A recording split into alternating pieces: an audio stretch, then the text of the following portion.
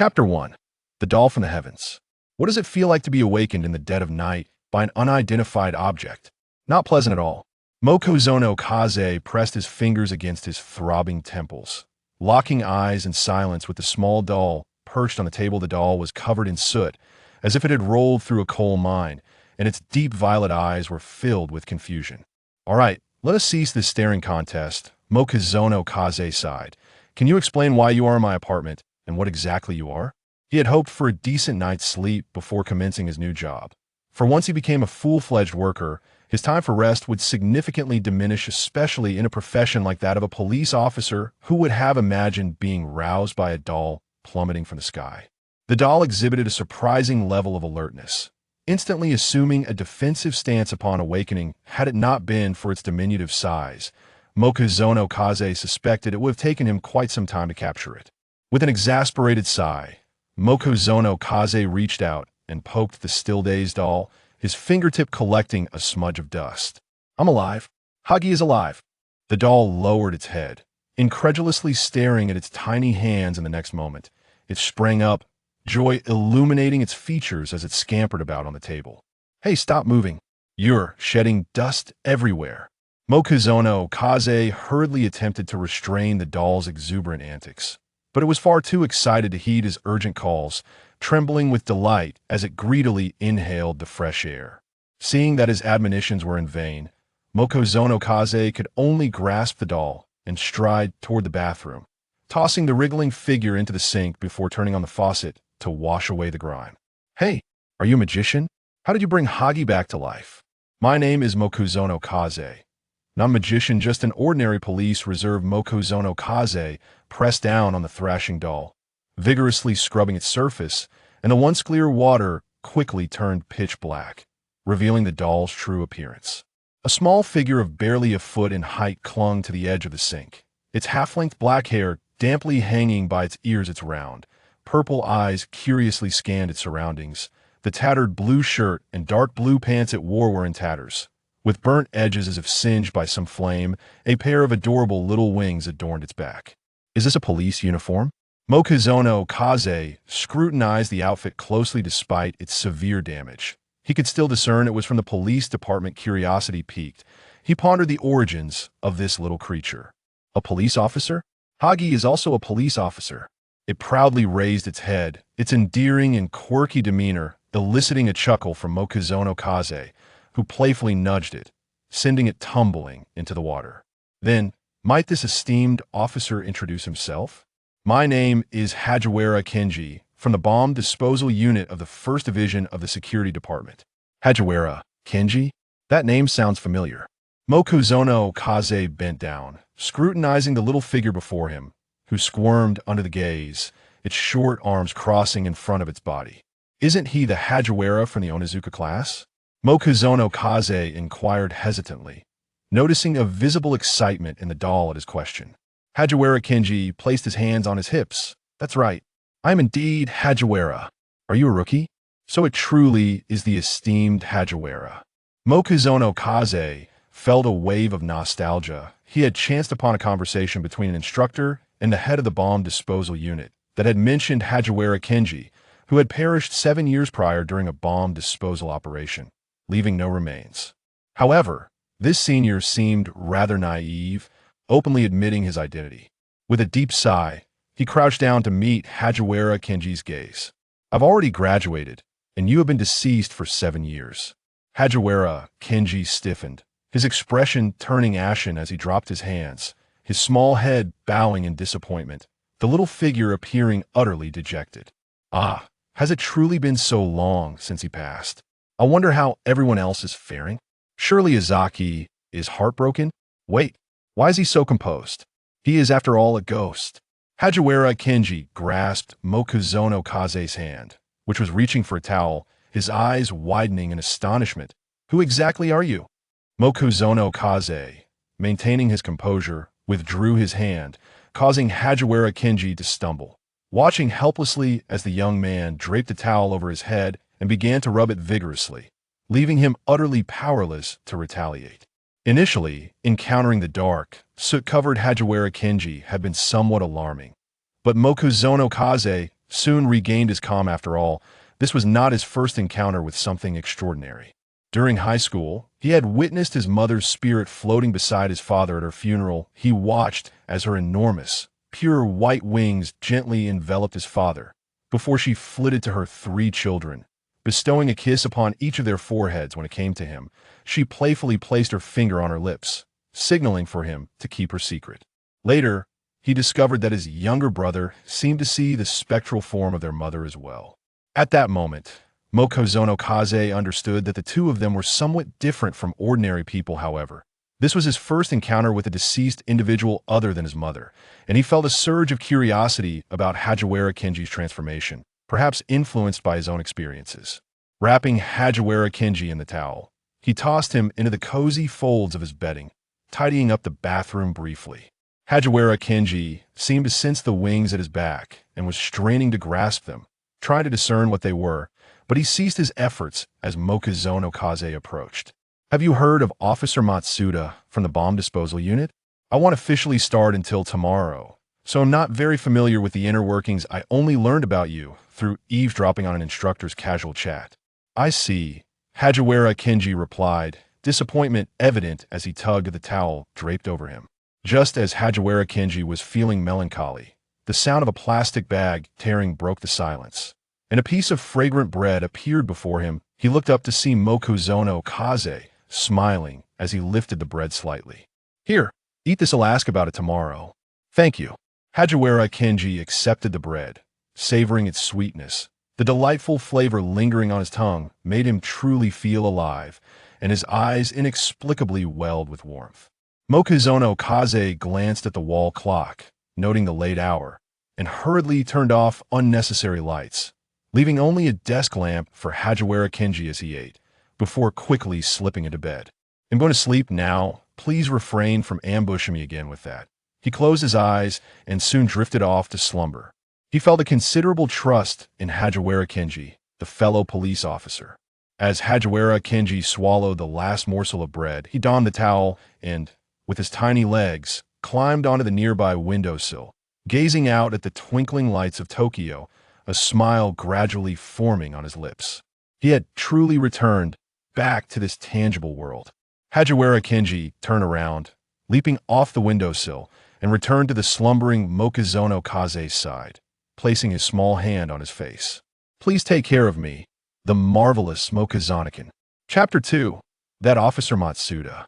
The following morning, Mokozono Kaze yawned, squinting as he ambled towards the police headquarters, his energy sapped from the previous night's commotion.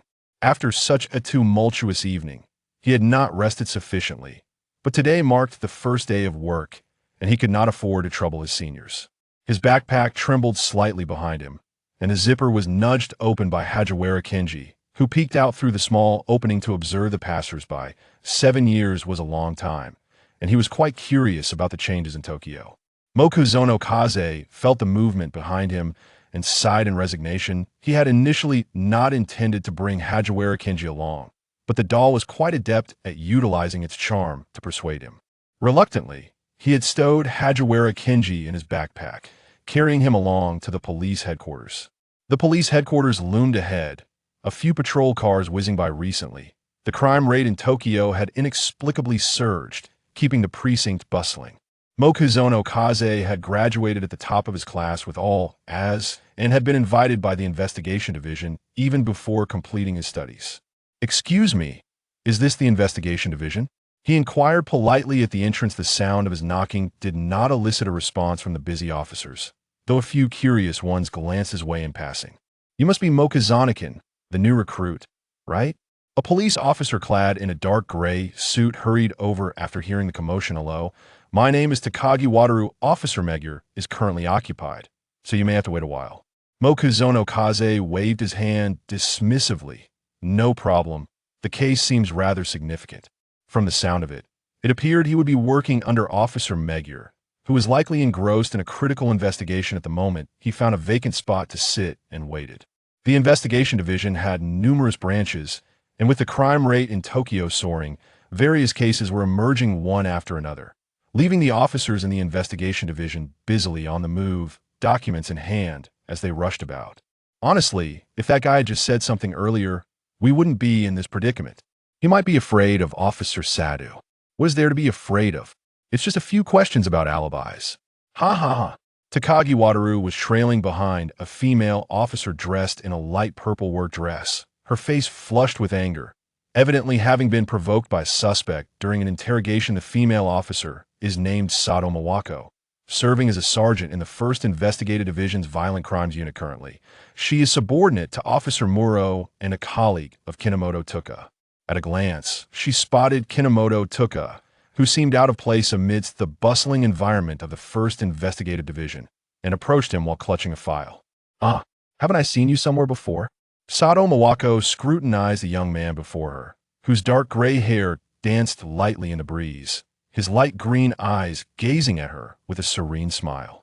"Sato-senpai, it's been a while." The familiar voice stirred memories within Sato Mawako, and she finally recalled where she had encountered this young man. 4 years prior, she and Yumi had returned to the police academy during a break to visit their former instructor, only to find that the instructor was absent that day. As they were about to leave for karaoke, they were stopped by a recent high school graduate who had many inquiries regarding the police academy, the Metropolitan Police Department, and the police force. She and Yumi did not refuse and answered his questions in detail. The boy's light green eyes left a profound impression on her, evoking a feeling of being seen through to her very soul. "It's you. You really became a police officer," Sato Mawako exclaimed in surprise, pointing at Kinomoto Touya. "I thought you were just asking out of curiosity." "How could you think that, senpai? I was quite earnest back then," Kinomoto Touya replied with a hint of exasperation. After finishing high school, he had headed straight to the police academy, coincidentally encountering Sato Mawako during her vacation, which led to his numerous questions. Sato Mawako raised an eyebrow. "You wouldn't be the top student who scored as in all subjects, would you? Thanks to your guidance back then, I passed the assessment smoothly. You truly are impressive. We shall be colleagues from now on. Please take care of me. Please take care of me as well." The two engaged in lively conversation, completely oblivious to the throngs of people observing them. Sato Mawako was widely recognized as the flower of the Metropolitan Police Department, and a young man who could bring such joy to her would undoubtedly become the center of attention. Kinomoto Touya also felt the piercing stares upon him and could only manage a stiff smile while continuing his dialogue with Sato Mawako. However, it wasn't long before he interrupted her, fearing he might not be able to leave the police department otherwise. "Perfect timing. I need to find Officer Muro to submit the interrogation records. Would you accompany me?"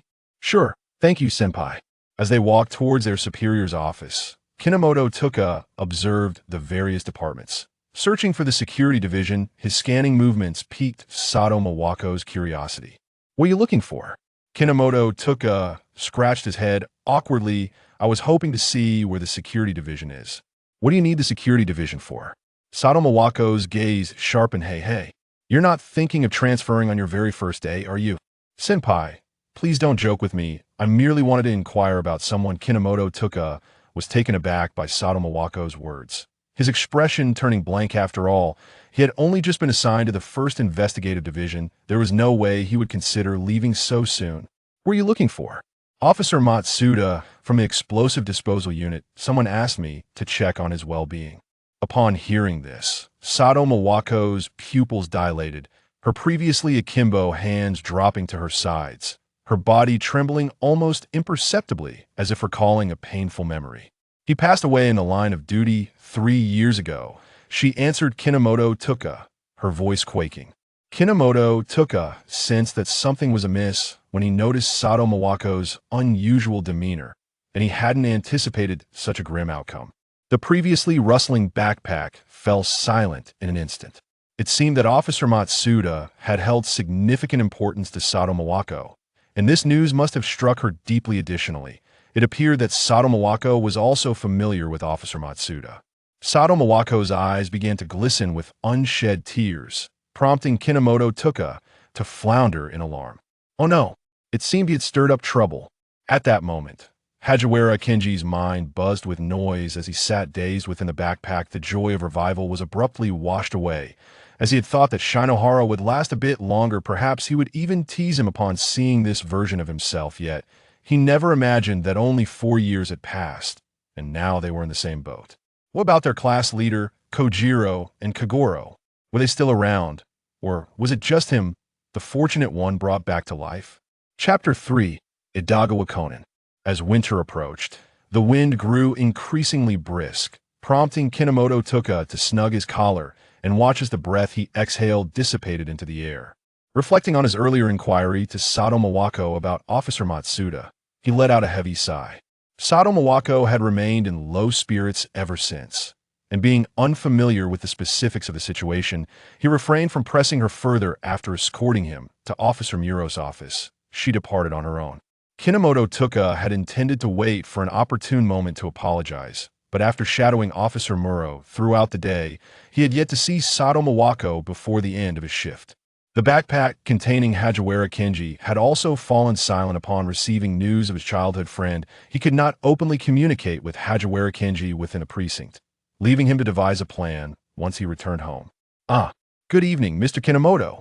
A girl approached with a small boy in tow, her face alight with a warm smile as she greeted Kinomoto Touya enthusiastically. This was Muri Ran, who lived nearby. Her father, Muri Kaguro, was a detective currently running a detective agency, though it was said that business was not thriving. "Good evening, Miss Maori." Kinomoto Sakura politely responded. "Who is this child?" The boy, clad in a blue suit, gazed intently at Kinomoto Sakura. His expression serious and tinged with a hint of hostility, entirely unbefitting of a child's demeanor, yet he appeared quite dependent on the presence of Maori Ran. "A child of a relative from an elder's family, entrusted to my care for a while. Is this our first meeting?" "Indeed. Perhaps it is fate." Sakura Kinomoto maintained her smile, her eyes shifting as she turned to gaze once more at the boy who was staring intently at her. This did not resemble their initial encounter. When she first laid eyes on him, she instinctively positioned herself in front of Miss Mauer, an entirely subconscious act, as if she had performed it numerous times before. Furthermore, no child would scrutinize a stranger with such a gaze, devoid of curiosity or fear. Merely observing him with a discerning look, Sakura Kinomoto crouched down, extracting an unfinished candy from her pocket, and said, "Hello there. What is your name? I have some fruit candies to share with you." "Idagawa Conan. I am Idagawa Conan." Conan replied, taking the fruit candy, his heart racing as he exchanged glances with Sakura. He thought to himself, I must not provoke this man. Did he not notice his slip of the tongue? Since when did Ram become acquainted with such a frightening individual? "My name is Kinomoto Sakura. You may call me Little Sakura from now on." Sakura extended her hand and ruffled Conan's hair. Then Conan bid farewell to Mr. Kinomoto. "We are heading home for dinner. Goodbye, Little Sakura." "Goodbye, Mr. Kinomoto. Farewell." As he watched the two depart, Sakura turned and continued on his way. Choosing not to inform Ran about the child's peculiarities, the child bore no hostility towards her. On the contrary, he seemed quite protective of Ran. So there was no cause for concern. He was merely intrigued by the dissonance he sensed in the child's demeanor. Meanwhile, the tension within Conan dissipated, and he curiously inquired, "Sister Ran, what does little Sakura do? He seems quite impressive." Having recently transformed into a child, his acting skills were still somewhat unrefined. But he managed to deceive his childhood friend. "He's a police officer. I heard he was the top student in police academy." "A police officer? That's a relief. But if he attracts the attention of any odd individuals in his current state, it could spell trouble. Still, I must maintain my distance from this man to avoid revealing my identity." Lost in thought, Conan followed Ran into the office, where the overwhelming sin of alcohol and raucous cheers made him feel immediately self-conscious, no matter how many times he witnessed it. He often doubted the authenticity of Uncle Muri's past as a detective. He twitched his lips and cautiously approached Ran, not wishing to provoke his inebriated uncle.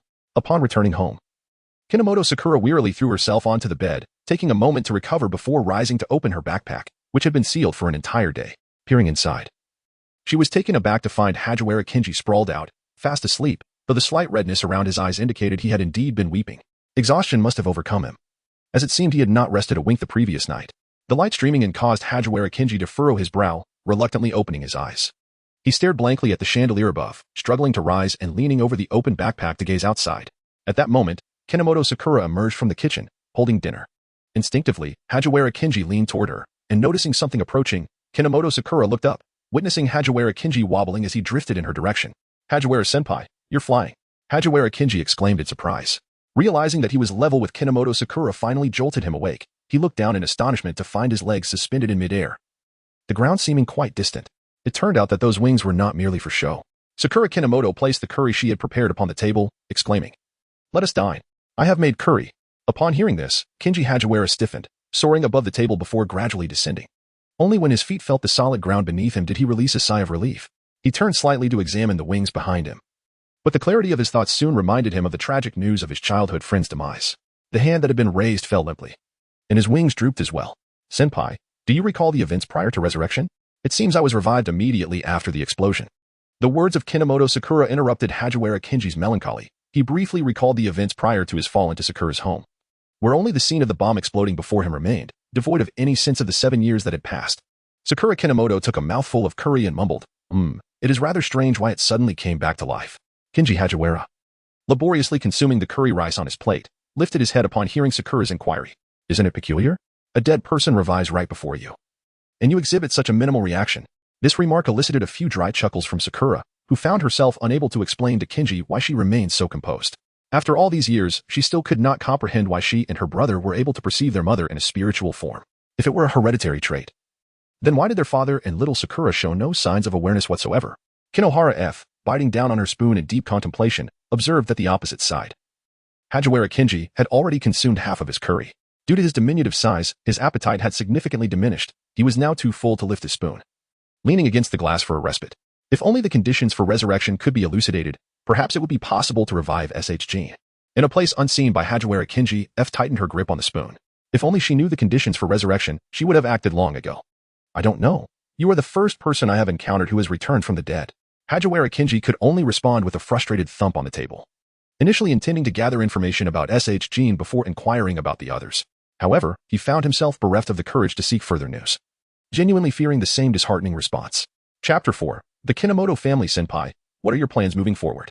Hagiwara Kinji lamented, collapsing his head onto the table. In my current state, I can only remain here. If anyone sees me, I will surely be taken for research. Mitsuha Kinomoto concurred.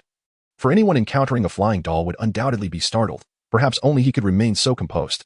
Kinji Hagiwara gazed at the chandelier above the dining table, letting out a soft chuckle. Initially contemplating moving in with Aramichi, he now realized that since Hagiwara-senpai had been granted a new lease on life, it was imperative to look forward. I believe Matsuda-senpai would not wish for you to blame yourself over such matters. Kinomoto, wearing a gentle smile, observed the melancholic Kinji Hagiwara. Hagiwara paused, suddenly managing a bitter smile. Was his distress so evident? He, the first to sacrifice himself, had now abandoned Aramichi, resurrecting alone, unable to find solace. Why was the chance to survive bestowed upon me? Why could Aramichi not be revived alongside me? Hagiwara-senpai, with Matsuda-senpai's encouragement to cherish life.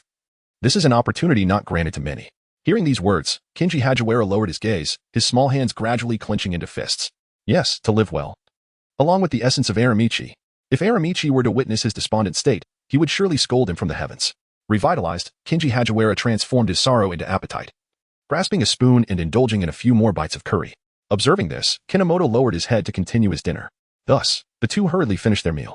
When Kinomoto began to clear the table, Hagiwara, still digesting, flapped his wings to practice flying. The novelty of having wings filled him with wonder after mastering the basics. He fluttered about the room. Although his body had shrunk to the size of a doll, those wings proved remarkably convenient. Hagiwara flew to the mirror, examining the gently quivering white wings. Ah, yet they still resembled a doll. Senpai, what color do you prefer? This outfit you're wearing is rather shabby. Kinomoto emerged from the kitchen, rummaging through the wardrobe for clothes that no longer fit. Hagiwara was still clad in the makeshift nightgown fashion that morning, appearing quite peculiar. Fortunately, he had previously assisted Chai's in creating doll attire and retained some memory of the steps. Although he lacked Chai's finesse, his efforts were still satisfactory. Will you make me an outfit? Hagiwara inquired. I desire something vibrant and floral. Your taste is rather peculiar, senpai. Eh? Aramichi said it looked splendid. As Mokonoto Kid gazed with a fleeting glance reminiscent of a dead fish, she suddenly discerned that the sartorial choices of the two individuals before her were rather lacking. This prompted her to recall the photographs she had previously investigated out of curiosity. Were it not for that rather unfortunate visage, it is likely that Senior Hagiwara would have found himself disdained by the fairer sex. For the garish array of clothing he donned was not something that an ordinary person could easily carry off. While Hagiwara Kinji pondered the shortcomings of the flamboyant attire, the creation of the garments was nearing its conclusion. Mokonoto Kid had hastily crafted but a single outfit, which bore a striking resemblance to the tattered police uniform, predominantly adorned in shades of blue and lined with an additional layer of cotton for warmth. All right, Senior, give it a try. Hagiwara Kinji soared above Mokonoto Kid, peering down as he clutched her hair. The compact doll-like ensemble lay spread upon the bed, appearing quite substantial. Had he not spent the day ensconced within his backpack, he feared he might have succumbed to the cold. This garment promised to remedy that predicament. Upon donning the attire, Hagiwara Kinji exclaimed, "How delightful! I had no idea you possessed such skill in garment making." Indeed, despite the somewhat rudimentary craftsmanship, it could still be considered a commendable piece, as it did not suffer from the unfortunate affliction of disproportionate limbs. Sakura Kinomoto tidied up her sewing materials, then sat cross-legged on her bed. Glancing at the calendar with a hint of hesitation, Hagiwara-senpai, in a few days it will be November 7th. Are you planning to visit your grave? You might encounter some familiar faces. Kenji Hagiwara remained still, eventually burying his head into the blanket. It feels rather peculiar to pay respects to oneself. Moreover, I should only have a symbolic grave, which feels even stranger. However, familiar faces? His parents and sister would likely come to honor him. And if the class president and others had not met with misfortune, they would probably be there too. It would be an opportunity to discreetly observe their current state. With a sudden resolve, Kenji sat upright. Then I shall go. But is it acceptable to take leave so soon after starting my job? I checked. I happen to have half a day off that day. As long as there are no urgent cases, it should be fine. Sakura Kinomoto rose to tidy up the scraps of fabric, placing them back in the wardrobe. As a newcomer, her primary focus in recent times had been to learn the procedures and precautions involved in case handling. Speaking of which, she wondered how her family was doing. She hadn't found time to call them lately. Meanwhile, the very Sakura Kinomoto who had been mentioned was embroiled in a heated debate with her companion Karo about the disappearance of the last pigeon cake. The two were on the verge of a scuffle. You still have cake crumbs on your lips. Why won't you admit it? I do not, Karo exclaimed, hastily wiping its mouth, clearly attempting to cover up. As Sakura approached, Karo instinctively recoiled, only to realize it was at the edge of the table, causing it to tumble down without warning. Serves you right, Sakura huffed, picking up the empty plate and exiting the room. That pigeon cake had been specially brought from Kanagawa by her elder brother, and with only 4 in a box, she had hoped to save one for later. To her dismay, Karo had pilfered it, infuriating her. What a bother, Karo grumbled, arms crossed. Why is the trophy not placed in the cabinet but left here? It had been feeling quite vexed lately, having sensed an unusual magical fluctuation. Initially, it assumed it was a Clow card, but after searching with Sakura, they found nothing. Could it not be Intimida? That energy felt far too potent to be sensed from such a distance. Sakura, after washing the plate and placing it in the cupboard, heard the front door swing open and leaned in to peek. Ah, you're back, Niken, exiting from his part-time job.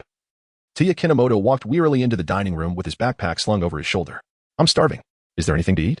Sakura Kinomoto opened the refrigerator and glanced inside, remarking, there are only fresh vegetables and pudding. Well, pudding will suffice. Sakura Kinomoto emerged with a plate filled with caramel pudding. While Touya Kinomoto took a spoon and savored a few bites, the sweet flavor rejuvenated his spirit. Were you exhausted from work today? It's not work. Our football club is preparing for a friendly match against T in High Mahara Town, and we have been training diligently. Mahara Town? ISNT your brother there? Indeed. I haven't informed him yet. I want to go too. Sakura Kinomoto stood by the table, her hand raised in excitement. Ever since her elder brother entered the police academy, he had seldom returned home. It had been over 6 months since she last saw him. Sakura Kinomoto, with a spoon in her mouth, cast a sidelong glance at her brother, Touya Kinomoto, who then raised his hand and playfully tapped her on the head. Unless you finish your homework, I shall inform our elder brother. Ouch. Why did you do that? It hurts, Sakura exclaimed, clutching her forehead. Humph. You always resort to telling on me. I will definitely complete it. Sakura Kinomoto puffed her cheeks in indignation as Touya Kinomoto shrugged with a smile. Chapter 5, The Secret of Conan. Sakura Kinomoto held a pen, silently observing Idagawa Conan, who intruded upon the crime scene. This marked the second case related to Kagero Mori. The child, residing in his home, invariably trailed behind Muri-ran. Surely, it was too conspicuous. What child would eagerly linger by a corpse, displaying such a profound expression? Have today's youths grown so audacious? Kenji Hagiwara leaned on Sakura's shoulder, his face a portrait of shock. 7 years prior, children would not dare to loiter before a corpse. They typically hid behind their parents, peeking cautiously, only to close their eyes in fright. No, it was only him. Sakura Kinomoto, with a gaze as lifeless as that of a dead fish, strolled to Conan's side. As for Kenji Hagiwara, who had not concealed himself, he continued to trail closely behind Sakura, entirely unconcerned about being discovered. In truth, this matter was more alarming than perilous. Initially, Kinomoto Sakura harbored concerns that Hagiwara Kenji might be spotted while venturing outdoors. Thus, she seldom permitted him to step outside. Hagiwara Kenji, understanding this rationale, remained confined within their apartment. However, on one occasion, when Kinomoto Sakura contemplated taking Hagiwara Kenji for a leisurely stroll, she inadvertently unzipped her bag too far, causing him to tumble out. Both were momentarily paralyzed with fear, their hearts racing perilously close to stopping, yet the bystanders merely regarded the flustered Kinomoto Sakura with curious gazes, entirely oblivious to Hagiwara Kenji, who hung frozen in midair due to terror. Subsequently, through a series of experiments, they discovered that passers-by were utterly incapable of perceiving Hagiwara Kenji. This newfound realization emboldened him, leading him to even follow her to the scene of a crime. Conan, have you uncovered anything? Why is there an indentation here? Conan scrutinized the peculiar dent in the floor. It was strikingly out of place, particularly adjacent to the corpse. Wait a moment. Who is speaking to me? Conan abruptly turned around to find Kinomoto Sakura beaming at him. In the next instant, she seized a pin and tapped it upon his head. Ouch. That hurts. Children should not approach the crime scene. I was merely curious, Conan stammered, his hands tucked away as he attempted to justify himself, while Kinomoto Sakura rose. Stealing a furtive glance at him. Here. Sakura Kinomoto handed her notebook to Conan, who received it with a look of bewilderment. He slowly opened the pages and, after hastily glancing through them, his eyes widened in astonishment. The notebook meticulously detailed minute traces from the crime scene, the information of all individuals involved in the case, and even depicted the posture of the deceased. How remarkable. He noted that the indentation he had just observed was also recorded within. Brother Fang's observations are impressively thorough. Conan's expression was one of sincere curiosity. Do you already know who the culprit is? He inquired. I do not, Sakura Kinomoto responded earnestly, lowering her gaze. Oh? Conan blinked in surprise. Is that so? You remember every detail and still haven't identified the perpetrator? A sense of exasperation glimmered in Conan's crescent-shaped eyes as he silently revised his assessment of Sakura Kinomoto. Upon observing Conan diligently poring over his notes and refraining from recklessly venturing to the crime scene, Kinomoto Sakura redirected her gaze to the central area of the room, where the body had once lain. With no perpetrator in sight, there was, of course, no need for further inquiry. Watching her colleagues bustling about the apartment, Sakura felt a twinge of embarrassment as she scratched her nose. It was not her intention to withhold the truth, yet her curiosity about Conan's intentions was insatiable. After Sakura returned to her duties, Hagiwara Kenji stealthily trailed closely behind Conan. A sense of familiarity washed over him. Had he encountered this child before? Hagiwara circled around Conan several times, as fleeting memories of the boy flickered in his mind. Unbeknownst to him, Conan remained oblivious to Hagiwara's presence. His head bowed and brow furrowed as he contemplated the intricate truths concealed within the case. Sakura Kinomoto's notes were meticulously detailed, with just a slight connection. One could unravel everything. After perusing them several times with great focus, Conan comprehended all that was necessary. However, how could he now convey this to the officer? How vexing. Father, do remember to watch the road. It's all right. I haven't had a drop to drink. How could I possibly be unable to see the road? Ah. Sakura Kinomoto stood at the entrance of the apartment, observing as Kagoro Mori's forehead collided forcefully with the glass door, instinctively touching her own forehead, for it appeared quite painful. What a splendid opportunity. A spark of inspiration ignited within Conan as he seized the moment when everyone's attention was fixated on the fallen Kagoro Mori. He cautiously navigated through the crowd, concealing himself in a shadowy corner of the balcony, adjusting the voice changer provided by Dr. Agasa. Please wait, Officer Magyar. I have unraveled everything. All motion ceased as everyone turned their gaze toward Kagoro Mori, anticipating his explanation of the truth. Yet, only Sakura noticed Kenji Hagiwara, who had been shadowing Conan, animatedly gesturing toward a scarcely noticeable corner of the balcony. Wow, what is that bow tie? It can change voices. Kenji Hagiwara curiously scrutinized the red bow tie clutched in Conan's hands, with its peculiar dial and antenna cleverly concealed at the back. Through this device, Conan's voice became an exact replica of Kagoro Mori's. Perhaps due to professional instinct, Kenji could not resist and reached out to fiddle with the dial. No. Kagoro Mori's voice abruptly shifted, transitioning from a deep, middle-aged timbre to the high-pitched voice of a child, plunging the room into silence as everyone stared in astonishment at Kagoro Mori. That Dr. Agasa, how could he give me such a faulty device? Conan, in a flurry of panic, hurriedly readjusted the voice changer, ensuring it was functioning properly before speaking again. Ahem, indeed. Realizing he had narrowly avoided disaster, Kenji Hagiwara quickly returned to Sakura's side, ceasing his aimless wandering. That bow tie around his neck is a voice-changing device, he whispered to Sakura. It seems Mr. Mori has fainted, and that child is using that device to deduce on his behalf. Sakura Kinomoto remained silent, merely nodding to indicate her understanding. Conan's reasoning process was clear and methodical. Within just a few minutes, he elucidated the entire case to the group. What appeared to be a homicide was, in fact, a suicide, and the case was resolved smoothly. Once everything concluded, Conan cautiously stepped from the balcony into the living room, relieved to find everyone engrossed in the aftermath of the investigation, oblivious to his presence. However, one individual was keenly observing him as he followed behind Ran Mori. The intensity of the gaze prompted Conan to look up suddenly, whereupon he met the eyes of Sakura Kinomoto, who stood at the doorway. Upon noticing him, she offered a faint smile before turning away to follow Officer Magyar out of the apartment. In that fleeting moment, Conan froze in place, his hands trembling slightly in his pockets. Surely, she didn't uncover anything, did she? Chapter 6. The Emergence of Ability. Is it truly all right to frighten that child so? Kenji Hagiwara mused, sipping from his cola, having just seen the color drain from the boy's face. Kinohara Kid replied with a smile, that child is remarkably intelligent. His recent deductions were nothing short of impeccable. However, his insatiable curiosity and somewhat reckless nature necessitate a word of caution for his own good. There undoubtedly remain secrets about Conan that we have yet to uncover. Despite being merely 8 years old, he possesses an extraordinary observational prowess and deductive capabilities. He exhibits an avid interest in various cases, consistently rushing headlong into situations, heedless of the warnings from others. This is not a favorable trait. The challenges he faces are not mere intriguing treasure hunts, but rather a series of gruesome homicides steeped in blood. Should he inadvertently attract the attention of peculiar organizations and gangs, it would surely pose a grave danger to both himself and those around him. Hagiwara Kinji concurred, taking a few sips of cola before reclining in the passenger seat, exclaiming, "I never expected Officer Sato to possess such refined taste." At this, Kinoharaki cast a puzzled glance in his direction. "This red Mazda is incredibly stylish. I thought you were going to say something else. Come on, this is quite significant." Hagiwara Kinji reminisced about the white Mazda he had driven during his time at the police academy, although the circumstances were somewhat urgent. The sensation of the steering wheel still lingered at his fingertips, evoking a wave of nostalgia. Kinoharaki found herself perplexed by Hagiwara Kinji. Ever since he obtained his driver's license, he had not laid a finger on a vehicle. The Mazda he was currently driving was merely a temporary loan from his senior, Sato, who had mentioned that it belonged to her late father. He drove with utmost caution, fearful of causing any damage to the car. It seemed that since that day, Sato had not mentioned Officer Matsuda. Surely, he was not upset? Beep. The ringtone from the passenger seat interrupted their contemplation. Hagiwara Kinji sat up and pressed the answer button. And Sato Miwako's impatient voice burst forth. "Kinohara-kun, are you on your way to that car wash?" Yes. One of the reasons Sato Miwako borrowed the car was to have Kinoharaki assist her in washing it, as she had been too occupied lately to find the time. On the other end, Sato Miwako gripped the receiver tightly and exclaimed, "A wanted criminal's vehicle is heading in that direction, a gray van. The license plate number is Kyoto 423-2064. Hurry and pursue." Sakura Kinomoto was taken aback, "But I didn't see it this way." Keiji Hagiwara, who had been listening intently, leaned against the window and witnessed a gray van speeding past them. Before the two could react, a significant distance had already formed between them. At this speed, he realized he could not catch up at all. Sakura Kinomoto firmly grasped the steering wheel, pressing down on the accelerator as she endeavored to catch up to the van ahead.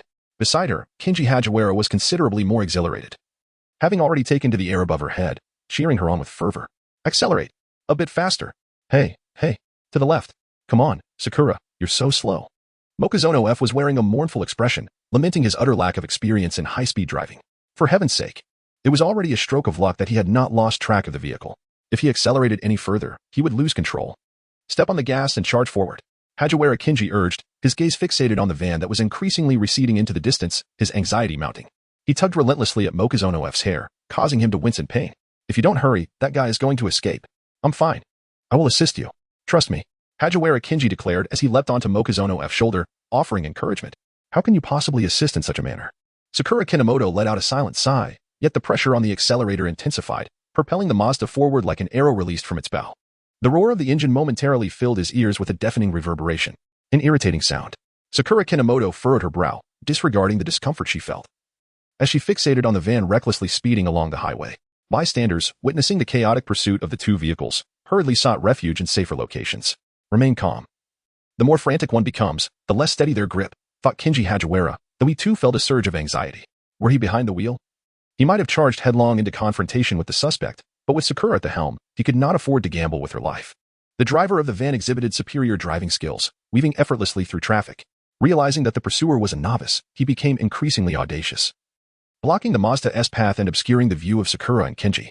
"Damn it, that scoundrel," Kinji cursed inwardly. Mokuzono F did not utter a word. He was entirely focused on the road ahead.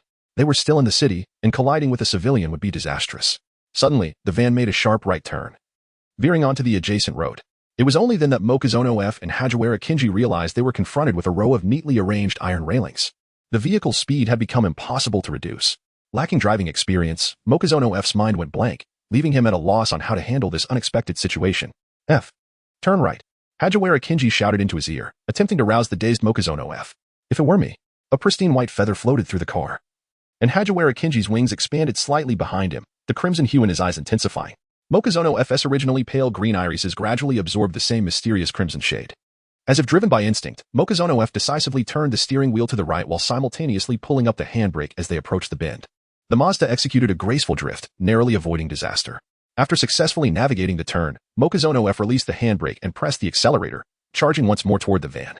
The red Mazda, shedding its earlier timorous demeanor, surged forward with the force of a battering ram, swiftly catching up to the van and driving alongside it. The driver, bewildered by the apparent change in the Mazda S demeanor, watched in horror as it closed in on him. In a moment of panic, he drew a handgun and, without hesitation, fired at the Mazda. "Hagiwara Senpai, roll down the window," Mokuzono F said with remarkable composure, drawing the service pistol from his waist. He fired a precise shot the instant Hagiwara Kinji lowered the window, hitting the assailant's left hand with unerring accuracy. The man recoiled in pain, reflexively raising his right hand to cover the wound, losing control of the van, which careened unsteadily into the nearby railings. The impact caused the airbag to deploy, rendering him unconscious. Sakura Kinomoto brought the car to a sudden halt, inhaling deeply as she slowly turned her head to meet the gaze of Kinji Hagiwara, who had also been looking over. What had just happened? I don't know. It felt as though I was possessed, suddenly understanding how to operate this vehicle. Hagi almost thought he was the one driving. The two remained in a state of astonishment, even the distant sound of sirens failing to rouse them from their reverie. Chapter 7. Unseen gazes. After many days of diligent work, the arrival of a holiday is always delightful, if it weren't for the unexpected phone call. The cacophony of the alarm clock and the ringing phone mingled together, causing Sakura Kinomoto, who had toiled throughout the night and was still lost in slumber, to furrow her brow. She raised her hand to silence the alarm and fumbled about in bed for some time before finally locating her phone. Hello? Brother? Are you still asleep? On the other end, Touya Kinomoto listened to his brother's somewhat hoarse voice, hesitating to glance at the clock hanging on the wall. It was 8:45 a.m. According to his brother's usual routine, he would have been up by now, perhaps even having completed breakfast and gone for a morning jog. Kinohara Sakura was instantly filled with concern for her brother. Kinohara keyed and anxiously urged him, "Are you exhausted from work? Please remember to rest." "No," Kinohara keyed replied, sitting up and pressing his fingers against his faintly throbbing temples. "I was preoccupied with an urgent case last night, which kept me a bit late. How has everything been at home?" In the makeshift nook, Hagiwara Kinji still slumbered, prompting Ki to tread lightly as he exited the bedroom. He first entered the kitchen, tossing 2 slices of bread into the toaster before proceeding to the bathroom. "Everyone is doing well. Father has been quite busy, returning home late. Have you continued your part-time job recently? I'll stop by after school to check." Upon hearing this, Kinohara Ki let out a soft sigh. He was not particularly supportive of his younger brother working part-time. Their family's financial situation was not dire. The combined earnings of him and their father were sufficient to cover their expenses, and with Ki's additional income, there was no necessity for his still high school-age brother to earn money. "By the way, I will be competing at T in high school in Mikihara Town next Sunday. Will you come to watch, big brother?" Sensing Ki's helplessness, Kinohara Sakura hastily shifted the conversation. As Kinomoto Sakura raised an eyebrow and glanced at the calendar hanging on the wall, she exclaimed, "Of course. How could I possibly miss my brother's match?" His words brought a smile to Kinomoto Touya's face, though he shyly pressed down the corners of his mouth. Casting a furtive glance towards the staircase, aware that if his little sister had witnessed his earlier demeanor, she would undoubtedly tease him. "What about Sakura? Will she join you next Sunday?" "She's still asleep, but if she completes her homework, I will bring her along. I'll wait for you both at tea in High then." "Sounds good. Eishua is here. Brother, I'll hang up now. Bye." "Goodbye." With a beep, the call ended. Kinomoto Sakura placed her phone on the table, rummaged through the drawer for a bottle of medicine, and swallowed a pill with a sip of lukewarm water. At that moment, the recently awakened Hagiwara Kinji lazily emerged from the bedroom. "What are you eating?" "My stomach feels a bit uneasy, so I'm taking some stomach medicine." Kinomoto Sakura casually tossed the medicine bottle back into the drawer, freshened up, and prepared to head to the cemetery after breakfast. As the thoughts of the cemetery stirred in Hagiwara Kinji's mind, he recalled that today was November 7th, the day they would pay their respects at the cemetery. Immediately, he flapped his wings and dashed into the bathroom, but upon picking up a toothbrush that seemed ill-fitted for his size, he remembered the miraculous events of the previous night. He poked his head out, looking quizzically at Kinomoto Sakura, who was busy in the kitchen. "Did you figure out what happened yesterday?" "No. I don't even know how you came back to life, let alone understand that magical occurrence. It's truly peculiar." Recalling the vivid pupils he had seen in the rearview mirror the night before, Kinomoto Sakura's movements in flipping the omelet slowed, as he indeed caught a glimpse of that striking shade of deep purple, identical to Hagiwara's eyes. It seemed that unraveling the mystery would take some time, so he decided to take it one step at a time. The weather today was rather pleasant, though the gentle sunlight did little to dispel the lingering chill. Kinomoto Sakura felt fortunate to have donned a turtleneck sweater before stepping out. Otherwise, he would surely have succumbed to the cold on the way, perhaps due to the chill. Hagiwara Kinji was unusually content to remain tucked away in his backpack, refraining from his usual erratic flight. Sakura Kinomoto walked along the path leading to the cemetery, enveloped in profound silence. Aside from the occasional relatives paying their respects, few vehicles traversed this route, rendering it a serene resting place. "Senior Hagiwara, what flowers do you and Officer Matsuda favor?" she inquired. "Ordinary chrysanthemums will suffice, but don't you find it rather bizarre to pay homage in my presence?" Came the sullen retort from within the backpack, as Kinji Hagiwara expressed his discomfort at the notion of commemorating himself.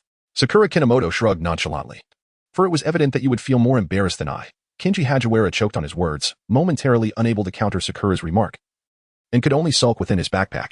This cemetery predominantly housed the remains of officers from the Metropolitan Police Department, as Sakura cradled 2 bouquets of chrysanthemums, searching for the graves of Kinji Hagiwara and Jinpei Matsuda.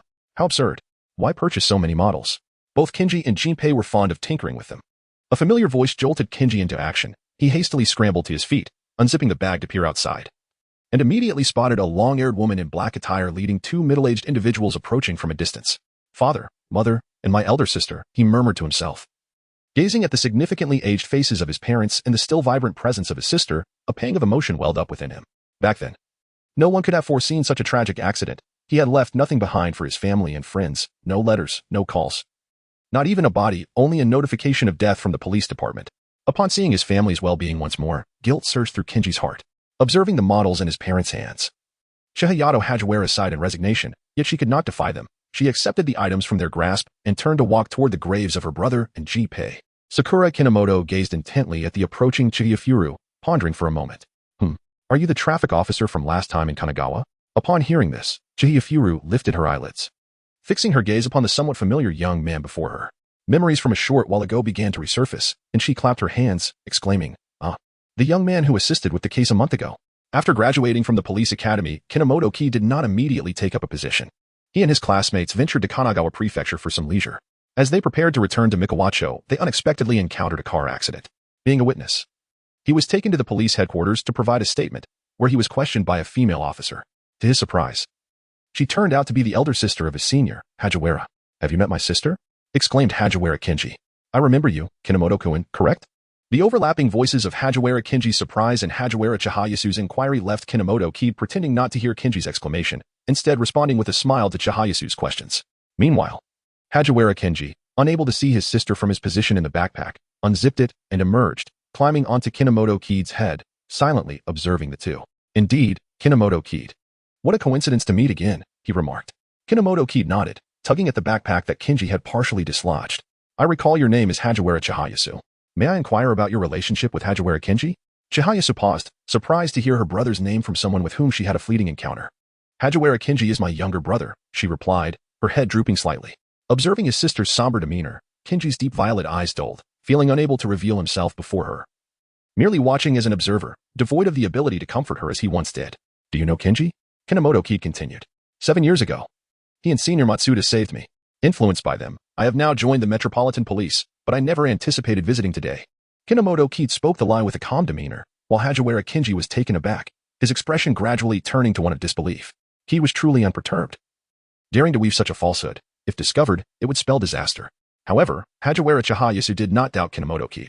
Her brother and Azuma were indeed very earnest individuals, and it was not surprising they had saved someone.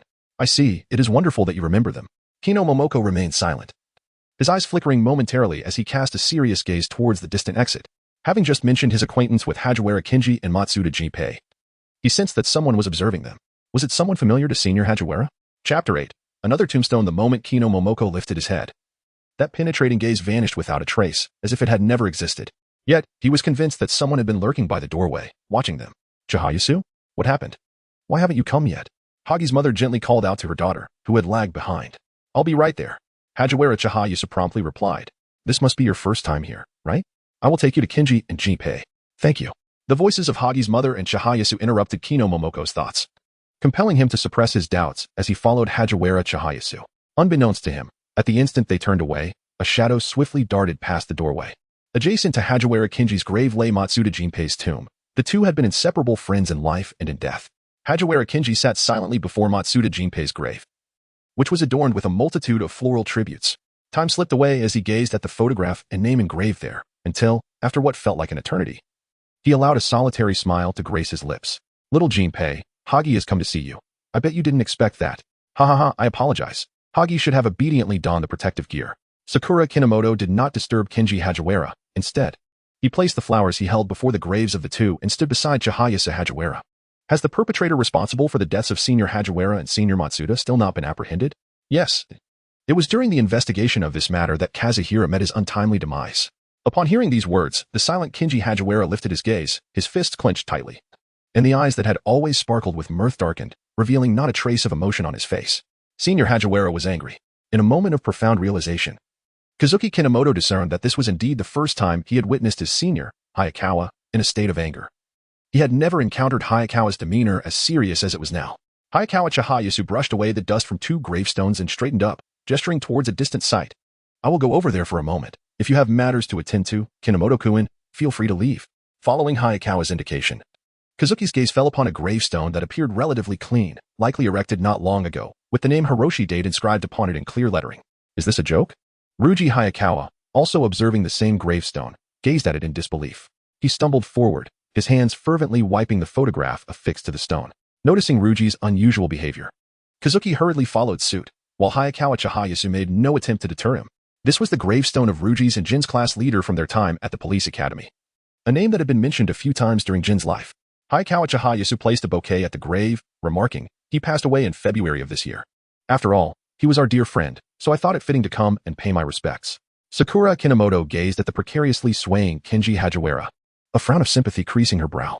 In retrospect, one might ponder whether resurrection was, in fact, a form of torment for her senior, Hagiwara.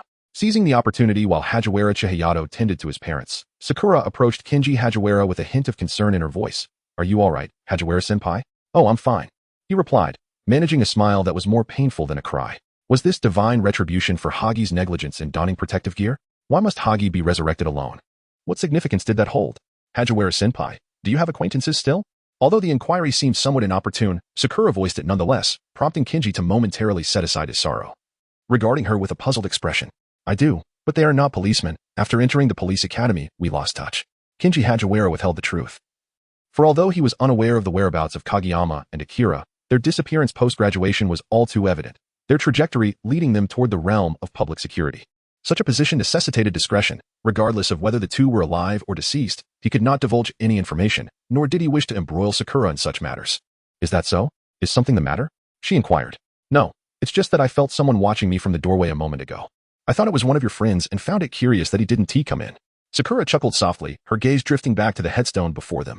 However, Kenji Hagiwara was not so composed. His heart raced violently. What could it signify if someone was observing him yet chose not to enter? It could mean that Sho and Akira were still alive. They must have refrained from revealing themselves due to their mission. His cold hands and feet began to warm. And Kenji maintained a stoic expression, suppressing his curious heart.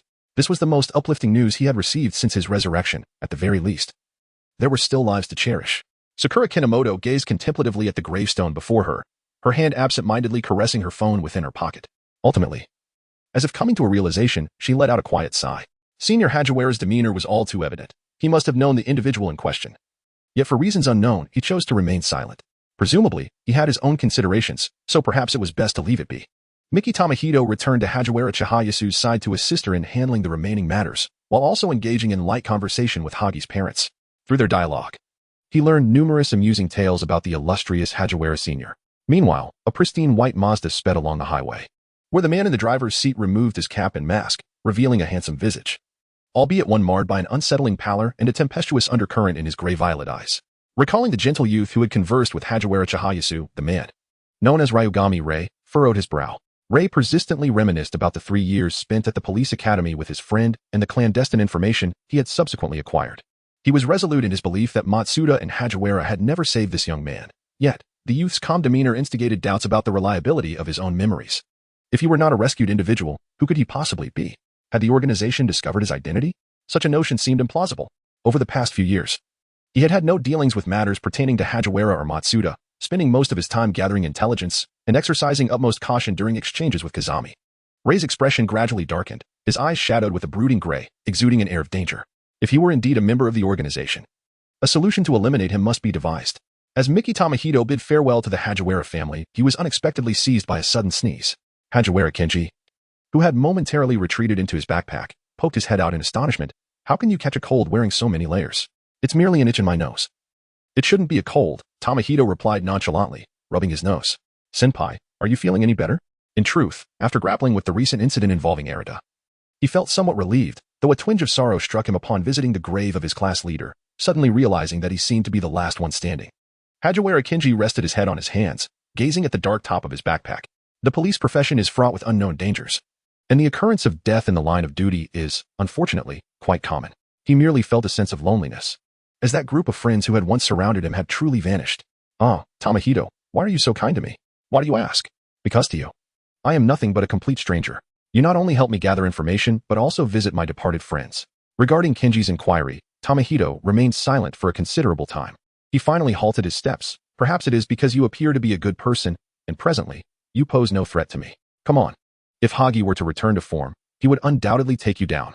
Kenji retorted, rolling over in exasperation, his hands flailing about. Hearing this, Tomohito burst into laughter. Chapter 9. The Nagano Serial Killer Case, Part 1. In November, Nagano Prefecture was blanketed in snow, with towering mountains hosting numerous ski resorts, making it a favored destination for winter vacations. Gazing out at the fleeting snowy scenery, Miki Tomohito felt his eyelids grow heavy, utterly lacking in energy.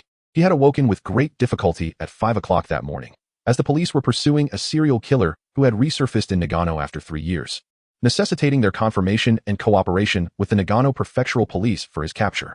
Senior Sato was occupied with the follow-up on a wanted criminal from 2 days prior, so Officer Muguru had brought Takagi and him to Nagano. Takagi, peering through the rearview mirror, glanced at the lackluster Tomohito. "You seem rather out of sorts." "I stayed up too late last night," Tomohito replied, casting a glance at Hajiwara Kenji, who was perched against the window, his excitement a stark contrast to Tomohito's demeanor. As soon as he received the notification, Kenji had eagerly rushed to Tomohito's side, clamoring to join him in Nagano, his enthusiasm bordering on the bizarre. When pressed for a reason, he merely insisted on wanting to witness the snowy landscape of Nagano. Reflecting on this, Tomohito pursed his lips. Had it not been for Hajiwara's need for warmth in Nagano, he would not have stayed up until 11 crafting thick garments. Kenji, seemingly oblivious to Tomohito's grievances, was anxious to arrive at the Nagano Prefectural Police Headquarters. Back in the academy, little Kabushi had mentioned his older brother, Kabushi Takamitsu, who was a detective in Nagano. Perhaps fate would allow him to encounter Takamitsu and glean some information about little Kabushi, to avoid hindering their upcoming work. Tomohito tilted his head and closed his eyes to rest. He was uncertain whether he had dozed off, but upon opening his eyes, they had already arrived at the entrance of the Nagano Prefectural Police Headquarters. This is Officer Kabushi from Shinya Station. He is the one who discovered the whereabouts of Kawakami Daisuke. "Hello," Kabushi Takamitsu greeted, clad in a light brown coat and carrying a briefcase. His expression serious as he entered the conference room, with remnants of snow still dusting his shoulders, suggesting he had just rushed over from Shinya Station. After exchanging brief pleasantries with the trio, he began to outline the case. Kabushi Takamitsu retrieved well-organized materials from his briefcase, stating, "These are photos my colleagues and I inadvertently captured during our investigation. Initially, we overlooked them, but upon returning to the station, we realized that the individual in the corner appears to be the wanted Kawakami Daisuke. Shortly thereafter, we received a report about a body discovered in the mountains." He pointed to a man in the photograph, noting that the focus of the image was not on him, resulting in a somewhat blurry capture. Officer Muguru scrutinized the photograph for an extended period before exclaiming, "I can't believe you were able to discern that." It was primarily due to the distinct scar on his eye. Sakura Kinomoto stood behind Officer Megure, gazing at the photograph of a man clad in a black jacket, his face concealed by a mask, with a grotesque scar adorning his eyes. As he diligently noted the man's distinguishing features in his notebook, he remained oblivious to Kenji Hajiwara stealthily emerging from his backpack. Hajiwara circled around Takamitsu Shibufu a few times, the resemblance to Kagemitsu Shibufu and their shared surname deepening his conviction that this officer was indeed Kagemitsu's elder brother. Yet, how was he to inquire about the whereabouts of the younger Shibufu? He glanced at Sakura Kinomoto, who was engrossed in reviewing the documents in his hands. Reflecting on how he had assisted him multiple times before, Hajiwara felt a momentary hesitation about soliciting Kinomoto's help once more, fearing it might cause an inconvenience. "Hey, I told you I have no idea who left that knife there. I merely picked it up because I saw blood on it. Hey Heiji, tone it down a bit." The clamor of an argument filtered in from outside, thick with the unmistakable accent of Kansai. The occupants of the conference room turned their attention towards the entrance. Just as they pondered who would dare create such a ruckus in the police headquarters, the door was suddenly thrust open by a member of the forensic team. Panting heavily as he pointed outside, "That boy found the knife, and it tested positive for Daisuke Kawakami's fingerprints." Gasps of astonishment echoed through the room as everyone hastily exited the conference chamber. There, a dark-skinned high school student stood before the head of the forensic team, fervently defending himself, while a girl, presumably his girlfriend, struggled to restrain him, attempting to prevent his outburst. "Ahem, may I ask where you found this knife?" Officer Megure cleared his throat, signaling the young man to calm down as he inquired about the knife's origins. The dark-skinned youth first glanced at them before slowly responding. "In a hotel, I found a bloodied knife in the public restroom and picked it up.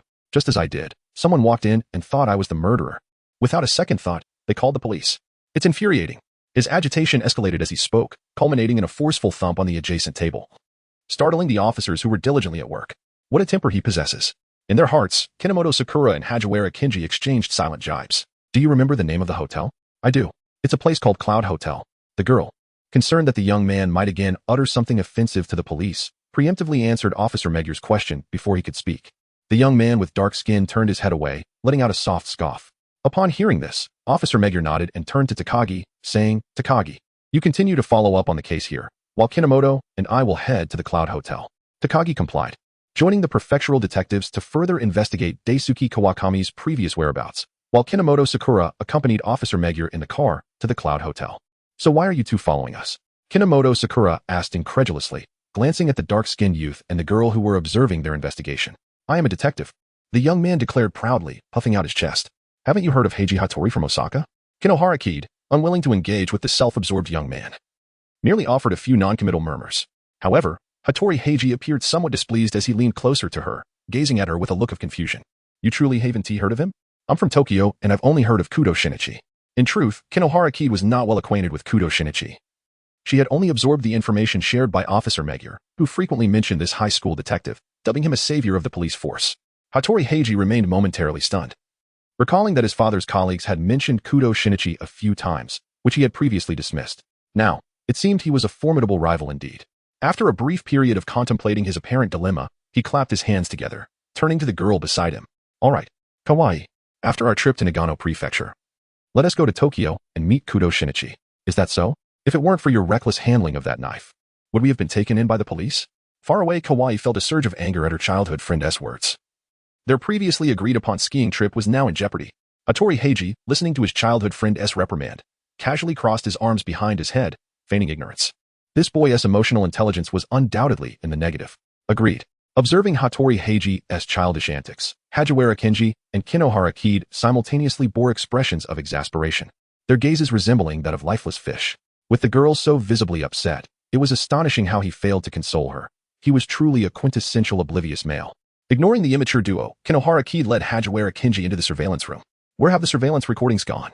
The hotel owner stammered, responding to Officer Megure's inquiries. His answer nearly sent Officer Megure into a fit of rage, just when they had finally unearthed the lead. Now he claimed the footage had vanished? What kind of absurdity was this? During the time it took to restore the surveillance, Kawakami Daisuke had already disappeared without a trace. Hattori Heiji, having just entered, was taken aback by Officer Megure's remarks. The surveillance had ceased the day after the knife incident. The audacity of the perpetrator was astounding, daring to infiltrate the hotel to erase the recordings. He scanned the room, hoping to uncover any traces left by the criminal, only to turn and find the officer seated before a computer, examining something. Kinohara Kid, observing the surveillance footage on the screen, raised her hand to type on the keyboard. Chapter 10. The Nagano Serial Killer Case. Part 2. Hattori Heiji noticed a window pop up on the computer screen and hurried forward, attempting to stop Kinohara Kid. What are you doing? He exclaimed, his eyes widening. There's so little footage left. Don't mess this up. Sakura Kinomoto paid no heed to the boisterous Heiji Hattori. Her fingers continued to dance across the keyboard, the rhythmic clatter echoing throughout the surveillance room. Officer Megure, initially prepared to reach out to the technical team, was drawn to the unfolding scene. A myriad of characters coalesced into intricate code, and within a mere minute, over 20 lines materialized on the screen. Sakura's hands glided over the keys until she pressed the enter key, at which point the window vanished entirely. The display flickered several times before the surveillance footage gradually reappeared. The monitors were fully restored. The onlookers standing behind Sakura Kinomoto stared in disbelief at the computer screen, while she simply raised her hand and stepped aside, exhibiting an unusual demeanor of humility. Sakura, you never mentioned you possess such a skill, Officer Megure remarked, somewhat taken aback as he glanced at her. Although this young prodigy was the top of her police academy class, her personal profile predominantly highlighted her proficiency in combat and marksmanship, with no indication of her expertise in computing. Apologies, but the content you provided contains elements that are not suitable for this task, such as promotional content and extraneous details. Here is the refined version of your text. Kinomoto Sakura shyly scratched her face, admitting that she only occasionally delved into literature and resources on the subject, and could manage a little knowledge. She never anticipated it would truly come in handy. Observing this, Officer Mori refrained from further inquiries and promptly began reviewing surveillance footage with the detectives from Nagano Prefecture, hoping to uncover any trace of Kawakami Daisuke. Hey, are you really just a novice? Hattori Heiji leaned closer to Kinomoto Sakura, squinting as he scrutinized her. He expressed profound skepticism regarding the officer's assertions. After all, how could someone unfamiliar with the matter manage to identify issues and devise solutions so quickly? Her decisive demeanor belied any notion of inexperience. I am indeed a novice.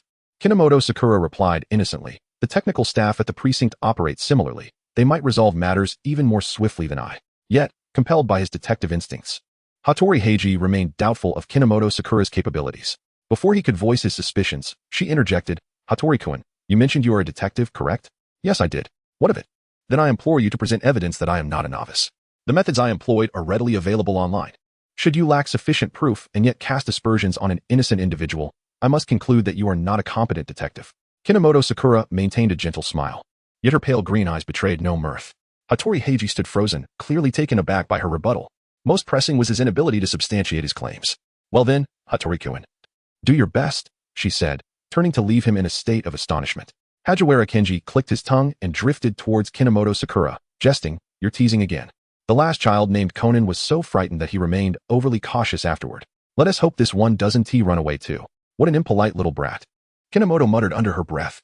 With Hattori Heiji's attitude, if he ever encountered a truly vicious murderer, he would likely provoke the suspect before even finishing his inquiries.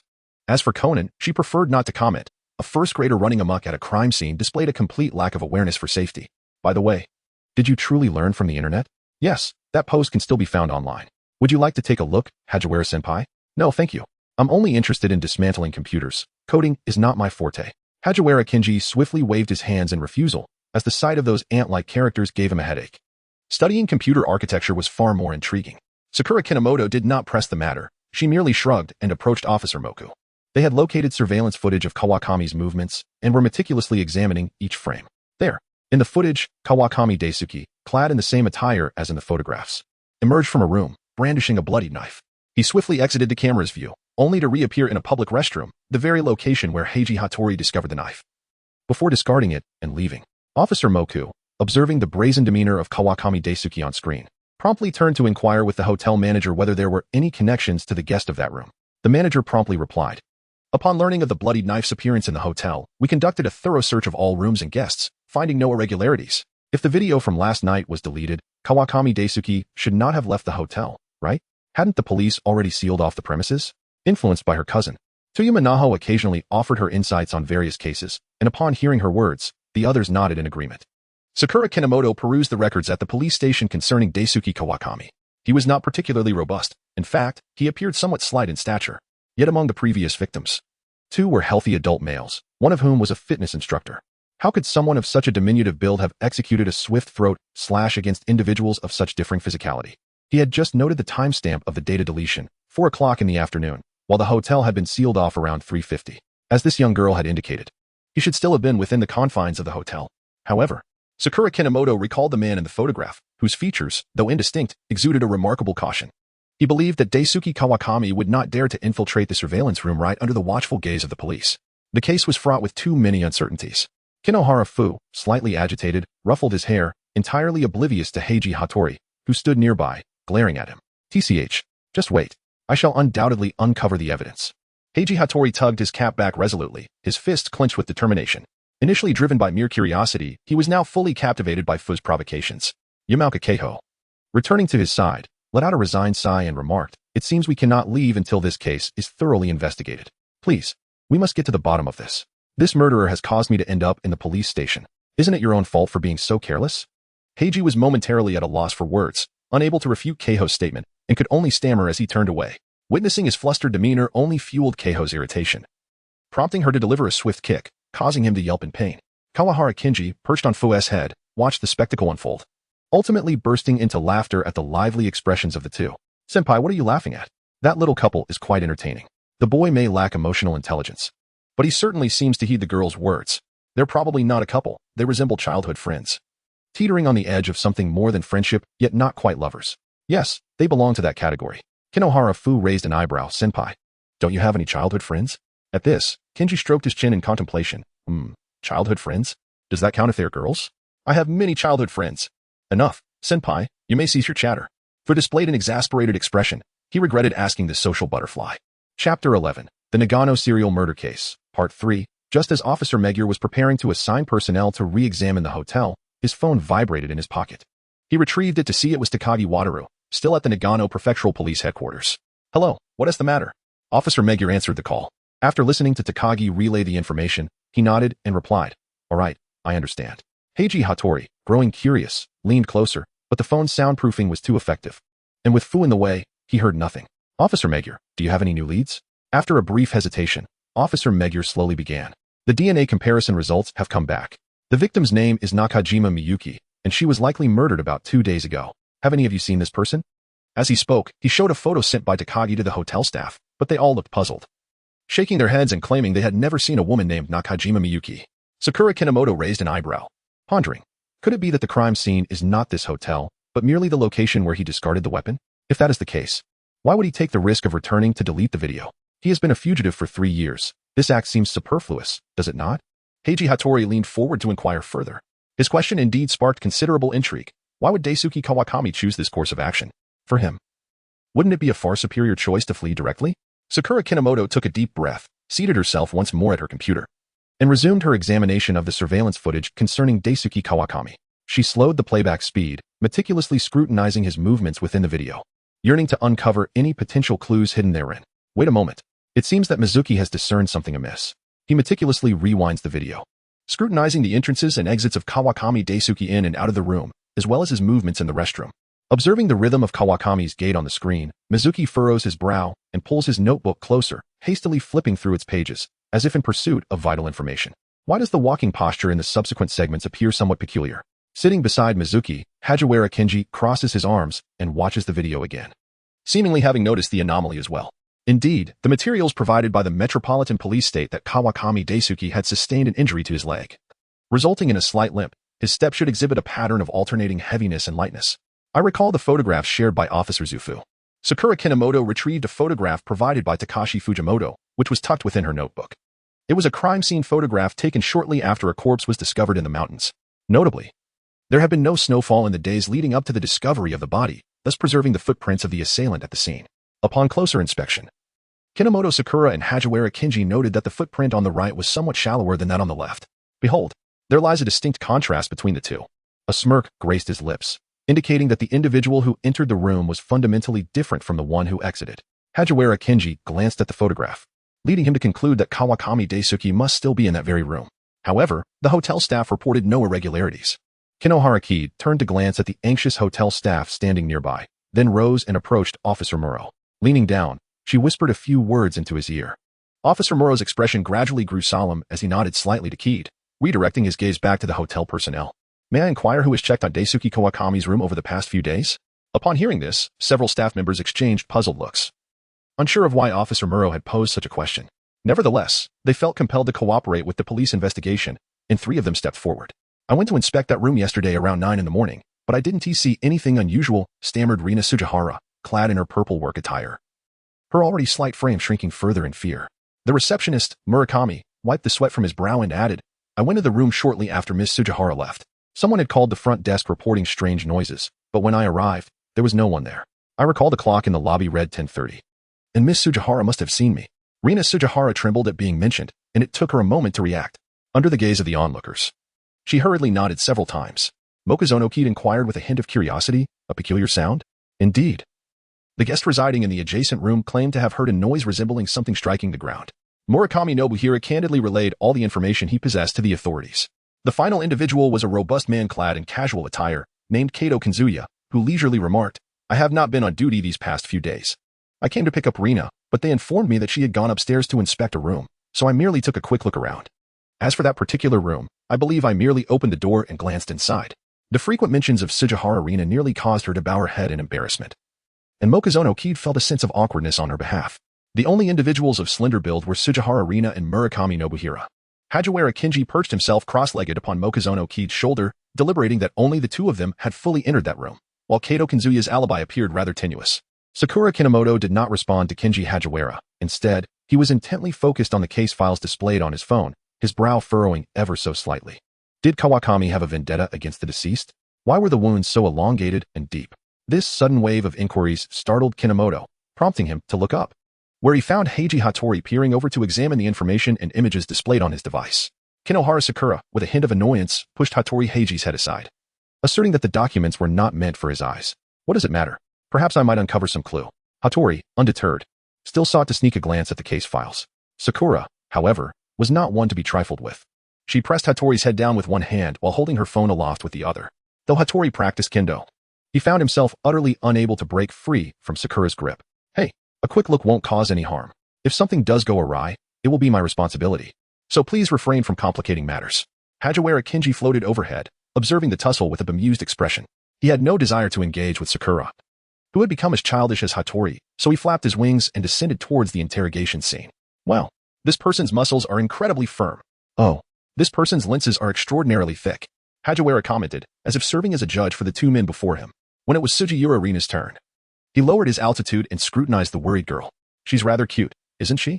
Why does her face seem familiar? After pondering for a moment, he rubbed his eyes to ensure his vision was clear, then hastily flitted back to Sakura's side, frantically swiping the screen of his phone. Hagiwara-senpai, what are you doing? Sakura turned to see Hagiwara clinging to her arm, having diverted Hattori with some trivial information. Initially, Hagiwara paid no heed to Sakura until he spotted something he had been searching for. Suddenly, he turned sharply, pointing at a photograph in the documents, speaking rapidly, that Sugiura Rina bears a striking resemblance to this Nakamura Yuichi. Chapter 12, The Nagano Serial Killer Incident, Part 4. The eyes of Kinomoto Sakura glimmered momentarily as she lowered her head to peruse the photographs and information of Yuichi Nakamura. Are you certain there is no mistake? Humph. Hagi's eyes are exceptionally keen. There is absolutely no room for error. Kenji Hagiwara possesses unwavering confidence in his facial recognition abilities, and his formidable social skills have, to some extent, honed this peculiar talent. Although Yuichi Nakamura has dark skin, his features are distinctly defined, and upon careful comparison, one can discern the similarities he shares with Rina Sugihara. Mizuno's fingers rested upon the profile page of Nakamura Yuichi, a victim he had previously questioned, notably the fitness instructor. He had met with a tragic fate while returning home from a supermarket, where he was fatally struck in the throat from the front, showing no signs of struggle. At that time, the news had already disseminated information regarding Kawakami Daisuke, urging residents to be wary of strangers during the night. It seemed implausible that Nakamura Yuichi would have let down his guard against Kawakami Daisuke, nor could he have been easily dispatched by someone physically smaller than himself. Just as Mizuno was lost in thought, an unfamiliar number flashed on his phone. Startled, he hesitated momentarily before answering. This is Mizuno. Officer Jibofu. Upon hearing this, the previously aimless Hagiwara Kenji perked up, swiftly sliding closer to the phone to eavesdrop on their conversation. Sakura Kinomoto sensed the approach of Kenji Hagiwara, yet she made no effort to dismiss him. As she listened to Takamiya's words over the phone, her previously furrowed brow gradually relaxed, as if she had come to a profound realization. I understand now. Thank you very much. Kino Sakura hung up the phone and hurried to her computer, documenting the points of confusion she had previously encountered. Afterward, she sought out the hotel manager and quietly inquired about several matters. Once she received the answers she desired, she stealthily exited the surveillance room. It was only when Officer Moku searched for Kino Sakura that he realized she was absent from the monitoring room. He rushed out, scanning the area but failing to spot her. Officer, when can we lift the blockade? We have a business to run, the hotel owner expressed anxiously. This season was already a peak time for tourism in Nagano Prefecture, and they had hoped to earn more during this period. Unfortunately, such a significant incident had occurred, and they could only wish for a swift resolution to avoid disrupting the hotel's operations. This will conclude shortly. Just as Officer Moku faced a dilemma, Kino Sakura unexpectedly returned, breathless and leaning against the doorframe. Brother Kino, where have you been? I was just looking for you. Officer Moku exclaimed in astonishment. My sincerest apologies. Kino Sakura responded, catching her breath. I went to find something. Upon hearing this, Officer Moku did not reproach her. Young man, do you know the truth?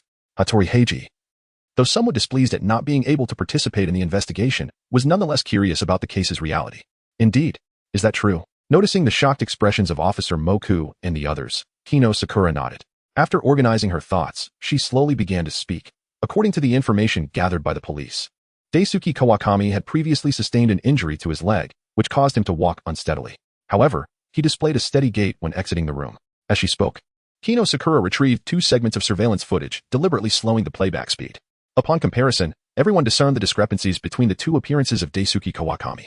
This indicates that the real Daisuke Kawakami never left that room, but was instead confined within it. Hattori Heiji grasped Kino Sakura's implication. The only person who could have concealed Daisuke Kawakami's whereabouts and bore a similar physique must be. Everyone's gaze shifted toward Muranobu, who was still trying to comprehend the situation. Wait, it wasn't me. I didn't impersonate Kawakami. I truly did not see any strange individuals or objects in that room. Muranobu hastily defended himself. Mokuzono Kid stood forth to affirm his assertion. Indeed, it was not he.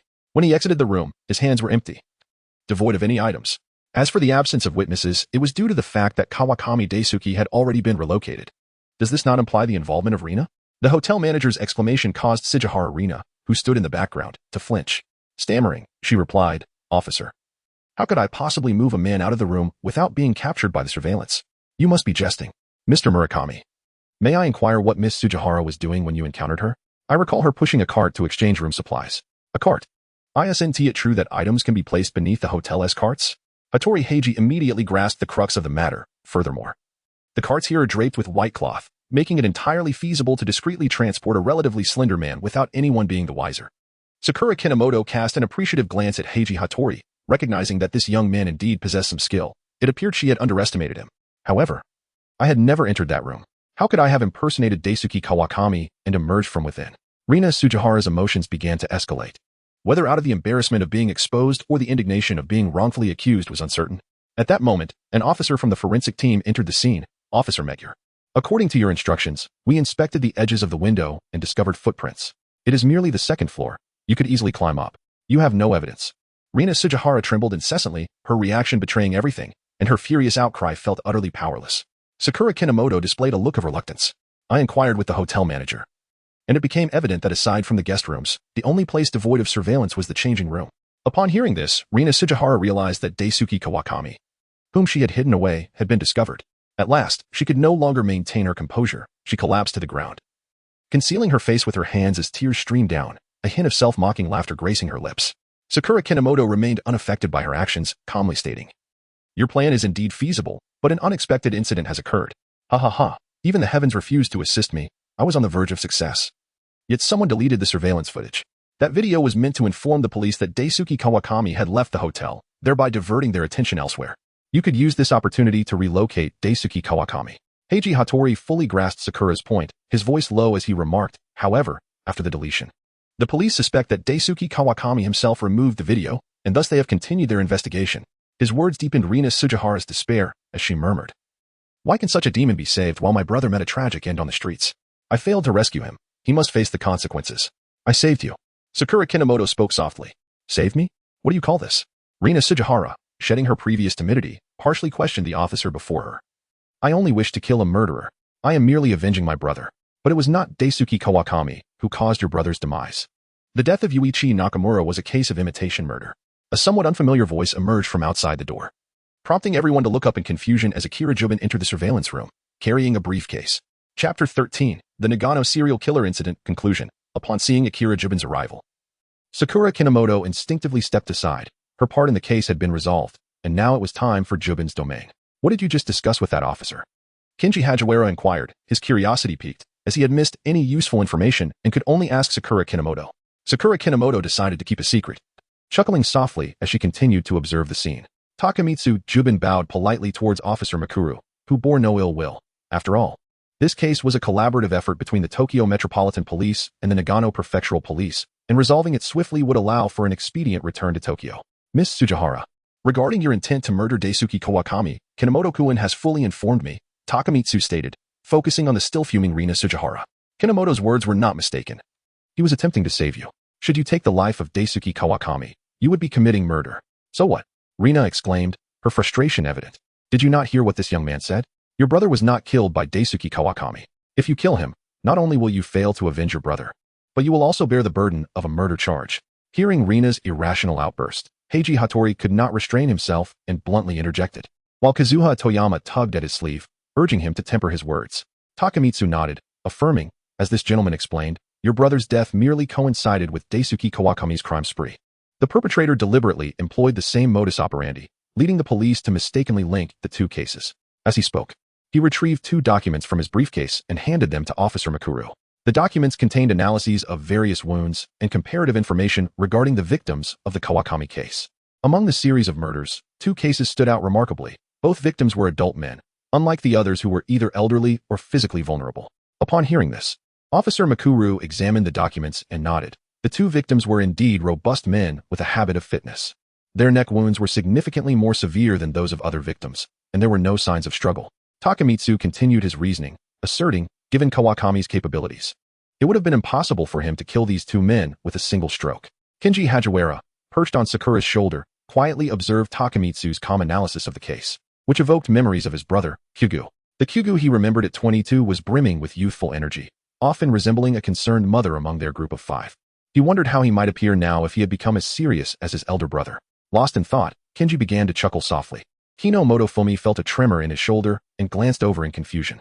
Although he did not fully comprehend the situation, seeing Hagiwara Kenji laughing joyfully, he refrained from dampening his spirits and simply shrugged to prevent Hagiwara from toppling over in his mirth. His gaze shifted back to the eloquent Jufu Takamitsu, who stood at the door, Takamitsu had just explained the case to him over the phone, so he was already well aware of the entire truth. The two male victims were not unrelated. They were both members of the same gym, one a patron and the other a trainer. The fact that these two individuals, seasoned in fitness, could be caught off guard and murdered indicated that the perpetrator must be someone familiar to them. Their only point of intersection was the gym, suggesting that the mimic killer was indeed associated with that establishment, and that person was currently in this hotel. Gym? Tsujihara Rina murmured, her neck stiffening as she slowly turned to look at Kato Ichiya, who had remained silent until now. Her brother, Nakamura Yuichi, had been introduced to the gym by Kato Ichiya and became a trainer there. He had often mentioned that Kato was his close friend, the only person he knew well at the gym. This was why, after her brother's passing, Kato Ichiya had shown her such care. The intensity of her gaze made Kato Ichiya's body tense. He was about to speak when Jufu Takamitsu interrupted. Mr. Kato, we learned from Miss Nakajima's friend that she claimed she would soon come into a sum of money. Do you know why? Why would I know something like that? Kato Ichiya's anxious demeanor piqued the curiosity of those present. Takamitsu then produced his phone, displaying a photograph to the group. Kato Ichiya seated across from Kawakami Daisuke, his expression identical to that of the present moment. This is the reason. She recognized Kawakami Daisuke, who had been wanted for many years. Initially, she intended to report him to the police, but he discovered her intentions and subsequently met a tragic end. Kato Ichiya attempted to defend himself, exclaiming, I don't know any Kawakami Daisuke. It was merely a coincidence. I assume Kawakami was also lured to this hotel by you, intending to eliminate him here. However, Miss Tsujihara discovered him before you could act, resulting in her abducting him first. Kinomoto Fumi, with his hands in his pockets, revealed a glint of coldness in his eyes. Unable to locate Kawakami Daisuke, you accessed the surveillance footage and found the segment intended to obscure the police's investigation. In a moment of panic, you deleted that footage, which ultimately led to Miss Tsujihara's plan failing. Evidence. You police must rely on evidence. Takamitsu remarked calmly. The bar owner stated that you paid for Kawakami's drink. You two certainly appear to be longtime acquaintances. Moreover, isn't Kawakami still alive? When he regains consciousness, everything will be clarified. He will not let you off easily. Hattori Heiji, hands clasped behind his head, interjected with an infuriating tone.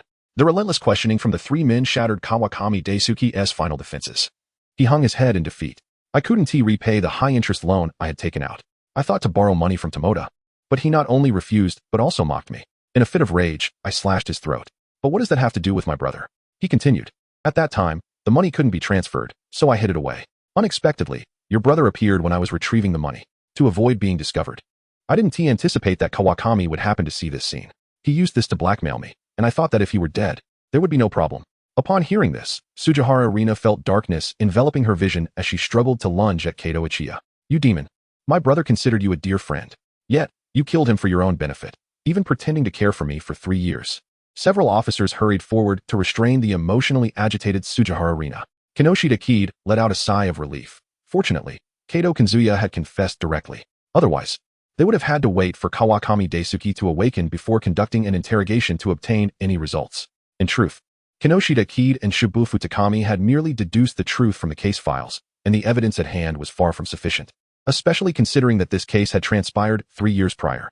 They had contemplated employing a tactic of provocation as a preliminary measure, and if that proved ineffective, they would simply await Kawakami Daisuke's recovery to question him directly. Thus, this series of murders, set in motion by a series of coincidences, finally came to a close. Kato Kanzuya and Kawakami Daisuke were detained on charges of intentional homicide, while Tsujihara Rina was apprehended and fined for obstructing police proceedings. Chapter 14, The Stalker in the Night. Sakura Kinomoto rested her chin on the car window, admiring the enchanting nightscape of Nagano Prefecture. As they exited the hotel, delicate snowflakes began to drift from the heavens, illuminated by the glow of nearby lights, creating a mesmerizing sight. She gazed out at the falling snow, lost in thought, while Kenji Hagiwara remained silently nestled in his backpack. Is this your first visit to Nagano, Kinomoto? Ah, indeed. I have always resided in Tokyo, and this is the first time I have encountered such a breathtaking snowy scene. Perhaps the atmosphere grew too heavy, prompting Takami Jibutsu, the driver, to break the silence. There exists a reason for Kinomoto Sakura to ride along with Jufu Takami. Officer Moro noted his fatigue after a long day, and considering the assistance he had rendered throughout the investigation, he kindly permitted him to return to the hotel for some rest. As Jufu Takami would pass by their reserved hotel on his way back to the Shinya police station, he graciously offered to take him along. Jufu Takami regarded the youthful countenance of Kinomoto Sakura, his gaze tinged with nostalgia. Did you graduate from the Metropolitan Police Academy? He inquired. Indeed, I just graduated at the end of September this year, Sakura replied. To possess such investigative prowess right after graduation is truly remarkable, Takami remarked, a hint of admiration in his tone. In response, Sakura smiled and said, "Your praise is unwarranted, senior. Without the clues you provided, I would not have been able to uncover the truth behind this case. My abilities are still quite limited." Takami maintained a composed demeanor, responding to Sakura with equal politeness. Following this exchange, silence enveloped the car, rendering the atmosphere somewhat awkward. Unable to bear the discomfort, Sakura turned his gaze to the window, attempting to distract himself by observing the passers-by. Takami, not one for idle chatter, remained focused on driving, allowing the silence to linger. Meanwhile, in the backpack, Hagiwara Kenji was growing increasingly anxious. The moment Takami spoke, he was jolted awake from his drowsy state. Initially, he had little hope of gleaning any information about little Jufu. But during their conversation, he could not resist eavesdropping, curious to see if the topic would arise. However, as the conversation dwindled into silence, Kenji quietly unzipped the backpack to ascertain what was transpiring between the two. To his surprise, upon peeking out, he found Kinomoto Sakura leaning against the seat. His light green eyes fixed ambiguously on the rearview mirror, the smile that usually adorned his face conspicuously absent. Startled, Kenji quickly withdrew his head, feeling it prudent to avoid provoking Sakura at that moment. "Senior, may I alight at the entrance of the mall ahead? I wish to purchase some gifts for my younger siblings," Sakura proposed, turning to Takami with a cheerful smile. If Kenji were to witness this demeanor, he would undoubtedly exclaim in disbelief. "Of course, it's not far from the hotel," Takami readily agreed, then inquired, "Do you have younger siblings?" "Yes. A brother who is 5 years my junior and currently in high school." "I see. I too have a younger brother, though we have not been in contact for 7 years. I have no idea what he is up to now," Takami mused. His gaze fixed on the road ahead as images of his brother surfaced in his mind, an inexplicable sorrow washing over him. He was all too aware that his brother's claim of resigning from the police force was merely a facade. He suspected that he had taken on a perilous assignment, rendered unable to communicate for the sake of confidentiality. Sakura Kinomoto sensed the melancholic mood of Fubuki Takami and gently offered words of comfort, assuring him that there would always be another opportunity to meet. Kenji Hagiwara, with his head hung low, let out a sigh. Ultimately, he had not received any news from little Fubuki, indicating that his mission was far from over. Who was that person who had eluded him in the cemetery? Was it little Fubuki or perhaps little Kagaro? The car came to a gradual halt at the entrance of the shopping mall. Sakura bid farewell to Fubuki and entered the mall alone. However, she did not immediately ascend to the shopping area but instead stood for quite some time by the expansive windows on the ground floor. After approximately a minute, she stepped onto the escalator, her expression neutral as she proceeded into the shopping zone. When Sakura re-emerged, she was burdened with an array of gifts, clearly having visited the mall with the intention of purchasing presents. The hotel was not far from the mall, and rather than opting for a taxi, she leisurely chose to walk. "Ah, how can you be so girlish, Fong? Spending so long shopping?" Kenji Hagiwara exclaimed as he burst into the hotel room. Throwing himself onto the bed, he had not anticipated that Sakura would spend over an hour in the mall. "My younger brother and sister are coming to Mihantown this weekend, so I must prepare gifts," Sakura explained, rummaging through the pile of presents. "And look, you also bought a game console, yet you complain about my shopping duration." Kenji chuckled lightly, rising from the bed to open the box, extracting the brand new gaming console and examining the manual with great interest. Sakura Kinomoto let out a silent sigh. This gaming console could be seen as a token of gratitude for the life saved by Kenji Hagiwara during his pursuit of a fugitive. And it was not exceedingly expensive either. "You go ahead and play. I shall take my leave to compose a report." Oh, seeing him engrossed in play, Kinomoto Sakura chose not to disturb him any further. She settled at a table by the window, adeptly opening her laptop and beginning to type. A series of windows, incomprehensible to the onlookers, sprang up in succession, and then the computer interface began to transform gradually. A map of Nagano Prefecture materialized on the screen, the majority of the surveillance icons displayed in red. Before, Kinomoto Sakura held little interest in Nagano Prefecture. Thus the majority of surveillance cameras there had not been deciphered by him. He had only acquired access to a minuscule portion of the monitoring footage, relying solely on information gathered online. Specifically, he managed to obtain access to the surveillance near the Nagano department store. Fortunately, the cameras in that vicinity bore a green icon indicating they were accessible for inquiry. Kinomoto Sakura selected the surveillance videos he required and began to scrutinize them diligently. In several of the recordings, a black sedan was observed discreetly trailing behind him, remaining present even after he entered the department store, consistently maintaining a safe distance. It appears that I am indeed being followed. Mizuki Kaido tapped his fingers rhythmically against the table, pondering whether he had inadvertently offended any formidable figures recently. After much contemplation, he found himself at a loss, as he had diligently pursued his cases, leaving no room for animosity. However, one individual did come to mind. He cast a sidelong glance at the engrossed Kenji Hagiwara, his gaze deepening with introspection. The only unsettling matter that lingered in his thoughts was the enigmatic gaze from the cemetery. Yet, he could not be certain it was indeed that person, nonetheless. It served as a subtle warning to remain vigilant in his actions to avoid revealing any vulnerabilities. With this thought, Mizuki Kaido chuckled softly, his gaze drifting towards the star-studded night sky outside the window. Initially contemplating to tease the other, he reconsidered, if it turned out to be a friend of his senior. The day of revelation would surely be fraught with embarrassment for him. Sakura Kinomoto sighed regretfully, shutting her laptop with a decisive clap and rising to draw the curtains. Mr. Kazami, there has been no movement from the target today. Very well, I shall report it. The black sedan glided away from the hotel, vanishing into the night amidst the swirling snow. Chapter 15. The new doll. What does it feel like when a bullet pierces the heart? Sugiyama Kaimitsu found himself at a loss for words. He had assumed that death was merely a fleeting moment, yet he distinctly felt the bullet tearing through his soul, dragging him into an endless abyss, the excruciating pain rendering his mind incapable of thought. Yet, in the next heartbeat, the agony abruptly vanished.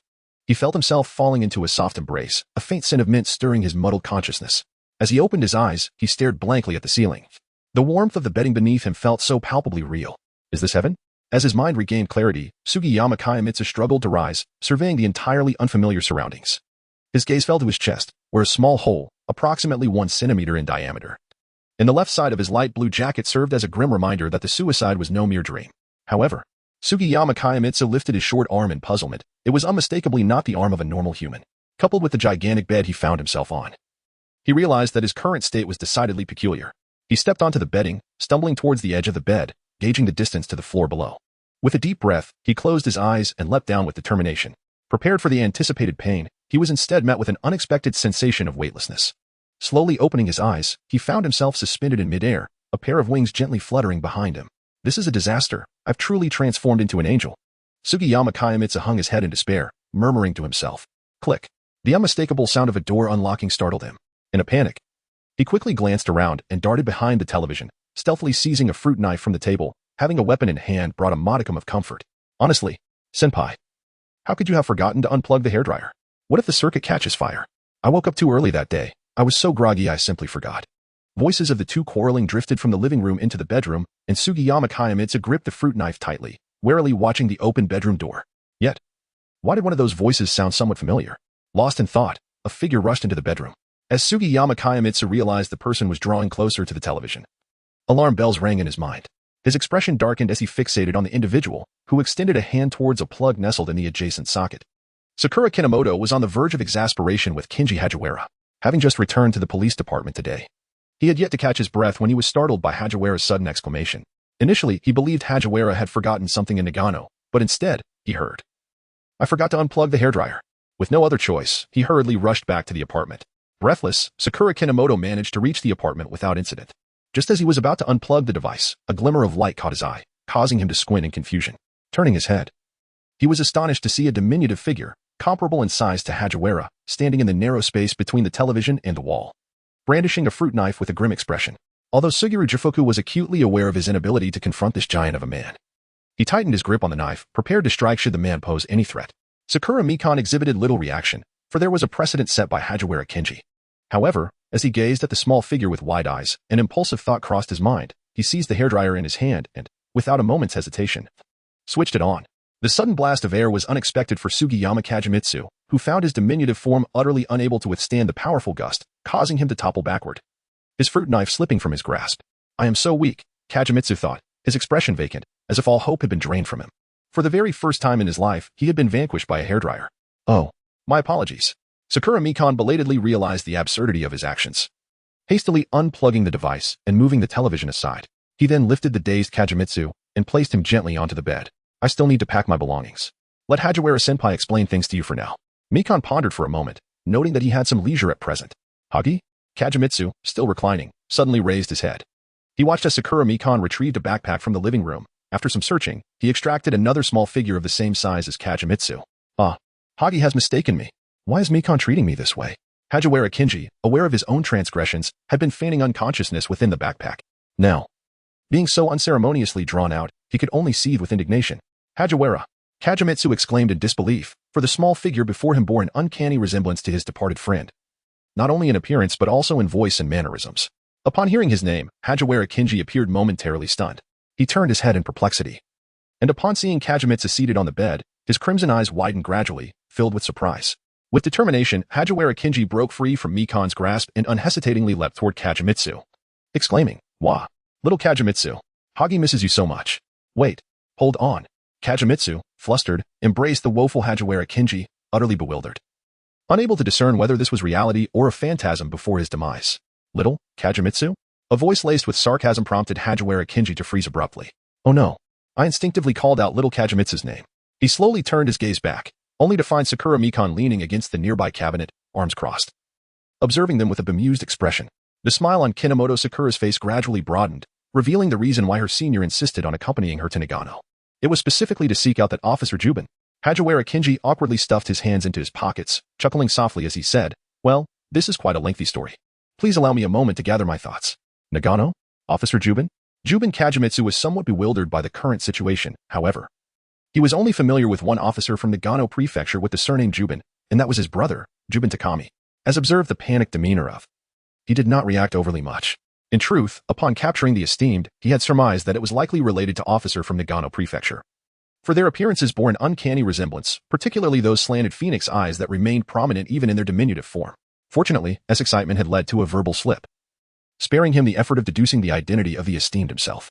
Let me tidy up my belongings before you elaborate, senior, he remarked. Turning away from the bedroom and leaving and exchanging glances. A hint of uncertainty lingered in his voice as he queried, are you truly? Of course, exclaimed. Throwing an arm around shoulders and theatrically wiping non-existent tears, lamenting that could hardly believe in Hagi's existence. Witnessing the vivid expression on his face, found himself momentarily lost in memory. Unable to recall the last time he had seen his friend smile, was it not at the graduation ceremony 4 years prior? Yet, soon noticed the Terran's coat.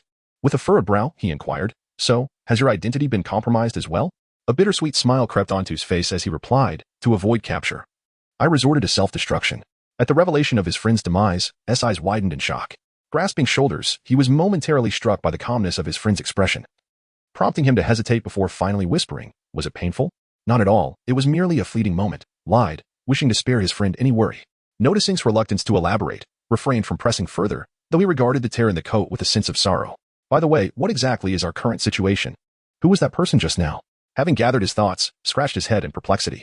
I am uncertain why I have returned, seems equally in the dark. Yet he does not appear overly shocked by my presence. Why have you not sought out and the class leader these past years? Had you been present? Perhaps would not the weight of his words left momentarily speechless as he regarded his friend's bewildered expression. With a heavy heart, he replied. It has been 7 years since my death, and I have only been resurrected for less than a month. It is impossible for me to have encountered either of them. At this revelation, S. pupils dilated in shock, prompting him to rise abruptly. Chapter 16. Speculation as sugar cubes tumbled into the cup and gradually dissolved within the swirling coffee. Lifted the cup with his right hand, his left hand resting in his pocket as he leaned against the edge of the counter. Lost in thought while fixating on the undulating vortex within the cup, the gaping wound on the chest of the esteemed reminded him of the moment had appeared in his apartment, clad in a charred police uniform. With ash and soot cascading down, had perished in an explosion, and all these features corresponded with the cause of death. But what of this esteemed? Was the dark stain at the edge of the chest wound indeed blood? Had he succumbed to a death by a pierced heart? Unconsciously, Kinomoto Kid raised a hand to press against his chest, unable to fathom the excruciating pain that must accompany a pierced heart.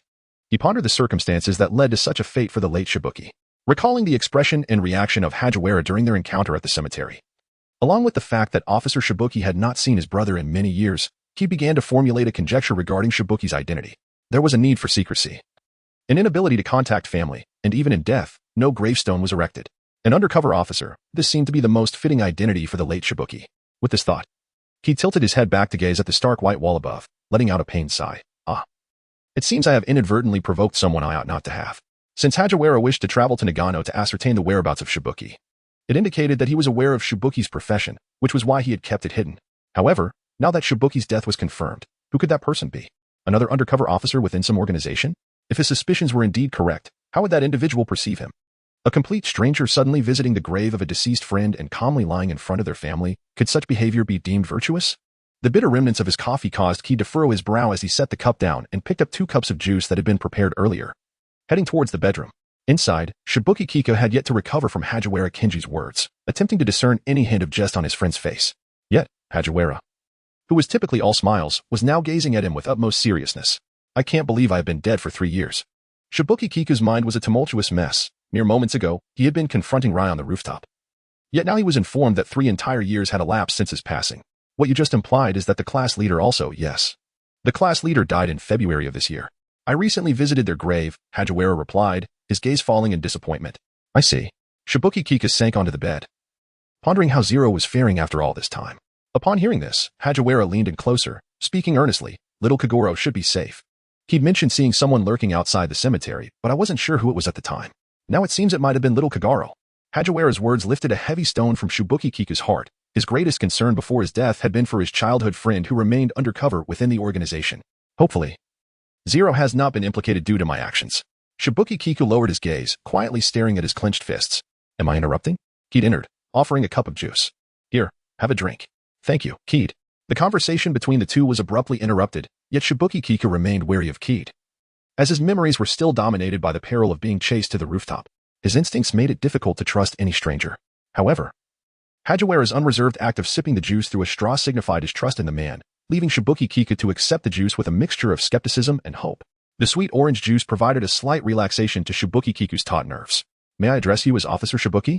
Of course, that would be perfectly acceptable. Kinohara Keed let out a sigh of relief.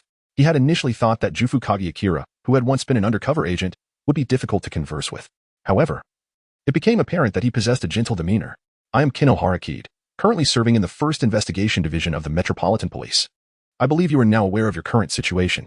Kinohara pulled a chair and sat across from the two, despite feeling somewhat apologetic. He had gleaned a general understanding of Kage Akira's work from both Senior Hagiwara and Officer Jufu. Upon hearing this, Kage Akira's presence suddenly became menacing, yet Kinohara remained unfazed. Maintaining his composure as he continued, I have little interest in your mission. There is no need for you to explain, nor will I inquire further. You may reside here with peace of mind. Why should I trust you? Does your senior believe you can defeat me now? Kage Akira's visage, reminiscent of a Scottish countenance typically found within organizations, did not perturb Kinohara. His smile remained unchanged as his light green eyes met Kage Akira's gaze without a trace of fear, patiently awaiting a response. As long as you adhere to our agreement, I have no objections. Receiving the desired reply, Kinohara rose and clapped his hands together. That is splendid. I shall boil some water. Senior Jufu, please take a shower and change into a fresh set of clothes. Kage Akira fixed his gaze intently on Kinohara's retreating figure and remarked in a low voice, Hagi, this individual is certainly not ordinary.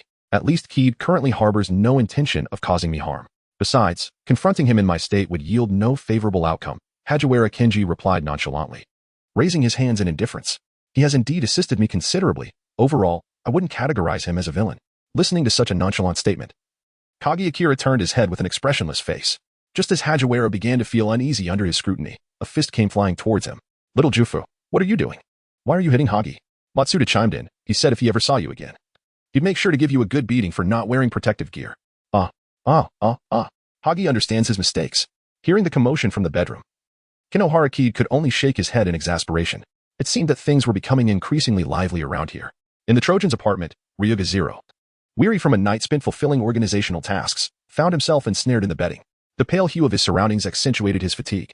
Yet, when the alarm on his phone beside the pillow chimed, his tightly shut eyes opened with precision, as if that pallor had never existed. Ryuga Zero rubbed his sore eyes and rose to his workspace. He had been diligently engaged in the organization's assignments, and the accumulation of police department work had become substantial. It was imperative to complete it today, lest it become even more troublesome, perhaps concerned about being surveilled. Ryuga Zero refrained from drawing the curtains and instead turned on his computer to address the report submitted by Yuya Kazami, swiftly perusing the documents while leaving his directives. Ryuga Zero's efficiency was commendable. Within half an hour, he had managed to process 2/3 of the files. However, upon encountering a particularly troublesome document, his pace slowed. He gazed at the smiling young man in the report alongside his profile, furrowing his brow. Name, Kinomoto Sakura. Age, 22 years. Family background, father Kinomoto Fujitaka, younger brother Kinomoto Touya, younger sister Kinomoto Sayorin, mother Kinomoto Nadeshiko passed away 7 years ago due to organ failure. Experience, no elementary school records, suspected to be deleted. Attended Tomita Middle School, then Saishin High School, and finally entered the Faculty of Law at Tokyo University. Graduating with honors from the Metropolitan Police Academy in March of this year, recognized as the top of his class. Note, the tycoon of the Tenka Group, Tenka Masaki, is his great-grandfather, with minimal contact with the Kinomoto family. His elementary school records are likely related to the Tenka Group. To think he is the great-grandson of the Tenka Group's chairman. Ryuga Zero raised an eyebrow. The Tenka Group is not an entity they can provoke lightly. Although Tenka Masaki maintains a low profile, industry insiders are well aware of the Tenka Group's stature, being the only conglomerate that can rival the Suzuki Group, with immense wealth. Perhaps due to his advancing years, Tenka Masaki has seldom appeared in public, yet those who have encountered him speak highly of him, describing him as a kind and gentle elder. However, it was the first time Ryuga Zero had heard of Tenka Masaki having a granddaughter. The only publicly acknowledged granddaughter appears to be the one from the Daidoji group, Daidoji Sonoko. It seems I must personally investigate. Ryuga Zero leaned back in his chair, unable to discern from the information gathered why Kinomoto Sakura would be acquainted with Hagiwara and Matsuda. He needed to probe further. This matter must be clarified to prevent harm from befalling Hagiwara and Matsuda's families. Chapter 17. Sakura and Tomoyo. The winter winds were as piercing as ever as Kinomoto Sakura stood at the entrance of T in high school. Clad in a snow-white cashmere turtleneck sweater, a khaki long coat accentuated his tall stature. With his head slightly bowed, one hand tapped on his phone while the other sought warmth in his coat pocket. The dark gray strands of his hair danced gently in the breeze, his striking features drawing the attention of passing female students. Sakura is incredibly popular. You were like this during the social events too. Two small heads peeked out from the side of a backpack. The biting cold made Ju and Hagiwara shiver, yet neither retreated. Hagiwara was merely playful, but Ju had not enjoyed such leisure for a long time. The organization was cold and dark, and his sensitive identity kept his nerves taut. Ju tilted his head back, squinting in the sunlight, a faint smile gracing his lips. The sensation of sunlight on his face was delightful. Mr. Kinomoto? A puzzled voice pulled the three from their reverie. Kinomoto Sakura looked up to see Ran Muri being tugged by a girl with chestnut hair, while Conan hid nervously behind her. Oh, Ran, do you know this young man? Yes, he's the Mr. Kinomoto I mentioned before.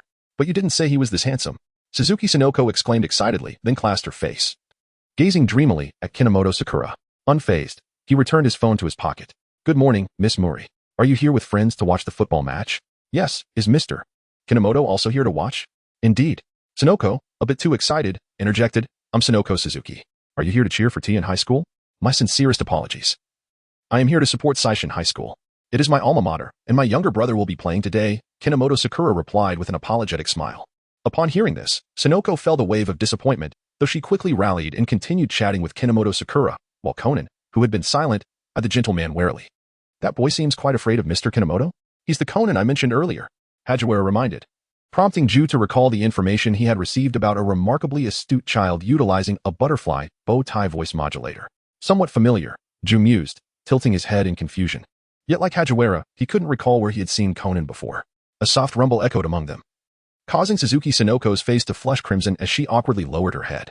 Clenching her stomach, she cursed herself for binge-watching too late the previous night, resulting in missing her morning alarm. With no time for breakfast before leaving, she had intended to buy a bread roll at the nearby supermarket once at school. But now her stomach chose this moment to grumble, leading to an utterly embarrassing situation. Miki Tamahara stifled a soft laugh, bending down to retrieve a package of cream puffs from a nearby bundle. If you don't mind, these should suffice to satiate our hunger. In the morning, while preparing strawberry cake for Sakura and Touya, he had some cream left over. Adhering to the principle of minimizing food waste, Miki decided to whip up 6 or 7 cream puffs. The round, plump puff sparked a gleam in Suzuki Sonoko's eyes. After expressing her gratitude, she accepted the bag and shared the delightful treats with her companions, Muri, Ran, and Conan. Delicious, exclaimed the two girls, their eyes widening in surprise as they savored the sweet cream, which was far from cloying. If these puffs were placed in a dessert shop, they would undoubtedly be a tremendous success, serving as the perfect accompaniment for afternoon tea. Concealed behind them, Conan took a tentative lick of the cream from one of the puffs, his previously tense expression easing considerably. Hagiwara Kenji, peering over the edge of the backpack, remarked quietly, I never imagined that Miki could create such delectable desserts. It's completely unexpected. He smacked his lips, reminiscing about the morning ice cream bread that left him yearning for more. Jofu Kajimitsu remained silent, his gaze fixed on Miki, who wore a constant smile. Doubts lingered in his heart about this man. The life within the organization had made it difficult for him to trust Miki Tamaharu in such a short span. Was he truly as gentle and amiable as he appeared? As the group conversed, a sleek black car came to a halt at the entrance of T in high school, from which 2 girls emerged in succession. One was adorned in a pink and white winter dress, carrying an adorable rabbit-eared backpack, her emerald eyes scanning curiously, seemingly in search of something. The other girl donned a light brown coat paired with a black top and skirt, holding a petite handbag, quietly observing her friend. Sakura, Miki called out upon spotting them. The girl with the rabbit backpack immediately turned her gaze, her face breaking into a radiant smile. Big brother, Sakura Tamaharu exclaimed joyfully. Rushing towards Miki, her braids bouncing with each step, Miki crouched down, and the moment his sister collided with him, he scooped her up into his arms. You're heavier, Miki noted, playfully weighing his sister in his arms before affectionately tapping her forehead. Have you been sneaking sweets at home? At this, Sakura puffed her cheeks, giving her brother's shoulder a light slap, defiantly retorting, I haven't. I didn't sneak any treats. As Kinomoto Sakura gazed at her sister, who was pouting with indignation, a smile graced her lips and her eyes crinkled with amusement. Noticing that Daidoji Tomoyo was approaching, she gently set her sister down. Oh, the esteemed daughter of the Daidoji family. Suzuki Yanzuko, the second daughter of the Suzuki conglomerate, recognized Tomoyo at once, for her mother, Daiduji Yome, belonged to the esteemed Tengaku family, and she had encountered Tomoyo on several occasions. With a soft tone, Tomoyo greeted Kinomoto Sakura and Suzuki Yanzuko, saying, "Long time no see." "Sakura-chan, Yanzuko-ne. Yanzuko, do you know this girl?" "Yes, she is the great-granddaughter of the current president of the Tengaku conglomerate. My grandfather often invites her to dinner when he meets with my family as patriarch, so I have met her a few times. She is a very polite young lady. Is she from the Tengaku family, which is on par with the Suzuki conglomerate?" Conan, intrigued, leaned forward cautiously, scrutinizing Tomoyo, who stood beside Kinomoto Sakura. It was his first encounter with a descendant of the Tengaku family, and he had heard that the elder Tengaku was quite protective of this generation. Chapter 18. First meeting. Observing the curious expression on Kinomoto Sakura's face, Kinomoto Keifeng introduced her and Daiduji Tomoyo to Ran Muri, Yanzuko Suzuki, and Idagawa Conan, all of whom greeted the newcomers with utmost politeness. Sakura Kinomoto, noticing that Conan was younger than herself, took a handful of fruit candies from her backpack and offered them to him. These candies were exceedingly sweet.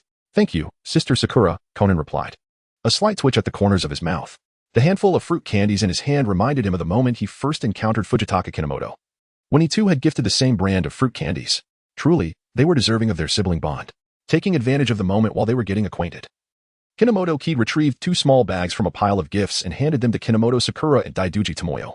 "What is this?"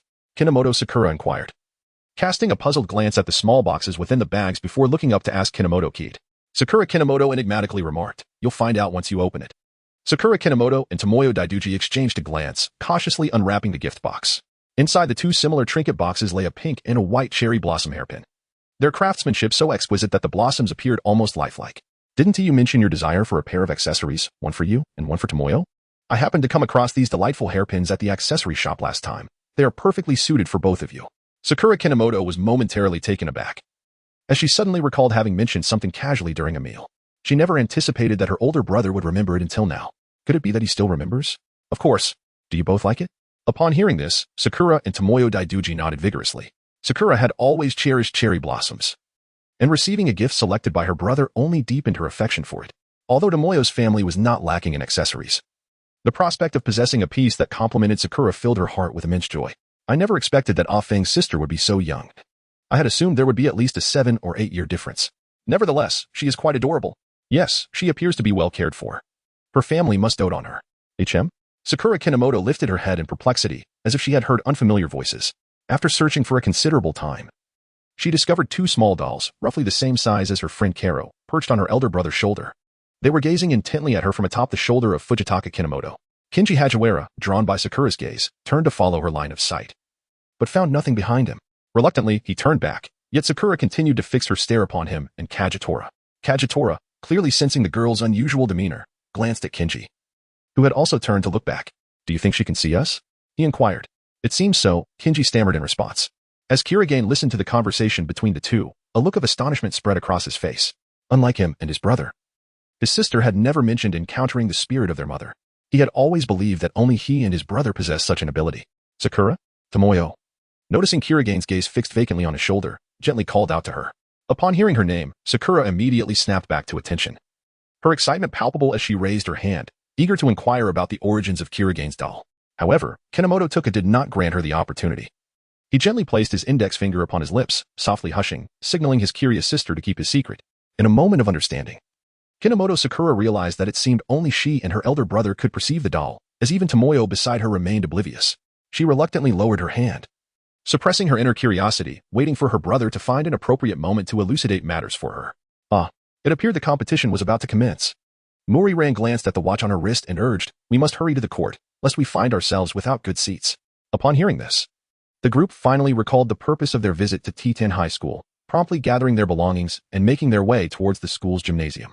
Kinomoto Touya and his companions had come to witness the match for the sake of Kinomoto Touya, thus parting ways with Muri-ran and the others upon entering the venue.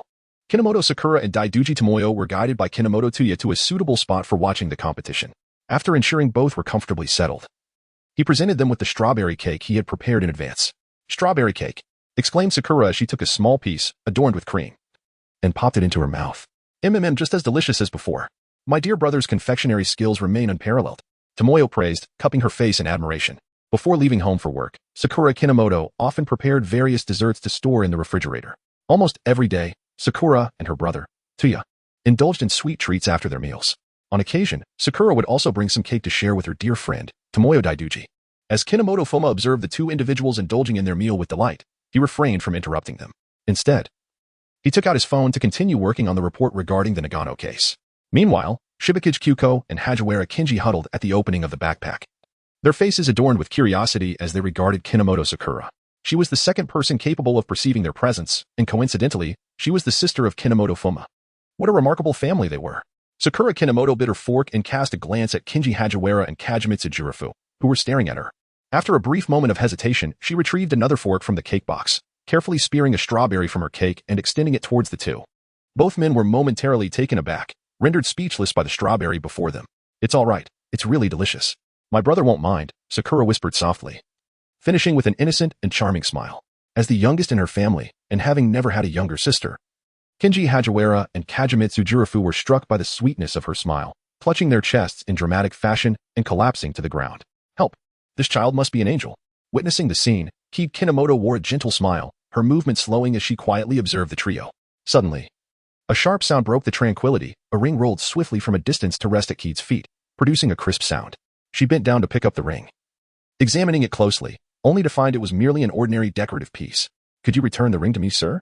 The deep, magnetic voice reached her ears, prompting Kid to look up in confusion. Before her stood a man with softly golden hair and a sun-kissed complexion, awkwardly meeting her gaze.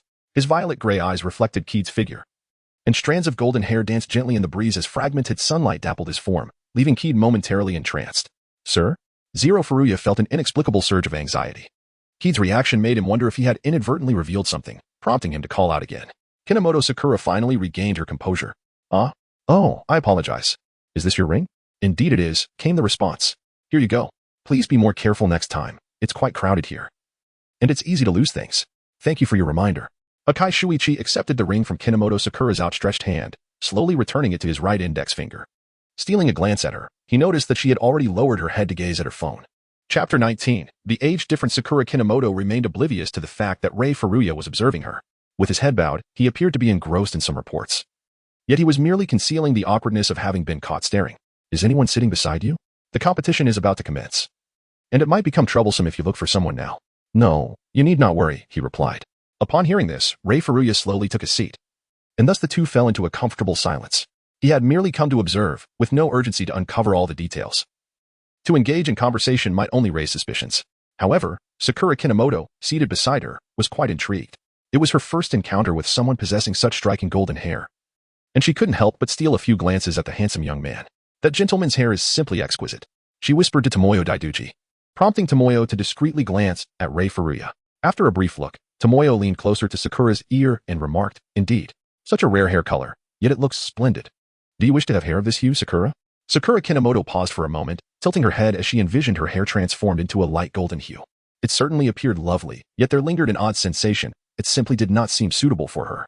Ultimately, she decided that the light gold was far more fitting for that brother of hers, possessing a unique charm.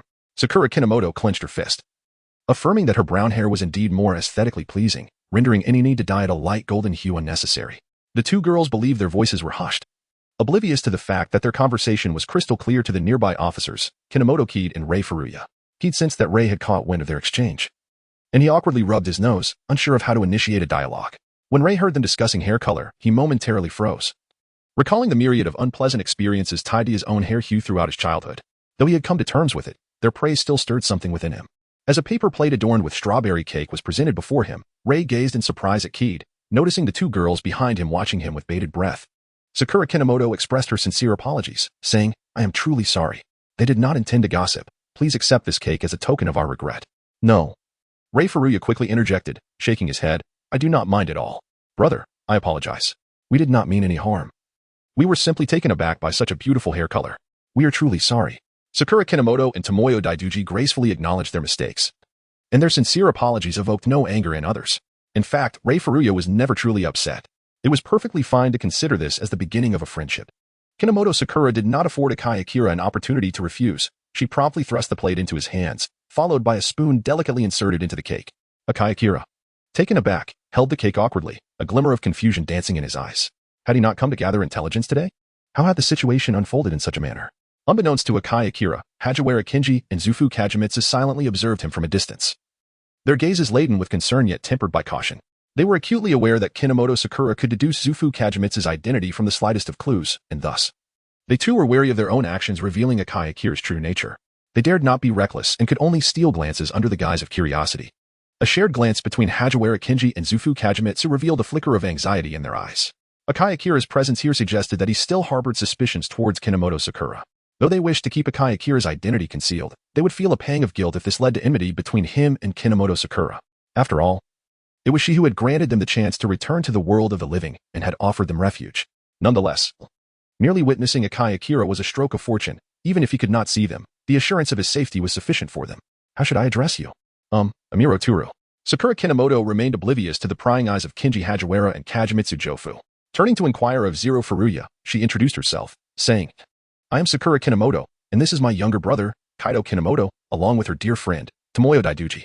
Sakura Kinomoto surveyed her surroundings and wondered if her brother, Amuro, had come to watch the match alone. Indeed, Zero Kirigane, holding a spoon in hand, smiled at Sakura, explaining that he usually had a busy schedule. But today he had the opportunity to unwind. Kinji Hagiwara observed the seemingly harmless smile on Zero's face, a shiver running through him as memories of their time at the police academy flooded back. Goodness, little Kirigane has changed so much. If Aizawa saw him looking so cheerful, he would surely start insisting on a fight. Furthermore, Zero Kirigane paused mischievously, prompting puzzled expressions from Sakura and the others, who were curious about his next words. Tilting his head, he remarked, logically speaking, you should call me uncle. Upon hearing this, Sakura and Tomoyo exchanged glances, and after a long moment of silence, Tomoyo finally spoke up. But Amuro looks just as young as little Kaoru. How can he be called uncle? Sakura Kinomoto nodded in agreement, noting how remarkably youthful her brother, Amuro, appeared. Uncle seemed far more aged in comparison. Yet, I am already 29 years old. The atmosphere suddenly froze, as all three fell into a moment of stunned silence. While Zero Kirigane nonchalantly took a bite of cake, exuding an air of tranquility. The typically composed keyed Kinomoto's mouth slightly agape. Her expression twisted in shock for an instant. It was utterly inconceivable that the youthful-looking man before her was approaching 30, especially given his visibly excellent physical condition.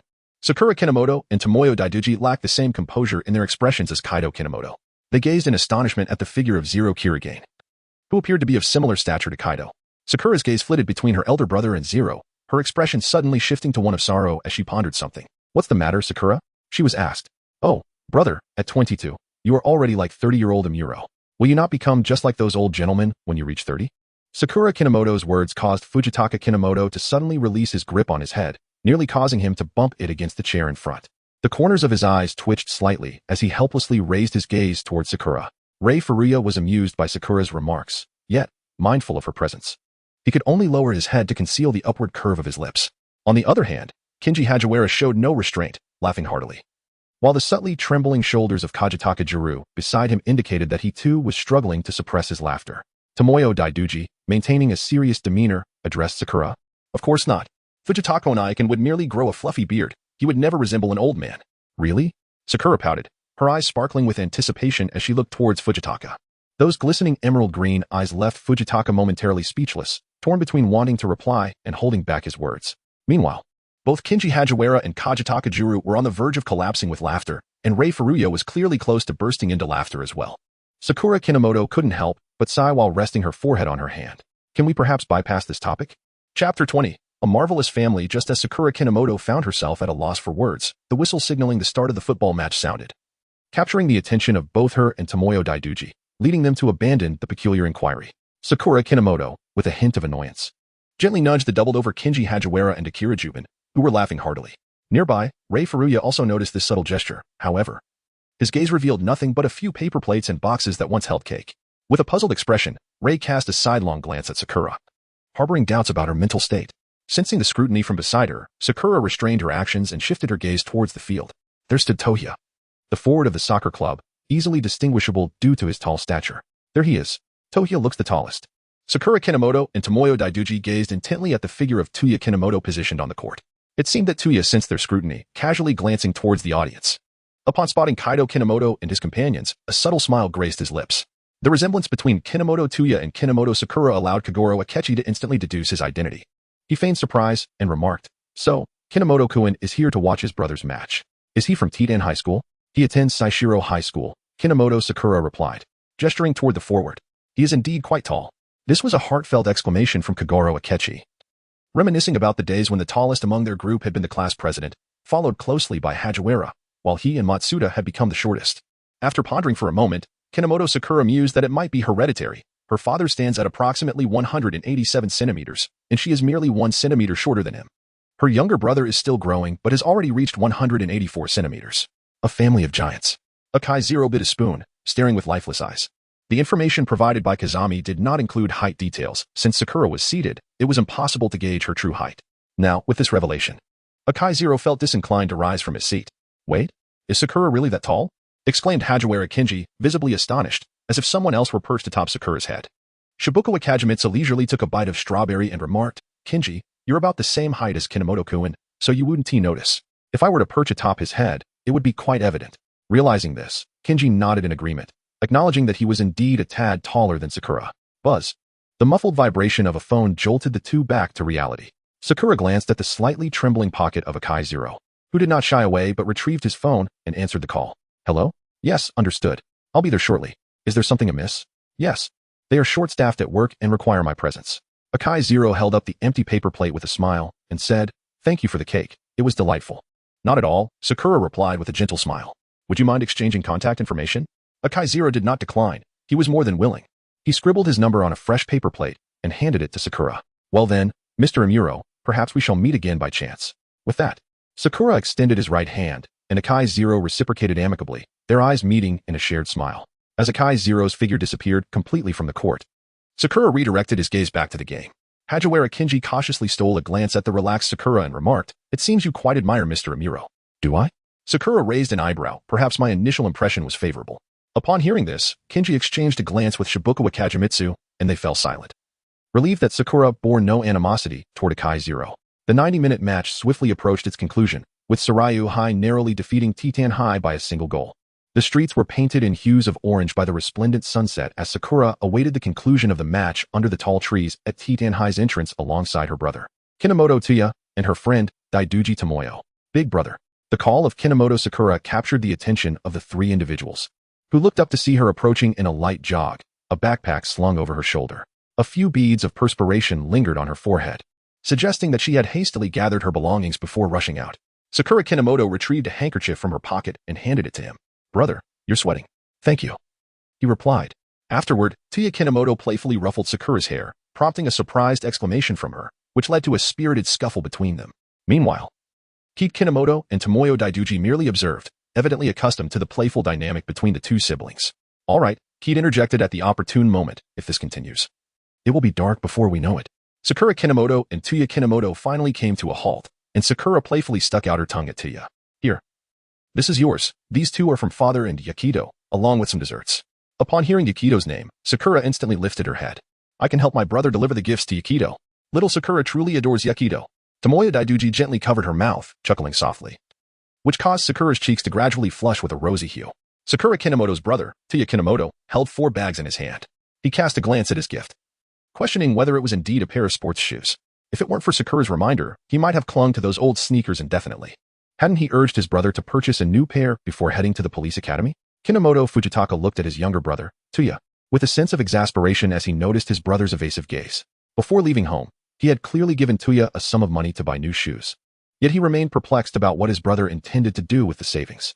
Sakura Kinomoto, blushing, caught a fleeting glance from Touya Kinomoto, who then smirked and remarked, It's not as if you can't wear it, you know?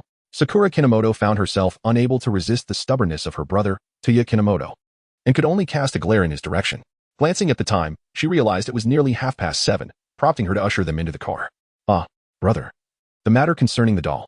Just before their departure, Sakura recalled the incidents involving Kinji Hagiwara and Kagemitsu Arisugawa, and she hastily turned her gaze towards the receding figure of her brother, Touya.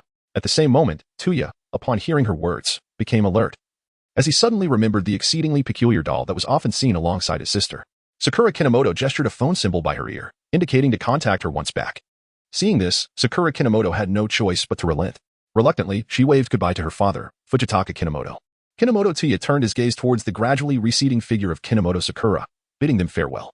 In the end, he could not help but lean against the window and call out, Big brother, please take care. The only response he received was a gentle smile gracing Kinomoto Sakura's face. Can your brother see us too? asked Shizuka Kagemitsu, peeking out from his backpack, his voice barely above a whisper.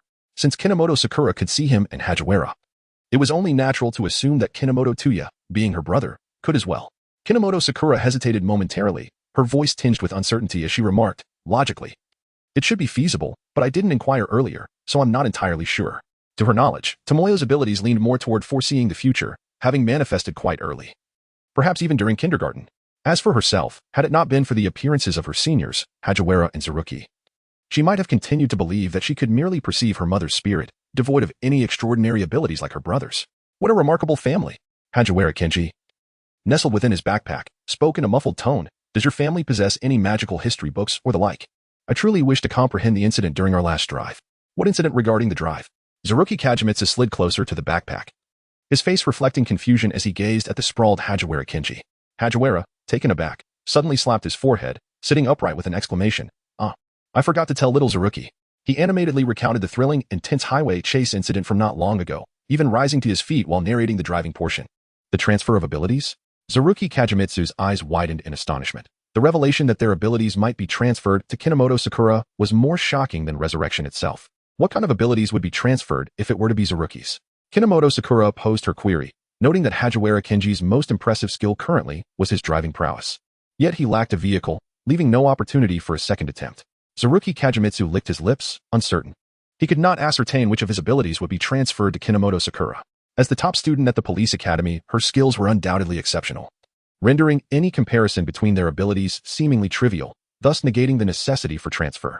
Chapter 21. The peculiar room. The workdays of a corporate drone are invariably suffocating. Kinomoto Sakura stifled a yawn as she sat at her workstation, her gaze blankly fixed upon the computer screen, her thoughts adrift. Sato Mawako, noticing her lethargic demeanor, promptly slapped her forehead. You've been rather lackadaisical these past few days. There's no helping it. I've been feeling perpetually sleep-deprived lately. Sakura Kinomoto gently touched the faint ache at the back of her head and, with a hint of resignation, countered Mawako Sato's assertion. She used to rise at 7 each morning for a refreshing jog, even preparing breakfast half an hour in advance if it was her turn. However, recently, she found herself increasingly lacking in energy, the cause of which eluded her understanding. Then return the case files, Mawako Sato suggested, gathering a stack of documents from her desk to invigorate herself. In response, Sakura Kinomoto reluctantly picked up the files and ambled towards the archives. Speaking of which, in a few days, it would mark the anniversary of that fellow Shimamura. Indeed, it's been over 2 years. Shimamura? Kino Momoka's footsteps came to an abrupt halt as he turned to glance at the 2 seasoned detectives from the Special Crime Investigation Unit, who were engaged in a leisurely conversation while smoking. Their primary focus lay in cases of explosions and industrial disasters. The 2 conversing did not notice Momoka passing by. They were engrossed in their dialogue, lamenting the unfortunate demise of Officer Shimamura. If only he hadn't pursued that lead, the incident could have been avoided. However, I heard that the undercover agent was his friend. Shimamura likely intended to persuade him to surrender. But what is the point of advising an undercover agent? That individual must have leaked crucial information. Otherwise, why would he be wanted? Every word exchanged between them fell into Momoka's ears, and for a fleeting moment, his eyes glimmered. Yet, he chose not to listen further, as it was merely a discourse of regret regarding Officer Shimamura. After returning the documents, Kinomoto Sakura made her way back to her office, gazing intently at the computer screen before her eyes filled with hesitation and turmoil. She pressed her fingers against her throbbing temples, her brow furrowed tightly. Are you feeling unwell, Kinomoto? Takagi Wataru, who had just returned from an assignment, happened to pass by Sakura's desk. Noticing her fatigued complexion, he inquired with concern about her health. No, I merely did not sleep well, Sakura replied, lowering her hand and offering a polite smile. That is a relief. With the recent drop in temperature, please take care of yourself. I will, thank you for your concern. Senpai. Sakura paused for a moment before asking, Senpai, do you happen to know Officer Imamura from the Special Crimes Investigation Division? I just heard that his death anniversary is coming up. Takagi shook his head. He had not been with the investigation team long enough to grasp the intricacies of the Violent Crimes Division, let alone the Special Crimes Investigation Division. Imamura from the Special Crimes Investigation Division? Why do you ask? Just as Sakura felt a twinge of disappointment, Sato Mihoko approached with a cup of coffee, a look of curiosity on her face, seemingly aware of some details regarding Officer Imamura. I'm a bit curious. As for Imamura, there were some troubling incidents at the police headquarters back then. He was tragically shot in the heart by an accomplice while pursuing a suspect, and he died in the line of duty. It was indeed quite unfortunate. The events of that time were quite serious. Sato Mihoko did not know the full story, but she remembered how devastated Imamura's family was when they received the news of his death. After all, it was hard for anyone to accept that a person with whom they had shared a meal and conversation just a day prior now lay in the morgue. Mokuzono Kid remained silent, his gaze fixed upon the regretful expressions of Sato Mihoko and Takagi Wataru, his hands resting on the table gradually clenching. He turned towards the computer, his eyes, partially obscured by his bangs, glimmering with an icy intensity. Zufu Kagemitsu and Hajiwara Kenji were unaware of the events transpiring at the police headquarters. They remained in the apartment, not accompanying Mokuzono Kid to the precinct. After a leisurely afternoon of wandering the apartment, Zufu Kagemitsu, having spent 2 weeks by Mokuzono Kid's side, had not yet explored the apartment thoroughly, as he and Hajiwara would head to the police station during Kid's working hours. He scanned the surroundings, his gaze sweeping through the kitchen, bathroom, and bedroom, until it finally settled upon a white wooden door that almost blended seamlessly with the wall. Hajiwara, do you know what this room is for? Huh? Hajiwara Kenji, engrossed in a game, paused and hurried out of the bedroom, leaving his game console behind. Staring at the pristine, unblemished white door before him, Hajiwara hesitated, scratching his head. He'd mentioned it was a storage room. Does a storage room need to be so concealed? I don't think so either, but since it's not my home, I didn't inquire further. Zufu Kagemitsu furrowed his brow, his suspicions growing. He felt an overwhelming sense that this room harbored a significant secret. Click. I'm back. Just as the two exchanged glances, the sound of Mokuzono Kid unlocking the door echoed from the entrance. He slipped on a pair of cotton slippers, preparing to enter the living room, his arms laden with groceries.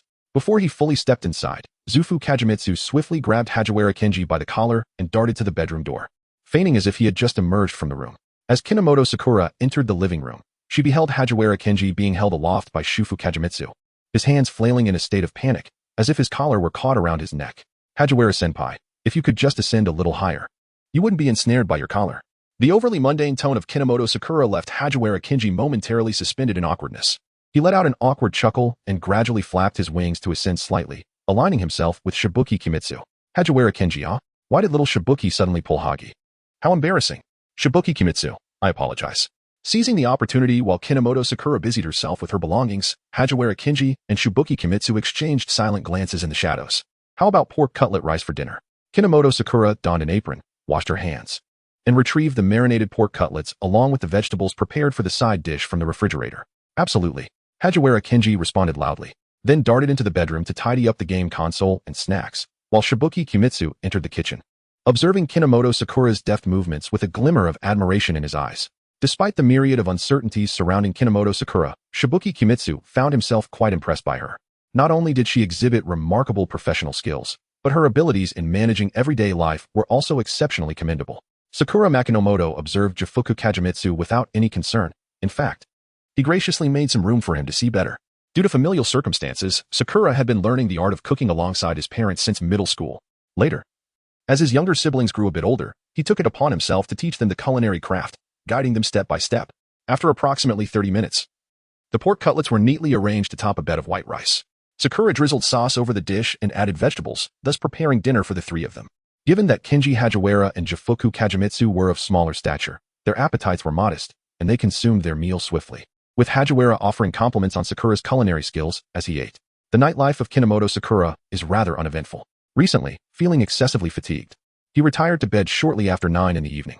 Keiji Hajiwara, after perusing an automotive magazine for a while, was also commanded by Tsuchisaki Kagemitsu to sleep. Reluctantly, he set the magazine aside and sluggishly snuggled back under the covers. What? It's only 9 o'clock.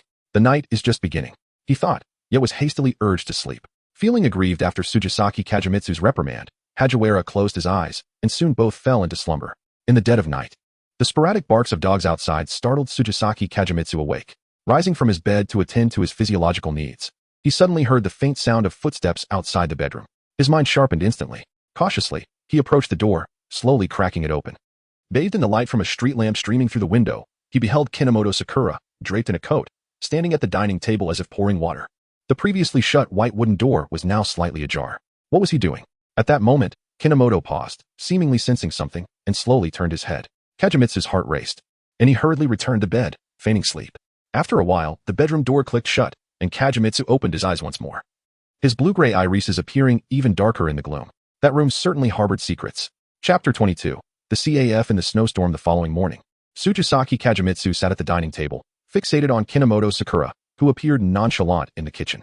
Upon waking, Kagemitsu had deliberately checked, and to his astonishment, Kinomoto lay peacefully in bed, his expression unperturbed, as if the mysterious figure in the living room last night had not been him at all. Casting a glance at the relocked door, Kagemitsu furrowed his brow. Little Sujisaki, your expression is quite frightening, Hajiwara remarked, poking Kagemitsu's cheek. Gazing at the carefree Hajiwara, Kagemitsu was unsure how to articulate his thoughts. After much internal conflict, he quietly recounted everything he had witnessed to his friend. Upon hearing the entire account, Hajiwara's demeanor shifted to one of seriousness. Did you see anything in that room? No, just a sliver of a door, and the street lamp's light barely penetrated. It was impossible to discern anything. Reflecting on last night's experience, Kagemitsu realized that what struck him most was not the enigmatic room, but rather the fleeting glimmer in Kinomoto's eyes as he turned, once filled with warmth, now replaced by an icy void. What are you two discussing? Kinohara F approached with breakfast in hand, prompting both individuals to quickly compose themselves and revert to their usual demeanor in her presence. Not at all. I was just discussing automobiles with SH Buku, Keiichi Hajiwara seamlessly replied, showing no signs of disturbance. Upon hearing this, Kinohara F refrained from further inquiries and placed the plate containing toast and fried eggs before them, subsequently taking a seat opposite to enjoy her meal. SH Buku Kagemitsu and Keiichi Hajiwara exchanged a silent glance before quietly nibbling on their slices of bread. The impeccable disguise of Kirigane Sakura left Shufuku Kyakuzu in a state of unease. He dared not test her resolve. He was uncertain whether she had detected his covert observation the previous night. If she had not noticed, it would only arouse her suspicion. Yet if she had, why did she not confront him? I must step out for a while today. Lunch is in the refrigerator, just heated up, Kyakuzu pondered. Just then, Kirigane Sakura unexpectedly interjected. Can little Shifuku and Hagi accompany me? Hajiwara Kinji immediately raised his hand, his face alight with enthusiasm, eager for an outing. Well done, Hagi. Kyakuzu silently commended Kinji, who winked back at him. He was no fool. Remaining closely beside Sakura was the only way to glean more information. However, to their surprise, the usually affable Kirigane Sakura flatly declined their request this time. I'm afraid not. The journey is a bit far. We can go out next holiday. With that, she swallowed the last bite of her bread and proceeded to wash the dishes in the sink. Kyakuzu and Kinji could only watch helplessly as she tidied up, donned her coat, and vanished from their sight as the door closed behind her. Momoko Kinomoto lingered at the foot of the building for a moment, casting a glance in the direction of the apartment. A subtle smile curled at the corners of his lips before he turned to leave, the keys in his pocket jingling with emotion. The distance from Tomita to Yuki was not particularly great. It took him just over an hour to arrive in Yuki. However, his return was not motivated by a desire to visit family, as he had recently seen both Touya and Sakura. With a soft chime, he pushed open the glass door of the coffee shop, the sky-blue wind chime hanging at the entrance ringing gently. Azusa Inomoto greeted him with a warm smile, inquiring, "Welcome. How may I assist you today?" "Just the usual," Kinomoto swiftly replied, preoccupied with brushing off the snow that had settled on his coat. He distinctly recalled the weather forecast predicting clear skies. How had snow begun to fall unexpectedly along the way? Apologetically, Inomoto responded softly, "I'm sorry. I'm filling in for a friend, so I'm not familiar with your usual coffee order." It was only then that Kinomoto Sakura realized the situation. She looked up and noticed that the girl before her was indeed somewhat unfamiliar. "Xiaozi, what is the matter?" "Ah, Kinomoto-kun," the proprietor of the CAF, sensing the commotion outside, drew back the curtain and stepped out. Upon spotting Kinomoto Sakura at the counter, she exclaimed joyfully, "Mrs. Ueno, it has been quite some time." "Indeed. I thought you wouldn't come this year." Mrs. Ueno appeared to be very well acquainted with Kinomoto Sakura. "That spot is vacant, so you needn't worry at all. I shall bring over the black coffee shortly." Kino Kaido politely nodded, expressing his gratitude. "Thank you, I truly appreciate your assistance." After speaking, he made his way to a secluded corner by the window and settled into a seat. His hands clasped together on the table, he remained silent, gazing intently outside, the smile on his face gradually fading. The delicate snowfall danced before him, rendering the distant cemetery extraordinarily serene. Perhaps those resting there found joy in the gentle embrace of the snow. His pale green eyes appeared dimmer against the backdrop of the steam rising from his hot coffee. "Boss, does that gentleman frequent this place often?" "Not at all. He comes just once a year, orders a cup of black coffee, and then occupies that spot for the entire morning before departing. This routine has persisted for 4 years." Upon hearing this, Inomoto Azusa cast another glance at the quiet Kino Kaido, who remained fixated on the outside world, as if entirely detached from it. What an enigmatic individual. Sakura Kinomoto had been seated for an extended period, so long that when Azusa Inomoto approached to process his payment, she was momentarily startled, evidently having nearly forgotten that another individual occupied the establishment. The gentle chime of the wind bells resounded once more as a man entered. Adorned in a knitted cap and a black leather jacket, his guitar case slung over his shoulder. A few curls of hair cascaded down the right side of his forehead, while the collar of his jacket stood erect, obscuring half of his visage. As Kinoshita Sakura brushed past a man, he discreetly cast a glance at the guitar case behind him before lowering his gaze and descending the stairs, stepping into the biting wind and snow. "Sir, may I assist you?" "A cappuccino, please." After placing his order, the man settled himself into a chair, leaning back as his eyes fixated on the window. occasionally shifting his gaze as if searching for something. Suddenly, the sharp ring of a phone interrupted his contemplation. He answered, speaking in a hushed tone, "Hello? I haven't seen you. Are you certain the information is accurate? How could they possibly appear here every year?" The voice on the other end was inaudible. And with a sigh of resignation, he finally ended the call. What do those fellows want now? He lifted his coffee cup, taking a sip. His dark green eyes quietly observing the passers-by. Chapter 23, Nightmare in April. Cherry blossoms clustered atop the branches, their delicate pink and white petals drifting down, gradually carpeting the ground in a soft pink hue. Mokuzono F stood at the threshold of the hospital room. A sense of bewilderment enveloping him as the muffled sounds of suppressed sobbing reached his ears. He stepped forward slowly. "Mother, did you not wish to enjoy the cherry blossoms? The sakura at Winnow Park are in full bloom. Mother, I am so sorry for arriving late. I apologize." Through the transparent glass of the door, F beheld a boy clad in a pale blue school uniform, kneeling on the floor. He held the hand of the woman on the hospital bed, who lay silent, and wept softly as delicate cherry blossom petals drifted down from his dark gray hair onto the woman's fair wrist. Sakura Kinomoto gently rested his hand upon the glass window, his gaze fixed intently on the woman lying upon the sickbed, her long hair reminiscent of undulating seaweed. He softly called out, "Mother." Those beautiful, pale green eyes would never again regard him with tenderness. In the next instant, everything before him shattered, and the scene transformed. Under the golden glow of the setting sun, the river shimmered like liquid gold. A man with shoulder-length, wavy hair leaned against the railing of a bridge, a cigarette held between his lips, his expression resolute. He turned to the boy beside him and declared, "The truth is essential for those who have died unjustly. A mere phrase, 'It was just an accident, do not delve deeper,' is an affront to their lives. Those sinners and traitors must pay the price." As his words echoed, the fiery red sun morphed into a blazing inferno, enveloping the man, and then it erupted violently before Sakura Kinomoto, the deafening blast threatening to unbalance him. Sakura Kinomoto raised his arm to shield himself from the scorching waves of heat, watching helplessly as the man before him was consumed by flames. The sky was filled with ashes, obscuring his vision, and the searing air made his eyes water slightly. "Mr. Takizawa." Kino Sakura struggled forward, yearning to grasp the swirling ashes, even if it were just a fragment. Yet, upon unfurling his hands, he discovered nothing but emptiness. He had caught nothing. The scene shattered once more, and a sensation of weightlessness enveloped him as he plummeted downward. With great effort, he lifted his eyelids, only to find countless shadowy eyes peering at him, their blood-stained hands crushing his past. Bang! The violent sound jolted Ruji Hajiwara and Kei Mitsukuri from their slumber, causing them to sit up abruptly, scanning their surroundings for the source of the noise. Under the dim moonlight, Kino Sakura lay on the ground, his face contorted with pain. Gasping for breath, his trembling hands pressing against the floor. "Hey phone! Kino-kun!" they exclaimed, rushing to lift the covers and hastening to his side, their voices laced with urgency. However, Kino Sakura appeared to be in a state of disarray, seemingly oblivious to the frantic calls of Mitsukuri and Hajiwara. He slowly rose, using the nearby furniture for support, staggering towards the living room. Seeing his erratic behavior, Hajiwara and Mitsukuri followed him into the living room. They switched on the lights, watching as Kino Sakura rummaged through a drawer, extracting a bottle of medicine. He took 2 or 3 pills with some cool water and then gradually sank to the floor. Mitsukuri approached Kino Sakura, illuminated by the light, and discerned the bottle's label indicating it was for combating dizziness and protecting the heart and brain. Hajiwara, noticing Kino Sakura's flushed complexion, gently touched his forehead, finding it somewhat warm, as if he had a fever. "It must be from when he caught a chill the day before yesterday," Mitsukuri asserted confidently, recalling the sharp drop in temperature on the day Kino had ventured out alone. Such a drastic change in climate made it nearly impossible to avoid falling ill. Cough, cough, cough.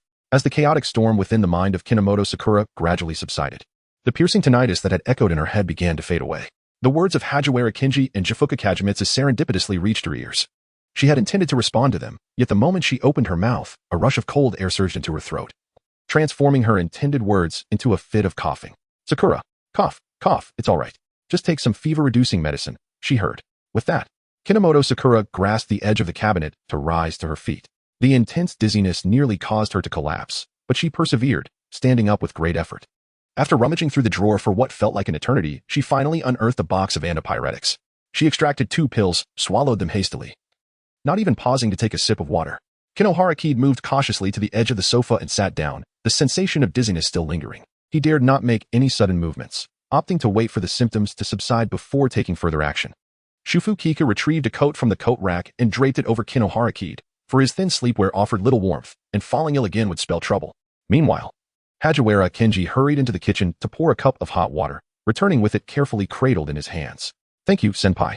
Kinohara Kid murmured softly as he accepted the cup, warmth radiating from its surface into his palms, gradually warming his hands that had grown cold from the nightmare. Reflecting on the events of the dream, he instinctively tightened his grip on the cup. Kinohara-kun, it seems this medicine is finished. Should I dispose of the bottle? Shufu Kika's inquiry interrupted Kinohara-kid's thoughts. He looked up to see Shufu holding the empty bottle of the first medicine he had taken. Finished? Kinohara-kid took the bottle, glancing at its contents, and confirmed it was indeed empty. Just throw it away. I'll buy more next time. He tossed the bottle into the trash bin. Hajiwara Kenji observed the parabola traced by the bottle in the air and, puzzled, asked, Didn't you take this medicine last time? Isn't it for treating stomach aches? But the label says it's for vertigo, Shufu Kiku interjected. Addressing Hajiwara Kenji's question, both turned their attention back to Kinohara-kid. With a calm demeanor, Kinomoto Sakura regarded the situation. The two vials were distinctly different. Hajiwara Kenji, arms crossed, scrutinized Sakura with skepticism, harboring doubts about her credibility. Meanwhile, Zafuku Kagemitsu discreetly observed Sakura's expressions, yet gleaned nothing of significance. Ignoring the peculiar reactions of the two, Sakura glanced at the time. The hour hand was nearing 6. Having recently taken fever-reducing medication, she felt utterly unfit for work and realized she needed to adjust her schedule with her seniors. This antipyretic has a somewhat sedative effect. I shall take a brief rest. Will you two also take a moment to recuperate? Sakura inquired gently, addressing the contemplative Zafuku and Hajiwara. The two, roused from their thoughts, likely hadn't rested well. Immediately after she spoke, Hajiwara emitted a yawn, while Zafuku let out a resigned sigh, leading Hajiwara back to the bedroom. Observing this, Sakura couldn't help but chuckle softly. Chapter 24. The Explosion Incident at Mihua Hotel. Cough, cough, cough. Kinomoto Sakura squinted and waved her hand. Even with a mask in place, the unpleasant odor was unmistakable. This was the Mihua Hotel in Mihua Town, where an explosion had occurred just half an hour prior. Given its location in a bustling area and the resulting casualties, a joint investigation by the 3rd Division of Criminal Affairs and the Special Crimes Unit was promptly initiated. A few days ago, Kinomoto Sakura, due to health reasons, swapped shifts with someone, and today it was her turn to accompany Officer Moku to the scene. Alas, Takagi Wataru lamented as he stood amidst the charred ruins. The walls now cloaked in an ominous darkness. Sakura Kinomoto surveyed the surroundings. The explosion's impact was not significant. Aside from the restroom, which served as the crime scene, other areas remained largely unaffected. The installation of a bomb within a grand hotel could not possibly be the work of terrorists. Kenji Hajiwara, a former demolition team member, had encountered various explosive incidents. After surveying the shattered remnants, he shared his conjecture. It should not have been placed in the restroom. Kinomoto crouched down, pointing to a dusty badge lying on the ground. The badge, which belonged to a briefcase, curved outward, contradicting the notion of a bomb being situated in the restroom. Jifuku Kajiki, perched on his shoulder, glanced at the badge and concurred. Indeed, if the bomb had been installed in the restroom, this badge would be bent towards the opening of the case. Clearly, it has been distorted by the force from within the box. If it were placed inside the briefcase, this case might be an act of premeditated murder, Hajiwara stated gravely, crossing his arms. The briefcase, marked with a specific number, would only be entrusted to its designated owner. The perpetrator aimed to eliminate the individual associated with that number. The stench at the scene was overwhelmingly acrid. Kinomoto furrowed his brow and stood up. Striding out of the cordoned-off area, he removed his mask, inhaling the fresh air. Brother Xiaofeng, have you discovered the identity of the deceased? A youthful voice pierced the air. Kinomoto glanced down to see a boy in a small suit gazing up at him with wide, innocent blue eyes filled with curiosity. Hajiwara, observing from above, raised an eyebrow at the boy, his lips twitching slightly. Why does he always appear at the crime scenes? The boy was none other than Conan Edagawa, who had accompanied Kagoro Muri to the release of the latest installment of the game Detective Muri Kagoro's Deduction House. Wasn't he afraid of you before? Yet now he seems to seek you out, Jifuku Kajiki remarked, tilting his head in confusion as he looked at Conan. Kinohara raised an eyebrow. Donning his mask once more, his cold had yet to fully abate, and he wished to avoid transmitting it to the children. He bent down, a smile gracing his lips as he remarked, Not at all, I was just about to check the surveillance footage. Upon hearing this, Conan, dejected, lowered his head. He had anticipated extracting some information regarding the organization from the police, only to discover that they had yet to ascertain the identity of the deceased. With his head bowed, Conan remained oblivious to the conspicuous change in his expression, which had already been keenly observed by Kinohara. Was there something peculiar about this deceased individual? Sakura Kinomoto pondered quietly within, and upon Conan's inquiry, both Kenji Hajiwara and Kagemitsu Zufu beside him were inexplicably intrigued. Carrying their questions, the three ventured to the surveillance room. Fortunately, the surveillance at the Mihan Hotel remained unaffected by the explosion, and the technician successfully retrieved the footage from before the incident. As Kinomoto Sakura approached the computer, a fleeting glance at the video caused his pupils to constrict sharply. He hastily rewound the footage, striving to confirm that his eyes had not deceived him. The imposing figure within the video, clad in a black uniform jacket and a dark purple shirt underneath, cautiously surveyed his surroundings, seemingly wary of an unseen threat. Suddenly, a firm grip seized his right shoulder, and the breaths near his ear grew increasingly labored. Furrowing his brow in confusion, Kinomoto Sakura turned his gaze towards Jufu Kagemitsu, who remained oblivious to his scrutiny, utterly stunned by the man depicted in the video. The familiarity was overwhelming. How could he possibly fail to recognize this individual? Tequila, a senior operative of the Black-clad organization. What brought him to this location? Was he on a mission? But how could he have met such a grim fate? Jufu Kagemitsu's mind spiraled into chaos. The Black-clad organization would not descend upon a hotel merely for the sake of a game launch. Someone within the hotel must be engaged in clandestine dealings with the organization. The silence between Kinomoto Sakura and Jufuku Kagemitsu made Hagiwara Kenji shrink his neck. Ever since he laid eyes on the deceased, the atmosphere between the two had felt somewhat amiss, yet he dared not inquire further. How infuriating. Hagi longed to uncover the secret shared by Sakura and the young Jufuku. Frustrated, Hagiwara ruffled his hair. This feeling of being left in the dark was utterly unbearable. Kinomoto-kun, there you are? Takagi SH, peering into the monitoring room, noted that the hotel staff needed to be questioned, and there weren't enough hands on deck, urging him to hurry to the lobby. All right, I'll be right there. Kinomoto Sakura responded, handing over the computer to the technician before exiting the monitoring room. As the three returned to the lobby, the hotel staff had already gathered at the service desk, most appearing tense and apprehensive as they stood before the police for questioning. Save for one individual who remained calm, quietly observing the bustling officers from behind the crowd of staff. Sakura, that Mr. Amuro, is also here. Sakura Kinomoto was startled by the call of Kenji Hagiwara.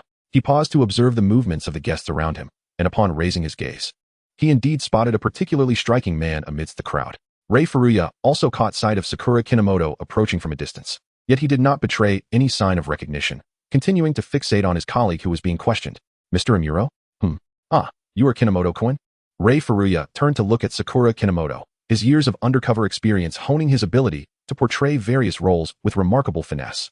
The perplexity etched on his face was perfectly timed, leaving no trace of inconsistency. Kinoharaki chuckled softly, surprised that Mr. Amuro was able to recognize her so swiftly, even before she had the chance to remove her mask.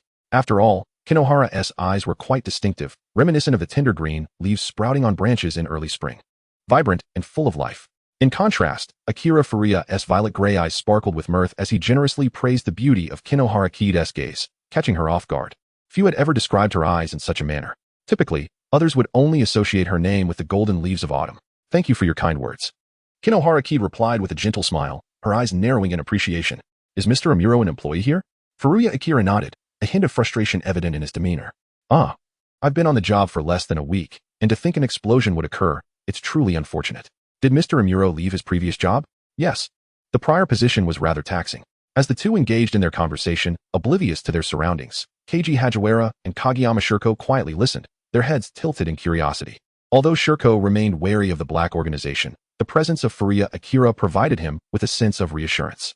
Chapter 25, The Miho Hotel Explosion Case, Part 2. While they chatted idly, their colleagues methodically questioned the staff present in the hotel's lobby at the time of the incident. Kinoharaki recalled her professional responsibilities and retrieved her notepad.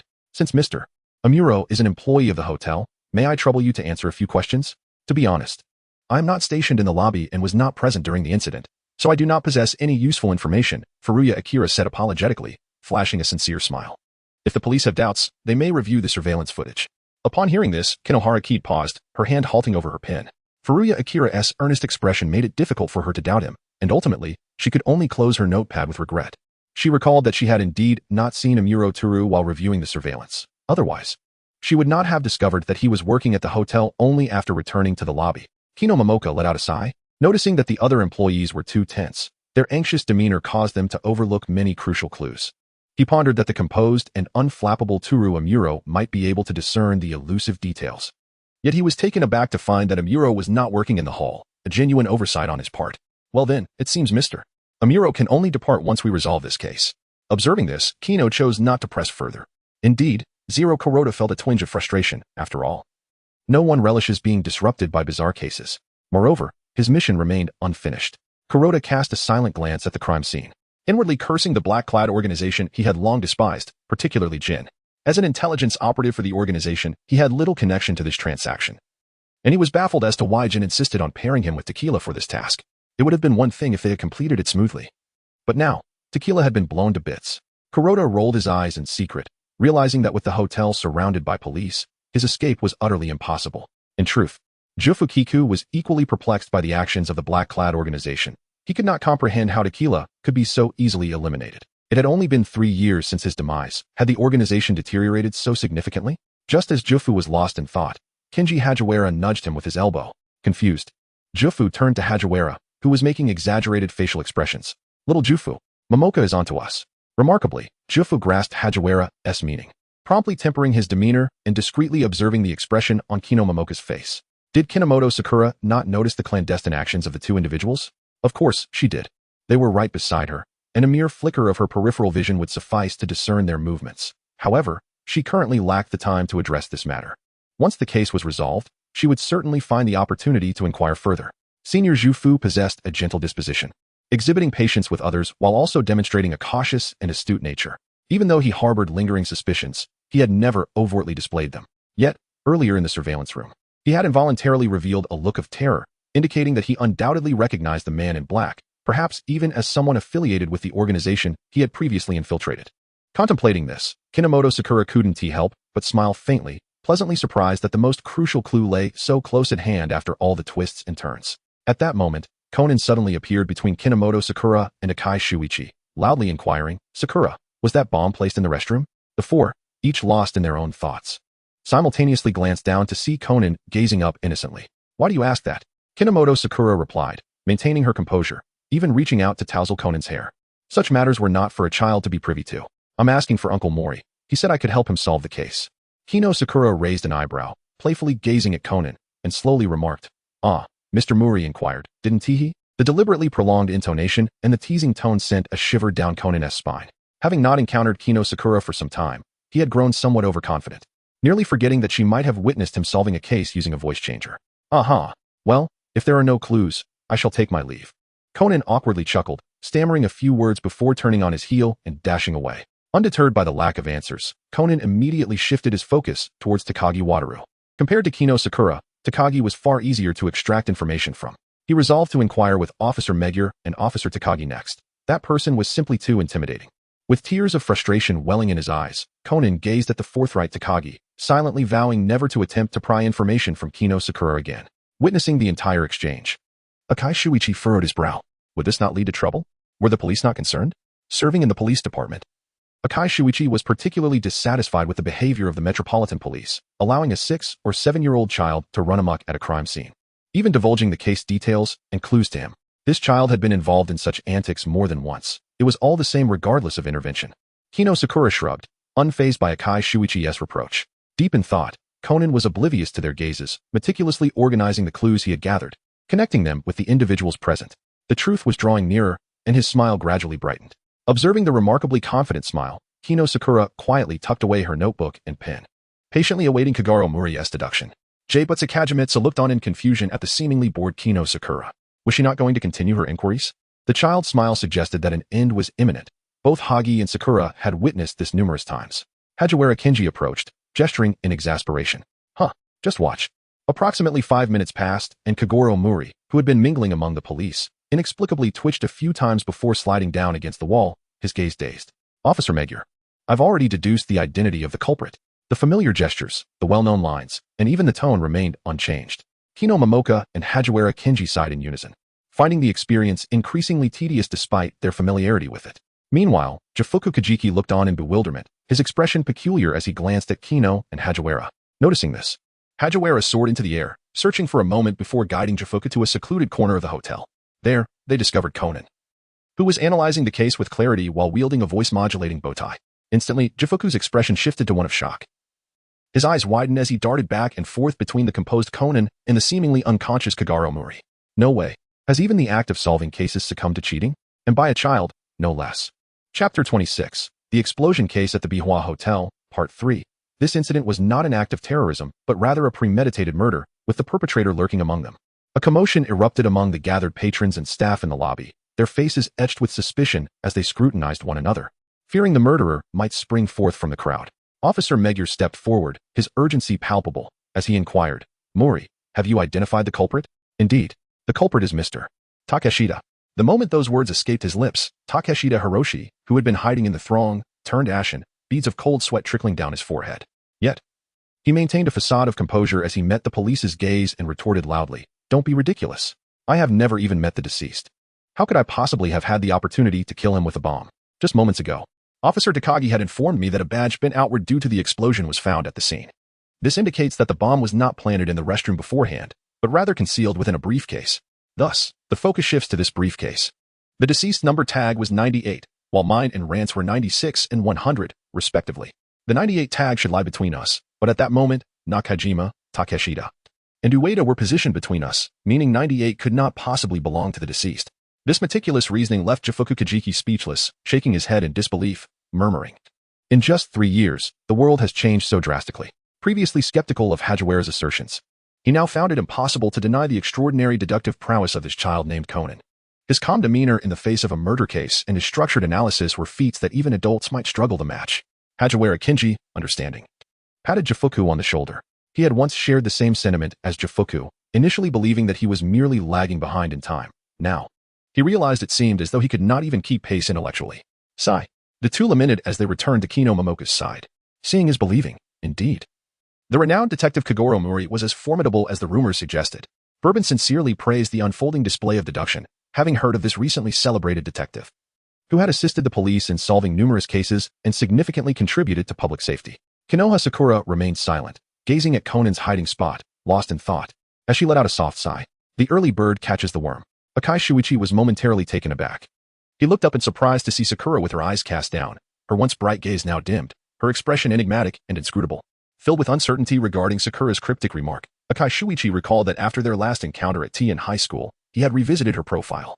From middle school to high school, Kinomoto Sakura's academic performance was hardly exceptional, with only a few accolades in computer competitions that seemed to lack significant contributions from him.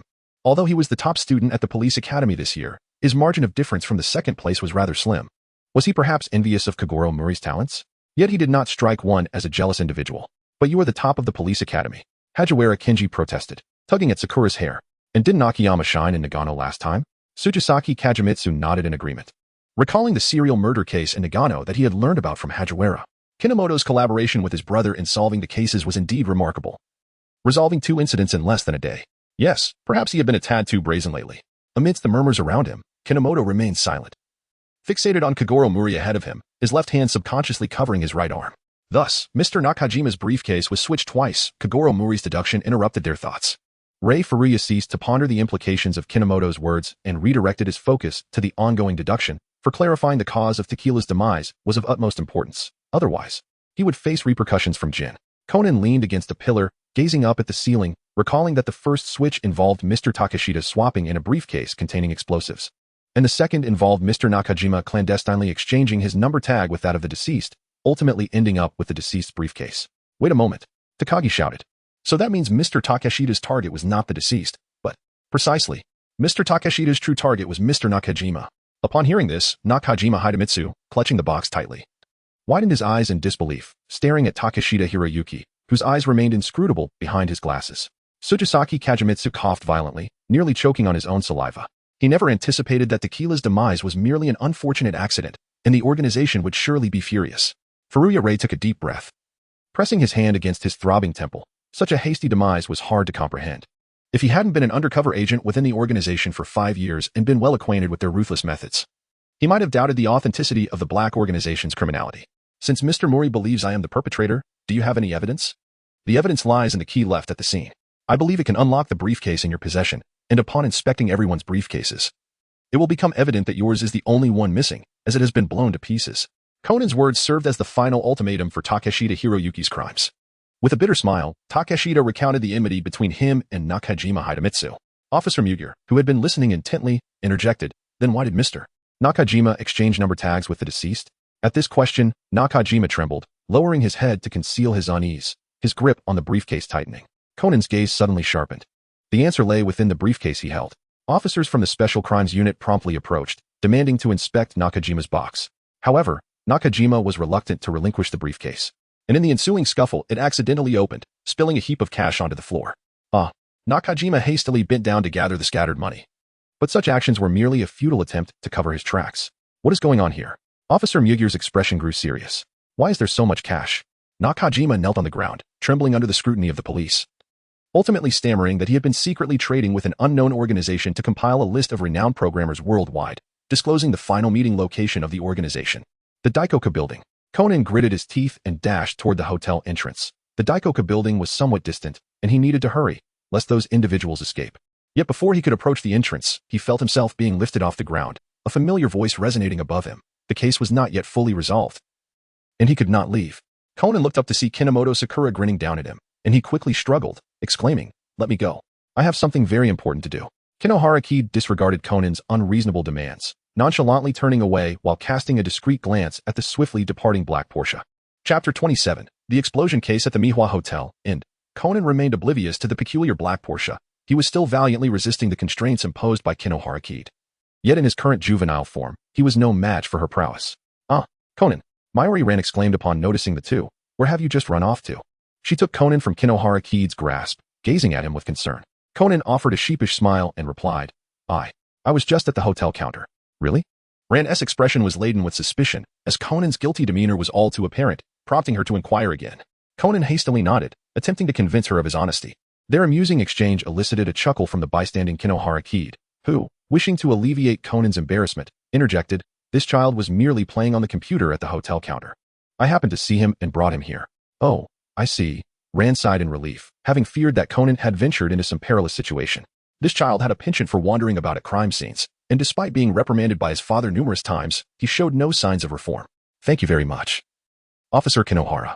"It's nothing." Kinohara waved his hand dismissively while casting a glance at Conan, whose eyes resembled those of a dead fish. "Next time, do refrain from wandering off. It could lead you into danger. You are the greatest villain.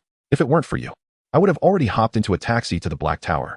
Conan raged internally, indignantly decrying Kinohara Kid's actions. This man had inexplicably derailed his meticulously crafted plan to infiltrate that mysterious organization, causing him to lose another lead. The more he pondered, the angrier he became. Ultimately raising his gaze to glare at the retreating figure of Kinohara Kid, and even waving his hand as if genuinely yearning to confront him. "Ha ha ha, that child is furious." Hajiwara Kinji laughed heartily, clearly finding more disdain for Kid. Beside him, Jifuka Keiko stifled a chuckle, while Kinohara Kid shrugged indifferently. Unconcerned with whether or not Conan harbored animosity towards him. "Now, this list should be in Mr. Takeshida's briefcase," Officer Megure contemplated, stroking his chin. "Takagi, open the case and take a look." "Understood." Takagi's show responded loudly, promptly retrieving the briefcase that Takeshita Hiroshi had placed on the ground, and using a key found at the crime scene to unlock it.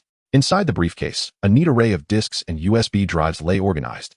It appeared that Nakajima Hideaki had amassed quite an extensive personnel list, including some remarkably old disks.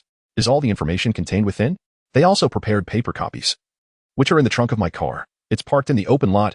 Officer Megure sighed, exasperated. He turned to look at Kinohara Kid. "Kinohara, could you check his trunk?" "Certainly." Sakura Kinomoto nodded gently as she received the car keys from Hideaki Nakajima, making her way towards the open-air parking lot behind the hotel. As she traversed the path to the parking area, images of the swiftly passing Porsche and the mention of the Dark Tower by Nakajima surfaced in her mind, causing her brow to furrow slightly and her pace to slow.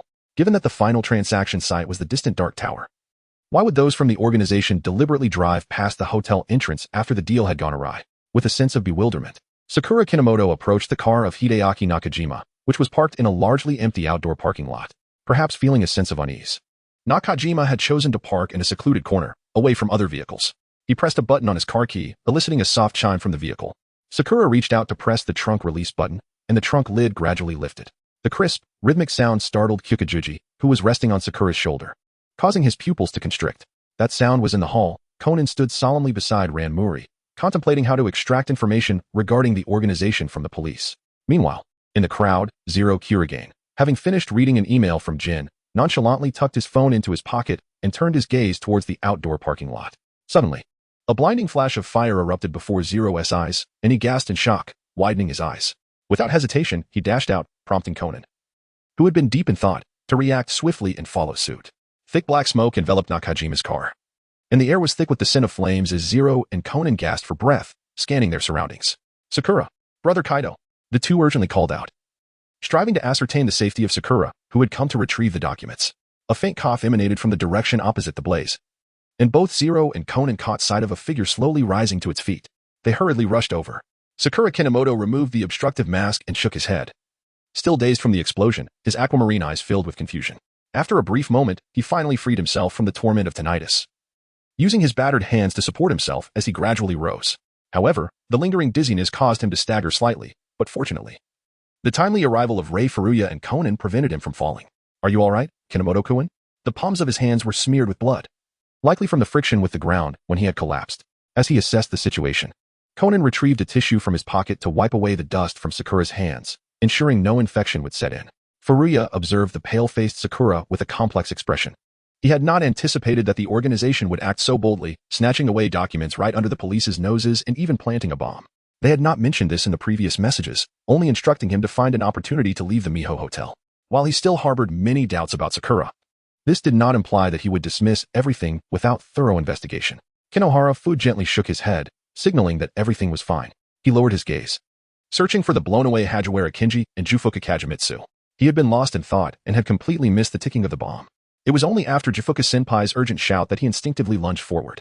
Due to inertia, Jufuka Kagemitsu and Hajiwara Kinji found themselves crouched beneath another car, trembling as they stood up and quickly dashed out. Upon seeing the unscathed Kinohara Fu, they simultaneously sighed in relief. Thanks to you, Jufuku, for detecting the bomb in advance, Hajiwara Kinji said, leaning weakly against Jufuka Kagemitsu. Fu and I were completely oblivious. However, Jufuka Kagemitsu was not listening to Hajiwara Kinji. He was staring blankly at his own hands, seemingly aware of the pain from scraped skin. Yet, his hands bore no wounds. Jufuka Kagemitsu looked up at Kinohara Fu and immediately noticed the bloodstains on his hands. Hajiwara, what did you feel during the ability transfer? Jufuka Kagemitsu gently inquired. It seemed that an ability transfer had occurred between him and Kinohara, but if it was merely a transfer, why did Kinohara's sensations manifest in him? Hajiwara Kinji cast a puzzled glance at Jufuka Kagemitsu, unsure why his friend suddenly broached the subject, but he answered honestly, it felt like I was driving a car. Upon hearing Hajiwara's words, Jufuka Kagemitsu was taken aback, his expression growing serious as he scrutinized his hands, beginning to doubt his previous theory regarding the ability transfer. Chapter 28. Cerberus in the pitch-black night. A Porsche cruised steadily along the smooth highway. The long-haired man inside casually rummaged through the documents in his briefcase, letting out a soft chuckle as he exhaled a puff of smoke. Everything seems to be in order. Observing the road conditions through the rearview mirror, Vodka glanced at Jin beside him, noting the indifference in his deep green eyes. What should we do about tequila? Vodka whispered. The police will surely take notice of us due to that bomb. Should we? A useless person won't pose much of a problem, Jin scoffed, cigarette in mouth. Besides, the bomb transaction was not conducted directly under the organization's name, so there is no need to be overly anxious. With that, Jin casually smirked. The neon-clad police were unlikely to act recklessly now, as the rat they had previously eliminated served as a warning. Upon hearing this, Vodka felt considerably relieved, though he still regarded Jin with some confusion. Why involve Bourbon in this task, and why not inform him about the bomb? Jin let out a derisive laugh, drawing on his cigarette as he replied enigmatically, just a peculiar welcome ceremony for certain individuals. Vodka's expression shifted, clearly grasping the underlying implication of Jin's words. And he chose to remain silent on the matter, feigning ignorance. Have we located Takizawa Akihiro's accomplices yet? Not yet. Once again, no one has visited the cemetery this year, and the police have not received any reports. 6 years without a whisper. What a remarkable individual. A glimmer of malice flickered in Jin's eyes. I hope I don't catch you. Just after finishing his shower, Kinohara suddenly sneezed. Why does it seem like Kinohara-kun's cold is getting worse? Jufuka Kagemitsu poked his head out from the bedroom. Do you need to go to the hospital? Sakura Kinomoto nonchalantly waved her hand, having merely tended to her injury with the assistance of Mr. Amuro and Conan. A slight cold hardly warranted excessive alarm. Kinji Hajiwara bit into an apple and mumbled. By the way, has there been any progress regarding the explosion at the Black Tower? The Black Tower, being the final transaction site for the Black Organization, could not escape the clutches of the enemy. Shortly after the explosion in the parking lot, the cocktail bar on the top floor was likewise obliterated, leaving the police utterly helpless in the face of the bar's disfigured remains. Unclear, sighed Sakura as she sank into the sofa. I haven't contacted Officer Megure since my return. Due to his injuries, he had left work early and did not participate in the subsequent operations. However, from what Senior Takagi implied, the organization had meticulously erased all traces, rendering any investigation fruitless. Kinomoto Fu, with utmost caution, delicately wiped his hair and inadvertently caught sight of the bloodstained bandage he had removed. Memories of Amuro Turu, who had wrapped the bandage around him, flooded his mind. It seemed that Mr. Amuro had been preoccupied with some troubling thoughts. His expression remained solemn. And after the police had released him, he promptly departed from the hotel, leaving Fu with no opportunity to express his gratitude. Suddenly, the urgent sound of a phone ringing pierced the air. Startled, Kinomoto Fu fumbled to answer the video call. On the screen, Kinomoto Sakura adjusted the position of her phone, her chestnut locks swaying before the camera. Once she had settled the angle, her full visage was revealed. Big brother, Kinomoto Sakura exclaimed joyfully, waving at Fu. However, as if recollecting something, her demeanor shifted to one of remorse, her head bowed slightly. I'm so sorry for not reaching out after returning that day. I was exhausted. And then I got caught up in preparing a birthday gift for great-grandfather, and I completely forgot about the doll. Observing his sister's disheartened expression, Kinomoto Fu smiled gently. It's quite all right. It was not your fault, and there is no need for you to feel guilty. The gentle words of Kinomoto Fujitaka brought a sense of ease to Kinomoto Sakura. I had forgotten to introduce them earlier. Kinomoto Fujitaka presented the brothers. SHF Kagemitsu and Hagiwara Kenji. This is brother SHF, and this is brother Hagiwara. Hello, brother SHF, brother Hagiwara. My name is Kinomoto Sakura. With a sweet smile illuminating her face, Kinomoto Sakura greeted the two with delightful innocence. Hello there, little Sakura. Greetings, Sakura. SHF Kagemitsu and Hagiwara Kenji held a favorable impression of Kinomoto Sakura, recognizing her as a pure-hearted and kind girl during their initial encounter at tea and high school. At that moment, a rustling sound from a nearby crinkling bag caught her attention, causing Sakura's expression to shift. She promptly stood up, stepping out of the camera's view. Upon returning, she held a yellow plush toy, its mouth marred by a ring of dark stains. Little Karo, did I not say that you mustn't sneak chocolates? Hey, don't tug at my wings. Kinomoto Sakura, along with her companions, Hagiwara Kenji and Jobukika, gazed in astonishment at the lively interaction between Sakura and the animated doll, an unprecedented sight for them. The doll, a yellow, short-nosed mouse, spoke with a fluent Osaka dialect. The whimsical Hagiwara Kenji made a startling remark that captured the attention of everyone present. The doll, Karo, clenched its tiny fists and, with an irate expression, shouted at the phone, "You little brat! How dare you call me a mouse? Just wait until my magic is restored. I'll challenge you to a duel and show you who the real mouse is." The doll's furious tirade caused Kenji to instinctively shrink back. He took a few steps backward, feeling as though the yellow mouse might leap out of the screen and strike him. Little Sakura, allow me to introduce myself. Humph. I am the magnificent guardian of the Cloud Cards, the esteemed Cerberus. Karo declared proudly, hands on its hips and head held high. Behind it, Kinomoto Sakura wore an expression of exasperation and quietly murmured, "What do you mean, guardian of the Cloud Cards? You haven't even been keeping an eye on them." Curious. Jobukika inquired, "What exactly are Cloud Cards?" In response, Kinomoto Sakura retrieved a brownish-red hardcover book from the shelf. The cover depicted a majestic lion with pristine white wings, gazing intently ahead, while a radiant sun emblem gleamed on its chest. Upon opening the book, they discovered it contained no text. Only a rectangular indentation housing a stack of cards adorned with celestial symbols of the sun and moon. Sakura Kinomoto carefully drew the topmost card from the deck and presented the front of the card to the three of them. "Wow, it's incredibly beautiful," Kenji Hagiwara exclaimed. Gazing at the image of a serene, elegant woman with crossed hands resting upon her chest, her smile radiating tranquility. Sakura Kinomoto carefully scrutinized the chestnut-hued tome beside her younger sister. "Ah, I recognize this book. Have you seen it before, brother?" "During my senior year. I heard a snoring sound emanating from the study, so I ventured inside for a glance, only to discover this very book. However, I did not dare to open it." Snoring sounds? Sakura Kinomoto suddenly felt a sense of familiarity with the unfolding scenario. She narrowed her eyes, her gaze gradually descending to rest upon the flustered Karo. It was Karo's snores that had prompted her to reach for a book earlier. "Ha ha ha," Karo chuckled awkwardly, scratching its head in embarrassment. It didn't wish to be so lethargic. Yet the monotonous days spent guarding the Cloud Cards left it with little choice but to pass the time by dozing off. Fuku Kaimitsu looked up in confusion at Fujitaka Kinomoto, pondering why Kinomoto didn't open it at that moment.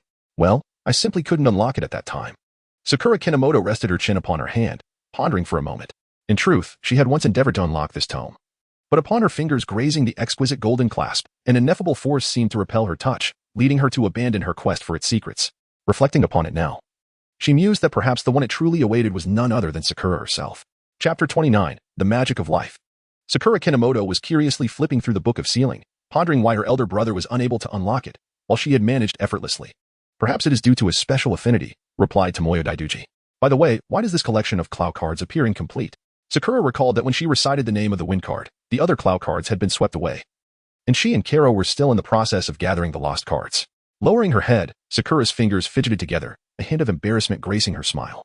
Upon hearing this, Tomoyo sighed and placed a hand on her forehead. "Is there any danger while you're collecting them?" "Not at all. They are just a bit mischievous, but fundamentally kind-hearted." Sakura's expression and words revealed her deep affection for the Cloud Cards, and she relished the adventure. Tomoyo, not wanting to dampen her sister's spirits, advised, "If you ever encounter danger, you must inform me. Do you understand?" "Yes, I understand," Sakura replied, her radiant smile prompting Tomoyo to refrain from further concerns. His lack of worry stemmed from the fact that his precognitive brother had not mentioned any threats, indicating that the Cloud Cards did not pose a risk to Sakura's safety. Otherwise, he would have communicated with him about it, or even involved their father if necessary. Is it Karo-chan? Is that the name?" Kenji Hagiwara hesitated, struggling to remember Karo's full name. "Do you know why Shiroku and I have appeared?" Both Shiroku and Kenji were intrigued by the reason behind their resurrection, as the concept of being brought back to life was indeed peculiar. "If my situation is similar, it is likely that it was created by your elder brother's magical powers." "I was indeed conjured by Clow Reed's magic," Karo stated, floating cross-legged in midair, contemplating his thoughts for a moment before sharing his conjecture with the trio. Clow? Isn't that the name of the deck of cards? Kinji inquired. This set of cards was crafted by Clow Reed himself, hence the name Clow cards. Although that fellow had a rather troublesome personality, he was an exceptionally powerful sorcerer. At that moment, Shiroku, propping his chin on his hand, marveled. So, it turns out that Kinomoto-kun is quite remarkable, having directly resurrected 2 individuals. Instantly, Kero fell silent, initially staring blankly for a few seconds. Then his round eyes widened in astonishment, as if he had heard something incredibly extraordinary. Moments later, he dashed forward and pressed his face against the phone screen, exclaiming, "What do you mean 2 people were resurrected?" Shiroku and Kinji were taken aback, momentarily confused by Kero's excitement, unsure how to respond. They were well aware that they had both passed away long ago and had only recently been revived in doll form. Noticing the peculiar atmosphere, Tomoyo felt compelled to clarify the origins of the 2 for Kero. Sakura Kinomoto covered her mouth in disbelief. How could this be? She had always thought they were creatures akin to Kero, never imagining they would be souls long departed. The astonishment and sorrow of Sakura Kinomoto failed to reach her companion Kero, who was currently fixated with a serious expression on the figures of Jifuka Kajku and Hajiwara Kinji before her. You can actually wield life magic? In an instant. All eyes turned to Fujitaka Kinomoto, their inquisitive gazes rendering him quite uncomfortable, prompting him to ask, life magic? That was the magic researched by Clow before his demise. Yet it is a burden too heavy for most to bear. Kero sighed, surprised to encounter the notion of a burden. Burden? Sakura furrowed her brow, her expression laden with concern as she glanced at Kero. What burden? Will it affect my brother? In stark contrast to Sakura's agitation, Fujitaka Kinomoto remained remarkably calm. He spoke slowly. What must I sacrifice? Life. The air fell into an eerie silence, as Jifuka Kajku and Hajiwara Kinji froze in place, their faces paling. They had never contemplated that their resurrection would be entwined with Fujitaka Kinomoto's own life. Sensing their terror, he gently patted their heads and turned back to Kero. Could you elaborate? Generally, the deceased cannot regain life. However, if a person of remarkable vitality shares their life force, it can enable the revival of the departed. Kero explained slowly, as long as this individual touches the lingering will of the deceased, a pact can be established. Pact? Fujitaka Kinomoto inquired, having caught the key term. Kero nodded, stating, there is no such thing as a free lunch. If you give up your life, they must provide an equivalent return, such as their own abilities. At times, even your sensations may be projected onto them. Upon hearing this, Jifuka Kajku and Hajiwara Kinji exchanged knowing glances, realizing that it made sense for Fujitaka Kinomoto to temporarily possess their abilities and share their sensations. Oh, I see. It is due to sharing life that my constitution has deteriorated. Fujitaka Kinomoto smiled softly, somewhat resigned, and muttered to himself. What? Sakura and her companions gasped in unison. Their eyes filled with terror as they turned to Fujitaka. Fujitaka, why didn't you tell us about this? Indeed, what if the words faltered on Kyuko's lips? Fear gripping him as he contemplated the irreversible harm that he and Hajiwara might inflict upon Fujitaka's well-being. You truly are impressive, Kero remarked with a smirk. To have the ability to resurrect 2 individuals, such a feat is beyond the capability of ordinary people. Sakura, why are you hitting me? Sakura Kinomoto angrily tapped her finger on Kero's head, her eyes reddened as she exclaimed, is this truly something to be praised? My brother's health is deteriorating. What will happen if something goes wrong? Kaido, I am perfectly fine and there is no cause for alarm, Kinomoto gently reassured his tearful sister, who was on the verge of crying. Oh dear. The fact that he can wield such magic signifies that his vitality is exceptionally robust. There is no need for concern. Kero hurriedly attempted to comfort the distraught Sakura Kinomoto. My vitality is strong? She pondered aloud. Indeed. Kuro once mentioned that the essence of this magic hinges upon the life force of the wielder, which not only sustains their own actions but also permits the resurrected to move freely. Moreover, the user must channel their magical energy to craft a new body for the deceased while sharing their life essence. Kinji Hajiwara quickly interjected, but Kaido has indeed grown weaker. Kero waved off his concern dismissively. It's likely that the interval between your resurrection attempts was too brief. He may just need some time to adjust. But it shouldn't adversely affect his health. At that moment, the tension in Sakura Kinomoto, Akatsuki Kagemitsu, and Kinji Hajiwara's bodies began to dissipate, and the 3 of them collectively exhaled in relief. After a moment of contemplation, Kinomoto Fuma inquired with measured calmness, can I choose who to resurrect? Upon hearing this, Kinomoto Sakura immediately grasped the implication of Fuma's words. If one could indeed decide who to bring back, could that mean their mother might return to them? With this thought, Sakura lowered her head slightly, her gaze intensely fixed on the small creature on the desk. It was impossible. Such magic inherently defied the laws of life and death, and indulging in it further would only lead to catastrophe. The creature promptly dismissed Fuma's notion, regarding him with a serious expression. The siblings, somewhat disheartened, averted their eyes, their solitary glimmer of hope dissolving into nothingness. Chapter 30. Scotch Whiskey A Warm. Soft light cascaded down upon the bar, where a handsome bartender gently slid a meticulously crafted cocktail towards a patron. Feeling down? How could that be? I am quite clearly smiling. Akutagawa Ray nodded slightly, carefully wiping his damp hands, a faint, elusive smile playing on his lips. A woman with a ponytail swirled her drink. Her interest piqued as she observed the calm demeanor of Akutagawa. I've heard about the tequila incident. Don't you have any thoughts as the person involved? Thoughts? Akutagawa continued to focus on organizing the bar tools, dismissing the matter as utterly foolish. The woman took a delicate sip of her light blue cocktail. Raising an eyebrow in appreciation, your bartending skills have certainly improved. Akutagawa lifted his gaze to regard the seemingly ordinary woman before him, feigning helplessness as he replied.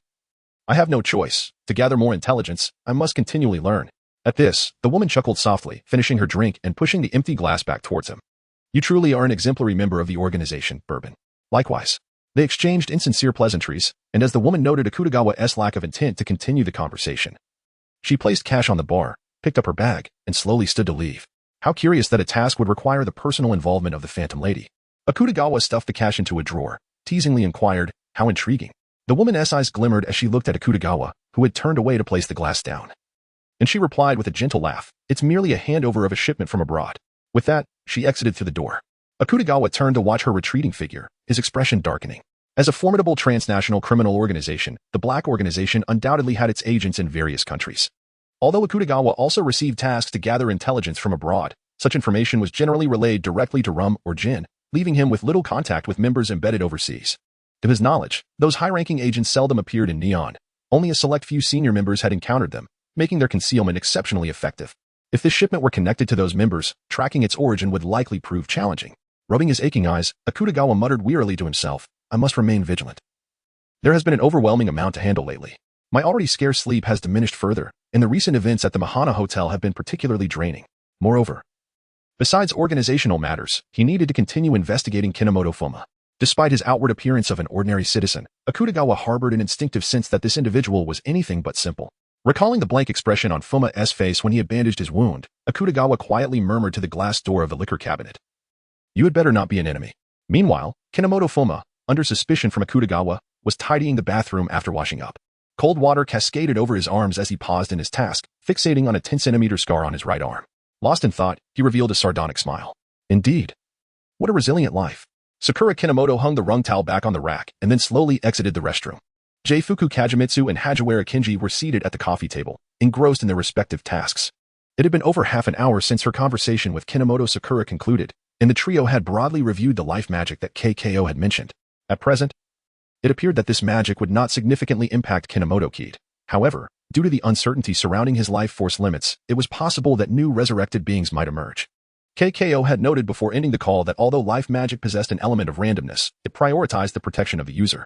Typically, it would randomly select from the deceased who were not too old and had been in relatively good health during their lives, as only such individuals would not demand excessive life energy from the user. As for the reason why J-Fuku Kagemitsu and Hajiwara Kinji were invisible to others while Sakura could see them, a definitive explanation had yet to be found. Nonetheless, KKO speculated that it was likely related to blood ties.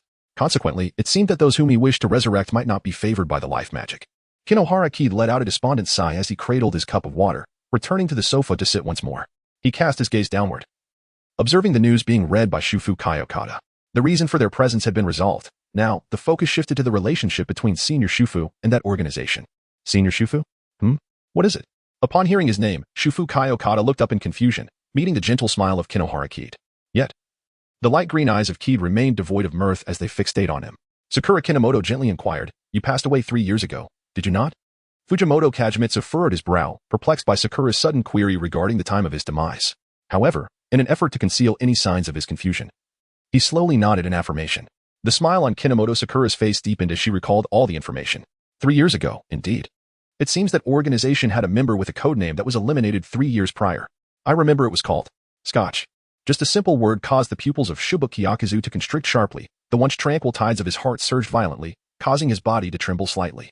He could only suppress his fear and meet Kinomoto Sakura's gaze, which had lost its smile.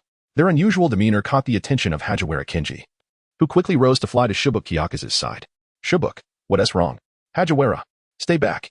Shibuki Yakuza warned in a hushed tone, urging the increasingly close Hajiwara Kinji to keep his distance. Although Kinomoto Sakura held sway over their fates, he still wished to shield Hajiwara from being entangled in this predicament. But who was Hajiwara Kinji? How could he allow his friend to face adversity alone? Ignoring the warning, Hajiwara Kinji flapped his wings and flew to sit beside Shibuki Yakuzu, confronting Kinomoto Sakura's icy gaze together. Hajiwara, what are you doing? I've never fought alongside Shibuk before. I want to let you face this alone. Sakura Kinomoto watched with keen interest the dramatic scene unfolding between the two men, the coldness in her eyes dissipating in an instant as a low chuckle escaped her throat. This subdued laughter reached the ears of Kyuko Jubin and Kinji Hagiwara, both of whom assumed it to be a derisive response from Sakura towards their actions. The organization truly harbors hidden talents. Kyuko Jubin, with a furrowed brow, was taken aback that even a sorceress was assisting the organization. It seems my conjecture was correct. You truly are akin to Scotch whiskey. Sakura reclined slightly, a playful smile adorning her face as she regarded the serious Kyuko Jubin. Did I guess correctly? What do you mean by that? Kinji Hagiwara stammered, voicing the shared curiosity he and Kyuko Jubin harbored. Senior Jubin must be an undercover police officer embedded within the Black Organization, am I right? Sakura clasped her hands upon her lap, coolly analyzing the situation. 3 years prior, the Black Organization had eliminated a member known as Scotch. The removal of a codename member suggests either treachery or infiltration, and Senior Jubin fits the profile perfectly. I merely took a chance, not anticipating such a strong reaction from him. Himura Sakura's words left Jufuka Kyuko astonished as he inquired. Are you not a member of the organization? Do I truly resemble a villain? Yet, your knowledge of such intelligence is perplexing. Although Hagiwara Kinji was unaware of what the Black Organization entailed, the exchange between the two suggested that this organization was undoubtedly nefarious. It seemed somewhat incongruous that Himura Sakura, who denied being an insider, was nonetheless familiar with the codename of the young Jufuku. Sakura Kinomoto straightened up, her expression solemn as she regarded the astonished Jufuka Kiyotaka and Hayakawa Kinji. I am aware of far more than this.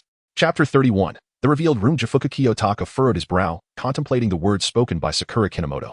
The internal intelligence of the Black Organization is intricately concealed. Despite 2 years of undercover work, he had scarcely gleaned any valuable information. Yet, Sakura Kinomoto had managed to acquire his codename and news of his demise without delving deeply into the organization's inner workings. Furthermore, judging by Zero's demeanor, it appeared that the Black Organization was oblivious to Sakura Kinomoto's existence. If you are not affiliated with the Black Organization, why are you probing into these matters? What purpose led you to infiltrate the police department?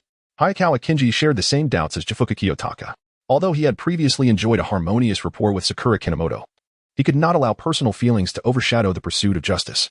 In response to Hayakawa Kinji's pressing inquiries, Sakura Kinomoto exhibited little reaction, merely observing the distressed expressions of Jufuka Kiyotaka and Hayakawa Kinji, lost in her own thoughts. Suddenly, a smile graced Sakura Kinomoto's lips as she gestured towards the white wooden door. Would you like to take a look inside that room? Upon hearing this, Jufuka Kiyotaka's expression shifted, instinctively recalling the events of that fateful night. He lowered his voice and questioned, Did you know all along? My memory is not so feeble. The door to the bedroom was securely closed when I departed. Kinohara F smiled and shrugged, slowly rising to his feet. He retrieved several identical keys from a coat hanging nearby and beckoned to Shufu Kagemitsu and Hagiwara Kinji, saying, Come, here lies the answer you seek. Shufu Kagemitsu and Hagiwara Kinji exchanged hesitant glances, their knowledge of the room scant. Should danger arise, escape might prove difficult. Click. If I truly wished to bring about your demise, I would have asked Shoko for a method to nullify the magic during our earlier conversation, rather than revealing myself before you now. Unfazed, Kinohara F pushed open the door and turned to regard the anxious Shufu Kagemitsu and Hagiwara Kinji. Shufu Kagemitsu pressed his lips together, gazing into Kinohara F's clear green eyes. He inhaled deeply, gently placing a hand on Hagiwara Kinji's shoulder, understanding his intent. The two rose slowly and flew toward Kinohara F. They did not immediately enter the room. Instead, they perched at the edge of the doorframe, cautiously peering inside. The incandescent light had already been activated by Kinohara F, illuminating the room in its entirety. Contrary to their foreboding expectations, the room resembled an ordinary study, devoid of any distinctive features. A mahogany bookshelf displayed an orderly array of books from various fields, interspersed with a few unmarked folders. In front of the bookshelf stood a guitar, its case collecting dust carelessly discarded behind the shelf. The solid wood desk to the right housed a computer, which appeared to be the most expensive item in the room. Isn't this a bit too mundane?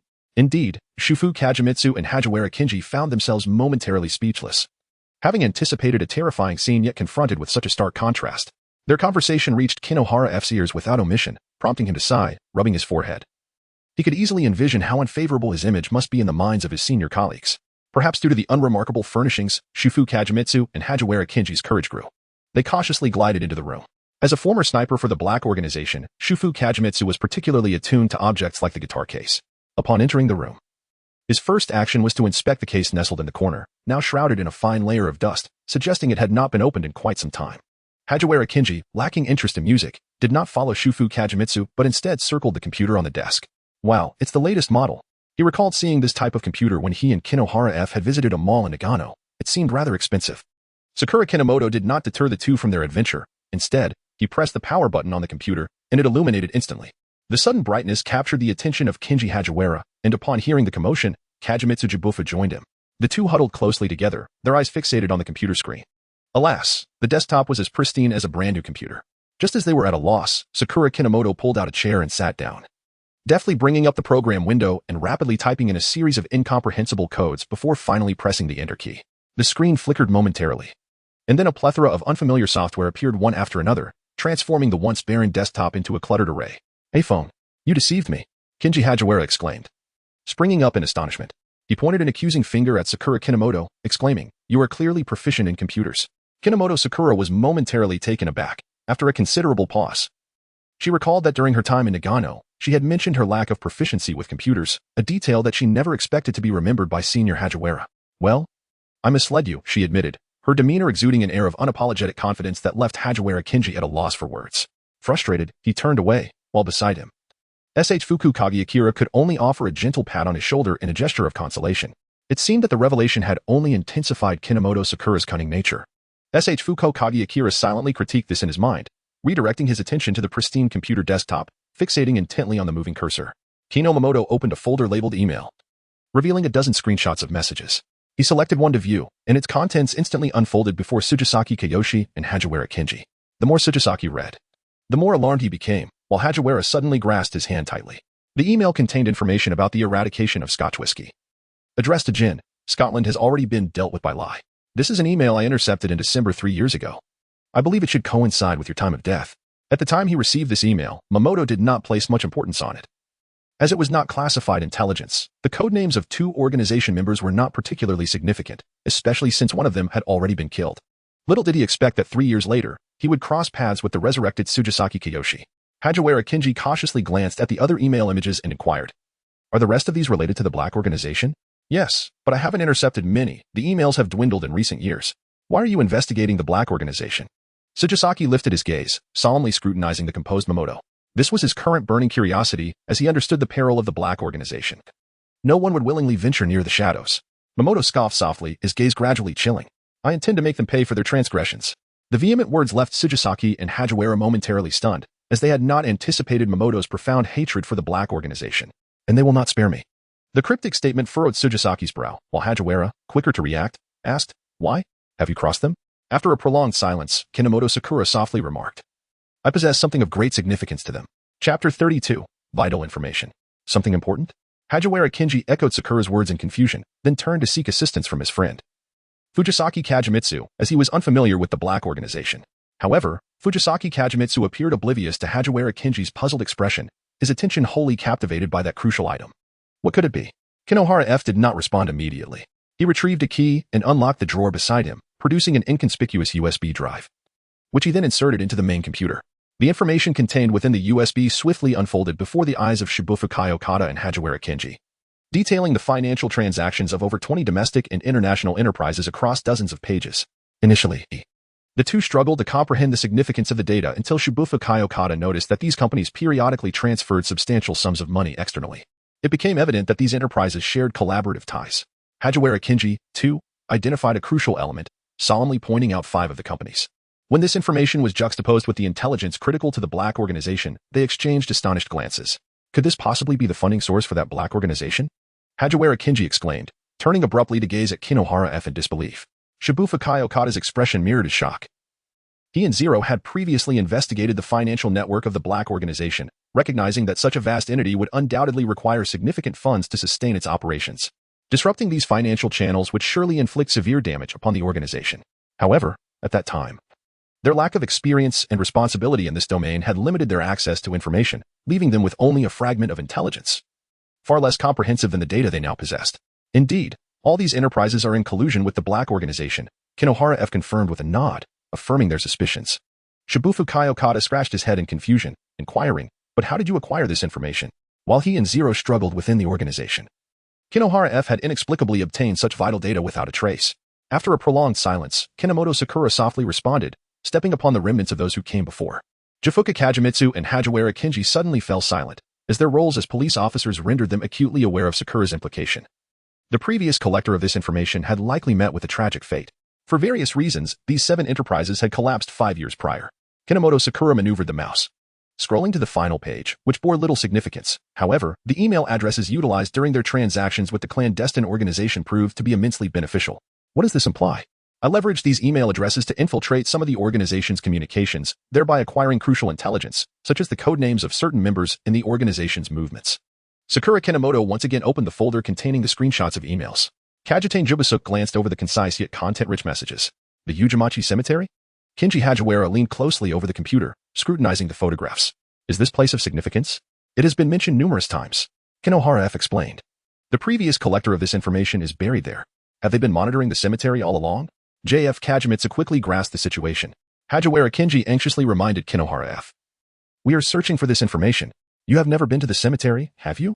And what about the family of that senior? Such an international criminal organization would never relent until their objectives are achieved. They would undoubtedly eliminate any obstacles in their path. He has no family and has spent nearly 8 years investigating these companies alone. Kinohara F lowered his head in solitude, a bitter smile playing on his lips. Since his death, I haven't visited the cemetery even once. Then why didn't he cooperate with the police? Hajiwara Kinji's expression turned somber. If he had worked with the police, perhaps that senior wouldn't have sacrificed himself. Cooperate? He got into trouble precisely because he wanted to collaborate with the police.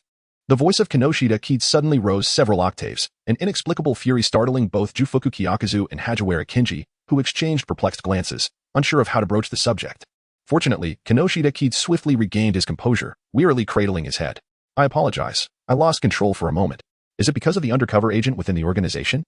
Jufuku Kyakuzu furrowed his brow, gradually articulating his suspicions.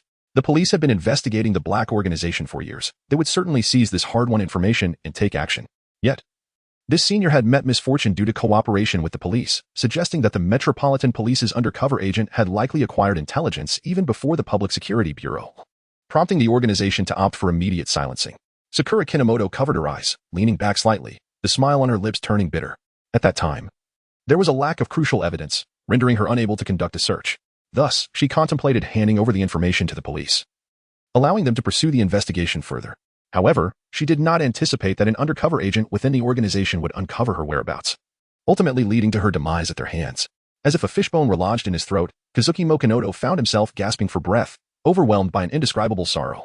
Just the day before, he had exchanged playful emails with a colleague, who had jested about the significant achievements yet to come.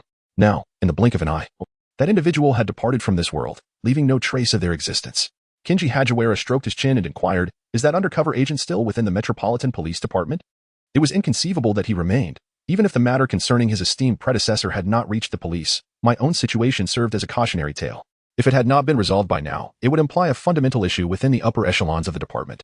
Kajimitsu Jibufa promptly responded, noting that it had been 3 years since the agent's demise. Unless the entire department was compromised, they would not remain passive. It was only about a year ago that I discerned the identity of that undercover agent, yet he had met his end 2 years prior. As Mokonoto spoke, a sardonic chuckle escaped his lips. It appeared that the Metropolitan Police Department remained oblivious to his undercover status, as there were still individuals mourning his death. 2 years ago. Kajimitsu Jibufa widened his eyes, silently calculating the timeline in his mind. Sakura Kinomoto took a sip of hot water and, with a hint of contemplation, remarked, I believe the investigation within the Metropolitan Police Department was prompted by the death of my predecessor. However, I am astonished that the police department failed to uncover all the moles 6 years ago. What does that mean? The first part is understandable. But how does the latter relate to events from 6 years past? Both Jifuka Kajimitsu and Hajiwara Kinji pondered, their expressions filled with confusion, ultimately directing their bewildered gazes towards Sakura. 6 years ago, I anonymously sent an email to the police department, informing them of the presence of moles. They should have conducted a thorough investigation at that time. The intensity of their scrutiny compelled Sakura to set down her cup and slowly elucidate the matter for them. Chapter 33. The agreement reached. Although Kinomoto Sakura harbored grievances regarding the years of the Metropolitan Police Department's failure to uncover an undercover organization within its ranks, he remained discerning about priorities. Thus, 6 years prior, he had discreetly informed the National Police Agency about the infiltration.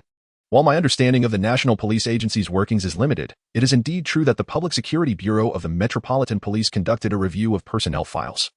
However, it appears that no other departments undertook similar investigations. Shifuka Kajimitsu wore a serious expression at that time. He had not yet commenced his mission to infiltrate the organization and was still undergoing undercover training. He had merely learned from some seniors that the Public Security Bureau had scrutinized everyone's records. Could it be that Kinomoto Sakura's warning prompted such an investigation? At this moment, Hajiwara Kinji furrowed his brow and inquired, isn't this undercover operative from the Public Security Bureau? Why was he not detected? He held the rank of inspector in the Special Crimes Division of the 1st Investigation Section, primarily tasked with handling bombing cases. Kinomoto Sakura acknowledged that the Metropolitan Police might have deemed the Public Security Bureau more significant, thereby relaxing scrutiny over other departments. In response, Shifuka Kagemitsu nodded in agreement, recognizing that the upper echelons would certainly pay closer attention to the highly confidential Public Security Bureau. "Hey phone, to whom did you send that anonymous email back then?" Hagiwara Kinji questioned suspiciously. "Aren't you also unaware of the identity of the undercover agent? What if that person is indeed an operative? If the recipient of the email were to be an undercover agent, it would not pose much of a concern, as the opened email would automatically self-destruct within half an hour, leaving no trace behind." Sakura Kinomoto smiled nonchalantly, seemingly unconcerned that no one had yet deciphered the program he had designed. Thus, is Kinomoto-kun aligned with the police? After a prolonged silence, Sugura Kageyama quietly inquired of Sakura Kinomoto. Sakura Kinomoto shook her head gently and murmured, "Assisting the police in identifying undercover agents is merely a trivial task. I shall not compromise my identity by collaborating with them. The police can facilitate your operations," warned Kinji Hagiwara in a grave tone, "and your safety is somewhat assured. However, from my perspective, it is the police who are truly constrained. The organization in black remains shrouded in secrecy, while most of the police's actions are conducted in the open, making it relatively easy for the organization to discern their movements. Conversely, all intelligence regarding the black organization must be gleaned from undercover officers. A moment's carelessness could result in the exposure of the sole source of information by the organization's infiltrators within the police. It can be said that the undercover officers are pivotal to the entire operation." Upon hearing Sakura's analysis, both Kageyama and Kinji Hagiwara momentarily gasped, their thoughts drawn to the beleaguered Rage in Akutagawa. "I will not voluntarily present myself as a target for the black organization," Sakura declared, her expression serene. "I have family. I cannot allow them to be ensnared in danger. Should the black organization discover my identity, my loved ones would undoubtedly face dire consequences." Sakura Kinomoto caressed the antique watch resting on the table, a flicker of coldness glinting in her eyes. She vowed never to allow her family to fall victim to the machinations of the black organization again. "Why must you reveal this to us?" Kajitane J-Fuku inquired, meeting Sakura's gaze with unwavering intensity. "Because my senior once spent 2 years infiltrating the organization, you must possess knowledge of certain undisclosed secrets. Furthermore, it will be challenging to circumvent your involvement in forthcoming operations, so it is better to be forthright."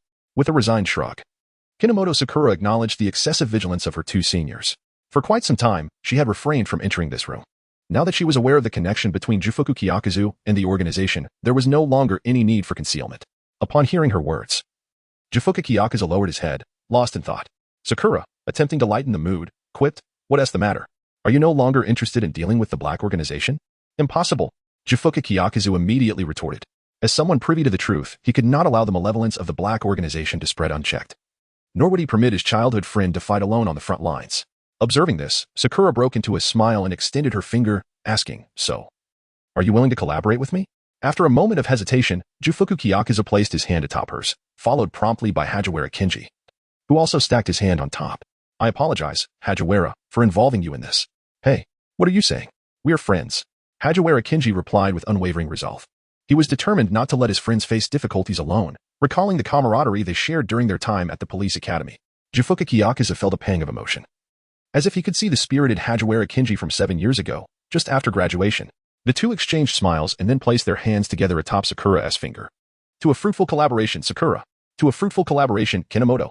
Upon receiving their enthusiastic responses, Sakura picked up a nearby key, selecting one and gently slipping it into the side pocket of Jufuku Kyakuzu's jacket. "This is the key to the room. I'll double-check to ensure it won't fall out of your pocket. Should you wish to examine the materials, you may enter the room at any time." Jufuku Kyakuzu widened his eyes in disbelief, exclaiming, "You're just giving it to me?" "Of course. I trust that you, Jufuku-senpai, will not make any mistakes. Likewise, I hope you can place your trust in me." Covering the side pocket, Jufuku Kyakuzu's expression was a complex mixture of emotions. He had never anticipated that Sakura would extend such trust to him and Hagiwara, effectively granting them a degree of control over a portion of the information. "Kinomoto-san, I actually..." Sakura Kinomoto raised her hand to interrupt Kajiki Jufuku, saying, "I know what you were about to say, but if it is truly inconvenient, there is no need to disclose his identity to me." "Thank you, Afong." At that moment, Kajiki Jufuku's suspicions towards Sakura Kinomoto completely dissipated, and he began to genuinely accept this new partner. Meanwhile, Hagiwara Kinji, who had been neglected, mumbled sulkily, "Why doesn't Hagi have the key?" "Because Senior Hagi seems like the type to misplace keys," Sakura Kinomoto replied earnestly. "Hey, Hagi is not that careless." Kinji shot back. "You almost lost your dormitory key back at the police academy, and Matsuda ended up giving you a good thrashing for it." Turning to the somewhat aggrieved Kinji, Kajiki Jufuku felt a twinge of embarrassment. He found it difficult to bear Kinji's current demeanor. Kinohara keyed, with a cheerful demeanor, observed Hajiwara Kinji as he lamented about the circumstances surrounding the events of the previous night. Chapter 34. Strange noises the following morning. When Zabukakiku awoke from his slumber, he found that Kinohara Kid had already vanished from the apartment. It appeared that he had not taken a leave of absence from the police department to recuperate from his injuries. The unusual sensation at his waist reminded Zabukakiku that the occurrences of the previous night were not mere figments of his imagination. They had indeed formed an alliance with Kinohara Kid to oppose the Black Organization. Flapping his wings, he approached the door and inserted the key into the lock. With a soft click, the previously sealed room was effortlessly unlocked. The arrangement within remained unchanged from the night before. This time, Zabukakiku chose not to access the computer brimming with organizational intelligence, as it seemed Kinohara Kid had programmed it in such a way that data files only appeared after entering the correct code. Lacking the expertise to decipher such intricate programs, he opted instead to sift through a folder nestled among the books, hoping to uncover some valuable intelligence. "Little Zabuka, why haven't you had breakfast?" Hajiwara Kinji inquired. Peering curiously into the room, a piece of toast adorned with a thick layer of strawberry jam dangling from his mouth, emanating an enticing aroma. However, Zabukakiku remained unfazed, laying the documents across the desk and meticulously reading them line by line. Observing Zabukakiku's indifference, Hajiwara Kinji leaned closer to assist in examining the cases documented within the files. The tourbus explosion case was highlighted on the front page, featuring a photograph of a bus resembling a kindergarten vehicle, engulfed in flames, mercilessly consuming the lives of its passengers. Hajiwara Kinji furrowed his brow and murmured, "I learned about this case from the demolition team. I heard it erupted suddenly in a bustling area, leaving no time for rescue efforts. What was the toll? Aside from a few pedestrians who happened to be passing by, all 15 children aboard, along with their 2 teachers, perished." "Children?" Hajiwara Kinji nodded gravely, recalling the shock he felt when hearing about this incident from a senior member of the demolition team. These 15 children were orphans from the same welfare institution, which had recently received sponsorship and rented a bus for an outing.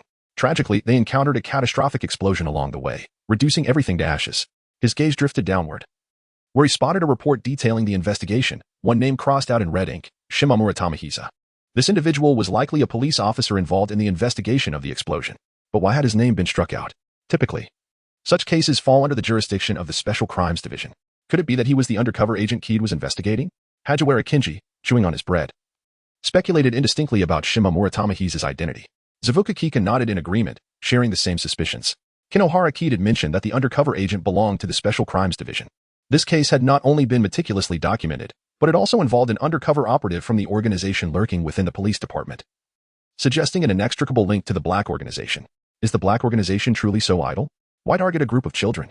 Despite having gleaned some insights about the organization from Kid and Zabukakiku, Hajiwara Kinji still viewed it through a veil of mystery. This incident occurred over a decade ago, a time when investigations into the Black Organization had only just commenced. Zabukakiku sighed softly, contemplating that the police department may not have included this case in their investigations. If Shimamura Tamahisa was indeed an undercover agent, he might have meticulously handled all details related to the organization, leading the police department to overlook the case's peculiarities. After swallowing the last bite of toast, Hajiwara Kinji reclined, exclaiming, "Ah, you and little Akira are incredible. You managed to infiltrate such a perilous organization. Compared to Zero, I'm barely lacking." Zabukakiku shook his head dismissively. Although he had quickly acquired a codename back then, he considered himself an ordinary officer when compared to his colleagues. Zero and Rai. Suddenly, Hajiwara Kinji sat upright, a mysterious glint in his eyes. "Who do you think is stronger, little Akira or Kid?" Zabukakiku paused, pondering. Zero, like Kid, had been the top of their class at the academy, and the police department entrusted him with undercover work due to his exceptional abilities. After 5 years of rigorous experience, he had surely advanced significantly. Thus, Kid might not necessarily rival him. However, he hesitated to make a definitive judgment, as their time spent with Kid had been limited, and there had been no direct confrontation between Zero and Kid. It's hard to say, based on the current situation. I believe Zero holds the advantage. Indeed, Hajiwara Kinji agreed. Since joining the police, Kid has only truly resolved that serial murder case. I've never seen him in action, though his computer skills are commendable. Zabukakiku turned to glance at the calendar hanging in the living room. Spotting December, he furrowed his brow. Did you not receive a fax on November 7th? Or has the perpetrator already been apprehended? Huh? What perpetrator? Is it significant? Hajiwara Kinji scratched his head, momentarily bewildered by Zabukakiku's inquiry. Of course, he is the one responsible for the deaths of you and Matsuda. Hajiwara Kinji's smile vanished completely, his eyes widening in alarm. Breath quickening, he abruptly grasped Zabukakiku's shoulders and whispered urgently, "Is there a fax every year?" Zabukakiku nodded solemnly. Matsuda had clearly stated that the police department receives a countdown fax every November 7th. If this individual had not abandoned his plans, he might strike again this year. Kid and I visited the cemetery on November 7th. I wonder if there was a fax, Hajiwara Kinji mused. clutching his head as he struggled to recall events from a month prior. Moreover, there's a female officer in the Special Investigations Unit keeping an eye on this case. She must have reacted. Zavuka Kika stroked his chin thoughtfully for a moment before slowly articulating, could it be that something happened to this perpetrator? Before he could finish, a peculiar sound emanated from the bedroom, interrupting Hajiwara Kenji. The two were startled and hurriedly left the room, locking the door behind them before cautiously approaching the bedroom. Zavuka Kika grabbed a fruit knife along the way, prepared for any unforeseen circumstances. As they neared the bedroom, an acrid smell filled the air, mingling with a foul yet familiar odor. Hajiwara Kenji scanned the ceiling and, after a moment, discovered a charred object beneath the drooping bedsheet. Charcoal? With a heart full of confusion, he cautiously approached the object that resembled charcoal, while Zhufu Jingguang sensed his curiosity and approached from another direction. After confirming that the peculiar item remained still, Zhufu Jingguang gently lifted the bedsheet, and both of them peered inside simultaneously. A mere glance caused their pupils to constrict sharply, and they exchanged incredulous looks. Chapter 35, The Resurgence of the Perpetrator. Sakura Kinomoto clutched the leave of absence slip in her hand, her lips twitching slightly. Initially, she intended to maintain an air of professionalism, at least to avoid appearing as someone who relishes idleness. However, she was baffled when Officer Megure insisted that she take a rest at home. Just as Sakura was lost in her thoughts, Miwako Sato hurriedly burst into the office. She swiftly approached Officer Megure, handed him an item, and whispered a few weighty words. In an instant, Officer Megure's demeanor shifted to one of grave seriousness, as if a significant case had arisen. Curiosity piqued within Kinomoto Sakura, prompting her to stealthily approach. The two conversing did not notice her gradual approach. She leaned in for a glimpse and saw Officer Muro's hand gripping a note brimming with writing. I am a hard-hitting major leaguer. Let us commence an extended battle. The signal for the match will be from noon to 3 tomorrow. Even a skilled stunner would prove futile. Ultimately, I shall turn the tide. If you wish to halt the contest, come to me. You, the police, may ascend the bloodstained mound. I shall await your arrival in the Crimson Batter's box. I had thought he would not make an appearance this year, Officer Muro. I request participation in this operation. Without him, Matsuda would not have either. Miwako Sato's words invigorated Sakura, causing her to abruptly lift her head and inquire. Is it related to Officer Matsuda? The sudden voice startled the two, and they finally noticed Sakura, who had been eavesdropping on the note. Indeed. The one responsible for Matsuda's demise 3 years ago has begun to act again. Just now, Officer Shiratori was injured in an explosion. In response to Sakura's question, Miwako Sato replied softly, yet Sakura could distinctly sense the suppressed fury within her. May I partake in the operation? Sakura gazed at Officer Muro. A friend of mine is also acquainted with Officer Matsuda. He is deeply concerned about this matter. Upon hearing this, Officer Muro promptly rejected Sakura's request, stating, You have yet to recover from the injuries sustained in yesterday's explosion. It would be best if you refrain from participating in this case. Sakura Kinomoto initially contemplated putting forth an argument, yet upon observing Miwako Sato's disapproving expression, he reluctantly relinquished his desire to dispute. After all, he was quite capable of conducting his own inquiries. To err on the side of caution, Kinomoto discreetly captured the note while the two were momentarily distracted. Although he experienced a fleeting moment of dizziness upon contact with the note, he dismissed it as inconsequential. Having gathered the information from the note, he slung his backpack over his shoulder and departed from the police headquarters. Kinomoto-kun. As soon as Kinomoto Sakura stepped out of the precinct, she was called to a halt. Turning her head, she was surprised to see none other than Hajiwara Kenji's sister, Hajiwara Chihei. Miss Hajiwara, what brings you to the police station? She inquired. Are you here to investigate the perpetrator responsible for Hajiwara-senpai's demise? But I thought action was only to be taken today. Is it not permissible for the Kanagawa Prefectural Police to visit the precinct? Hajiwara Chihei, hands on her hips, feigned anger as she questioned Kinomoto. No, that is not what I meant. Kinomoto replied with a laugh. All right, enough jesting. In truth, I am here to investigate the driver involved in the hit-and-run incident. The driver? Sakura Kinomoto appeared suddenly enlightened. The driver responsible for the accident she had encountered in Kanagawa had fled the scene without a trace. It was merely by chance that she was nearby, leading to her being taken to the police station to provide a statement. Have they still not apprehended him? Sakura mused, astonished that the driver had evaded capture for more than 2 months despite the police's relentless pursuit. Kanagawa Prefecture is currently unable to handle this case independently. Chiya Hagahara replied with a resigned shake of his head. With a furrowed brow, Kinomoto Sakura pondered the situation. After we located the driver's whereabouts, we swiftly took action. Yet ultimately, we only discovered the white light truck. My colleagues and I had initially planned to recover the vehicle before continuing our investigation, but to our astonishment, forensic analysis revealed gunpowder and materials for bomb making within the interior of the cargo area. This fugitive driver might be carrying explosives. Hajiwara Chihayatsu, with a grave expression, conveyed the details of the accident's aftermath to Kinomoto Sakura.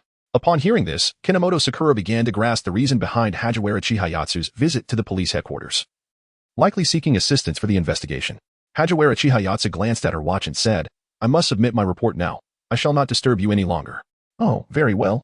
Miss Hajiwara, Kinomoto Sakura abruptly called out to the departing Hajiwara Chihayatsu, who looked back in confusion.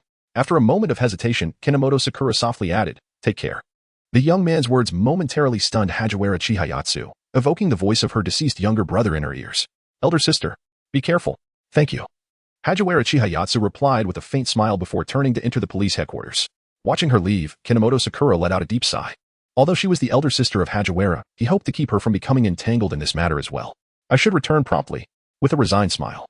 Kinomoto Sakura hastily made her way to the subway station, for the paramount task at hand was to convey the message of the note to the victim, Hajiwara Kinji. However, before that, a few unexpected occurrences transpired. In Sakura's perception, both Jifu Kagemitsu and Hajiwara Kinji were amiable individuals, even in moments of anger. They were unlikely to resort to violence. When he had been threatened yesterday, both had remained remarkably composed and had not resorted to physical confrontation. Thus, when the faint sounds of a scuffle emanated from the apartment, Sakura hesitated momentarily, glancing at the door number. Room 302 appeared to be without issue. Sakura Kinomoto cautiously inserted the key into the lock, gently pulling open the apartment door. He did not rush inside but instead paused at the threshold to glance within. To his astonishment, he was met with a startling scene. Indeed, a scuffle was underway, but it was not between Jifuku Kyakuzu and Hajiwara Kinji.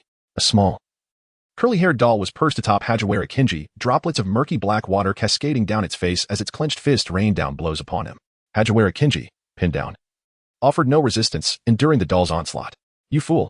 Why aren't you wearing the protective suit? I told you to wear it." "I'm sorry." Jifuku Kyakuzu refrained from intervening to rescue Hajiwara Kinji, as indeed, a stern lesson was warranted for his behavior. However, observing the black water pooling on the floor, Jifuku felt overwhelmed. He scanned the room in search of a clean towel to wipe up the mess, only to turn and find himself locking eyes with the stunned Sakura Kinomoto at the doorway. Kino Momoka seemed reluctant to accept the presence of another individual. He gently closed the door, took a deep breath, and then, with a smile, reopened it. "Ha ha ha." Afong, the awkward laughter of Shufu Jingguang, who was still intent on taking action, briefly filled the air. Struggling to accept the reality, Kino Momoka tilted his head, observing the doll that continued to threaten Hajiwara Kinji. Despite a layer of dust covering its features, its facial features were still vaguely discernible.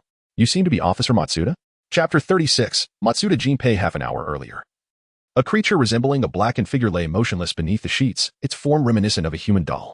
This familiar entrance immediately led Shufu Jingguang and Hajiwara Kinji to recall Kino Momoka's life magic, and they exchanged concerned glances. Worried about the toll it might take on Momoka's body, as it was his life force being expended. Shufu Jingguang cautiously prodded the doll with the hilt of his knife, but it remained still. He nodded to Hajiwara Kinji, and together they dragged the doll out. The dust from the doll fell onto the floor, creating a distinct dark streak. Hajiwara Kinji pulled a napkin from the table and, returning to the doll, began to roughly wipe its face, only managing to remove a thin layer of surface dust. Shufu Jingguang, who had been staring at the doll, furrowed his brow slightly, sensing an inexplicable familiarity with its features. "What's wrong? Do you know this person?" Attracted by Shufu Jingguang's astonished exclamation, Hajiwara Kinji was momentarily taken aback upon seeing the doll's now somewhat cleaner face. After an unknown passage of time, Hajiwara Kinji suddenly lunged towards the doll, shaking it frantically, calling out, "Jinpei, Jinpei, wake up." The figure lying on the ground was indeed Hajiwara Kinji's childhood friend, Matsuda Jinpei. "Hagi, Hagi." Shufu Jingguang quickly intervened, halting Hajiwara Kinji's frantic actions. "Stop shaking him. You're making the dust fall off him." As soon as he spoke, Hajiwara Kinji inhaled a cloud of dust, causing him to double over in a fit of coughing. Shufu Jingguang shook his head in resignation, then lifted Matsuda Jinpei from the ground. "Let us wash off the dust first. Otherwise, when a phone returns, we'll have a house full of grime to deal with." Seeing this, Hajiwara Kinji, still coughing, followed along. After carefully placing Matsuda Jinpei in warm water, the two took clean towels and began to meticulously wash his body. Before long, the basin was filled with dark water, prompting Hajiwara Kinji to lift Matsuda Jinpei above the basin, allowing Shufu Jingguang to replace the dirty water with clean. Unexpectedly, before the water could be changed, the figure began to awaken. As the water cooled, Matsuda Jinpei shivered, groggily opening his eyes as his surroundings gradually came into focus. Is little Shufu still not better? Hagi and little Jinpei are so cold the familiar complaint rang in his ears, and Matsuda Jinpei instantly became alert. Quickly turning to the person beside him. "Hagi, is that really you?" The trembling inquiry left Hajiwara Kinji momentarily stunned. He slowly turned his head to see Matsuda Jinpei staring at him in disbelief. "Little Jinpei," Hajiwara Kinji exclaimed, embracing his childhood friend tightly. "Yes, Hagi is back. I missed you so much." The vibrant presence of Hajiwara Kinji brought tears to Matsuda Jinpei's eyes. He trembled as he returned the embrace, fearing that this hard-won reunion might dissipate like a fleeting dream. Shufu Jingguang chose not to intrude, quietly observing them from the edge of the basin. "Wait. Matsuda's expression seems off," he thought. sensing a shift as Matsuda Jinpei's smile began to morph. The alarm bells in his mind rang, prompting him to swiftly exit the bathroom. In the next moment, Matsuda Jinpei swung his fist, striking his friend squarely on the head, sending an unsuspecting Hagiwara Kinji flying. Hiding nearby, Shufu Jingguang clasped his hands together, silently praying for Hagiwara Kinji to emerge with minimal injuries from Matsuda Jinpei's wrath. Oh, little Jinpei. Why did you hit Hagi? Huh? How can you even ask that? Matsuda Jinpei was fuming, flying over to Hagiwara Kinji's side. You idiot. Not wearing protective gear. I told you to wear it. This was all that transpired before Kinomoto's return. Oh, Hagi definitely deserved that. After hearing the explanation from Shufu Jingguang and seeing Matsuda Jinpei cleaned up, Kinomoto nodded in understanding, approving Matsuda Jinpei's response. Realizing he was in the wrong, Hagiwara Kinji could only sit beside Matsuda Jinpei, rubbing his face in a pitiful manner. As he glanced at Kinomoto, Matsuda Jinpei asked, "Who are you? Why do I look like this?" "Perhaps it's best for Shufu and Hagi to explain," Kinomoto replied, rising to leave the bedroom. "I need to clean up the mess outside." Watching Kinomoto's retreating figure, Matsuda Jinpei raised an eyebrow. "Jing, what on earth is happening?" Shufu Jingguang scratched his face, pondering for a moment before recounting the events of recent days. "Are you weaving a tale?" Matsuda Jinpei spread his hands, looking at the two with frustration. "Life magic is completely abnormal, but it's the truth." Little Jinpei was also resurrected, Hagiwara Kinji muttered under his breath, only to be met with a glare from the still fuming Matsuda Jinpei, compelling him to close his mouth obediently. Shufu Jingguang sighed in exasperation. "This isn't a fabricated story. Both Hagi and I have confirmed it. The so-called resurrection is influenced by Feng. Their consistent attitudes forced Matsuda Jinpei to accept the bizarre reality of his resurrection. Does he know about the blonde idiot? No, we haven't told Feng. He doesn't seem to care much about the undercover identity." Upon hearing this, Matsuda Jinpei fell silent. After a while, he sighed. "I never expected that in the end. Only the blonde idiot would remain." This statement cast a pall over the entire bedroom, with Shufu Jingguang and Hagiwara Kinji lowering their heads in sorrow. Once, 5 petals of cherry blossoms flourished. Now, only one stubbornly resisted the encroaching darkness. "Knock, knock. Senpai, may I come in?" The voice of Kinomoto Sakura interrupted the thoughts of the 3 individuals, who, after regaining their composure, responded in unison. As Kinomoto entered the bedroom, he noticed Matsuda Jinpei's expression had softened considerably, prompting a sigh of relief from him. Just moments ago, when he had locked eyes with the senior Matsuda, he had perceived him as a formidable figure akin to a mob boss, which was precisely why he had hesitated to provide a personal explanation. Truly, he was a police officer who bore no resemblance to the archetype. He mused inwardly, then spoke in a congenial tone. "It seems that both Senior Jubin and Senior Hagiwara have elucidated matters sufficiently. Although you appear quite suspect, I shall temporarily place my trust in you, young one, given that you risked your life to resurrect us." However, Matsuda Jinpei's tone shifted abruptly, his gaze sharpening. "If you truly are a threat, we shall not hesitate to deal with you again, even at the cost of our lives." Such menacing words did not instill fear in Kinomoto. Rather, he found himself admiring Matsuda Jinpei's strong sense of justice.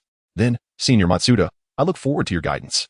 The flawless smile on Kinomoto's face momentarily irked Matsuda Jinpei, yet he nodded in acknowledgement. Chapter 37, The Disappearance Case of Hagiwara Chihayasu, Part 1. By the way, Feng, why did you return so early this morning? Hagiwara Kinji's inquiry reminded Kinomoto, who quickly retrieved his phone to display a photograph of a note to the 3. The first to react was Matsuda Jinpei, who swiftly snatched the phone and scrutinized the message. Upon reading the audacious words, he clenched his teeth and cursed. "This bastard is still alive. Feng, could it be?" Hagiwara Kinji, who had already deciphered the facts, soon caught on, looking up in astonishment. Kinomoto nodded solemnly, a simple gesture that confirmed his suspicions. "I must capture the scoundrel this time." Matsuda Jinpei glared fiercely at the photograph on the phone. Although he and Hagi had been granted a new lease on life, the agonies of 7 and 3 years prior were palpable realities the once close individuals could no longer meet. All thanks to this wretch. Jubin Kajimitsu meticulously examined the information within the photograph, murmuring to himself, "What place does the blood-red batter's box signify?" It appears that deciphering this phrase is crucial to unraveling the case. Listening to the somewhat grave dialogue of the 3, Kinomoto hesitantly raised his hand and inquired, "Why must we decode the cipher? Can we not simply review the surveillance footage?" The trio stood frozen, their minds racing, yet only one word escaped their lips. "Huh?" 3 without uttering unnecessary words, Kinomoto Sakura rose and made her way to the computer room. Seeing this, Shibuya Kajimitsu and Hagiwara Kinji quickly pulled Matsuda Jinpei along and followed her. Before Matsuda could grasp the situation, they were already seated at the computer desk, fixated on the illuminating screen ahead. Today, an assailant had attacked a police inspector from the 1st Investigation Division. Kinomoto Sakura explained the matter concerning Shiratori Ninzen to the 3, asserting that the surrounding surveillance cameras must have captured the suspicious individual. Her hands moved swiftly as the layout of the surveillance distribution gradually unfolded before them. The 3 police academy students gaped in astonishment at the multitude of green surveillance icons scattered across Tokyo. Matsuda Jinpei's lips twitched as he exclaimed, "Hey, kid, that's illegal." To which Kinomoto Sakura nonchalantly replied, "Is your senior going to report me?" "What a cheeky brat. You know perfectly well that others can't see us," Matsuda retorted, grinding his teeth, his expression fierce. Yet, he refrained from commenting further on Kinomoto's hacking actions, understanding that without the assistance of the police department, this was the only method to obtain useful information. "Jinpei, you have no right to criticize others. You've also disregarded protocols several times in the past. Idiot. The nature of our actions is entirely different."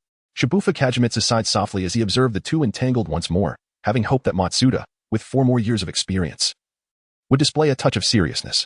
Yet, upon encountering Hagiwara, he reverted to his immature self from the police academy days. "Could you two please be a tad more serious?" The friendly yet subtly menacing tone made Matsuda Jinpei and Hagiwara Kinji startle, abruptly ceasing their bickering and sitting upright, as if they had not been the ones arguing moments earlier. Once his friend settled down, Shibuya Kagemitsu smiled and said, "Sakura, I'll trouble you with this." "Huh? Oh." Kinomoto Sakura hesitantly responded, still absorbed in the unfolding events. "Wow, Shibuya-senpai is a bit intimidating." Under Shibuya's oppressive gaze, Kinomoto swiftly located the surveillance footage from the explosion site. In the video, pedestrians passed by the vehicle without a hint of suspicion, even during the explosion. "This camera angle is inadequate," Hagiwara Kinji remarked, frowning as he pointed to the vehicle in the footage. "It doesn't capture the front of the car at all."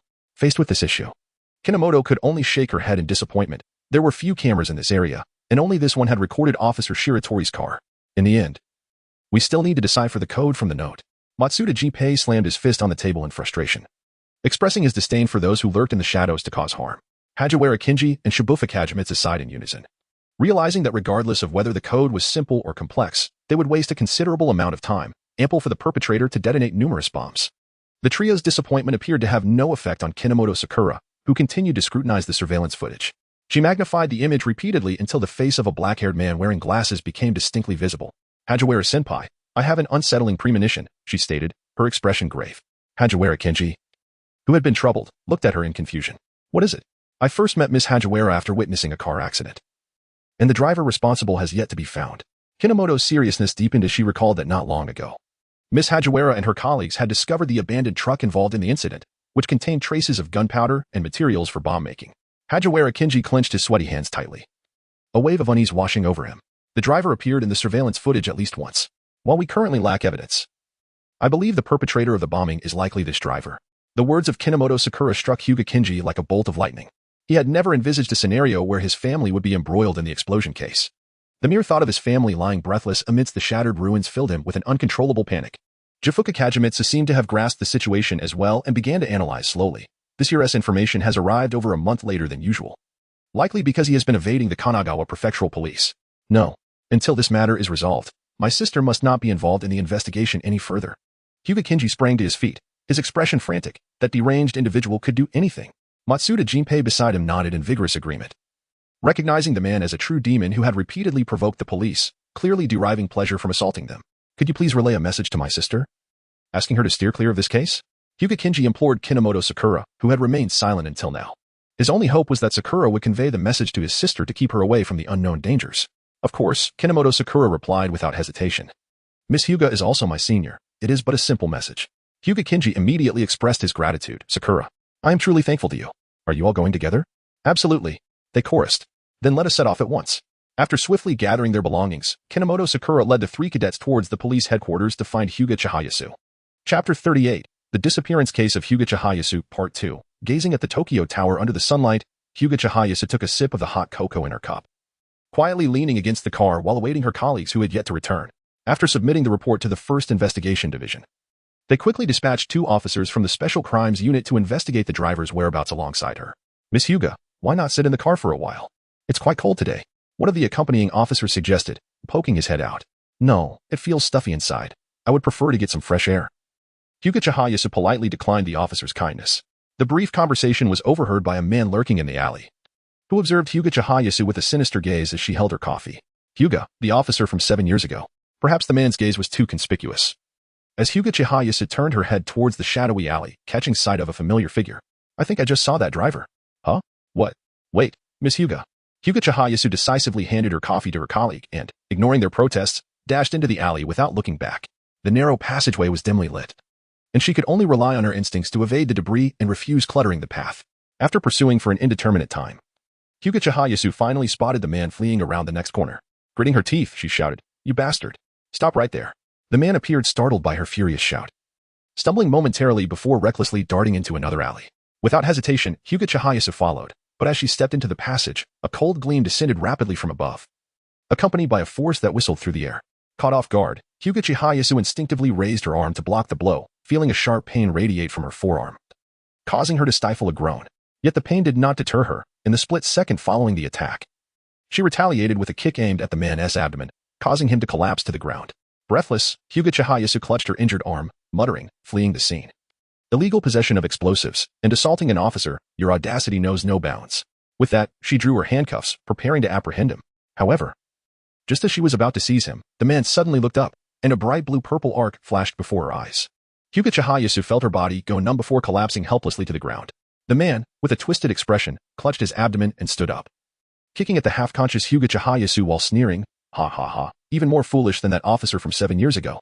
7 years ago, Kenji." His words triggered memories of her late brother, and she realized the connection between this man and her brother's death was profound. But it was too late. She could only await the impending arrival of death in silence. When Kinomoto Sakura arrived at the police headquarters with her laptop in tow, Hyuga Chihayasu had already set out with the investigation division to track down the reckless driver. Asakai Villa District? Yes, according to surveillance footage and witness statements. The driver has seemingly been lingering there for some time. Upon hearing this, Hyuga Kenji felt an increasing sense of unease. The Asakai Villa District was where his brother had met his demise 7 years ago. This was no mere coincidence. Matsuda Jinpei evidently recognized this as well. With his hands in his pockets, he muttered a curse, realizing that the driver must be the same individual, as he would not be loitering near the Asakai Villa District otherwise. Just as Kinomoto Sakura intended to inquire further about the operation, the hurried footsteps approaching from behind drew her attention. She turned slightly, puzzled, to see 2 officers rushing towards them with anxious expressions. One of the officers found the head of the Special Crimes Unit, breathlessly reporting, Hyuga Chihayasu has gone missing while pursuing a suspect. Boom. In an instant, Hyuga Kenji's mind went blank, the news of his sister's disappearance echoing incessantly in his ears. Kenji, get a grip. Matsuda Jinpei shook his childhood friend, trying to pull him back from the brink of panic. How can you hope to find Chihayasu like this? The call of his friend did little to calm Hyuga Kenji. His face remained a mask of despair, and he stammered, "What if that demon discovers she is my sister? He will undoubtedly not let her go." Smack. A sudden slap interrupted Hyuga Kenji's frantic ramblings, startling Jifuka Kagemitsu, who had been listening to the officers recount the events alongside Kinomoto Sakura. He quickly stepped forward to intervene. "Matsuda, why are you 2 fighting again? This idiot won't wake up without a slap." Hearing the commotion, Hyuga Kenji blankly cupped his right cheek, and as the sharp pain registered, his chaotic thoughts began to coalesce once more. He stepped forward and embraced the irate Matsuda Jinpei. "Thank you, Jinpei." The gratitude whispered in his ear seemed to quell Matsuda Jinpei's fury, and he feigned ferocity by pinching Hyuga Kenji's side, eliciting a pained yelp from him. Jifuka Kagemitsu observed the two with a resigned expression, breathing a sigh of relief. It appeared there was no need for him to mediate their conflict. While the two were engaged in their playful scuffle, Kinomoto Sakura had comprehended the entire sequence of events. With a grave expression, she returned to the side of her fellow cadets, softly stating, "There is no useful information. All we know is that Miss Hyuga went missing in an alley near the Tokyo Tower." "Tokyo Tower? Can you access the nearby surveillance footage?" Matsuda Jinpei immediately thought of a strategy, looking up to Kinomoto Sakura with anticipation. Kinohara Ki lifted her notebook and softly remarked, "It seems that Senior Matsuda has underestimated me." They swiftly departed from the Metropolitan Police Department and opted for a nearby CAF. Keat settled into a relatively secluded spot, opened her laptop, and within 2 minutes located the surveillance footage surrounding Tokyo Tower. The 4 gathered around the computer, meticulously scrutinizing the video frame by frame, leaving no useful detail overlooked. "My sister is dashed out. Is there surveillance in this alley?" That bespectacled man. As the footage progressed, the reason behind Hagiwara Chihayasu's disappearance gradually became clearer, with all evidence indicating that the driver was indeed the perpetrator of the explosion from years past. "Kinohara-kun?" A sudden call startled Keed, causing her to instinctively press a shortcut key, which resulted in the complete disappearance of the surveillance video, replaced instead by a news browsing page. Maintaining a calm demeanor, she turned to face the newcomer, who was none other than Amuro Turu, holding a tray and smiling at her cheerfully.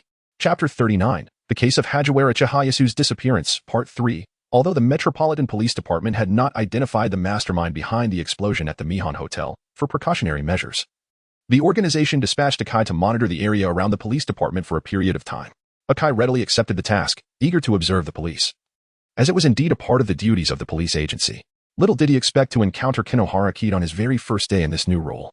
"Mr. Amuro, have you changed jobs again?" Keed asked hesitantly, glancing at Akai's black apron and the steaming coffee on his tray. Since meeting Mr. Amuro. It seemed he had changed jobs 3 times already. Akai scratched his face awkwardly, responding, haha, my previous jobs were not very satisfying, so I tend to switch quite frequently. In truth, Akai found himself in a rather absurd situation. Frequently changing jobs was not unusual for him to accomplish his organizational tasks. Yet being caught twice by the same person was a first. Do you have work today, Kinoharu-kun? Your injury seems to be lingering, Akai inquired casually. In response, he nonchalantly waved her bandaged hands, stating, it merely looks severe, it hasn't affected me for long.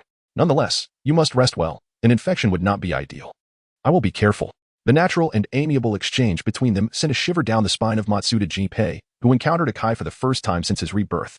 During his time at the police academy, he had lost count of the arguments he had with Akai. His impression of Akai was always of a person embodying justice. And he had never witnessed this gentle side of him before. Ugh, that blonde bastard's expression is truly repulsive. Fujisaki Kagemitsu and Hajiwara Kinji were unperturbed by the scene.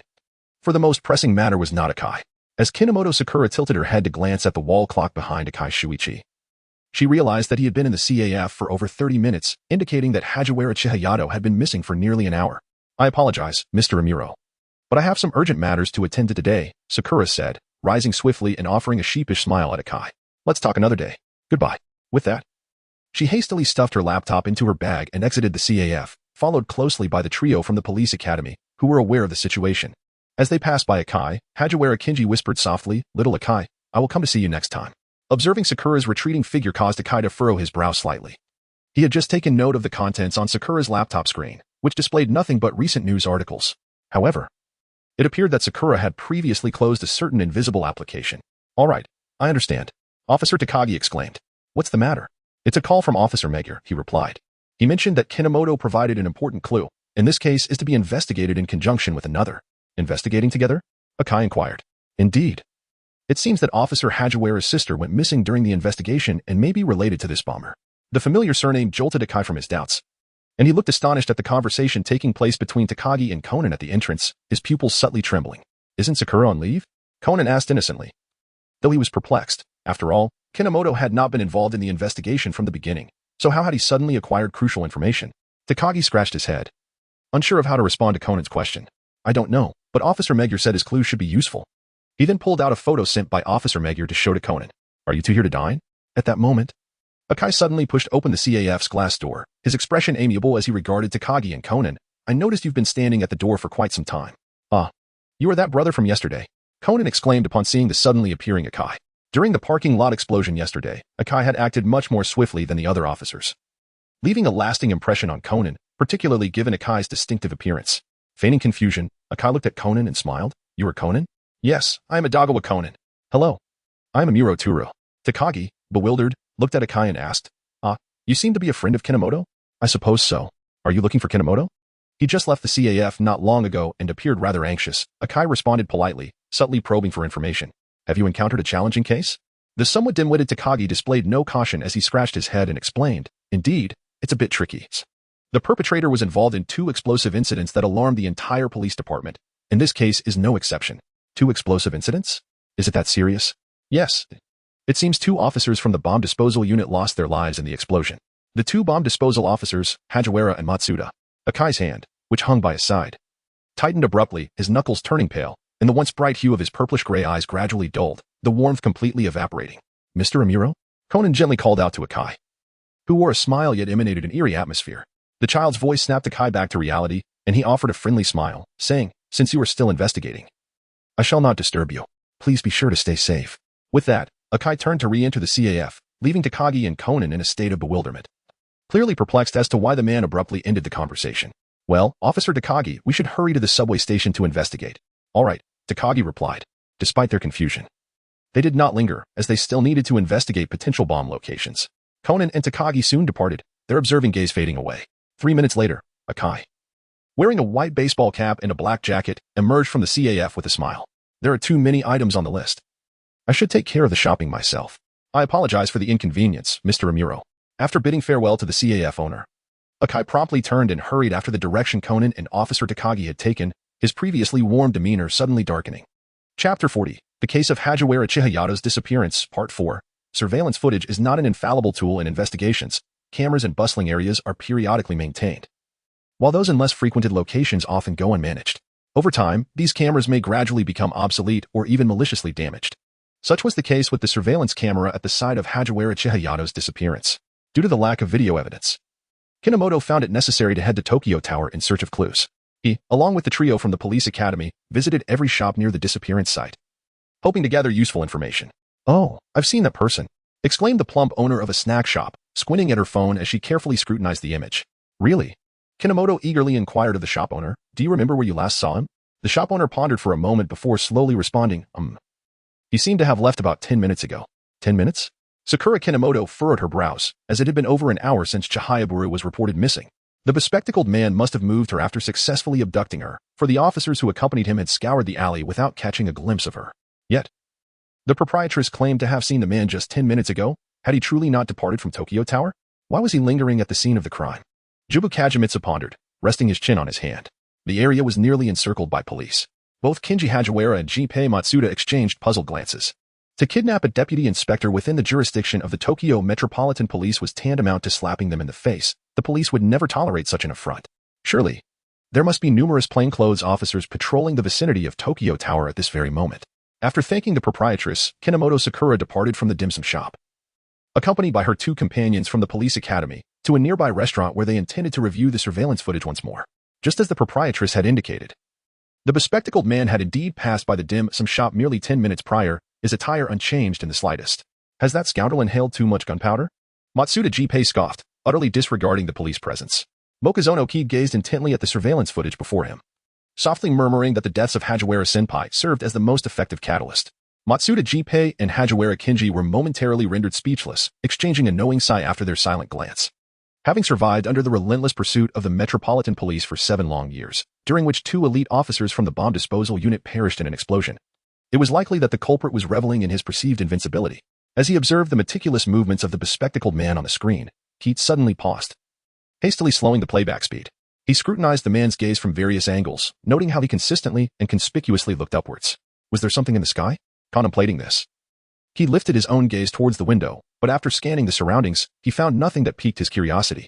Reluctantly, he returned his attention to the screen. At that moment, the towering Tokyo Tower abruptly swept into view, and his wandering eyes fixated on the striking red and white structure. The message from the note surged into his mind with startling clarity. Climb the blood-soaked mound, the crimson batter's box. The red box ascends. His murmured thoughts captured the attention of his fellow police academy students, who turned to see Keed gazing vacantly out the window. In the next instant, regaining his focus, Keed swiftly summoned the surveillance footage surrounding the Tokyo Tower, his urgency startling the trio. "Keed, what is wrong?" they inquired. "The bomb might be planted in the elevator of Tokyo Tower," he exclaimed. Almost immediately, the footage from 3 days prior revealed the bespectacled man in work attire, leisurely exiting the Tokyo Tower with a relaxed demeanor and a hint of a smug smile adorning his face. "We must conduct an immediate bomb check," Kajikiro Jubin cried out. This time frame coincided with the peak tourist hours. Should the bomb detonate, the consequences would be unimaginable. Tokyo Tower, a renowned tourist attraction, draws visitors daily, eager to gaze upon the sprawling cityscape through telescopes, with the elevator serving as a vital means of transportation. Understanding the gravity of the situation, Kinomoto Sakura promptly retrieved her phone and dialed Officer Megure, reiterating all her deductions. "Very well, I will contact the bomb squad immediately. Please ensure your safety." "Understood." After ending the call, Sakura swiftly produced a spare phone from her laptop bag and handed it to Hajiwara Kinji. "Sakura, this?" Hajiwara gingerly cradled the phone, momentarily puzzled by Kinomoto's intentions. "Investigating the bomb will undoubtedly alert the perpetrator, placing Miss Hajiwara in considerable jeopardy. We must locate the assailant and ascertain Miss Hajiwara's whereabouts before the police arrive."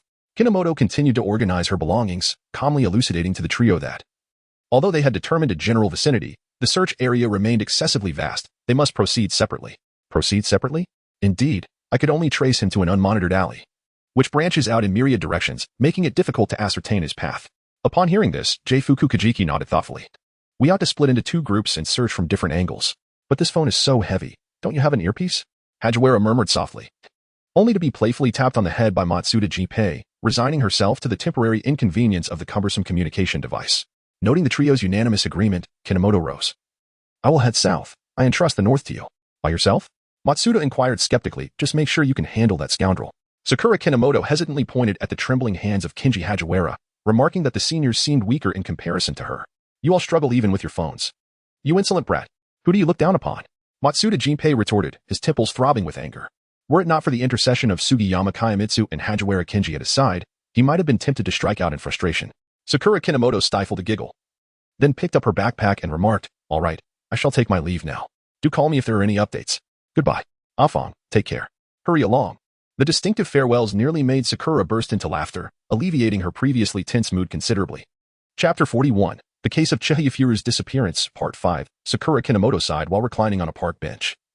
Initially believing that the division of labor would alleviate some of his workload. However, he soon discovered that the plethora of shops and narrow alleys surrounding him was overwhelming. He had only managed to survey half of them thus far. It seemed prudent to allocate some time to update the mapping functionality. When he designed the monitoring map, he had entirely overlooked the need for a feature to search for specific targets, and at that time, facial recognition technology was not yet widely adopted. As the demands of his work escalated, he had forgotten to incorporate this new functionality. Suddenly, a chilling conversation among passing pedestrians caught his attention. The Tokyo Tower has just exploded. Oh my goodness. What happened? I heard there was a bomb in the elevator. Startled, Sakura Kinomoto looked up abruptly, his heart racing as he gazed at the retreating figures, a sense of dread washing over him. Had the bomb been activated? Sakura Kinomoto hurriedly slung her bag over her shoulder and swiftly made her way towards the Tokyo Tower. Meanwhile, Wataru Takagi and Conan found themselves inside the elevator of the Tokyo Tower, facing a bomb equipped with a mercury control rod. The mercury control rod? It is an explosive device that detonates when the mercury ball makes contact with the fuse, and this particular bomb possesses enough power to obliterate the entire Tokyo Tower. Wataru Takagi's expression darkened as he pondered their strategy. It seemed they would have to wait for the bomb disposal team to rescue them. Conan lay motionless atop the elevator, softly murmuring, "I fear that may not be feasible. There is a listening device near the bomb. The perpetrator is likely eavesdropping from somewhere nearby. If he hears the bomb disposal team attempting a rescue, he will detonate the bomb. Then what shall we do? There is but one option left. I will disarm the bomb." Conan's audacious declaration left Wataru Takagi momentarily speechless, his mouth agape as he uttered in confusion, "What?" Sakura Kinomoto was oblivious to the events that had transpired in the elevator. At that moment, he was fervently sprinting towards Tokyo Tower, all the while holding his phone to dial the backup device held by the three individuals at the police academy. "Have you found him, phone?" Came the excited voice of Kenji Hagiwara from the other end, under the impression that Sakura had already located the perpetrator. Kino Sakura gasped. "The bomb at Tokyo Tower has been detonated, and I am rushing there." Upon hearing this, the three individuals across from him were taken aback. And Matsuda Jinpei immediately snatched the phone, exclaiming, "What do you mean it was suddenly detonated? Have the police detected any movement? It appears the police have yet to arrive." He continued. As he spoke, Kino Sakura reached Tokyo Tower, leaning against his knees, panting heavily as he surveyed the area, only to find that no police vehicles were in sight. Thus, it seemed that the action taken by the Metropolitan Police had not prompted the glasses-wearing man to detonate the bomb. Perhaps someone else had discovered it first. Jifu Kajimitsu leaned closer to the phone, calmly analyzing the perpetrator's motives. Meanwhile, beneath Tokyo Tower, Kino Sakura noticed the tense expression on Sato Mihoko's face in the distance. Further corroborating Jifu Kajimitsu's assessment, Sakura Kinomoto did not immediately converge with Mawako Sato. The fact that the assailant could detonate the bomb in such a short time indicated he was certainly monitoring from nearby. Engaging with Mawako would undoubtedly draw the killer's attention, complicating subsequent actions. However, the proximity of the assailant made things manageable. After locating a relatively secluded spot, Sakura quickly accessed the surrounding surveillance feeds, scrutinizing all cameras that monitored the Tokyo Tower. After an exhaustive search, she finally spotted her target on a nearby overpass. A bespectacled man with a black earpiece languidly leaned against the railing, smugly gazing at the distant Tokyo Tower. A small remote control in his hand, a device that controlled a machine capable of taking countless lives. "Senior, I've found him." Sakura conveyed the information to the three police academy students waiting patiently, adding, "But I cannot approach him now. He possesses the remote detonator." It was likely there was another bomb within Tokyo Tower. Otherwise, the man would not remain in observation. Moreover, Mawako appeared quite flustered moments ago, suggesting that someone familiar might be near the bomb. AKA, you stay at Tokyo Tower and monitor his movements. We three will search for Miss Hagiwara," advised Kajimitsu Jibufu in a hushed tone. Sakura was currently the only one aware of the bespectacled man's movements. She needed to stay at the scene to keep track of him to prevent any unforeseen incidents. Upon hearing this, Sakura voiced her concerns. "The workload is immense." "Is it truly all right? Kid, don't fret unnecessarily. We three can observe much more from above," Matsuda Jinpei replied with a smile, urging Sakura to focus on watching the rogue. "Indeed. We are also esteemed graduates of the police academy. You can leave the rest to us," Kenji Hagiwara declared, clenching his fist, confident they would locate his sister before the police arrived. Their resolute tone rendered Sakura speechless. She gazed at the arrogant man in the surveillance feed, sighed gently, and said, "Then I entrust this to you. Please be cautious." "No problem." They chorused, their faces determined, though anxiety loomed within. They could infer the bomb's location through coded signals. Yet searching for Chihei Hagiwara was akin to finding a needle in a haystack. Kagemitsu furrowed his brow, calmly analyzing. The assailant likely would not hide Miss Hagiwara in a bustling area. Yes, let us first check the nearby abandoned buildings. Aimless wandering will only waste more time. Kinji concurred with Kagemitsu's assessment while offering his own thoughts. They needed to find Chie Hagiwara before the police initiated a pursuit, ensuring her safety and allowing the police to apprehend the perpetrator without threat. In agreement, the trio swiftly set off. The Tokyo Tower being an iconic structure meant that there were not many abandoned buildings around. What a stroke of bad luck, exclaimed Matsuda. What happened? I was startled by a chipped star-shaped brooch while passing the abandoned apartments in the West District and fell. How pathetic, getting scared by a brooch. High school students were bantering on the street, lamenting their misfortunes during their commute home, their conversation causing Kinji to pause inadvertently. Chipped star-shaped brooch? Hagi? Matsuda called back to Kinji, who had lagged behind, noticing him staring blankly at the two departing high schoolers. Kagemitsu also sensed Kinji's unusual behavior, asking, Hagi, what's wrong? In the West District. My sister is in an abandoned apartment building in the West District. Kinji suddenly turned around, rushing towards them with his phone in hand. Matsuda quickly grabbed the inexplicably agitated Kinji, inquiring, Are you sure? Absolutely. There is no mistake. Kinji asserted, clutching his phone tightly, his tone resolute. The chip brooch that high school student mentioned is my keepsake. Chapter 42, The Disappearance Case of Chie Hagiwara, Part 6, During University. Kinji would wear some shiny accessories for events like mixers, but they were of mediocre quality, often relegated to the drawer after a single use. The purple star-shaped brooch was a trinket he acquired from a street vendor at his graduation. Chie had initially disliked its odd color scheme.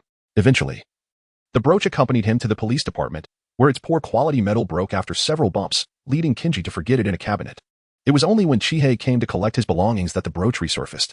To think my sister still kept that brooch, Kinji mused with a bittersweet smile. She used to be the most disdainful of it. I can't believe she preserved it for 7 years. Noticing Kinji's somber mood, Matsuda, in mid-flight, nudged him gently. Offering comfort, come on, don't be so glum. Chie is waiting for her idiot brother to rescue her. Kinji retorted defiantly, Hagi is not an idiot brother. If you don't hurry, you'll truly become one. Kagemitsu chided good-naturedly from ahead. Kinji, facing a 2-on-1 situation, pouted but then vigorously flapped his wings, swiftly overtaking Kagemitsu and Matsuda.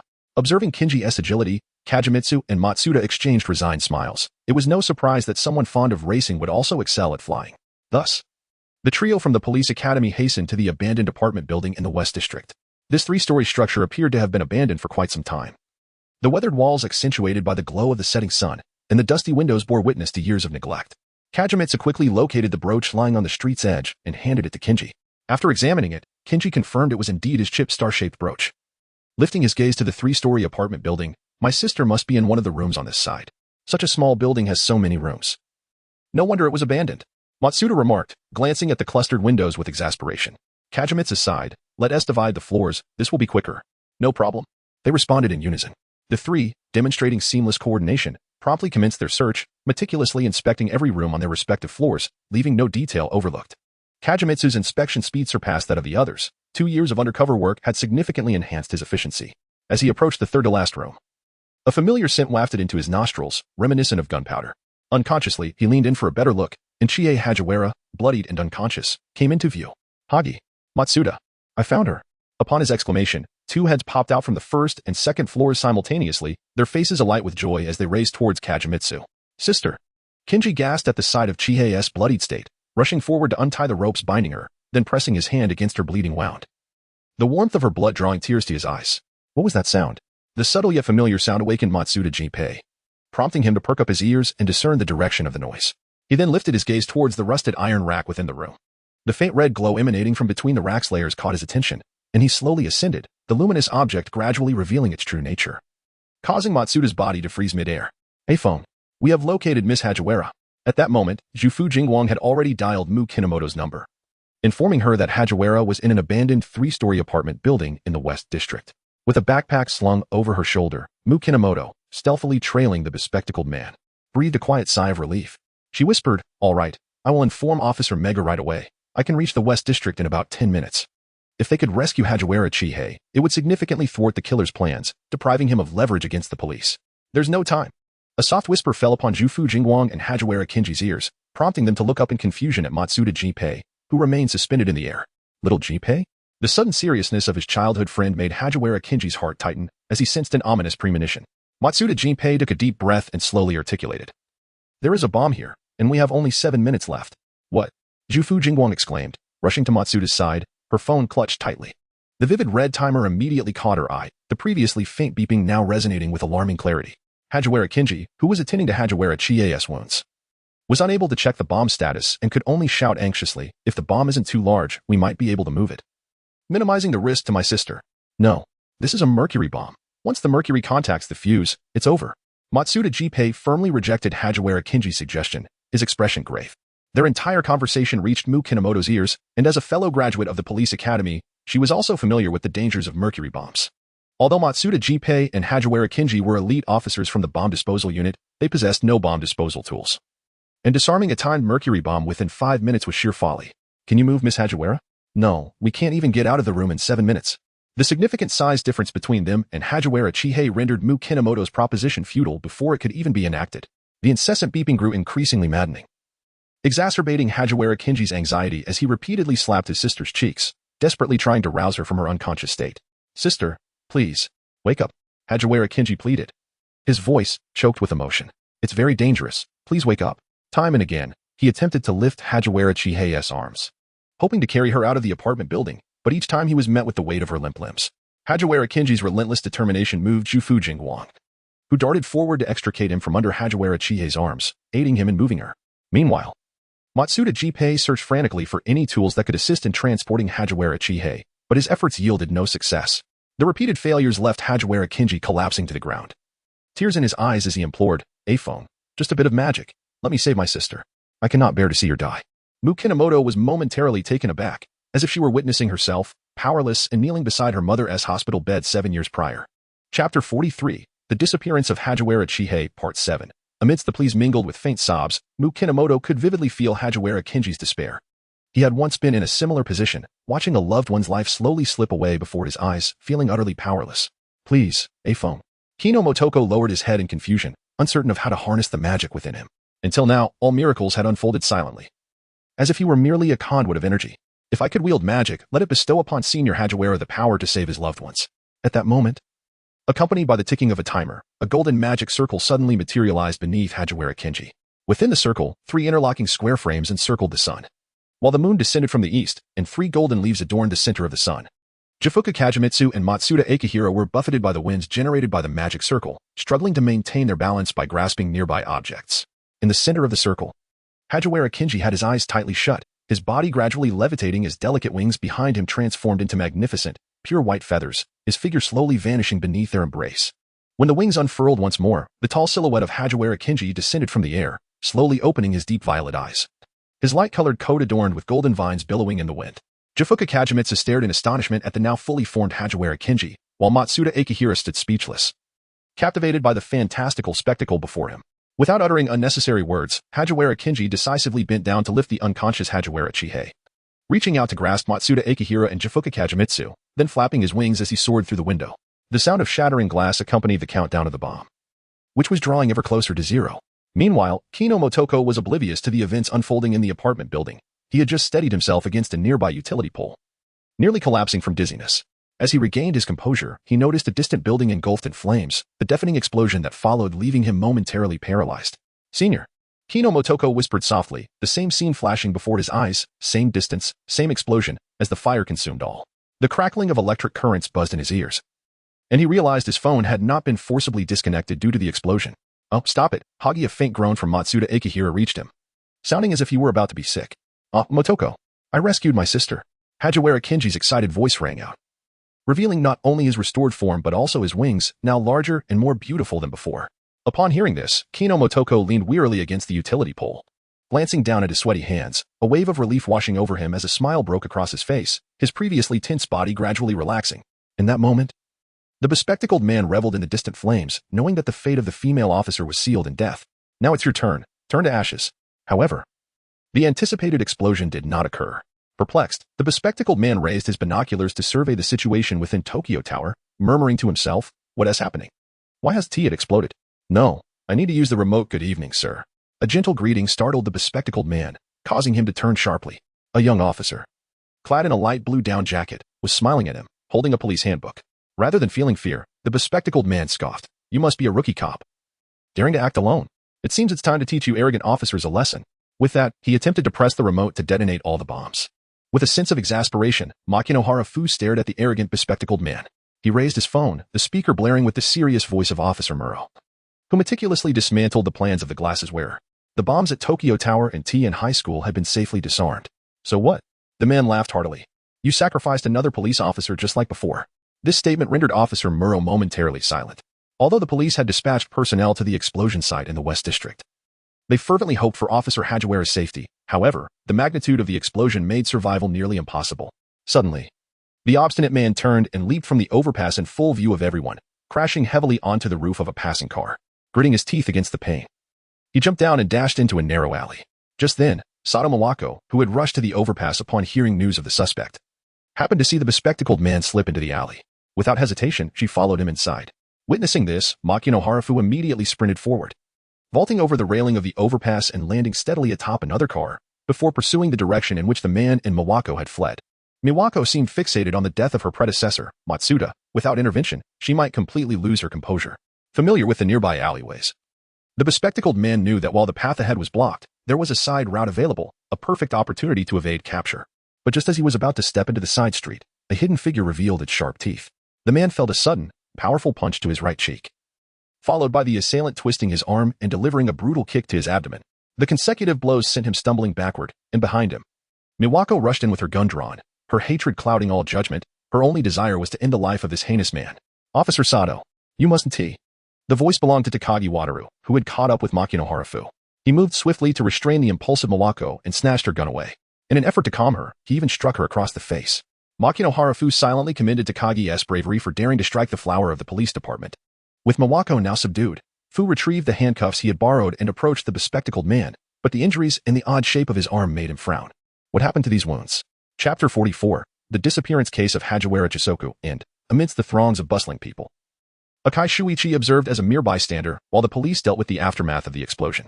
The scarred assailant exhibited no remorse, taunting the officers despite his own pay, repeatedly mentioning the missing Hagiwara Chisoku, using her presumed death to mock the incompetence and hypocrisy of the police.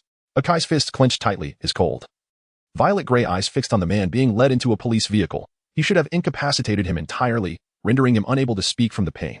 At that moment, a stout policeman forcefully pushed through the crowd, excitedly rushing to Officer Muro's side, panting heavily as he stammered, "It's all right, she's all right. Chiba, what are you saying? Officer Hagiwara is still alive." Instantly, everyone present widened their eyes in disbelief, and Officer Muro grasped Chiba's shoulders. "Is that true?" But she was yes. "Officer Hagiwara is alive. She has been taken to the hospital," Chiba asserted confidently. She was not on the floor where the bombs were planted. The officers from the Special Crimes Unit found her safely on the first floor. Upon hearing this, the police, who had been engulfed in sorrow, erupted into cheers. Nothing could bring greater joy than the news of her safety. Akai, who had been closely monitoring the police's actions, had noticed Chiba's entrance into the crowd and absorbed the news of Hagiwara's survival word for word. "Hagiwara, did you hear? Your sister is alive," Akai murmured softly. "That bastard will face justice. Hagiwara, Matsuda, you can now rest in peace." The jubilant laughter of the police and bystanders elicited a faint smile from Akai as he turned, stepping against the flow of the crowd into the endless darkness ahead. The fleeting glimpse of an incongruous silhouette passed before the eyes of Kinomoto Sakura, but it lingered only for a moment before her gaze withdrew. At that moment, her greater concern lay with the inexplicable wounds that marred the assailant's body. At the time, she and Officer Takagi were closely trailing behind Officer Sato. If it were Officer Sato who had rendered the assailant in such a ghastly state, they could not have overlooked it. This implies that someone had lain in wait at the intersection of the alley, poised to strike as soon as the assailant ventured into the passage, to inflict such a significant injury upon the assailant in such a brief span of time. This individual must possess remarkable skills. Truly impressive. Kinoharaki chuckled softly, leaning against the police car with his hands in his pockets, relishing the rare moment of tranquility. At that moment, the trio from the police academy returned from the West District to Tokyo's Iron Bridge, weaving through the crowd until they reached Keith's side. Hasn't Hagiwara-senpai returned to normal? Keith mused, glancing curiously at the doll-sized Hagiwara Kenji. How did he end up like this again? Upon hearing this, the originally grinning Hagiwara Kenji's expression fell. He dejectedly lowered his head and replied, "I reverted back after moving to a safe location. He had intended to take his sister, Matsuda Jinpei, and Shibuki to a safer place, but as soon as they burst out of the third-floor room, he felt a wave of weakness wash over him, forcing him to settle his sister in the safest room on the first floor. It was fortunate enough that they managed to rescue Hagiwara-san safely." Shibuki Kageakira patted Kenji on the shoulder, acknowledging that although the process had its twists and turns, they ultimately saved Hagiwara Chihayasu without incident. Matsuda Jinpei kicked his childhood friend playfully, saying, if you had maintained your normal size, you could have raced with the airplane. Why didn't Hagiwara-senpai accompany Officer Hagiwara to the hospital? He tilted his head and inquired. Hagiwara Kinji scratched his face and replied with a smile. The spare phone you gave me ran out of battery. We were worried about losing contact with you, so we decided to return first. Once we have your approval, we will visit my sister in the hospital. They thought it best to inform Kid beforehand to avoid causing unnecessary trouble. Actually, there was no need to come back for my opinion. Kid chuckled helplessly. If you want to go, then go. I won't stop you. Can we go to the hospital now? Of course, I will accompany you. After explaining the situation to Officer Magyar and receiving his consent, Kid hailed a taxi. And together with the trio from the police academy, they headed to the hospital where Hagiwara Chihayasu was staying. When Hagiwara Chihayasu regained consciousness, it was around 10 o'clock at night. Upon opening her eyes, she immediately spotted her parents sitting by her bedside, their faces etched with worry. Dad, Mom. The weak call prompted Hagiwara's mother to spring to her feet, grasping her daughter's hand and choking back tears. You're awake? Is there anywhere uncomfortable? Please tell us if you're feeling unwell. Hagiwara's father looked heartbroken at the sight of his pale daughter. Hagiwara Chihayasu slowly shook her head, reassuring her parents with a gentle grip. I'm fine, just a little dizzy. Don't worry. Her words brought tears to her parents' eyes. Upon learning of their daughter's injury and hospitalization, they rushed from Kanagawa Prefecture, and after hearing the details from the police, they felt a deep sense of dread that the same evil that had taken their son 7 years ago had reached for their daughter again. The perpetrator responsible for Kinji and Jinpei's deaths had been apprehended, providing a sense of closure for Kinji and Jinpei. This news brought a soft smile to Hagiwara Chihayasu's lips. Although she had not been able to assist at all and had even caused the police some trouble, the arrest of the criminal was enough for her. At that moment, her father pulled out a shiny object from his pocket, instantly capturing Hagiwara Chihayasu's attention. Dad, is that the brooch? Yes. It's Kinji's memento that you brought back from the police headquarters, her father confirmed, handing the brooch to her. It was found near you. As she caressed the star-shaped brooch, a wave of nostalgia washed over Hagiwara Chihayasu. She had discovered it while sorting through her brother's belongings in his locker, and she had previously dismissed it. To her surprise, someone had actually noticed it. She had not held much hope at the time. Thinking of this, Hagiwara Chihayasu hurriedly asked, by the way, do you know who saved me? I must express my gratitude once I recover. Her parents exchanged puzzled glances, and her mother finally spoke with a strained expression. We don't know. He seems to have left after saving you, and the police have no leads. I see. Hagiwara Chihayasu sighed with regret. A good person who does good deeds without seeking recognition. Chapter 45. A moment of peace. Chihayasune is praising you. Good person Conan. Hey, Jinpei. Stop teasing me. Kinji lightly punched Matsuda Jinpei's shoulder and turned back to gaze at the cheerful Hagiwara family in the hospital room. After a long while, he slowly broke into a smile. Seeing his loved ones safe was the greatest joy he could have. Matsuda Jinpei glanced at the clock in the hospital room and remarked, it's getting late. That guy and Kagi Akira are still waiting for us. They had been waiting in the room since 8 o'clock and could finally relax after seeing Hagiwara Chihayasu wake up. As for Kinohara Kid and Shibuki Kagi Akira, they did not join them. Although they had participated in rescuing Hagiwara Chihayasu, they were not very familiar with the Hagiwara family, and a sudden visit might feel awkward. Thus, they waited at a nearby convenience store. Kid, Shibuki, we're back. Hagiwara Kinji cheerfully dashed into the convenience store, greeting Kid and Shibuki Kagi Akira, who were resting by the window. Shibuki Kagi Akira, clutching instant coffee, looked up at the approaching Kinji and Matsuda Jinpei with a smile. You both seem in great spirits. It seems Hagiwara-san's situation is stable. Chihayasune has woken up. Matsuda Jinpei exclaimed, plopping down beside Shibuki. Aside from a bit of dizziness, she is doing well. She should be able to leave the hospital in a week or two. The convenience store was crowded, making it difficult for Kid to engage in conversation with the trio. He silently listened to their dialogue, and upon hearing the news of Hagiwara Chihayasu's awakening, a faint smile appeared on his face. He retrieved 2 rice balls and 2 bottles of juice from the shopping bag and gently pushed them toward Kinji and Jinpei, who had been busy all day without a meal. Now, they finally had the chance to satisfy their hunger. Thank you. I was almost starving, Kinji exclaimed, pulling the plum rice ball closer. Work is truly exhausting. Matsuda Jinpei took a bite of the tuna mayonnaise rice ball, the rich tuna and sweet mayonnaise bringing a blissful smile to his face. He had thought he would never taste the delights of the world again. Yet so many miraculous events had unfolded. By the way, Jinpei, it seems a female officer from the investigation department is quite interested in you. The investigation department? The teasing from his childhood friend caught Matsuda Jinpei off guard. He paused mid-chew, memories of Sato Mihoko, with whom he had worked for only 7 days, flooding his mind. Knowing he was facing death, he had sent her a text expressing his feelings, and to his surprise, she had remembered it for 3 years. Matsuda Jinpei scratched his face awkwardly and looked up at Kid, who was now also serving in the investigation department.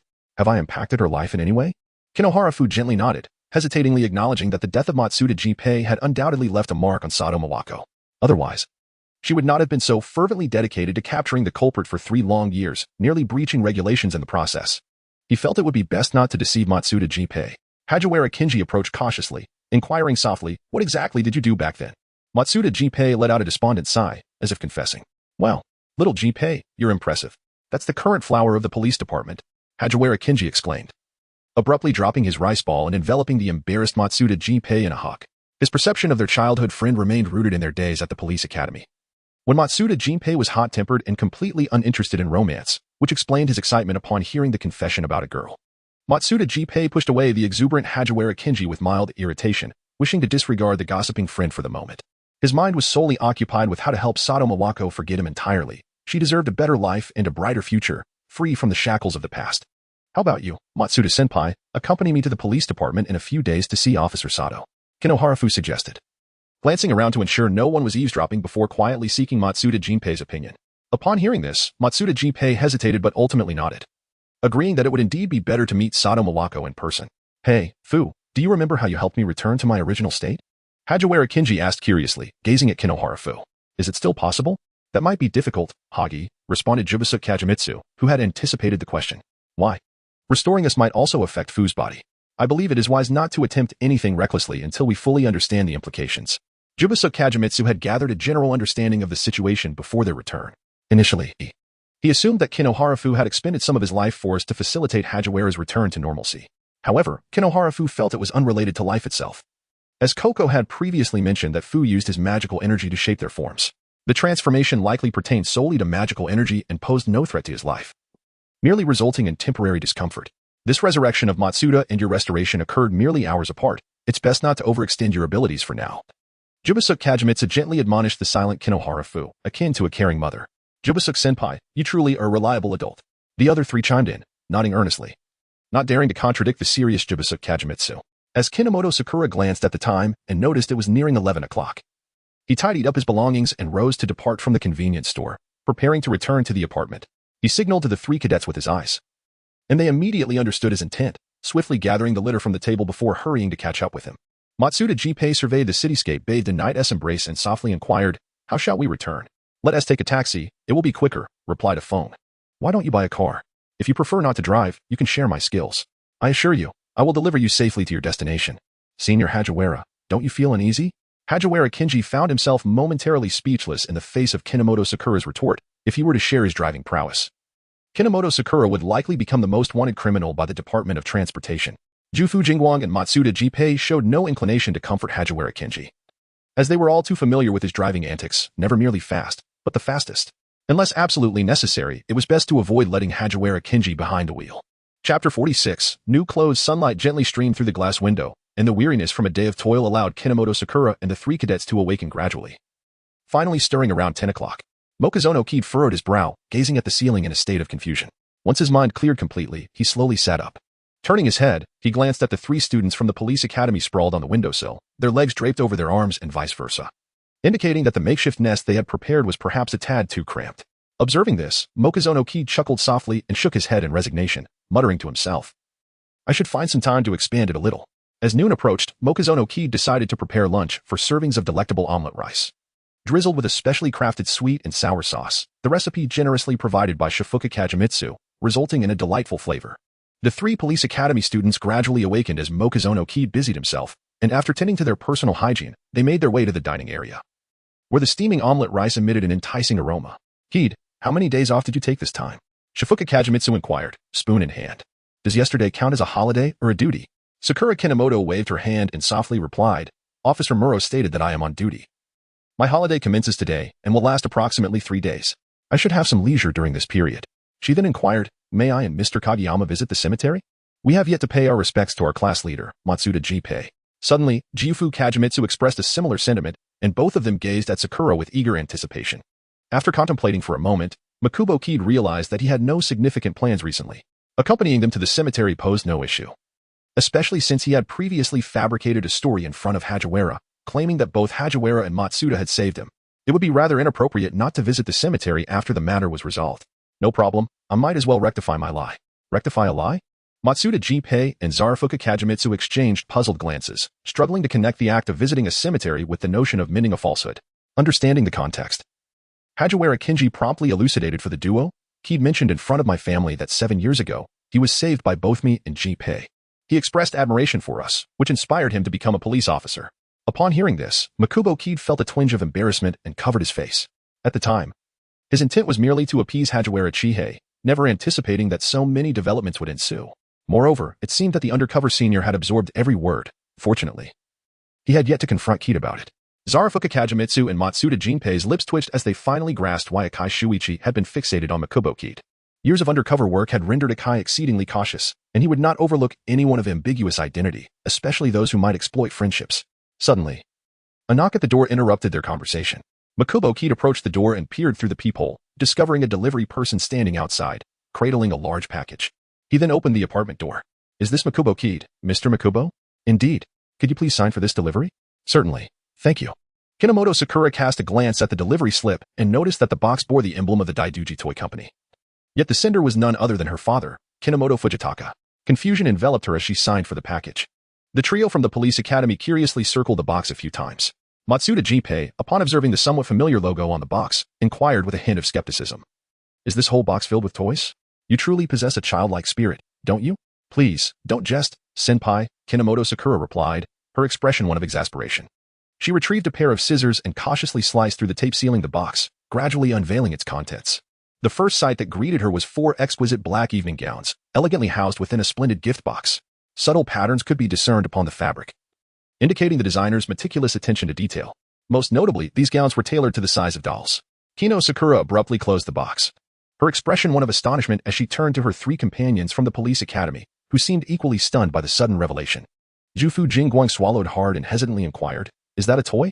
After taking a deep breath, Kino Sakura reopened the box, scrutinizing the elegant gowns within, only to realize that their sizes appeared to correspond perfectly to the dimensions of her companions and their doll forms. At that moment, a light blue greeting card nestled within the box caught her attention, and she gently extracted it. "Dear brother, these are the toy sets that Aunt Yume gifted me recently. I believe they would be quite suitable for you, Brother Jufu, and Brother Hajiwara, so I wanted to present these outfits to you. I consulted with Aunt Yume, and she has no objections to me passing the set on to others. I hope you both will enjoy this gift." As Kino Sakura read the neatly pinned words on the card, a smile graced her lips, and she could vividly picture her sister diligently composing the message. "These are gifts from Sakura," Kino Sakura declared, as she removed all the gift boxes from the container, revealing their perfect fit. "Shall we try them on?" In addition to the box containing evening gowns, there were 3 more gift boxes, each containing casual attire of various styles. The trio from the police academy leaned in curiously over the boxes. Typically, doll sets found in ordinary toy stores are crafted from the cheapest fabrics. Yet this exquisite material was a first for them. Hajiwara Kinji pointed excitedly at the garments, exclaiming, "Are these our new clothes?" Noticing their disbelief, Kino Sakura placed the greeting card before them, prompting them to read its contents carefully. For Hagi and Jing Laoyi, Matsuda Jinpei remarked with an air of resignation, "It seems there is none for me." "That's all right, Matsuda-senpai. You can give it a try too. I can speak with Sakura about it," Kino Sakura encouraged. Initially hesitant, Matsuda Jinpei ultimately joined Hajiwara Kinji and Jufu Jingguang in trying on the new outfits. After some deliberation, the trio finally selected their preferred garments. Observing their transformed appearances, Kino Sakura raised an eyebrow and generously praised, "They suit you remarkably well. You all look splendid." Although the outfits she had previously crafted were not entirely unappealing, they paled in comparison to these exquisite garments. Despite still retaining their doll-like forms, the attire greatly enhanced their overall demeanor. Indeed, the expertise of professionals proved to be invaluable. Chapter 47. Matsuda and Sato Kirigane Zero stepped into the sunlight, making his way toward the cemetery. After departing the crime scene the previous day, he had immediately received a task from the organization, keeping him occupied until noon today when he finally found a moment to rest. Passing by the cemetery, he decided to discreetly visit the grave of a dear friend and share the news of the perpetrator's capture with Hajiwara and Matsuda. As he approached the cemetery entrance, Kirigane Zero spotted Kino Sakura standing before the graves of Hajiwara Kinji and Matsuda Jinpei. His pupils dilated in surprise, prompting him to swiftly conceal himself and observe her from the shadows. Was she there to visit Hajiwara and Matsuda? Kirigane Zero lowered his gaze, contemplating the reason behind Kino Sakura's presence at the cemetery once more. After a month of observation, his confidence in his initial judgment began to waver. He had yet to uncover any incriminating evidence against her. The only piece of dubious evidence was the unidentified software that had briefly appeared on her computer the day before. However, after what he had witnessed while tailing the police, he found himself increasingly inclined to believe in Kino Sakura's innocence. If she truly bore animosity toward Matsuda and Hajiwara, she would not have traversed the crime scene all day with an unhealed wound. Sakura Kinomoto remained blissfully unaware of the contemplation swirling in the minds of others. At that moment, he was quietly gazing at the gravestones of Kinji Hagiwara and Jinpei Matsuda, lost in thought. After trying on their uniforms with his fellow cadets, they had all proceeded to the cemetery to pay their respects to Kota Ida. However, as he did not know Ida personally, he opted not to join his companions in this visit, wary of the potential awkwardness should an acquaintance spot him, prompting a web of fabrications to ensue. In the distance, Rei Furuya glanced at his phone, noting that he had lingered for nearly 15 minutes. He realized he must leave immediately, otherwise his presence could be detected by members of the organization, leading to troublesome consequences. Kinomoto-kun, please continue to persevere. Observing the stillness of Kinomoto Sakura in the cemetery, Akai Shuichi let out a barely audible sigh, then turned away without a backward glance as he departed the graveyard. 10 minutes later, a woman clad in a black dress entered the cemetery. Upon spotting Kinomoto Sakura, she gasped, "Kinomoto-kun?" Coming back to her senses, Kinomoto Sakura looked up to see Sada Mawako approaching with a bouquet of chrysanthemums in hand. "Good afternoon, Sada-senpai. What brings you here?" "I came to pay my respects to Officer Hagiwara and Officer Matsuda." Sada Mawako regarded Kinomoto Sakura with a puzzled expression and inquired, "Do you still know Officer Hagiwara?" Mitsuki's demeanor remained composed as he reiterated the fabricated account he had previously shared, arousing no suspicion from Mawako Sato, much like Chihayato Hagiwara. Their conversation drew the attention of the trio from the police academy, who gradually floated back to Mitsuki's side from the grave of Hikari date. "Ah, Jinhira Matsuda. Have you perhaps confessed your feelings to this officer?" Kinji Hagiwara inquired, leaning in closer to Jinhira Matsuda with a hint of mischief. Matsuda merely nodded lightly. His gaze fixated on Mawako Sato as she conversed with Mitsuki, letting out a wistful sigh. "Is Officer Sato here to pay her respects to Officer Matsuda?" Upon hearing this, Miwako Sato smiled gently and turned her attention to Matsuda's gravestone. "Indeed, the perpetrator has finally been apprehended. I wanted to share this good news with him, as it was his lifelong pursuit." "Why is Officer Sato so devoted to Officer Matsuda?" Mitsuki pondered, perplexed by Sato's unwavering dedication to someone she had only worked alongside for a mere 7 days, yet had tirelessly sought justice for over 3 years. Perhaps it stems from a sense of regret. He should not have met such an untimely and unjust fate, Miwako mused, the image of Matsuda's serene smile surfacing in her mind. Yet, she dismissed it, recognizing it held little significance now. Although her latter words were vague, Mitsuki, understanding the context, discerned the underlying meaning. Like Matsuda, Miwako harbored feelings for him, yet she would forever be deprived of a chance for reciprocation. Their connection could only linger in the realm of mutual affection. And yet, yesterday, Takagi's slap roused me. I should not dwell in the past. There are significant matters awaiting me in the future. I shall resolutely forge ahead, not pausing for Matsuda, though I will always cherish his memory. Miwako's heartfelt declaration elicited a soft chuckle from the ethereal Matsuda, suggesting that someone had indeed unburdened her heart. Kajimitsu Jibufu lightly nudged Matsuda's shoulder, cautiously asking, "Do you not feel any regret?" "Of course, I feel regret. I am not devoid of emotion," Matsuda replied with a resigned shrug. "But as she mentioned, we shall not linger in the past. We each possess our own futures." Kinji Hagiwara exchanged knowing glances with Kajimitsu Jibufu, relieved that Matsuda had already come to terms with his feelings, rendering their earlier concerns unnecessary. Sakura Kinomoto cast a fleeting glance at the smiling Matsuda Jinpei before turning her attention to Sato Mawako, who surely hoped for a brighter future. Sato Mawako remained silent. Placing the bouquet in front of Matsuda Jinpei's grave, she then retrieved her phone from her pocket, locating that unforgettable message from 3 years ago, this time with unwavering resolve. Sato Mawako pressed the delete button, bidding farewell to her past. "Goodbye, Sato." A familiar voice seemed to echo in her ears as Sato Mawako gazed up at the azure sky, a serene smile gracing her lips. "Goodbye, Matsuda." Time slipped away swiftly amid their conversation, and with matters still to attend to at home, Sato Mawako departed the cemetery first. Kinomoto Sakura and the 3 from the police academy followed suit, quickly hailing a taxi back to their apartment. Well, now my affairs with Jinpei are finally resolved. Hagiwara Kinji lay on the sofa, fist clenched, ready to confront that nefarious organization with full vigor. Yet, Kaji Fumitsuki hung his head in disappointment, lamenting the lack of any information regarding the black-clad organization. They remained shrouded in secrecy, and the intelligence Kinomoto Sakura possessed was over 3 months old, with no recent activity in those email accounts. Ding. While preparing desserts in the kitchen, Kinomoto Sakura paused, quickly washing her hands before picking up her phone to check the notification. There was a new email in inbox 1. All previously breached and still active organizational email accounts were monitored in real time by Kinomoto Sakura using a specialized surveillance program, ensuring she received instant notifications of any new messages to maintain the timeliness of all intelligence. The light in Kirigane's eyes gradually grew colder as he picked up the fruit platter that had long been prepared and exited the kitchen. "Kid, why does your face look so grim?" Matsuda Jinpei was the first to notice the serious expression on Kirigane's face. "Did you cut your hand?" The email from the black organization had responded. The words of Kinomoto Sakura caused an immediate change in the expressions of the 3 police academy members. Chapter 48, The Fugitives of the Organization. The unexpected email made the trio's faces pale. They hastily scrambled off the sofa and swiftly pursued Kinomoto Sakura as she entered the computer room. Can you trace the user of the email? Matsuda Jinpei inquired in a hushed tone. Before Kinomoto Sakura could respond, Jubin Kagyuki interjected, all contact methods of the organization lack a fixed user. It could be one person today and another tomorrow. The emails of the previous user are entirely erased during the handover. And these contact methods are destroyed after a year of use. This email is likely on the verge of being obliterated, Kinomoto Sakura sighed softly. I believe I successfully decrypted it in January, and so far, the organization has utilized it only 4 times. Hajiwara Kinji smirked and murmured. Does that mean we'll have to decrypt a new email afterward? What a waste of time. With a resigned shrug. Kinomoto Sakura found himself reluctant to invest too much time deciphering a new email account, yet these accounts served as the most direct source of information. And relinquishing them was not an option. As he spoke, the window for Inbox 1 successfully popped up, revealing a new email quietly resting in the inbox. However, it bore no indication of being unread, suggesting that someone had already perused its contents. From Akemi Mayano, after receiving 1 billion yen. Allow my sister and me to sever our ties with the organization. Akemi Mayano? Why does this name sound familiar? Shikuro Yamaguchi pondered, stroking his chin. His gaze fixed intently on the sender of the email as he contemplated the inexplicable sense of familiarity. This individual appeared to wish to dissociate from the organization. Matsuda Jinpei, visibly perplexed, interjected with a question, is the black organization truly so humane as to allow people to leave freely? His inquiry disrupted Shikuro Yamaguchi's train of thought, prompting a somewhat exasperated response. How could that be? If the black organization were indeed so benevolent, it would not be the transnational criminal entity that haunts major investigative agencies. Anyone familiar with the black organization's modus operandi knows they spare no one who betrays them. The notion of departing from the organization unscathed is nothing more than a pipe dream. Then why does this person still believe the black organization's deceitful words?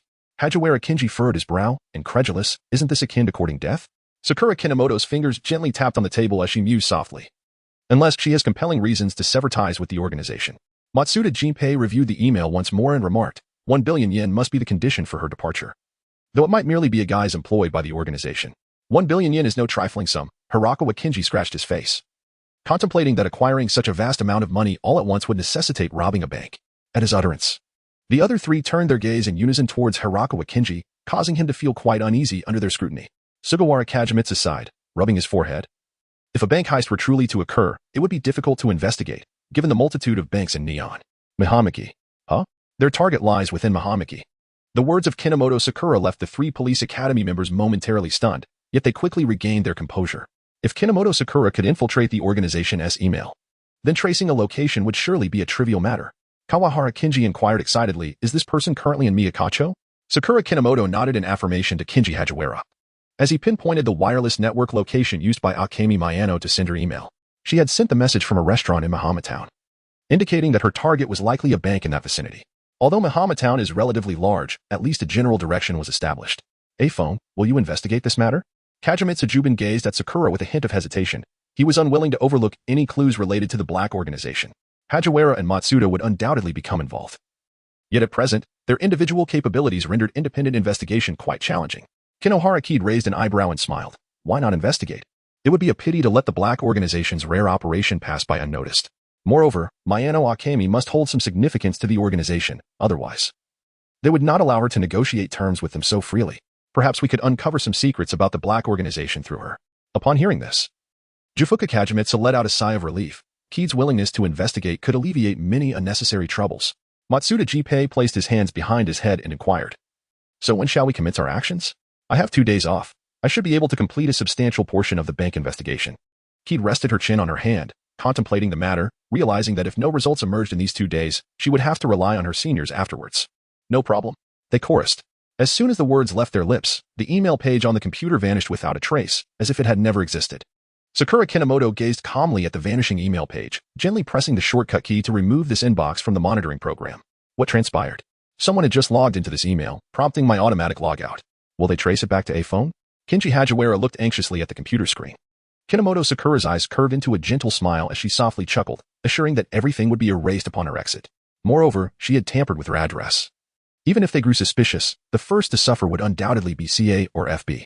Observing Sakura's gleeful expression, the trio from the police academy couldn't help but feel a twinge of surprise at this unexpected facet of her character. All right, it's getting late, Sakura said, stretching lazily as she rose to her feet. I must prepare dinner now. Hajiwara Kinji rubbed his stomach, murmuring, I still haven't digested lunch. What do you mean you haven't digested lunch? It's clearly because you overindulged in fruit. Matsuda Jinpei retorted through gritted teeth, pointing indignantly at the fruit platter beside their childhood friend, having barely had a few pieces himself. With a resigned smile, Kinomoto Sakura inquired, "So, what shall we have for dinner?" "How about sandwiches?" suggested Tsuchisaki Kaimitsu. "Didn't Tia make toast?" Sakura responded. "Would Hajiwara-senpai and Matsuda-senpai be amenable to sandwiches?" "I have no objections." "Neither do I." Once the final menu was established, Kinomoto Sakura donned an apron and ventured into the kitchen, closely followed by Tsuchisaki Kaimitsu. "Allow me to assist you," he offered, floating beside her. He was quite adept in the culinary arts, with sandwiches being one of his specialties. He had previously taught Zero, so lending a hand was no trouble at all. Observing this, Sakura did not decline his help and pushed the ham towards Kaimitsu. "Could you please handle the ham, senpai? Just do it your way, and if you encounter any difficulties, please let me know." "Understood." Chapter 49, The Organization's Refugees, Part 2, in Mikihara Town. The number of banks was not particularly high, yet thorough investigations would consume considerable time. Within 2 days, Sakura and her 3 companions from the police academy had visited over a dozen banks, ultimately uncovering nothing. There were no signs of irregularity. Hajiwara Kinji sipped his juice, pondering. Could it be that our investigative direction is flawed? Kinoharaki leaned against the backrest of the bench and sighed, slowly articulating, however, at present, it seems that robbing a bank is the only swift means to amass 1 billion yen. Could this be a long-term objective? Matsuda Jinpei furrowed his brow, proposing an alternative hypothesis. If it is a long-term goal, then there would be no need for bank heists. In response, Jubin Kiku pressed his lips together and shook his head. That seems improbable. If one wishes to extricate themselves from the organization, it would not be a prolonged affair. The Black Organization is known for its resolute and ruthless actions. Anyone desiring to leave is regarded as an outlier, and they harbor little patience for such anomalies. Granting conditions may represent their utmost tolerance. Shall we continue our investigation then? We will take it step by step, if all else fails. We must simply resign ourselves to misfortune. The disparity in information between them and the Black Organization is vast, thus, their progress relies solely on fortune. With favorable luck, they may uncover valuable intelligence. Conversely, with ill fate, they may have no choice but to abandon their efforts. As Kinomoto Sakura ambled along the path back to his apartment, his hands idly tucked into his pockets, he found himself beset by ennui. With an early workday looming on the morrow, he decided to temporarily suspend his investigation for the day, having already taken an inordinate number of leave days. He was uncertain when he would next have the opportunity to rest. Where shall we commence our investigation tomorrow? He pondered.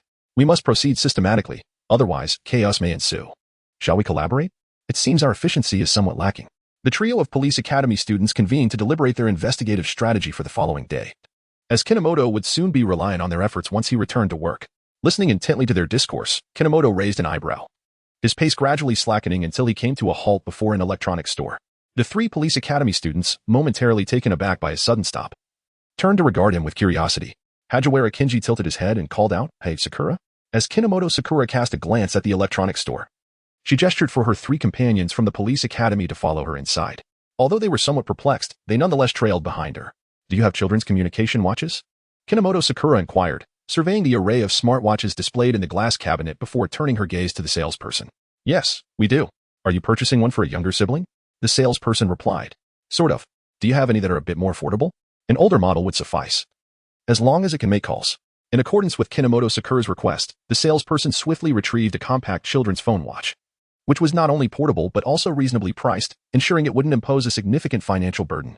Once assured that the watch met her requirements, Kinomoto Sakura readily purchased 3 communication watches and simultaneously acquired 3 SIM cards, leaving her companions from the police academy in a state of astonishment. As they exited the electronics store, Hajiwara Kinji leaned closer to Kinomoto Sakura and curiously asked, "Sakura, why did you buy so many children's watches?" Before he could finish speaking, Kinomoto Sakura chuckled softly. "These are for you. They'll help you stay in touch while you operate separately." The 3 from the police academy were taken aback, having never considered that Kinomoto Sakura would go out of her way to prepare communication devices for their convenience. "Thank you, Sakura," Tsukuyumi Kiyakaza said, feeling a wave of gratitude. Although they were merely collaborators, Kinomoto Sakura had consistently offered her assistance whenever possible. "Our goals align, and the results of your investigation are invaluable to me. One must invest effort to reap rewards." Mokuzono Fong nonchalantly waved his hand, truly indifferent to such a degree of effort. His work consumed a significant portion of his time, rendering him utterly incapable of investigating the enigmatic Black Organization. The arrival of the 3 seniors had effectively resolved the predicament. The trio from the police academy exchanged glances. From their previous mutual suspicion to their current collaborative casework, Mokuzono Fong consistently exhibited humility and courtesy, never allowing their impetuous remarks to provoke him. At his core, he was a gentle and kind-hearted individual, imbued with a sense of loyalty and compassion. "I apologize for speaking to you in such a manner earlier," Matsuda Jinpei recalled the words he had uttered upon his revival, feeling a twinge of remorse as he offered his apology to Mokuzono phone. Kinoharakid smiled gently and remarked, "It's perfectly all right. It was our first encounter, so it is only natural that you did not trust me immediately." Upon hearing this, Matsuda Jinpei let out a sigh of relief. The four of them exchanged smiles and continued their journey towards the apartment. The following morning, Kinoharakid departed early from the apartment, heading towards the Metropolitan Police Department. As he passed by a quaint and cozy CAF, he paused and slowly pushed open the glass door. Instantly, he spotted Amuro Tru meticulously grinding coffee beans at the counter. The chime of the doorbell prompted Ryugamin Zero to glance up from his tasks. "Surprised to see Kinoharakid," he exclaimed. "Kinoharakuen? Good morning." "Good morning, Mr. Amuro. How's your hand healing?"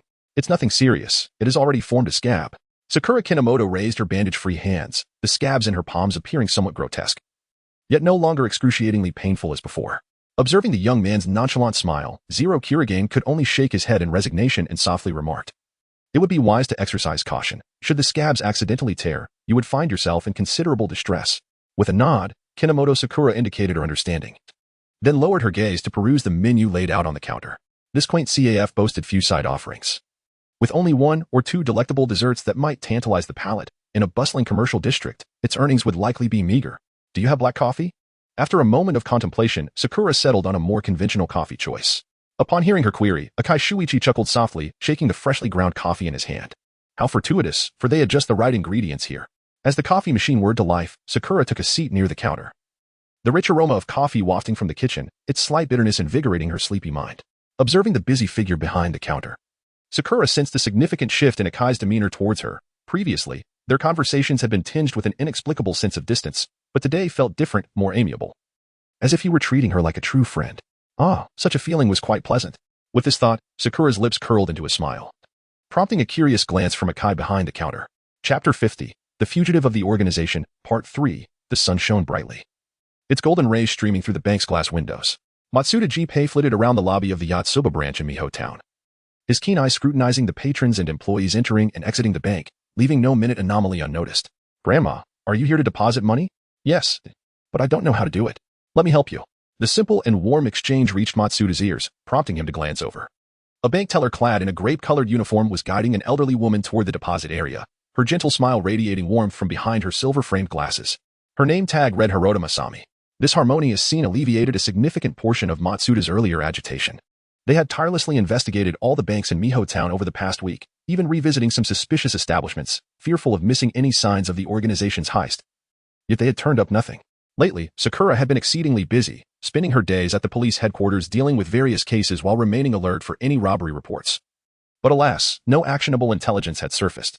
This black organization is truly bothersome. Matsuda frowned in disdain, glancing at the bank's large clock, which now neared 11:30. He had arranged to return to the apartment with J.B. Keek and Hajiwara Kinji at noon, intending to resume their investigation after lunch. Time to call it a day. Matsuda stretched, planning to investigate the remaining 3 banks after his meal. He leisurely flapped his wings and glided toward the bank's entrance, only to have the door swung open before he could reach it. How infuriating. We agreed that today I would come to deposit the detective fees. Yet Dad has overslept again. Ran, please don't be upset. We can always come back tomorrow. Conan hurriedly followed behind her, trying to soothe her anger, appearing both anxious and fearful. Watching the pair recede into the distance, Matsuda stroked his chin, recalling his previous encounters with Ran and Conan. Hagi had elaborated on the young boy's peculiar exploits as a minor worker, leaving Matsuda with a singular impression: this child was quite extraordinary. However, what intrigued him most was the bow-tie voice changer that his childhood friend had repeatedly mentioned. It sounded like a fascinating gadget. He wished he could disassemble it to explore its inner workings, but acquiring the necessary tools would be quite a hassle, likely taking days to decipher the device's structure. Never mind, I won't be able to get my hands on the voice changer anyway. Casting aside his myriad of questions and regrets, Matsuda swiftly flew toward the apartment, his sole desire being to return for lunch, for he was quite famished. Having grown accustomed to flying, Matsuda's return to the apartment was notably expedited, taking him merely over 20 minutes to reach the balcony. His decision to approach the balcony first stemmed from Sakura's concern about alarming the neighbors. Although the average person could not perceive the trio from the police academy, entering and exiting the apartment through the front door would create a spectacle akin to witnessing a ghost, with the door swinging open and shut erratically. Thus, Sakura had left the balcony door available for the trio from the academy. Welcome back, Jinpei. Hajiwara Kinji glanced at Matsuda as he entered, questioning his tardiness. Matsuda yawned lazily. I lost track of time. It only hit me at 11:30. He settled down at the dining table, pulling the curry rice that Sakura had prepared earlier towards him, devouring it heartily. "Matsuda, have you uncovered any significant leads today?" JB Keek inquired softly as he emerged from the computer room, taking a seat beside Matsuda. Matsuda swallowed his mouthful of curry and shook his head in dismay. Not at all. Upon hearing this, Keek's expression fell, his head drooping. He and Hagi had found little success either. No irregularities had surfaced at any of the banks. Recently, the police headquarters had also been inundated with numerous robbery reports. Hagiwara reclined on the sofa, resting his hands behind his head, and sighed lightly. Perhaps we truly lack good fortune. During this period, they had nearly scoured every bank in Miho Town, yet Mayano Akemi seemed to have vanished without a trace, showing no signs of planning a heist. Now, two possibilities remained. Either Akemi's target was outside Miho Town, or she had devised another means to acquire the 10 billion yen. Or the black organization had discreetly dealt with her. Alas, the three sighed in unison, their spirits weary from the aimless search, which tested their patience to its limits. During their leisurely time post-lunch, the trio from the academy leaned on the sofa, earnestly discussing their plans for the afternoon. Shall we stick to the original plan? Do you wish to change locations? Let's not. I'm already familiar with the route, and switching places would mean memorizing it all over again, which is too cumbersome. With Matsuda and Hagiwara expressing no objections, Keek ceased further inquiries. They fell into a comfortable silence for several minutes until the electronic chime of Matsuda's watch broke the stillness. Keek quickly retrieved his communication watch from his pocket, seeing that the caller was Sakura, who was currently at the police headquarters. He pressed the answer button and activated the speaker. Sakura's voice resonated from the watch. "Keek, have you already set off?" "Not yet. What's the matter?" Keek exchanged puzzled glances with Matsuda and Hagiwara, sensing the gravity in Sakura's tone. Standing by an unfrequented window, Sakura gazed into the distance, lowering her voice as she spoke. "There has been a new response from Mayano Akemi's email. I checked the wireless network she connected to, and the location indicates the Yotsuba branch in Miho Town." "The Yotsuba branch?" Matsuda's eyes widened in shock, exclaiming, "I was just there this morning, but I didn't notice anything unusual." Listening to the words of Kinomoto Sakura and Matsuda Jinpei, Hagiwara Kinji furrowed his brow, speculating. Are they about to commence their actions? Chapter 51, The Organization's Fugitive, Part 4. In the lounge of the Mihua Town Yotsuba branch, a woman seated on the bench wore a troubled expression, her heart heavy with concern. She clutched her phone tightly, her knuckles turning pale from the pressure. Over 20 minutes had passed since she sent an email. Yet no response had been received. Previously, Jin had mentioned that he would send the message to the designated email once preparations for the operation were complete, revealing the final transaction location. As long as the sum of 1 billion yen was secured, he would ensure her and her sister's liberation from the organization. Indeed, the woman, under the alias Hirota Yusumi, was Mayano Akemi, driven by the prospect of that 1 billion yen. Mayano Akemi closed her eyes and let out a soft sigh. She was acutely aware that this transaction was likely fraught with peril. Jin was an exceedingly cold individual, a razor-sharp weapon of the organization. It was said among the members that he harbored a deep disdain for traitors. Such a person could hardly be expected to easily spare her and her sister, who sought to escape the organization. Although she had contemplated breaking free from the organization, she fully understood the grim fate that awaited those who betrayed it. However, the organization had boldly brought this matter to the surface, leaving her with little choice but to passively accept the task at hand. Should a miracle occur, she vowed to whisk her sister away to a far-off place, forever escaping the terrifying, shadowy underbelly of the black organization. Ding! The sudden ringing interrupted Mayano Akemi's reverie, and a new email lay quietly in her inbox. Taking a deep breath, she extended her finger to open the email, and its contents unfolded before her eyes. From Vodka, upon completion, deliver 1 billion yen to the Mihua Town Eastport warehouse. Gazing at the location mentioned in the email, Mayano Akemi slowly bent over, burying her head in her arms. A smile more sorrowful than tears graced her lips, and she murmured, "Goodbye, Ada." Meanwhile, while enjoying lunch, Kinomoto Sakura suddenly felt her phone vibrate violently in her pocket. Puzzled, she pulled out her phone to take a glance, only to find a new response from the email account of Mayano Akemi, who had only recently been incorporated into the surveillance program. Sakura Kinomoto's expression shifted dramatically. In a matter of moments, he polished off his lunch, then slung his backpack, containing his laptop, over his shoulder and exited the office. He sought out a secluded corner, rarely traversed by passers-by, and promptly booted up his computer to breach Akemi Mayano's email account. Upon meticulous examination, he discovered a new message detailing the final transaction location of 1 billion yen. The warehouse at Higashi Port in Mikohak? The vicinity surrounding the Higashi Port warehouse sees scant foot traffic, rendering it an ideal venue for clandestine dealings. Yet it could also serve as a concealed and remote crime scene. Sakura Kinomoto did not linger on the content of the email for long. He swiftly entered the code to ascertain the location of the wireless network associated with Akemi Mayano's email. By correlating this with the overall map of Mika Town, Akemi Mayano's position became unmistakably clear, simultaneously validating the conjectures of Sakura Kinomoto and the 3 police academy students. The 4-leaf branch of Mika Town may very well be Akemi Mayano's ultimate objective. Kinohara Keed hurriedly shut down his computer and approached the window to dial the watch phone of Jifu Kajimitsu. The call was quickly connected. Kagemitsu-senpai, have you already set out? Not yet. What's wrong? Noticing that the three members of the police academy had yet to commence their afternoon investigation, Kinohara lowered his voice and relayed all the recent information he had just acquired. At that moment, Matsuda Jinpei on the other end expressed his astonishment. I was at the Surin Bank this morning, but I noticed nothing unusual. Reflecting on the specifics of the Surin Bank, Matsuda was confident that his vision had not failed him. Everyone in the bank appeared perfectly normal, and it was he, the resurrected one, who seemed rather out of place. Their lack of action suggested they were employing some form of disguise. Drawing from his 2 years of undercover experience, Jufu Kagemitsu speculated that they must have disguised themselves as different individuals to blend in with the target before seizing an opportunity to act. Hajiwara Kinji rubbed his head, hesitatingly inquiring, so, should the three of us head to the Surin branch this afternoon? No, Kagemitsu-senpai can investigate the Surin branch alone, while you and Matsuda-senpai continue to investigate other banks to prevent any unforeseen circumstances, Kinohara proposed after careful consideration.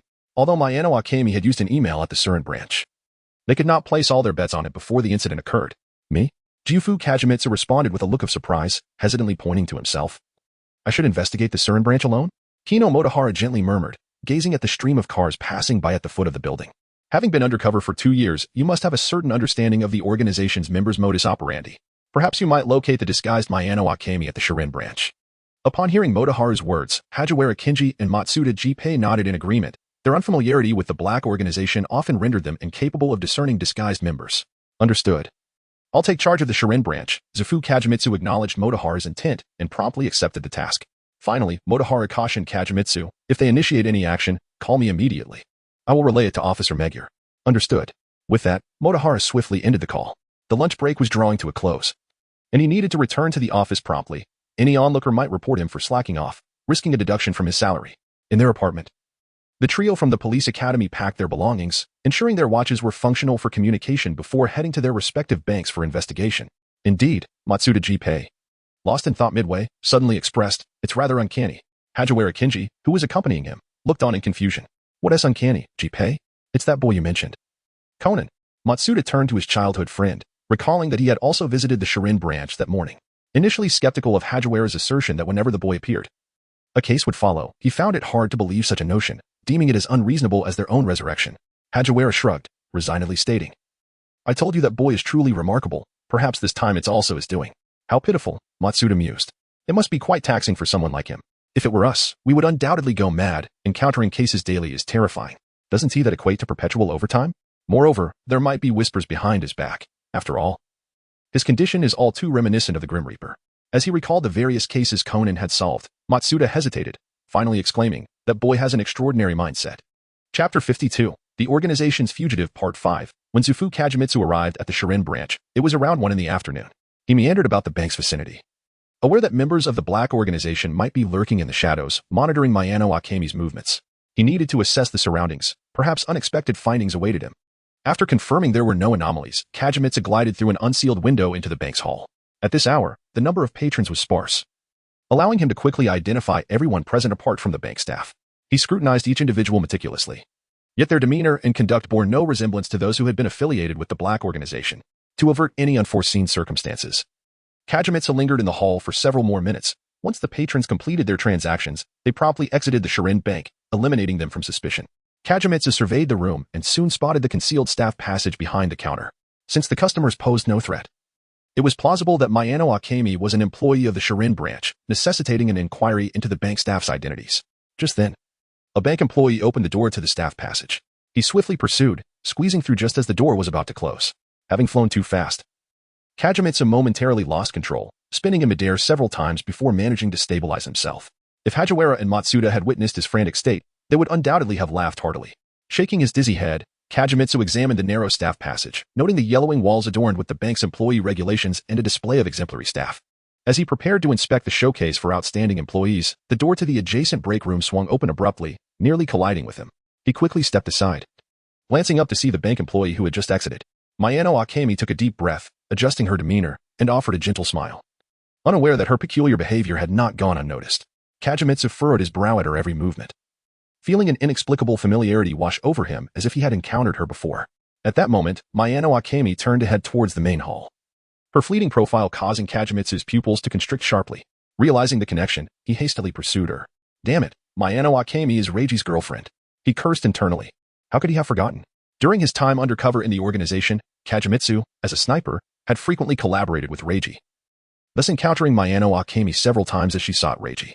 However, he had been oblivious to Reiji's status as an undercover agent and had taken little interest in his romantic life, leading to scant conversations regarding Mayano Akemi, leaving her name barely etched in his memory. Fool. Kagemitsu scolded himself, slapping his forehead for faltering at such a critical juncture. Had he recalled Mayano Akemi sooner, he could have saved considerable time in his investigation. Closely following her into the hall, he understood that now that he had located her, he must be vigilant regarding her movements. Minutes later, Kagemitsu observed with a peculiar gaze as the amiable Mayano Akemi patiently assisted those in distress, striving to resolve their issues. Her demeanor seemed entirely at odds with that of the Black Organization. She was a kind-hearted girl. Recollections of Reiji's descriptions of Mayano Akemi surfaced in his mind.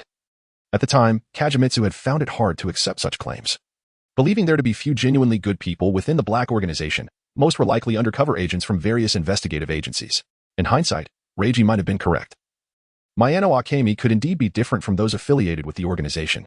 Yet, her intention to rob a bank for 1 billion yen remained a criminal act. And should any harm arise during the heist, her inherent goodness would be of no solace. Speaking of which, where had Reiji gone? Jufu Jingwang absent-mindedly stroked his chin, murmuring to himself. Since Mayano Akemi harbored intentions of leaving the organization, Rei, as an FB agent, could conveniently incorporate her into the witness protection program. Their amicable rapport should facilitate this endeavor. As he pondered, Mayano Akemi seamlessly completed her banking duties, her diligence rendering her indistinguishable from an impending bank robber. Jufu Jingwang settled quietly in the lounge, observing the industrious Mayano Akemi. It was highly unlikely she would attempt a heist today, considering that the Black Organization had only recently disclosed the final transaction location. For now, he merely wished to follow her post-work to ascertain if she had any accomplices and to ascertain her current residence. After more than 2 hours, the bank employees welcomed the end of their shifts. Having changed out of her work uniform, Mayano Akemi exchanged farewells with her colleagues before striding out of the Shika Bank. Jufu Jingwang promptly leapt to his feet, pursuing her closely. Suddenly, his pocket watch vibrated, and he quickly retrieved it to answer the call. Jing. Is there any news on your end? The languid voice of Matsuda Jinpei resonated from the other side. Jufu Jingwang replied softly, I found Mayano Akemi. She is an employee at Shika Bank. What? Is this true? Matsuda Jinpei exclaimed. How did you find her? Slightly embarrassed, Jufu Jingwang scratched his face. Well, I had seen her in the organization before, just didn't recall it at the time. All right, was there anything unusual about her this afternoon? Matsuda Jinpei sighed in resignation and inquired about her activities at the bank. Not at the moment. I plan to first ascertain her residence and acquaintances. Do you need Hagi and me to assist? No need. I will return to the apartment once I have clarity.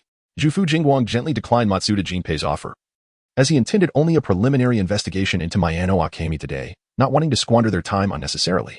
As they spoke, Mayano Akemi had already entered her car, the engine roaring to life. Chapter 53, The Organization's Fugitive, Part 6. Under the cloak of night, Muki Jifeng stretched vigorously at the police headquarters, stifling a yawn.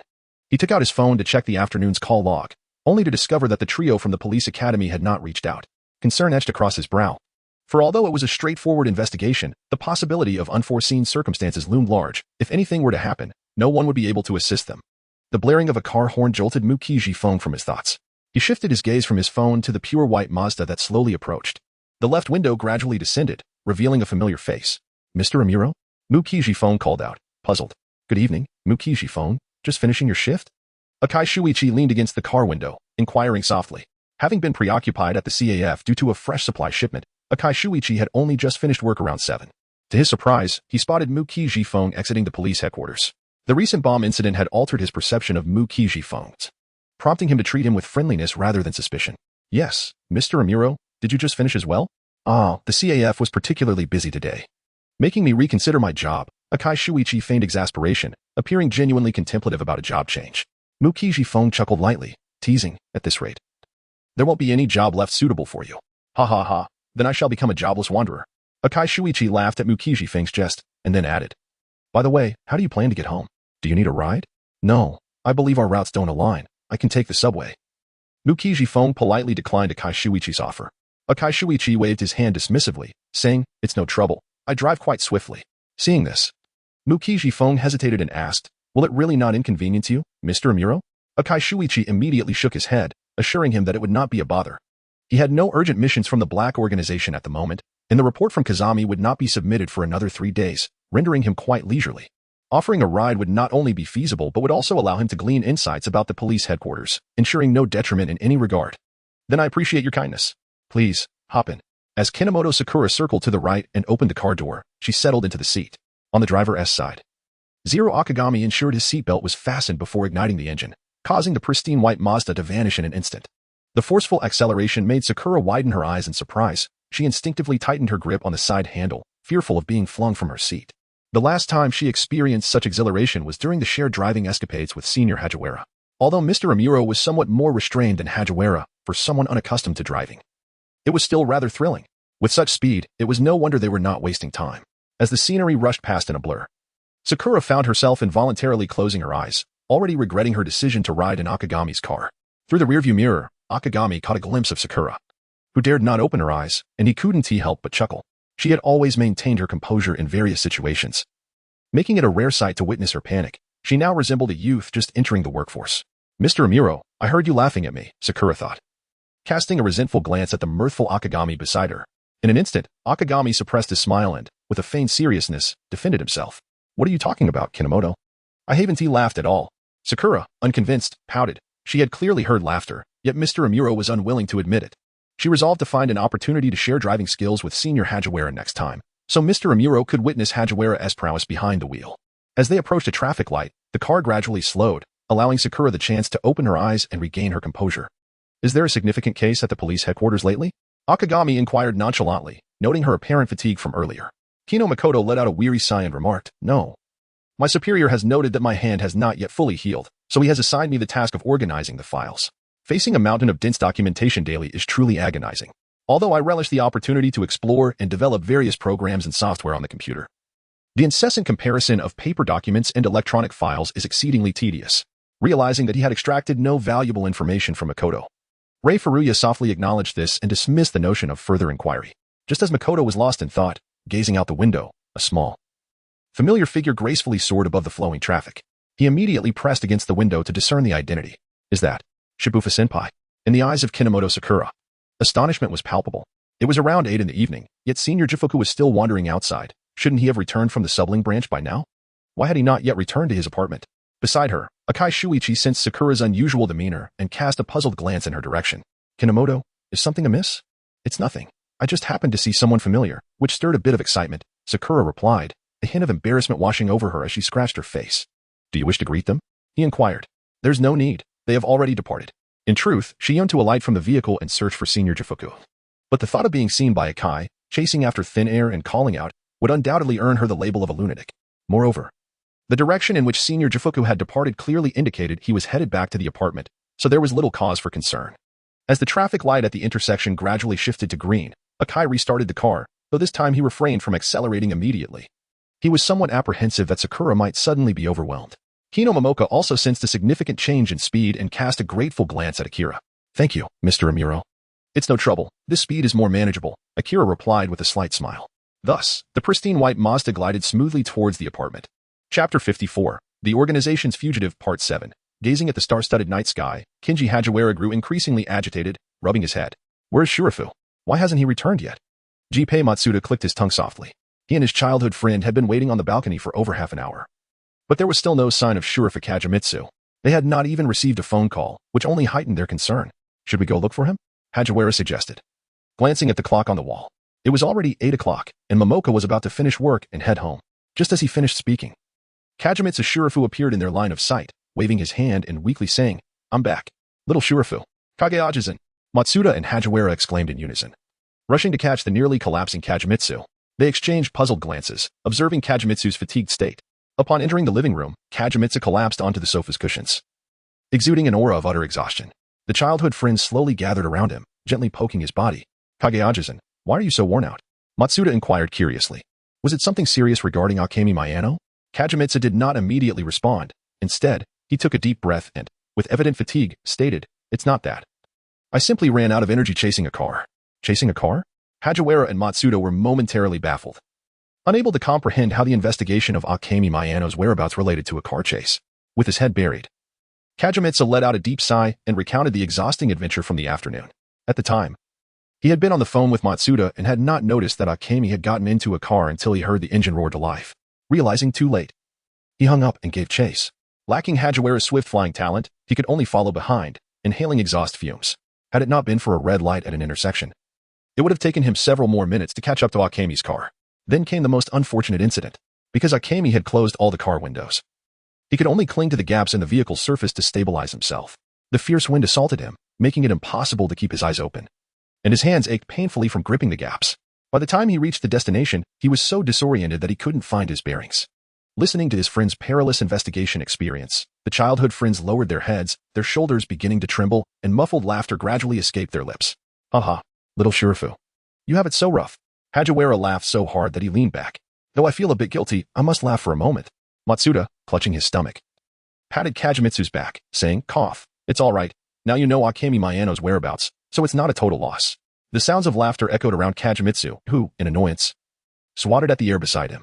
Instead of quieting down, Matsuda and Hajiwara only laughed louder. At that moment, Momoko returned home from work and opened the apartment door. Faced with the two childhood friends who were doubled over in laughter, he helplessly remarked, "Though others cannot hear your voices, please try to tone it down a bit." Kinomoto casually tossed her backpack onto the sofa, subsequently collapsing onto it, allowing the soft cushions to envelop her, which brought her a profound sense of relaxation and alleviated much of her fatigue. Was today's work particularly exhausting? Not really. I merely took a ride in a speeding car, which was somewhat uncomfortable, although Mr. Amuro resumed a normal speed during the latter part of the journey. The queasiness from the earlier reckless driving lingered, leaving her stomach feeling unsettled even now. Upon hearing about the speeding car, Hajiwara Kinji instantly perked up, eagerly climbing onto Momoko's shoulder and exclaiming, "A speeding car? Is there a skilled driver in the first investigation section?" "There is indeed a skilled driver, but he does not belong to the first investigation section." Momoko shook her head and sighed. "It's Mr. Amuro. He is incredibly adept. Completely unrecognizable as someone who drives recklessly." "Amuro? Little Akira? When did he learn to drive like that?" Hajiwara Kinji stood frozen in surprise, recalling that Akira had no prior experience with fast driving during their time at the police academy.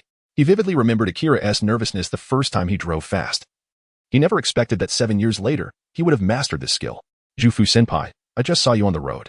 Momoko glanced at Jufu Jingguang, who was lying motionless. She nudged the cushion beneath him and inquired, "Why are you back so late? Did something happen at the Shiharashi branch?" "No incidents. I successfully located Mayano Akemi, though I encountered some trivial mishaps along the way." "Trivial mishaps?" Before Jufu Jingguang could respond, Matsuda Jinpei preemptively recounted his afternoon's escapades in full detail, prompting Hajiwara Kinji to burst into laughter once more. Kinohara Kid observed Shufuki Yakuzu, who appeared rather dejected, and offered a gentle consolation. "I apologize for the hardships you have endured during this time. It's all right. I'm merely fatigued. A short rest will suffice," Shufuki Yakuza responded, shaking his head slightly before revealing a faint smile. "By the way, has Mayano Akemi made any moves after work?" Matsuda Jinpei pondered for a moment before inquiring about Shufuki Yakuzu, acknowledging that while they were jesting, the matters concerning the black organization were of utmost importance.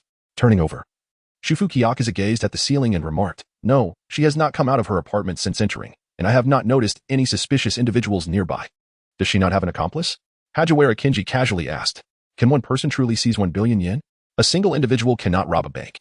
Kinohara Ki chuckled wryly, stating, "That would be tantamount to courting death." It was evident that Mayano Akemi must have had an accomplice aiding her in the bank heist. Now that they had discerned the final transaction location, she would undoubtedly be consulting with her accomplice on how to extract the 1 billion yen from the bank. As he contemplated, Kinohara Ki glanced at the clock and noted the late hour. He then sat up and said, "It's getting late. I will prepare dinner first. After we finish, we can continue discussing Mayano Akemi." Following a pleasant yet brief dinner, the four of them settled on the sofa to relax while attentively listening to Shufuki Yakuzu recount his observations. "Mayano Akemi currently resides in an apartment near the Mihan station, and I sense there is a considerable distance between it and the Yotsuba branch." Shufuki Yakuzu, with a straw in his mouth, diligently recalled all that had transpired that afternoon. "She appears to live alone. I did not see anyone else enter the apartment." Suddenly, Matsuda Jinpei furrowed his brow, looking perplexed as he asked, "Didn't she mention a sister in the emails sent to the organization? Doesn't her sister live with her?" "Well, the items inside the apartment seem to be for one person only. She likely does not share her living space with Mayano Akemi." "Then where could her sister be?" Hajiwara Kinji exclaimed, his eyes widening. "Could she still be in the clutches of the black organization?" Upon hearing this, Kinohara Ki took a sip of his coffee and stated solemnly, perhaps the heist of 1 billion yen was not a task that Mayano Akemi willingly accepted. It might be that the organization is coercing her with her sister's safety as leverage. Otherwise, she wouldn't have expressed her desire to leave the organization while her sister remains under duress. The three members of the police academy nodded in agreement with Kinohara Ki's conjecture. If Mayano Akemi dared to challenge the organization knowing they held her sister's life in their hands, it would be sheer folly. "What should we do next?" Matsuda Jinpei asked, resting his chin on his hand. "Should we report this to the police?" Shufu Kiyakazu shook his head and replied, "The matter regarding Mayano Akemi involves the Black Organization. It must be discreetly handed over to the Public Security Bureau." At this, the three turned their expectant gazes toward Kinohara Kid, who was leisurely sipping his coffee. He inadvertently choked and hastily grabbed a napkin to wipe his mouth. "Kid, do you have a way to bring this matter to the attention of the police?" Shufu Kiyakazu inquired earnestly, locking eyes with him. Kino Momoka furrowed her brows in distress, slowly articulating, "I do have a way to notify the police. But it may very well put the undercover officers in a precarious situation." Upon hearing her inexplicable concern, the trio from the police academy pondered for a moment before comprehending the gravity of the situation. If the black-clad organization sensed the police's movements, their immediate assumption would be that there was an undercover agent among them, prompting the police to disrupt their plans. Consequently, the undercover officer could find themselves in grave danger. Reflecting on their friend Akira, who was still working within the organization, the three fell into a solemn silence. They could not gamble with a friend's life. After a prolonged pause, a glimmer of determination flickered in Kino Momoka's eyes as she slowly proposed, "Since Mayano Akemi wishes to extricate herself from the organization, we should devise a method to have her cooperate with us to mislead the Black Organization, after which the police can intervene discreetly." Hajiwara Kinji remarked, "Have Mayano Akemi?" While Jufuka Kajimitsu questioned, "Cooperate with us." Matsuda Jinpei added, "Mislead the Black Organization?" Each word was familiar, yet when combined, they became utterly perplexing. Facing the bewilderment of the police academy trio, Kino Momoka revealed a mysterious smile. The stillness of the night deepened Mayano Akemi's solitude. She gazed intently at the sole photograph of her and her sister, both nestled closely together, their faces adorned with joyful smiles. "Shirho," she whispered. Her fingers brushing against the image of her sister, her smile gradually turning bittersweet as she struggled to recall the last time they had met. A faint crackle of electricity interrupted her reverie, causing her to glance at the desktop computer from which the sound emanated. The screen, initially displaying the desktop interface, flickered before plunging into darkness. Not particularly adept with technology, Mayano Akemi fumbled with the mouse, attempting to locate the exit icon. "Hello, Hiroto Masami. Oh, I should address you as Mayano Akemi." The abrupt appearance of bold white text startled her. Staring incredulously at the words, her hands trembled uncontrollably at her sides. "Please pose your question within 5 minutes." The text gradually morphed, revealing an odd input box beneath it. Hesitant to act rashly, she crouched down and reached for the power cord beneath the desk, preparing to sever the computer's power supply. "Miss Mayano, please do not disconnect the power cord. You wouldn't want to expose your scheme of robbing 10 billion yen or your connection to the organization, would you?"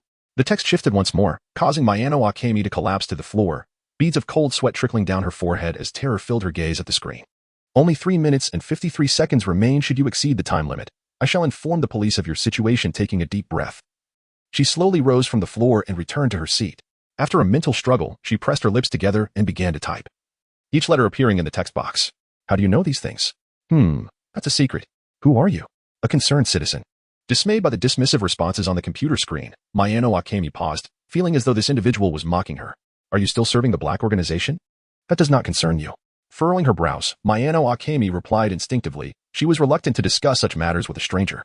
"If Miss Mayano is unwilling to cooperate, it may prove challenging to communicate regarding our potential collaboration."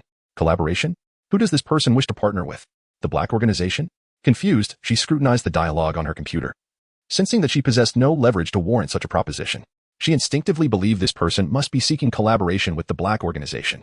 "With your capabilities, you could directly contact the organization for cooperation without needing me as an intermediary." "No, I stand opposed to the organization. I will never collaborate with them. I am here to discuss collaboration with you, Miss Mayano, who wishes to extricate herself from the organization." Mayano Akemi was taken aback. This individual appeared to know far more than she had anticipated, aware not only of her impending actions but also of her desire to escape the organization. "What do you propose for collaboration?" "I possess a greater than 50% chance of ensuring your safe departure from the organization, provided you disclose all you know regarding it." Chapter 56, The Organization's Fugitive End. Staring at the silent computer, Kino Momoka tapped her fingers rhythmically on the desk, producing a crisp sound, while the trio from the police academy remained fixated on the screen. Initially, when Momoka proposed a collaboration with Mayano Akemi, they were perplexed, believing that direct contact would inevitably draw the Black Organization's attention. To their astonishment, Momoka had remotely accessed Mayano Akemi's computer, implanting a chat interface akin to a small black room, enabling them to communicate with her. After a brief negotiation, Momoka candidly expressed her desire to collaborate. Yet Mayano Akemi seemed disinterested in the notion of partnership, having yet to respond. "Are we being too direct?" Hajiwara Kinji pondered, noting her lack of reaction. Matsuda Jinpei, nonchalantly reclining, remarked, "She is a stranger to us. Why engage in superfluous dialogue? The more we say, the more we risk, so it's better to be straightforward." "Indeed. A succinct approach suffices," Jufuka Kajimitsu concurred. "With their limited information, excessive conversation could expose them, Thus engaging in lengthy discussions with Mayano Akemi seemed unnecessary. If she accepted their terms for cooperation, they would attempt to assist her in escaping. Otherwise, they would abandon the idea and seek alternative paths. Apologies. But I have no interest in collaboration. Finally responding, Mayano Akemi's message brought a wave of disappointment to the fore. Sensing the shift, Kinomoto sighed regretfully. Reclining in her chair, in the end, we have gleaned no information. While she had mentally prepared for failure, the rejection stung nonetheless. In truth, Momoka harbored little genuine interest in aiding Mayano Akemi's escape. Having spent so long within the Black Organization, trusting her to be untouched by darkness was a stretch. However, as someone who had been part of the organization, she surely possessed valuable knowledge. Perhaps unexpected insights could be gleaned from her, prompting Momoka to resort to this desperate measure. Ultimately, the so-called escape merely involved handing Mayano Akemi over to the police. It appears Miss Mayano intends to adhere to her plans. That is not for me to decide. Mikazuki Kid and the 3 cadets from the police academy were momentarily taken aback, gazing at the words on the screen with expressions of complexity. It seemed that Mayano Akemi also comprehended that the Black Organization would not easily relinquish her. I shall not intrude upon Miss Mayano any further. And I kindly request that you refrain from disclosing today's events to outsiders. I am sincerely grateful. I am not so idle. Upon receiving the response, Mikazuki Kid swiftly severed the connection. Since Mayano Akemi had declined to collaborate, there was no necessity for him to linger any longer. Matsuda Jinpei exclaimed in exasperation. You really trust her too much, don't you? Are you not at all concerned that she might reveal anything? Of course I am, but what can be done? Mikazuki Kid shrugged helplessly. Nonetheless, this was an unavoidable risk inherent in the plan. Before taking action, Kinomoto Sakura had anticipated a similar outcome. However, he believed that Mayano Akemi was currently incapable of leaking any information. The suspicious Black Organization had exhausted their means to eliminate her and would not readily accept her claims. As for the police, he himself was an officer. Why would he fear her disclosing secrets to them? Shuichi Akai lifted his gaze towards Kinomoto Sakura and inquired with a hint of confusion. Sakura, who sent the email to Mayano Akemi this morning? I recall it was vodka. Came the response. Akai's expression shifted dramatically, drawing the attention of Hajiwara Kenji, who gently nudged him. What's the matter, Akai? Although Vodka was a senior member of the organization, he was utterly subordinate to another member known as Jin. This name had appeared in the emails collected by Jin previously. Akai nodded thoughtfully and continued. Jin holds a prominent position within the organization and is responsible for significant tasks, typically avoiding minor ones.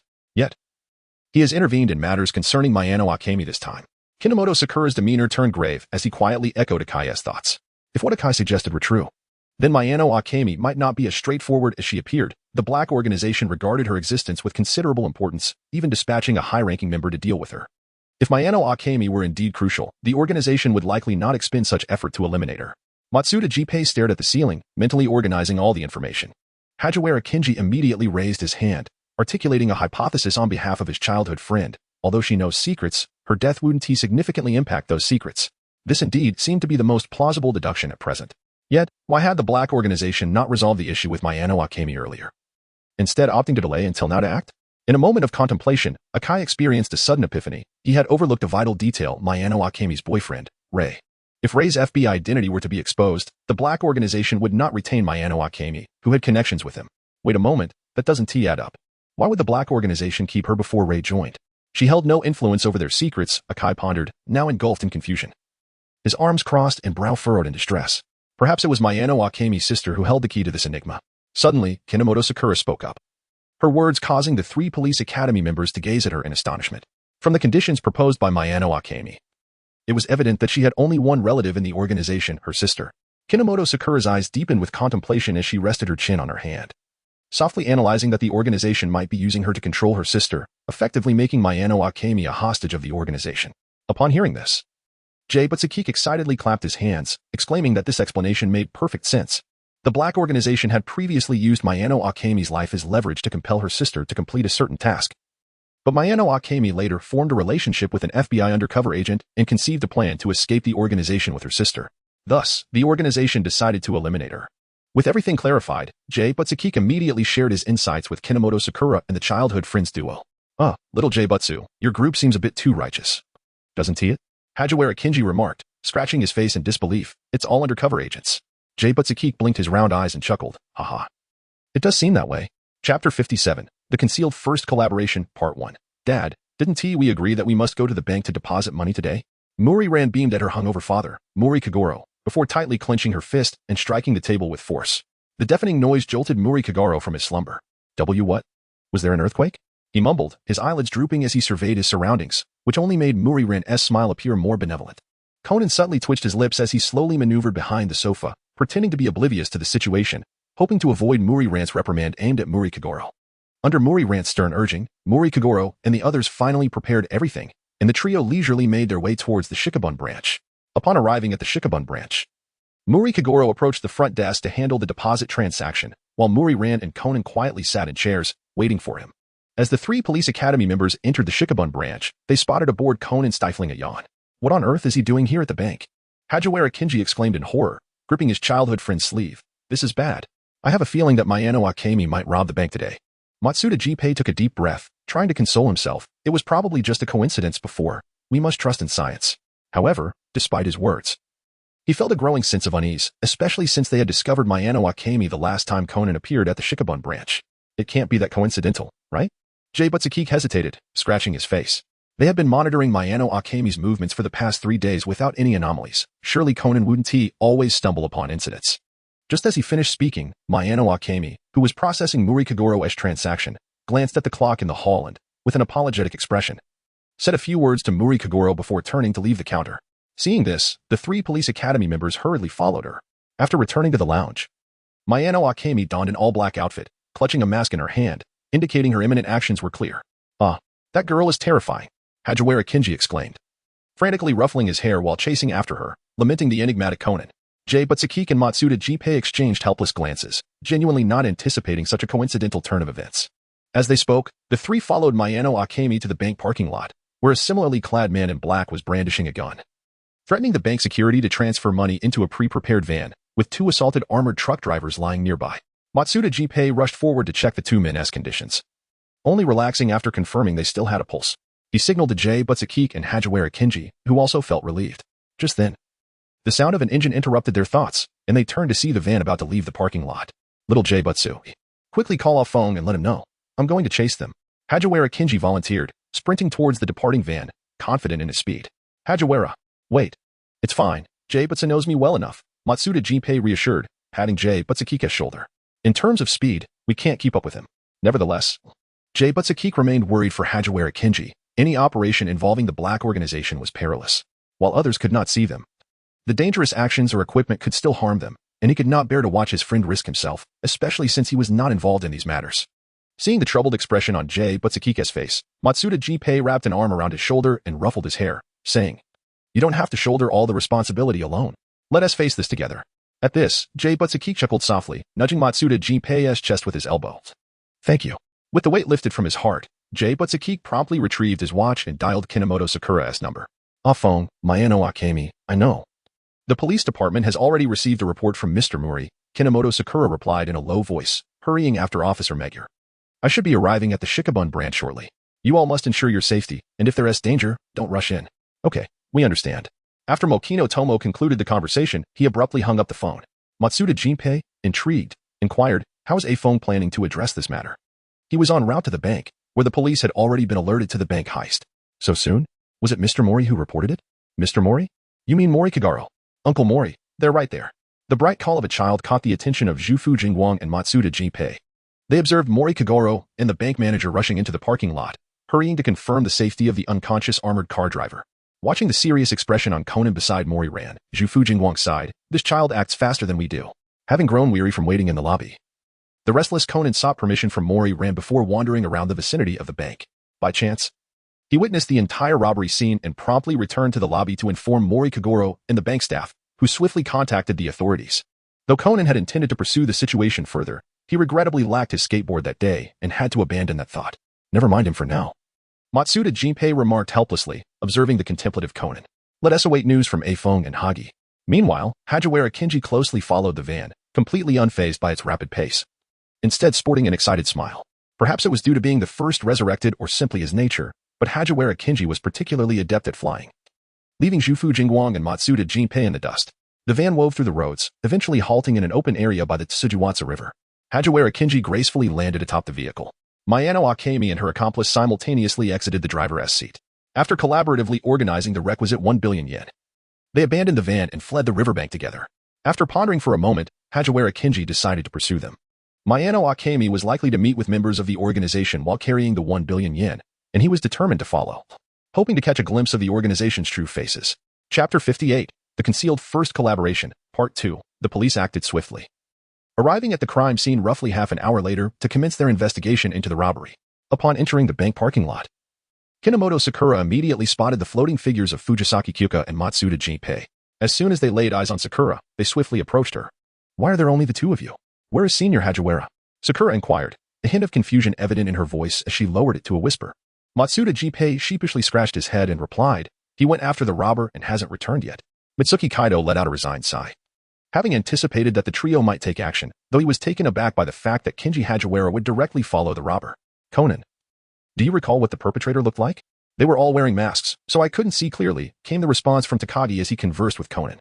Mitsuki turned his gaze towards them. Standing beside Ranmuri, Conan was earnestly answering the questions posed by the police. His manner of speaking and demeanor now resembling that of a 7-year-old elementary school student more than ever before.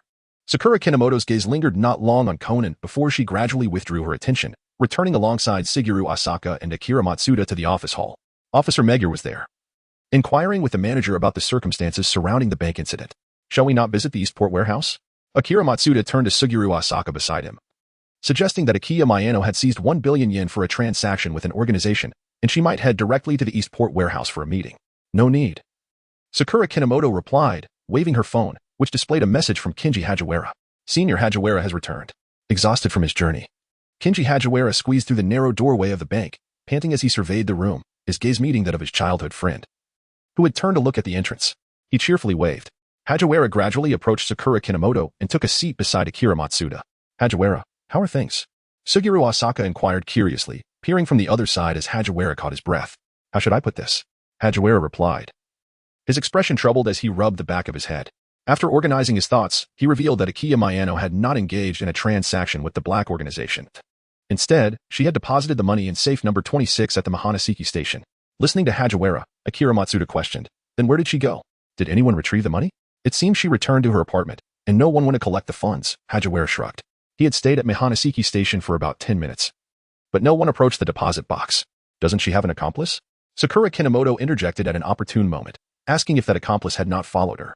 Hagiwara immediately shook his head, responding, "The two of them split up after abandoning the car. I believed Akiya Mayano and the money were of greater importance, so I followed her to Mahanaseki station." No sooner had he spoken than a police officer entered the office hall, reporting to Officer Meguer while holding a notebook. "We discovered the robber's van in the clearing near the Sawazumi riverbank, but no fingerprints were found, only a mask with a lipstick mark in the driver's seat." "A lipstick mark?" Conan, who had been quietly following Officer Meguer, felt a spark of realization as he recalled the characteristics of the two robbers, one of whom indeed resembled a woman. "A mask with a lipstick mark?" Akira Matsuda frowned, immediately sensing something amiss. How could she have left the mask behind in such a crucial plan? Not at all. "I remember she took the mask with her," Kenji Hagiwara reflected, recalling the moment when Akiya Mayano and her accomplice fled the vehicle. As the light flickered in her eyes, Kinomoto Sakura softly spoke, "Someone intends to expose Mayano Akemi to the police. The black organization." Shibukawa Kiyotaka's expression darkened as he swiftly grasped the implications of Sakura's words. Matsuda Jinpei raised his head, eager to inquire about the subsequent plans. "Shall we continue to investigate Mayano Akemi's movements?" Currently, they found themselves unable to procure any valuable intelligence. To safeguard their identities, they had refrained from direct contact with Mayano Akemi, piecing together fragmented information instead. "If Mayano Akemi is unwilling to cooperate with me, I shall have no choice but to disclose this matter to the Public Security Bureau and see what actions they take," Kinomoto Sakura said after a prolonged silence. At her words, Shibukawa Kiyotaka suddenly looked up, astonished as he regarded her. "Sakura, are you truly considering handing this over to the Public Security Bureau?" Previously, she had explicitly stated her reluctance to collaborate with the police, and it seemed she had not acquired the desired intelligence this time either. "Wouldn't it be a loss to transfer everything directly to them?" "What concerns you, Senior Shibukawa?" Kinomoto Sakura replied with a faint smile. "I simply prefer not to engage directly with the Public Security Bureau, but providing a tidbit of information is not an issue."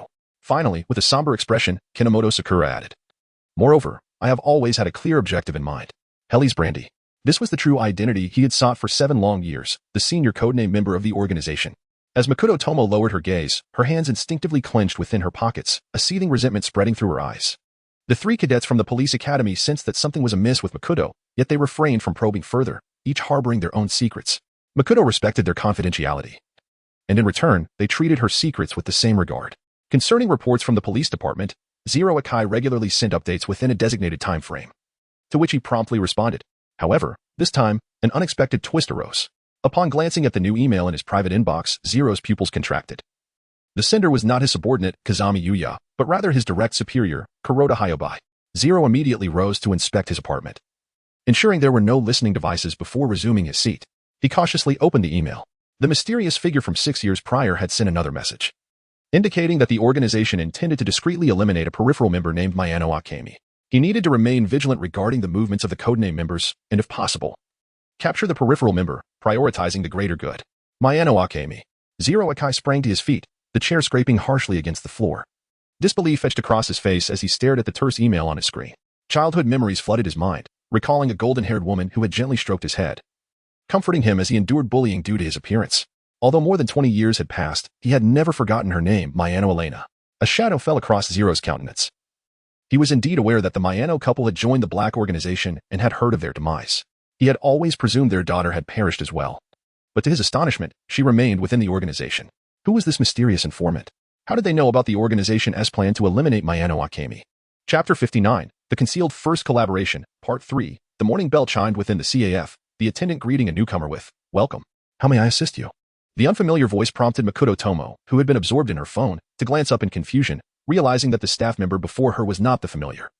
Warm smile of Amuro Turu. "Black coffee, please." Makoto softly conveyed her order to the attendant, feeling somewhat disoriented as Amuro would typically prepare her coffee without her asking. The attendant swiftly crafted her black coffee, handing her the paper bag containing the drink, the aroma of the coffee faintly wafting through the air, yet lacking the allure of her previous brews. "Is Mr. Amuro on leave today?" Makoto could not suppress her curiosity. "Yes, he seems to have matters to attend to. So the manager asked me to fill in." "Thank you." "You're welcome. Take care." Sakura Kinomoto leisurely strolled towards the police headquarters, a paper bag in hand. She extracted a cup of coffee from within, taking a delicate sip. The flavor was unremarkable, neither disappointing nor particularly extraordinary. Gazing at the coffee in her hand, Sakura let out a resigned sigh, acutely aware that her palate had been refined by Mr. Amuro. It seemed she would need to purchase some instant coffee to temper her taste. If Mr. Amuro were to change jobs in the future, she feared she might find it difficult to enjoy any other coffee. When Kinomoto SK arrived at the office, there were not many people present. So he took out his laptop from his backpack to check whether the email he sent to the police department yesterday had been read. Last night, he had sent information regarding Mayano Akemi to an email address that had been used 6 years ago to disclose undercover incidents. Initially, he hesitated to use this email, considering 6 years had passed and it might have been deactivated. Surprisingly, the email address was still active and had acquired a rather intriguing name. "Thank you for the guidance. Please bestow your wisdom." This simple yet profound username expressed gratitude for Kinomoto SK's previous warnings about the undercover situation and conveyed a desire for continued collaboration. The police department's forthright approach alleviated SK's concerns. Confident that the email was not under surveillance by unknown forces, he proceeded to send the information regarding Mayano Akemi. However, the email would automatically self-destruct after a day. Nevertheless, Kinomoto SK had yet to inform the police department about the final transaction location and Mayano Akemi's current circumstances. Fearing that immediate action might jeopardize the undercover agent's safety, he planned to notify the police department after a day or two. "Kinomoto-kun, do you have something to attend to today?" Takagi Wataru approached, clutching a file. "Officer Megure requested you to go to the bank and reconfirm the details of the robbery with the security guard." Upon hearing this, Kinomoto SK promptly replied, "No problem. I will head to the Yatsuba branch shortly." The investigation into the robbery was progressing methodically, with the mask already sent for examination. It was anticipated that results would be available soon, and the transaction involving Mayano Akemi with the organization should also be forthcoming. The Yatsuba branch was rather subdued following the robbery incident the previous day. Upon entering the bank, Kinomoto SK made eye contact with JB Keek, who had been trailing Mayano Akemi. The 3 members of the police academy had split into 2 groups today. JB Keek continued to monitor Mayano Akemi's movements, while Hajiwara Kinji and Matsuda Jippei kept an eye on the 1 billion yen secured in the vault at the Mifune station, ensuring no time was wasted on either front. Unexpectedly, Mayano Akemi returned to the bank to resume her duties the day after the robbery. JB Keek, seeing Kinomoto SK enter, refrained from approaching, understanding that SK was there to follow up on the robbery case and did not require interruption. Watching Mayano Akemi busily attending to her duties at the counter, JB Keek furrowed his brow with concern. SK had relayed the information to the police department yesterday, but they were uncertain how the department would handle Mayano Akemi. Ideally, her survival until she reached the police would be the best outcome, as she could provide vital intelligence regarding the organization. However, rescuing her from the organization's grasp was no simple task. He pondered whether Zero would be affected by this situation. With a soft sigh, JB Keek felt a wave of anxiety for his childhood friends still undercover. while JB Keek was lost in thought. Mayano Akemi suddenly stood and headed towards the manager's office. Observing this, JB Keek quickly followed, glancing down to see that she held a resignation letter in her hand. This was indeed a letter of resignation. JB Keek's demeanor shifted as he realized that Mayano Akemi had voluntarily resigned from the bank, indicating that she might be preparing for a transaction with the organization. After exchanging a few pleasantries, the bank manager consented to her resignation request. Seizing the opportunity while the manager was distracted, JB Keek discreetly glanced at the letter's contents. Mayano Akemi would depart from the Yotsuba Bank in 2 days. Given the current pace of the police investigation, she would not delay for long, suggesting that the transaction could occur shortly thereafter. Eager to inform Kinomoto SK, JB Keek hesitated, fearing that he might lose track of Mayano Akemi. Ultimately, he chose to remain by her side, intending to relay the news to SK later that evening. At this moment, Kinomoto was perplexedly scrutinizing the testimony of the bank guard, Akiyoshi. According to Akiyoshi, he had called out to the driver after hearing the gunfire. However, yesterday, Conan stated that he rushed to the scene immediately upon hearing the shots, at which point Akiyoshi was already busy transferring the money. It was implausible for him to have had the time to call the driver. Moreover, the armored vehicle was designed with one-way visibility, rendering it impossible for the assailants to discern the interior conditions. Yet, Akiyoshi survived amidst the hail of bullets, which suggests that either the robbers were aware of the situation inside or it was nothing short of a miracle. Sakura Kinomoto lifted her eyelids, casting a gentle glance at the fidgeting Angie, her heart largely confirming his identity as another accomplice of Akemi Mayano. Chapter 60, The Concealed First Collaboration, Part 4. After a night of gentle rain, the streets were soaked with moisture, and the residents near the bathhouse curiously peered out to observe the road ahead, now cordoned off with a yellow warning tape. Following the forensic class, Kinomoto Sakura entered the crime scene, where the bank guard, N.G., whom she had seen just 2 days prior, lay silently on the damp ground, his lifeless body marked by bloodstains that revealed the cause of his demise. Observing N.G.'s unblinking gaze, Sakura furrowed her brow slightly. N.G., the guard of the Shirin branch, was the only individual unscathed during the robbery. Coupled with the testimonies confirmed 2 days ago, she was certain that N.G. was an accomplice of Akemi Mayano. Senior Jifu had been closely monitoring Mayano in recent days, but he had not detected any suspicious behavior from her, suggesting that she was not the perpetrator. Officer Megure. Takagi rushed to Officer Megure's side, appearing to bear significant news. I just received a call. Former racer Shiro Baika was found murdered in his home. Investigators discovered a layout of the Shirin branch, a transportation schedule for the cash truck, and notes on escape routes in his residence, alongside a lipstick found near the body. Now, he can definitively ascertain the identity of the murderer. Sakura Kinomoto's lips twitched slightly. The black organization truly exhibited remarkable tenacity. Not only did they leave behind a mask in the van, but they also carelessly discarded a lipstick at the crime scene, leaving Akemi Mayano with no avenue for retreat. The robbery case involving 10 billion yen has begun to take shape, with Kaiji and Shiro Baizuka identified as 2 of the perpetrators. Now, only their female accomplice remains at large. Sakura Kinomoto quietly observed the body being removed from the crime scene. The police were nearing the truth, and Akemi Mayano was likely preparing to take action. That evening, after tidying up upon returning to her apartment, Sakura made her way directly to the computer room, followed slowly by the 3 members of the police academy, who were puzzled yet intrigued. Are you going to investigate something, a phone? Kenji Hajiwara inquired, settling down on the desk. He glanced at the computer screen, where a familiar page materialized. Jippei Matsuda raised an eyebrow, wondering if they were about to manipulate Akemi Mayano's computer once more. 2 of Akemi Mayano's accomplices had met their demise. What? They exclaimed in unison, disbelief etched across their faces.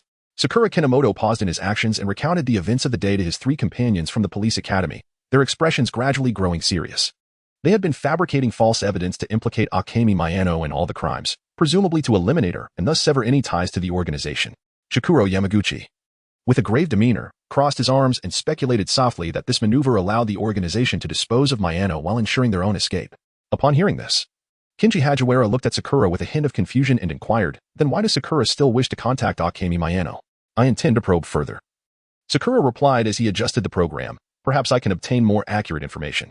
Although Shikuro had learned just the day before that Akemi would resign from the bank the following day, such fleeting information could not be conveyed to the police. Long time no see, Miss Mayano. After successfully connecting to Akemi Mayano's computer, Sakura promptly typed a message, and together with his 3 companions, they fixated on the screen, silently awaiting a response. I have already stated that I am not interested in collaboration. Akemi Mayano quickly replied, and upon seeing her response, Sakura deftly typed out his prepared statement. I am not one to lack subtlety. This is not about collaboration. I merely wish to ascertain when you intend to engage in dealings with the black organization. Akemi furrowed her brow, her gaze fixed intently on the words on the screen. After a moment's hesitation, she responded to Sakura once more. What do you intend to do? I have mentioned before that I harbor some grievances against the black organization. I initially thought to use you to toy with them, But since you are unwilling to cooperate, I must act independently. Perhaps I can amuse myself at their expense after your demise. Sakura Kinomoto answered Akemi Mayano's question with an air of calmness. For there was not a single falsehood in his words, each sentiment flowed from the depths of his heart. Indeed, he harbored a desire for revenge against the Black Organization. Yet his current strength fell short of that ambition. Your words are rather infuriating, Afong, Matsuda Jinpei remarked, rendered speechless. Beside him, both J-Fuku Kagemitsu and Hajiwara Kinji nodded in agreement, and the trio simultaneously cast sidelong glances at Sakura Kinomoto. Kinomoto Sakura, with a sense of resignation, scratched her face and remarked, but I have been portraying such a character all along. Suddenly changing my demeanor would only seem more bizarre. To play tricks on the organization? Are you not afraid of their retaliation? I have even entertained thoughts of deceiving them. Do you believe I would still fear them? Her provocatively charged words rendered Mayano Akemi silent. As she caressed the keyboard, she contemplated whether to divulge the time and place to this enigmatic individual.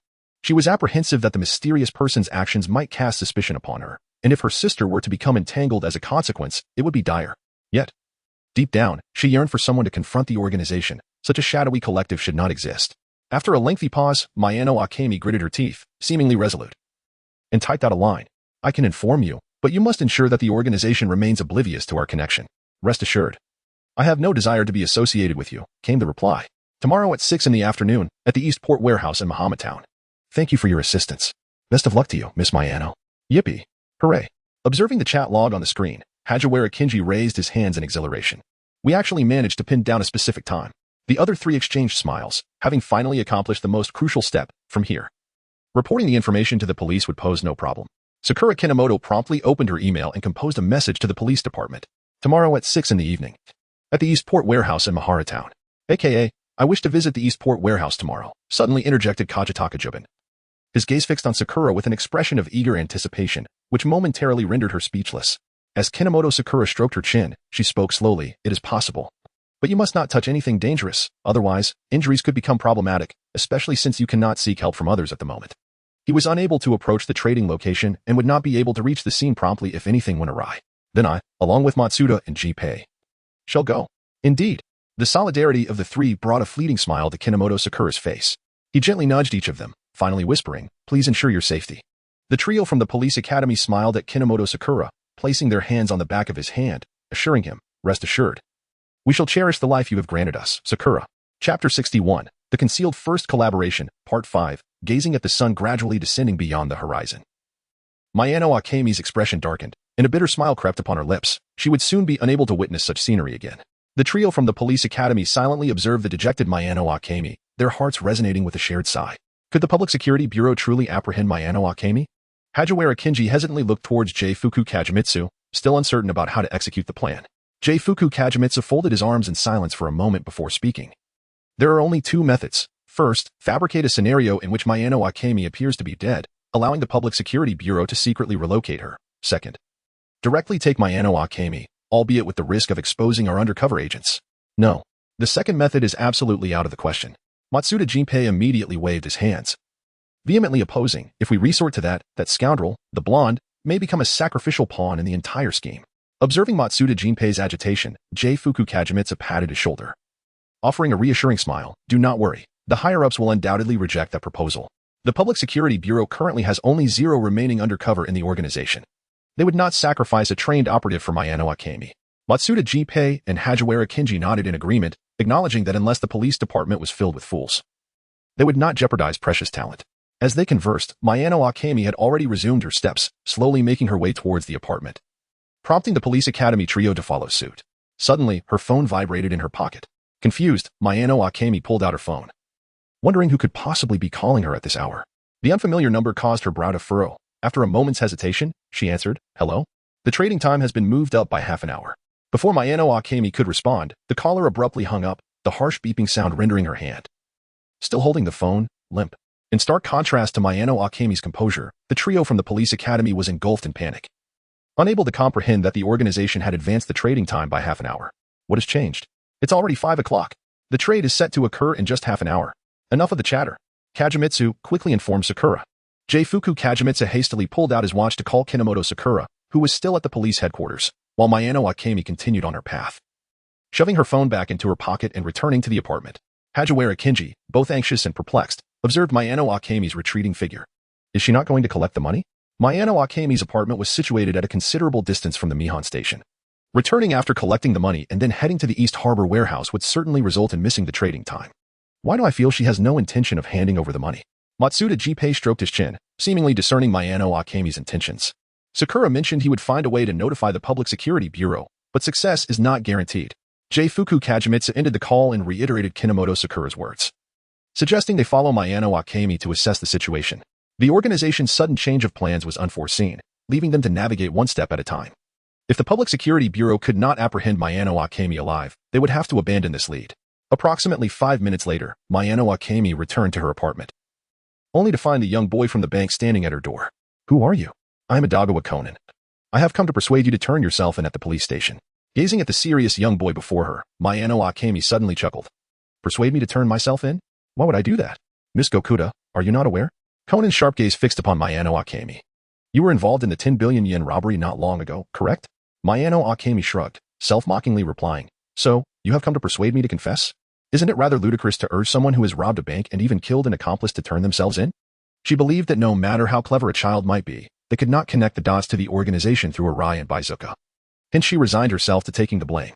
No, your accomplices were murdered by the organization backing you. You merely participated in the robbery. At this revelation, both Mayano Akemi and the previously silent trio from the police academy changed their expressions, clearly taken aback that a mere elementary school student had investigated the black organization. Sakura was right. If Conan was not warned, he would unwittingly draw numerous dangers upon himself. Hajiwara Kinji, initially lost in thought, then held his head in dismay. How does this child uncover everything? Matsuda Jinpei nudged J-Fuku Kajimitsu, asking, what do we do now? Although his approach was far from ideal, they had no choice but to rely on him for a bit of time. J-Fuku Kajimitsu sighed, realizing they could not halt Mayano Akemi's advance. Mayano Akemi stared silently at the confident Conan for a long moment before suddenly stating, fine, I will turn myself in. But I need to go into the apartment to retrieve something first. Conan was momentarily taken aback by Mayano Akemi's straightforward concession. After a brief hesitation, he nodded and turned to allow her entrance. However, just as he turned, Mayano Akemi swiftly struck his head. The trio from the police academy attempted to intervene discreetly but were ultimately too late, watching helplessly as Conan fell to the ground. Conan, you are very brave, but I cannot accompany you to turn myself in. To prevent my matters from affecting you, please be cautious of those clad in all black. No, you cannot. They will kill you. The dazed Conan struggled to persuade Mayano Akemi, yet ultimately could not lift his hand. While Mayano Akemi's actions were somewhat harsh, they at least ensured Conan would be distanced from the eye of the storm. Hajiwara Kinji remarked, and the other two nodded in agreement. Thus, Mayano Akemi carried Conan into the apartment while she drove alone to the East Harbor warehouse to negotiate with the black organization, once confirming that Conan was unharmed. The trio from the police academy followed after Mayano Akemi. 20 minutes later, they arrived at the East Harbor warehouse, where two men dressed in black awaited Mayano Akemi. J-Fuku Kajimitsu's expression darkened immediately. Gritting his teeth, he spat, Jin, you were late. A minor accident delayed me for a few minutes, Jin scoffed. Uninterested in Mayano Akemi's poor excuses. Did you bring the money? I will inform you of the money's location, but you must first bring my sister. Mayano Akemi glared at Jin, loudly asserting her demands. You seem unaware of the situation. Jin slowly raised his hand, a cold smile spreading across his face. The money and your sister are both valuable to the organization, while you are merely a useless hostage. Chapter 62, The Concealed Initial Collaboration, End. The cold muzzle of the gun was aimed squarely at Akemi Mayano, yet she found herself without a retreat. Gritting her teeth and standing still as she gazed at the mocking face of Jin, the three police academy students watched the tense situation unfold. With Kiyotaka Shibukawa gripping a bright-screened watch that displayed the name of Kid Kinomoto, they communicated the events occurring in the warehouse to Kid Kinomoto, who remained at the police headquarters via phone. Meanwhile, Kid Kinomoto, wearing a Bluetooth headset, attentively monitored the situation across from her while explaining to Officer Magyar that Masami Hirota was indeed the last robber, urging him to respond swiftly. Officer Magyar, Mr. Muri called to inform us that Masami Hirota from the Yatsuba branch is the third robber, and Conan has discovered that she is heading towards the Eastport warehouse, announced Officer Chiba as he burst through the door, relaying the urgent news to Officer Magyar. Upon hearing this, Officer Magyar's expression turned grave as he patted Kid Kinomoto on the shoulder, affirming, it appears your deduction was correct. We shall depart immediately. With that, Officer Magyar instructed Kid Kinomoto, Wataru Takagi, and several colleagues to accompany him to the Eastport warehouse to apprehend Masami Hirota. As he watched the backs of the departing figures, Kid Kinomoto silently exhaled a sigh of relief. He had done all he could, and now he had to rely on the police. Meanwhile, the situation at the Eastport warehouse remained dire. Jin had no intention of claiming the 1 billion yen. His sole purpose for being there was to eliminate Akemi Mayano. What a naive little mouse, Jin sneered at Akemi Mayano, declaring that indeed, Traitors deserve to be eradicated. What merit is there in supporting such a dark and inhumane organization? Feeling the inevitability of her demise, Akemi Mayano boldly countered Jin, fixing him and Vodka with a fierce glare. The 3 police academy students felt a chill of apprehension at her words, astonished by her bravery in the face of despair. Jin suddenly chuckled, as though he had heard something exceedingly absurd, then slowly remarked, "You truly are a troublesome individual, had I known. I should have let you accompany that fellow abroad." "What do you mean by that?" "Nothing much, merely lamenting that a certain troublemaker failed to take you along." Jin curled his lips into a smirk, inhaling deeply from his cigarette. "In the end, I'm still left cleaning up his mess." The police academy trio found themselves puzzled by Jin's cryptic remarks. Gunpei Matsuda exchanged a perplexed glance with Kiyotaka Shibukawa and asked, "What is he talking about, Kiyotaka?" "I have no idea. It seems he is speaking of another person, possibly a member of the organization," Kiyotaka Shibukawa replied, furrowing his brow. Although it was evident that Jin was complaining, there was an odd hint of admiration interlaced with his words. Yet no member of the organization should elicit such appreciation from him. Ignoring Akemi Mayano, who remained bewildered, Jin clenched the cigarette but between his teeth and slowly aimed the gun at her, revealing a sinister smile, "But none of that matters now. It's time to say goodbye, Akemi Mayano. Watch out." Bang. The deafening gunshot shattered the tense atmosphere, and the 3 police academy students lunged towards Akemi Mayano, attempting to shield her from the incoming bullet. However, they only managed to slightly shift her body. The bullet ultimately found its mark, embedding itself in her left abdomen. In an instant, Akemi Mayano clutched her wound and collapsed, the searing pain engulfing her entire being as blood seeped through her fingers, gradually staining her shirt and coat crimson. "Let us go. Brother, aren't we going to clean this up?" "It's fine. She won't survive until the police arrive." Jin cast a glance at the suffering Akemi Mayano before leaving the Eastport warehouse with Vodka. The 3 police academy students surrounded Akemi Mayano, desperately applying pressure to her injury to prevent excessive blood loss. "What should we do? They are leaving. Should we pursue?" Kenji Hagiwara anxiously turned to glance at the departing figures. Kiyotaka Shibukawa, intently applying pressure to the wound, simply stated, "No need. It would be futile to chase them now. They won't take any further reckless actions, at least not until this matter with Akemi Mayano is settled." Upon hearing this, Kenji Hagiwara ceased his worry and redirected his attention to the blood seeping from Akemi Mayano's wound, uncertain if their urgent care was having an effect. But the flow of blood seemed to be diminishing. Dazed and fading, Akemi Mayano lay on the ground, sensing someone desperately trying to staunch her wound. The pace at which her blood flowed appeared to slow. Chihoko. In the fleeting moment before her consciousness faded entirely, Akemi Mayano's mind flashed with the image of her younger sister, and then she succumbed to darkness. At that moment, the wailing sirens of police cars echoed from afar. A familiar and reassuring sound that caused the 3 police academy students to collectively exhale in relief. If they could transport Akemi Mayano to the hospital now, there might still be hope for her. Inside the police car, Kinomoto continuously glanced towards the warehouse, searching for the figures of the 3 police academy students and Akemi Mayano. Finally, he spotted them in the central area of the warehouse. "I see them." Kinomoto Sakura immediately directed Officer Megier, and they hurriedly rushed over to tend to Akemi Mayano's wounds while simultaneously contacting an ambulance. Observing the bustling group of police officers, the 3 cadets collapsed backward, their arms aching, likely from exerting too much force earlier. Seizing the moment when no one was paying attention, Kinomoto Sakura glanced at the 3 bloodied individuals, a helpless smile gracing her face, as she realized she could no longer approach her seniors. Just as she was about to discreetly offer a tissue, her peripheral vision caught sight of an unfamiliar figure, a man wearing square-framed glasses, standing on the riverbank a short distance away. He silently observed the police as they managed the scene, only turning to leave after Akemi Mayano was taken away by the ambulance. Could he be from the Public Security Bureau? Kinoshita Kid furrowed his brow, initially believing that the police had abandoned Mayano Akemi. To his surprise, they had indeed arrived at the harbor warehouse. Had the investigation team been even slightly slower, it is likely they would have taken action. The departing Kazami Yuya remained oblivious to Kid's gaze as he was engaged in a conversation with his direct superior. Mayano Akemi has been transferred to the designated hospital and arrangements have been made, he understood clearly. The precise directives from his superior instilled a sense of reverence in Kazami Yuya. He diligently noted the key points for the upcoming tasks, leaving no detail overlooked. Chapter 63. The operation success. The air in the hospital was far from pleasant, yet Kinoshita Kid could not abandon his post. He and Takagi Wataru stood quietly outside the operating room, awaiting news of Mayano Akemi. Seated on the waiting chairs, Hagiwara Kenji shifted closer to Matsuda Gunpei and inquired, "Gunpei, do you think Mayano Akemi can still be saved?" "There's a high probability of survival," Matsuda replied, casting a glance at his childhood friend. Though he understood that publicly she must be declared deceased, should the Black Organization learn that Mayano Akemi was alive and in the hands of the police, they would undoubtedly devise means to eliminate her to safeguard their secrets, posing significant complications for the police investigation. Hagiwara Kenji nodded thoughtfully, then glanced outside as if searching for something. "Are those really police officers?" he mused. "They should be. Otherwise, Kudo would have returned by now." As if on cue, The lights in the operating room dimmed, and moments later, the doctor emerged. Takagi Wataru rushed forward to inquire about Mayano Akemi's condition, while Kinoshita Kid remained rooted in place, silently observing the doctor's pained expression. I'm sorry. We did everything we could. The victim was brought in too late and lost too much blood, the doctor lamented, bowing his head, clearly having exerted every effort. I see, Takagi Wataru replied, accepting the grim news of Mayano Akemi's demise. He sighed softly before dialing Officer Muro's number to inform him of the situation. At that moment, Zufu Kagemitsu arrived from another direction, landing softly beside the childhood duo. Leaning back against a chair, Zufu murmured, those two individuals are likely from the police, but they have yet to take action, so I am uncertain of the situation. What shall we do now?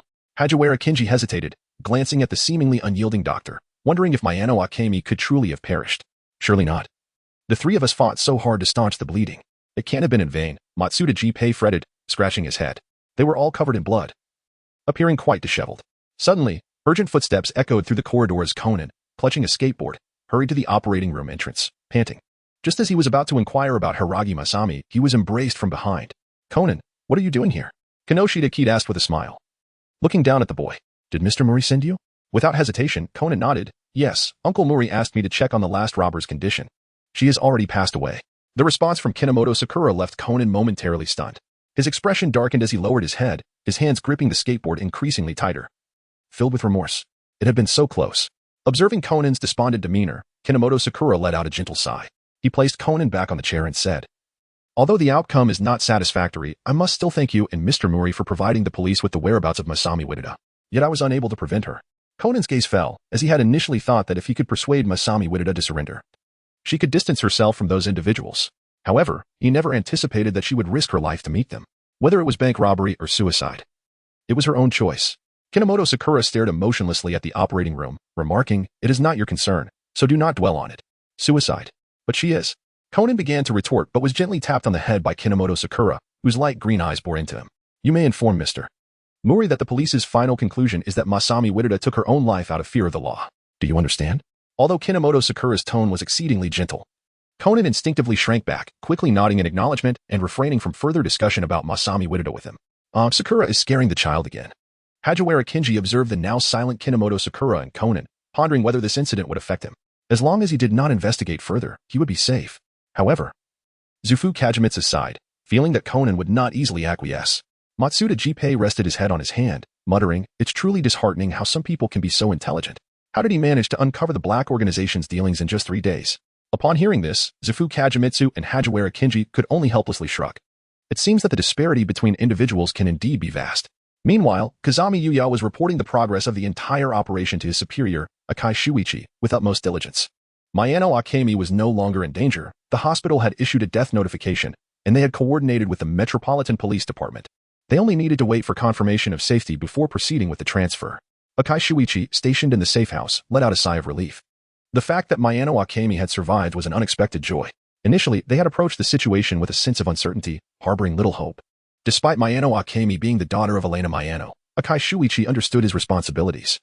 He could not let personal feelings jeopardize the years of effort put forth by the Public Security Bureau. Therefore, he opted not to directly rescue her from the black organization but instead sought to save the injured Mayano Akemi, albeit with considerable risk. Fortunately, they had not failed. Mr. Akai, do we now wait for Mayano Akemi to awaken? Kazami Yuya cautiously inquired about Akai Shuichi's intentions. After a moment's contemplation, Akai Shuichi responded, yes, once she awakens. Contact me. Understood. Suddenly, Akai Shuichi seemed to recall something significant and quietly asked, are there any leads on that mysterious individual? Kazami Yuya hesitated, awkwardly scratching his face.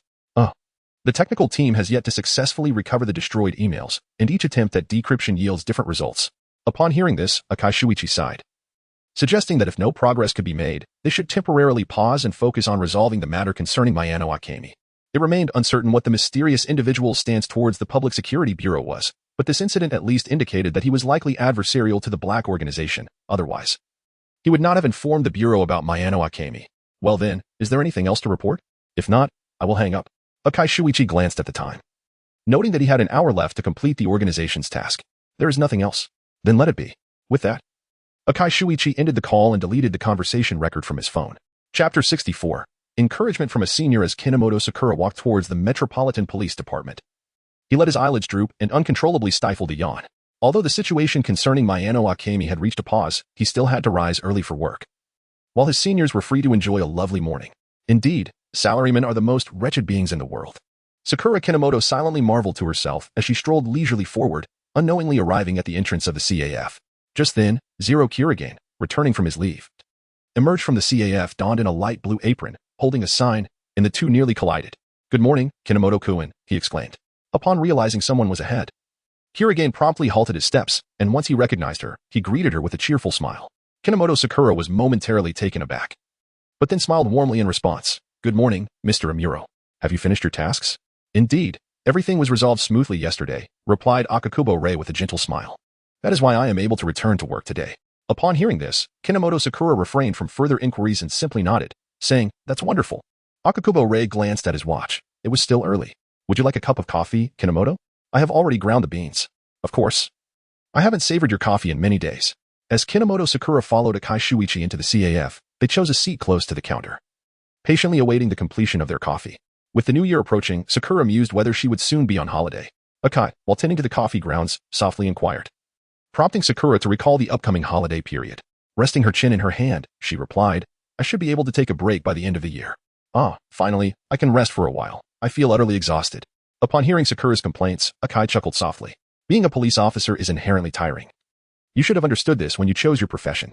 Understanding and experiencing are two different matters," Sakura sighed in resignation. "I had thought there wouldn't be so many cases." When she entered the police academy, she genuinely believed that serious cases would be rare, as the times were indeed peaceful. Who could have anticipated that Tokyo would frequently be the scene of homicides? "Is it that you wish to change careers, Kinomoto?" Akai teased, pouring the coffee into a cup. Kinomoto Sakura immediately waved her hand and said, "No, I was merely expressing a slight complaint. Let us continue to strive forward." Akai Shuichi gently placed the paper bag containing coffee in front of Kinomoto Sakura, reminding her that as the chief of the police academy, one must set an example. Mustn't one? The words of a senior to a junior momentarily startled Kinomoto Sakura, but eventually, a smile graced her face as she softly replied to Akai Shuichi, "I will keep working hard." With that, Kinomoto Sakura stood up, picked up the coffee, and bade farewell to Akai Shuichi. His words had enlivened her previously somber mood, and she now felt invigorated. Watching the young woman depart, Akai Shuichi revealed a nostalgic smile, recalling his own days at the police academy. Back then, he too had envisioned the future, though he never anticipated becoming a solitary undercover agent in the end. "Keep striving," he thought as he stretched lazily and turned to enter the counter, beginning his day's work. Just freshly washed. Matsuda Jinpei rushed back to his bedroom with a piece of bread in his mouth, unceremoniously kicking his childhood friend, Hagi. "Get up quickly. There's nothing to do today. So why rise early?" Hajiwara Kinji rubbed his eyes, reluctantly sitting up. They had been busy investigating the case of Mayano Akemi for 2 weeks. And now that it was finally resolved, they finally had some time to rest. Early rise. It's nearly 10 o'clock. Matsuda Jinpei, exasperated, grabbed the collar of his friend. "If you don't get up now, it'll be lunchtime." Hajiwara Kinji raised his hand and said, "Then I'll just skip straight to lunch." Listening to his friend's nonsensical words, Matsuda Jinpei slowly broke into a gentle smile as he lifted Hajiwara Kinji and brought him to the sink before letting go. "Ah, Jinpei, my pajamas are all wet." "Well, they need washing anyway." The commotion between the two drew a twitch at the corner of J-Fuku Kajiki's mouth as he attempted to focus on the information in front of him. For them, the trail regarding Mayano Akemi had been completely severed. They were unaware of her current state or the subsequent handling by the Public Security Bureau, so they could only seek alternative methods to investigate the organization. Hence, the materials collected by Kinomoto Sakura had become the most critical lead. The victims of the major explosion case at the Yuji Chemical Factory included Takizawa Akihiro. J-Fuku Kajiki's brow furrowed at the name, feeling a sense of familiarity.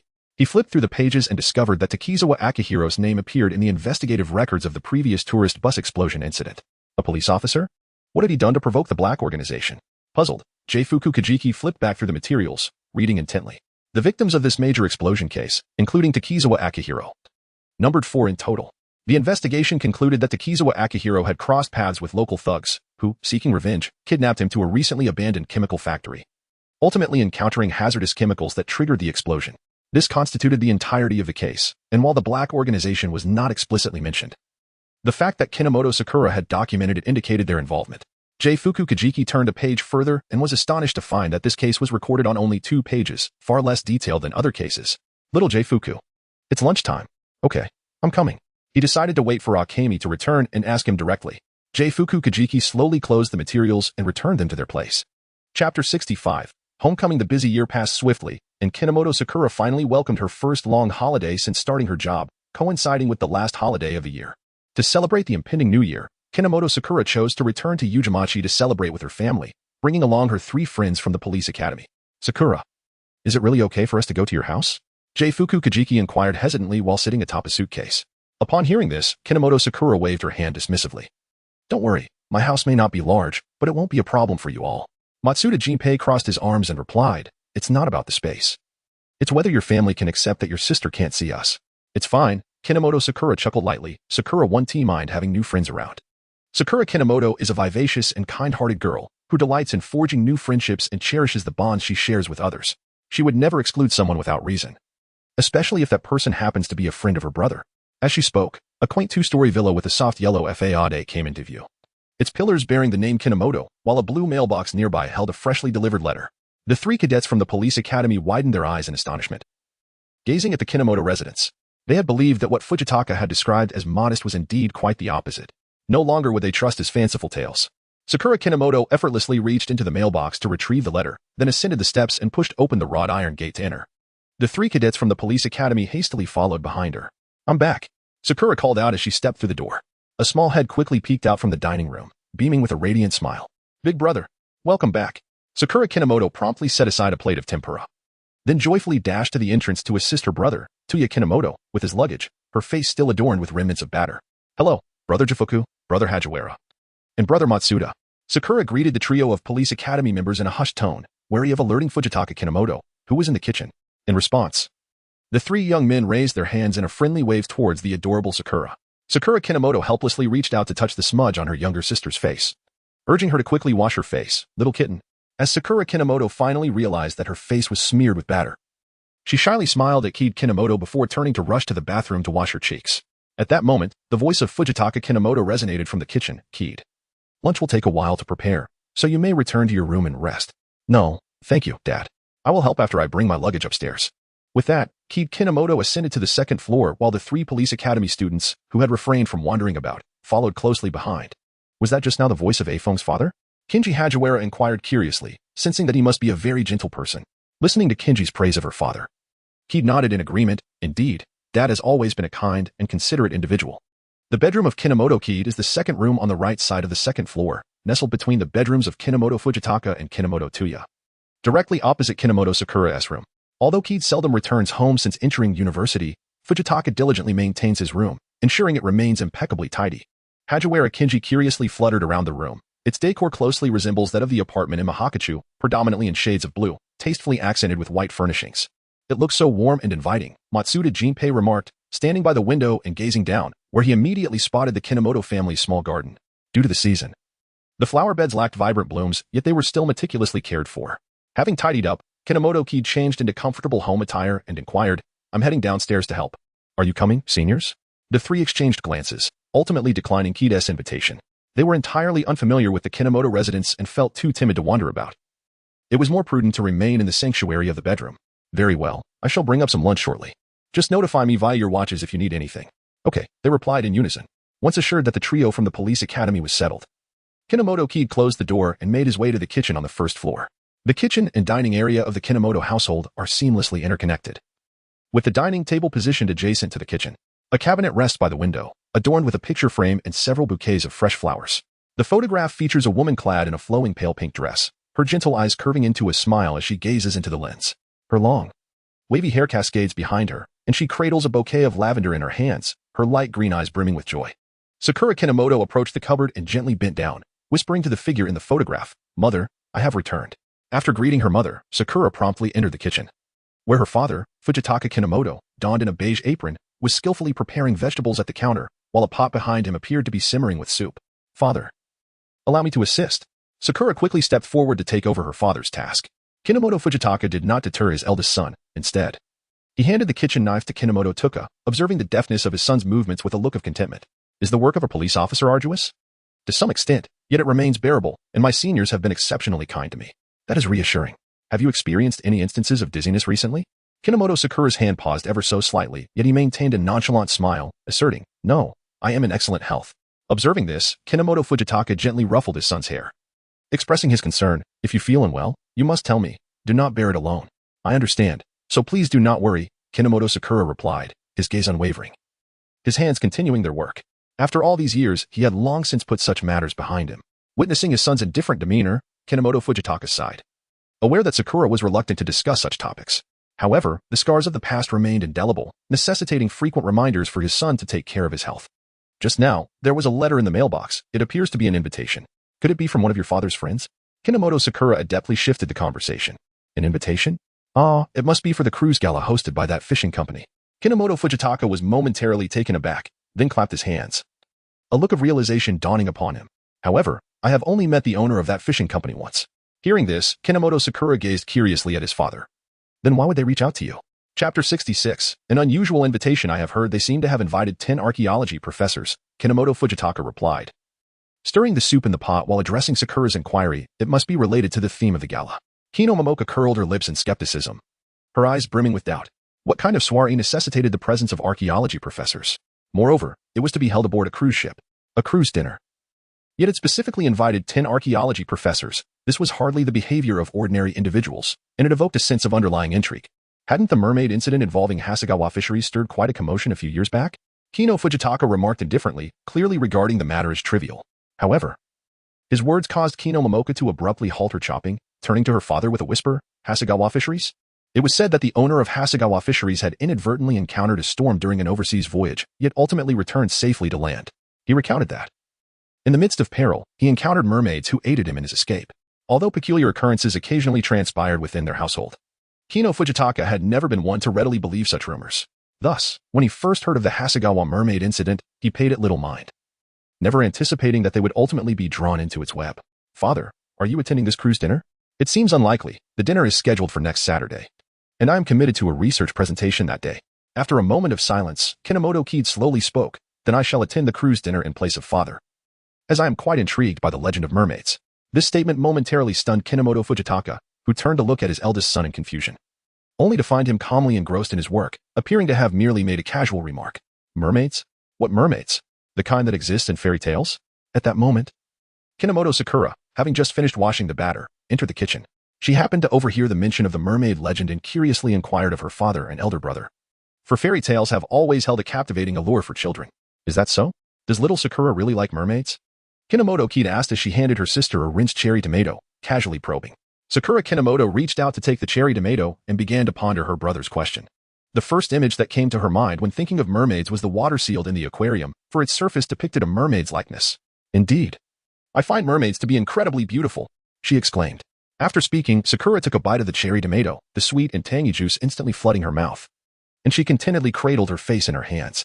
Observing Sakura's adorable antics, Fujitaka Kinomoto and Kid Kinomoto couldn't help but chuckle, causing Sakura to shyly lower her head in embarrassment. After a light-hearted bout of playful banter, Fujitaka, realizing that their kitchen supplies were rather limited, decided to step out for groceries, leaving Kid and Sakura to continue preparing lunch at home. Sakura Kinomoto retrieved a tray and 4 small bowls from the cupboard, ladling the soup from the pot into each bowl. Afterward, she took some delightful desserts from the refrigerator. Once everything was prepared, she presented the tray to her brother. Brother, what is this? This is for Karo and the 3 seniors. Please deliver it for me. Sakura Kinomoto suddenly grasped the meaning behind her brother's words. In the past, she had discreetly shared some of her food with Karo, always concocting excuses to evade the scrutiny of their father and older brother. Carefully, she lifted the tray and ambled towards the staircase, ensuring that nothing went amiss with the food. Observing her sister's cautious demeanor, Fujitaka Kinomoto felt a sense of relief as he resumed preparing lunch. The soup he had just ladled was modest in quantity, so it ought not to raise their father's suspicions. Click. At last, Touya Kinomoto returned from his final work shift of the year. He trudged into the dining room, dragging his weary feet, only to find his older brother regarding him with a bemused expression from the kitchen. Elder brother? Touya exclaimed, taken aback, even stepping back in surprise. Didn't you say you wouldn't be home until after 11? He distinctly recalled his brother mentioning in a text that he would arrive around 11, which is why he had specifically sought a part-time job that ended by 10, hoping to avoid any doubts from his elder sibling. To his astonishment, Fujitaka, feigning innocence, replied, Did I? I don't remember that. Realizing he had been caught, Touya fell silent, placing his backpack down and preparing to wash his hands to assist Fujitaka with the meal preparations. Quickly, go rest. Fujitaka promptly halted Touya, playfully tapping him on the back of the head. Finding a part-time job at the year's end, you certainly are something. Sakura Kinomoto pouted slightly in indignation, asserting that she had not missed lunch at all.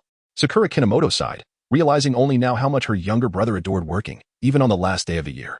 Well, make sure to call Yakido over for dinner later. Sakura waved her hand, signaling her desire to cease discussing Touya's working experiences. Sakura Kinomoto responded, I have already informed Aishwe. He should arrive by 12 o'clock. He had just finished work and made a special trip to Snow Bunny's house to let him know. As they always invited Snow Bunny to their gatherings, considering he often found himself alone. Upon hearing this, Kinomoto cast a peculiar glance at his brother. He always sensed an unsettling atmosphere between his brother and Snow Bunny. Yet, his brother consistently maintained an air of righteousness, making it difficult for him to broach the subject. By the way, elder brother, some matters have recently arisen concerning Sakura. I am aware. You know? But haven't you been in Mifuracho all this time? Tomoya Kinomoto gazed at his brother, Kinomoto, with a look of confusion. How could his elder brother be aware of Sakura's circumstances without him mentioning anything? The perplexed expression on Tomoya's face elicited a gentle chuckle from Kid, who replied with a hint of resignation, because I have encountered some peculiar events myself, which Sakura happened to witness, prompting me to inquire directly. Oh, I see. Tomoya nodded in understanding. What has been happening around you then? Well, there was a minor incident that I cannot elaborate on at the moment. I will explain everything to you once I finish up. Kid scratched his face, contemplating the shock that the matter of resurrection would undoubtedly bring to his younger brother. Suddenly, Tomoya seemed to recall something joyous, exclaiming, I saw Mom again the last time I was with Sakura. It seemed as though she was protecting her. The last time I saw her was when you attended the police academy. As soon as he uttered those words, the sounds of chopping in the kitchen gradually faded away, enveloping the room in an eerie silence.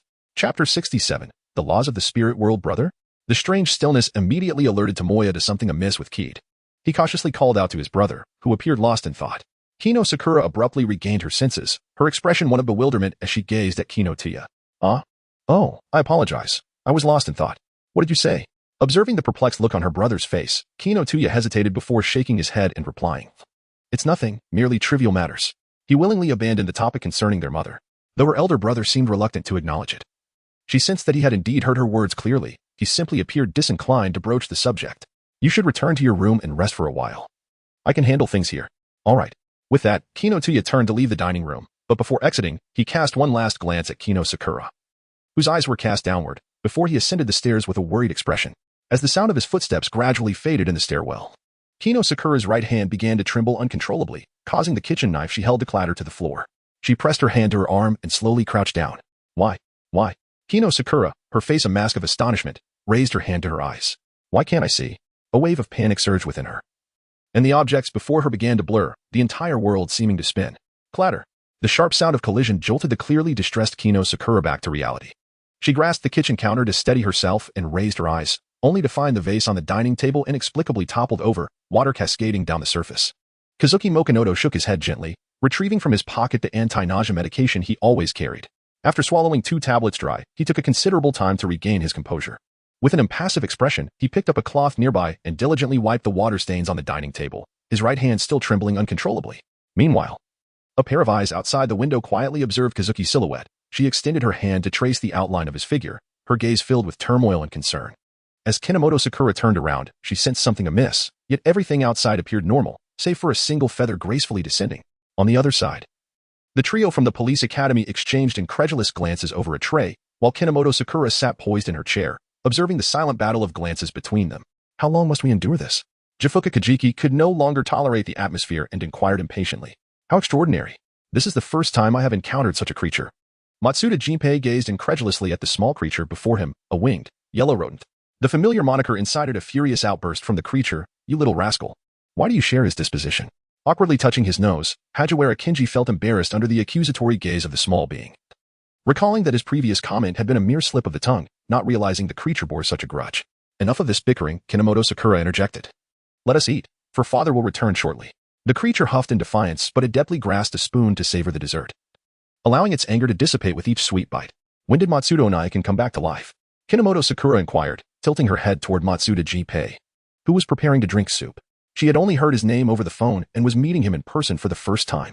Matsuda Jinpei calculated the time in his mind and replied, about a month ago. It seems Kinomoto Naikin has become increasingly adept at life magic. The creature, with a mouthful of cream cake, mumbled in agreement. Hajiwara Kinji, puzzled, glanced at the creature and asked, What do you mean? When he resurrected you? The surge of magical energy was immense. I felt that unusual power even in Tomita.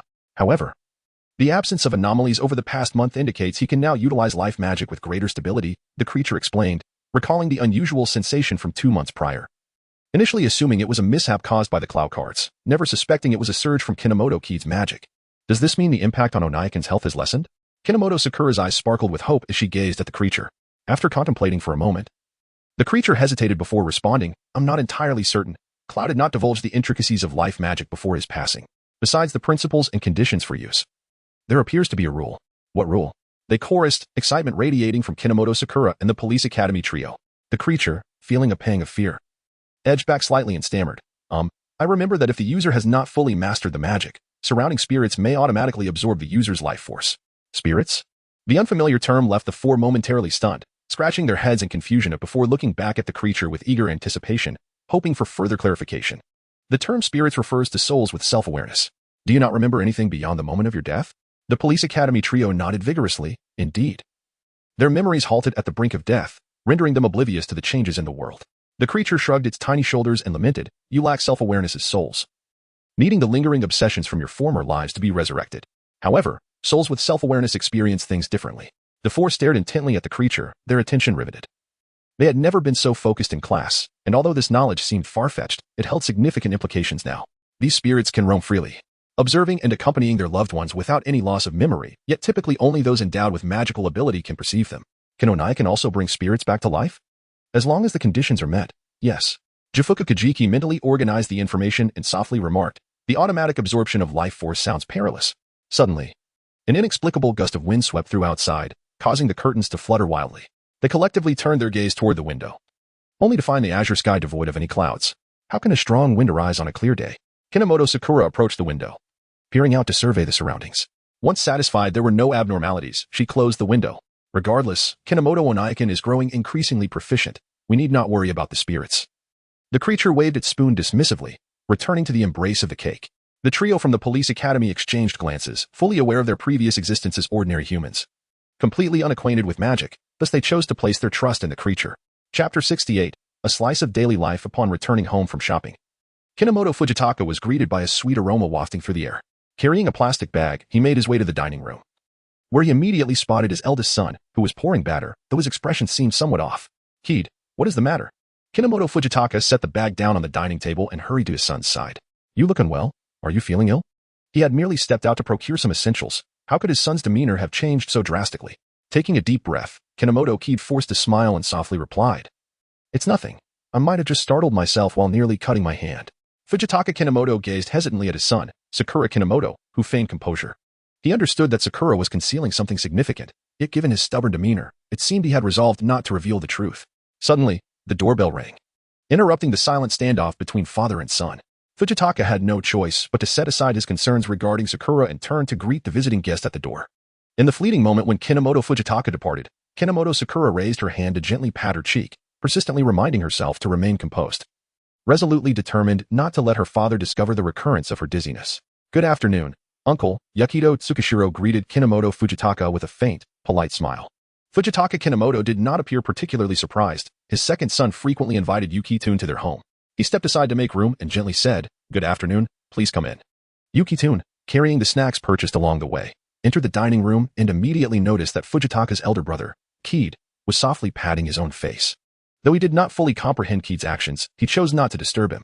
After a brief pause of about 20 seconds, Kid finally recognized Yuki-tun's presence. He cleared his throat awkwardly, quickly withdrew his hand, and offered a casual smile in Yuki-tun's direction. "Kid, long time no see." "Indeed, long time no see, Yuki-tun." Once he regained his composure, Kid donned a smile again. "Thank you for informing me of Touya's work schedule yesterday. I caught him red-handed today."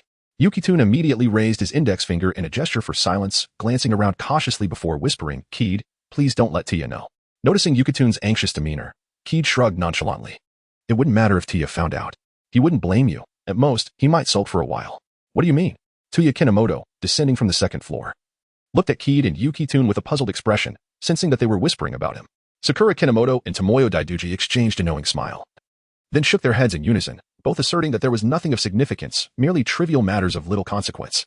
Kinomoto Touya entered the kitchen, a smile gracing his features as he observed the trio engaged in playful banter. "All right, Touya, go call Sakura down. It is time for lunch." Upon hearing this, Kinomoto Touya nodded before making his way to the staircase, calling out to the second floor, "Sakura, lunch is ready.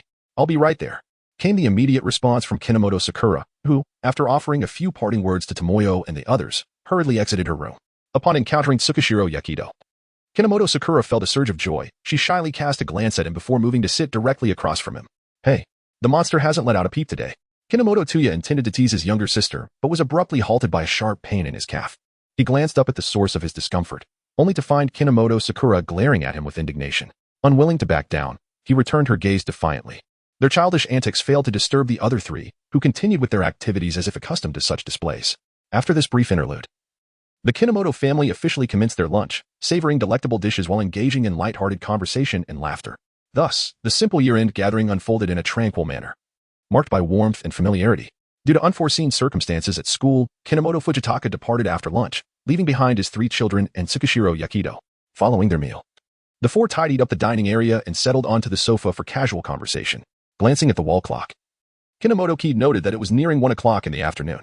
He rose and made his way to the kitchen, reheating some pre-prepared dishes before carrying them upstairs. Meanwhile, the bored Kero and the trio from the police academy were engrossed in a game of poker, where the losers had to stick paper notes on their faces.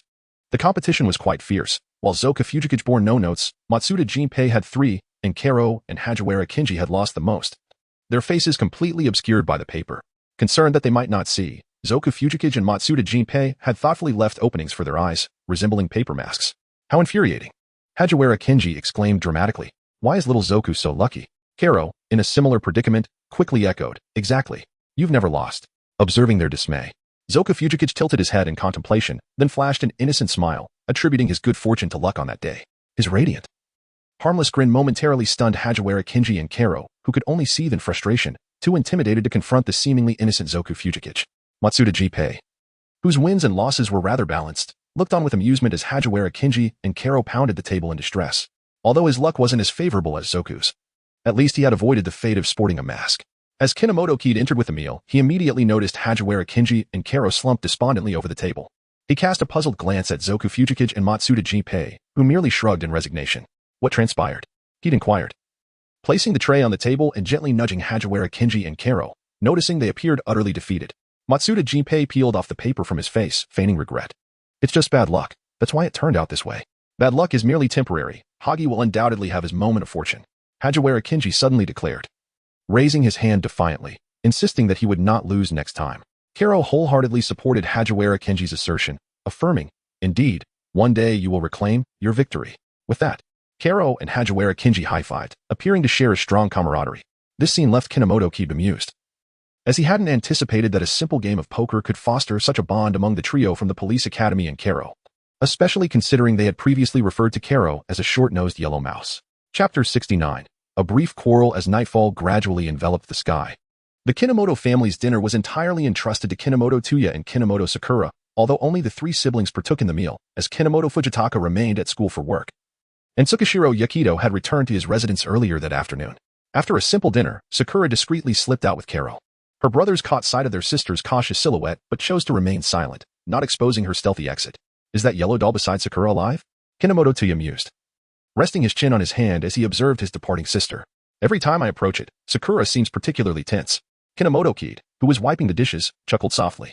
Why don't you ask Sakura directly? Sakura Kinomoto, with an unnatural expression, absently touched her nose. She had indeed contemplated inquiring her younger sister about the yellow doll, yet hesitated, fearing it might affect her sister adversely. Thus, she chose to silently safeguard her sister, just as her elder brother had once protected her. By the way, what truly transpired beside her elder brother? Sakura Kinomoto suddenly recalled the peculiar matter that her elder brother, Touya Kinomoto, had mentioned earlier that morning. Curiosity piqued. She cast a glance in Toya's direction. Unlike her brother, who had merely exhibited the ability to perceive their mother as spirit, she had long possessed the gift of prophetic dreams since childhood. It was somewhat intricate. She pondered for a moment while Touya leaned against the edge of the kitchen counter, gently sipping his coffee. After a period of contemplation, Touya gradually divulged the intricacies of life magic to Sakura.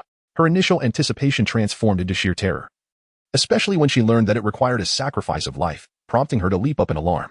With a tone filled with agitation, Kinomoto Touya exclaimed in disbelief, Life? Brother, such a power is far too perilous. The greatest side effect of his precognitive abilities was a slight sense of fatigue, which had diminished considerably with age, leading him to believe that these extraordinary powers would not adversely affect his health.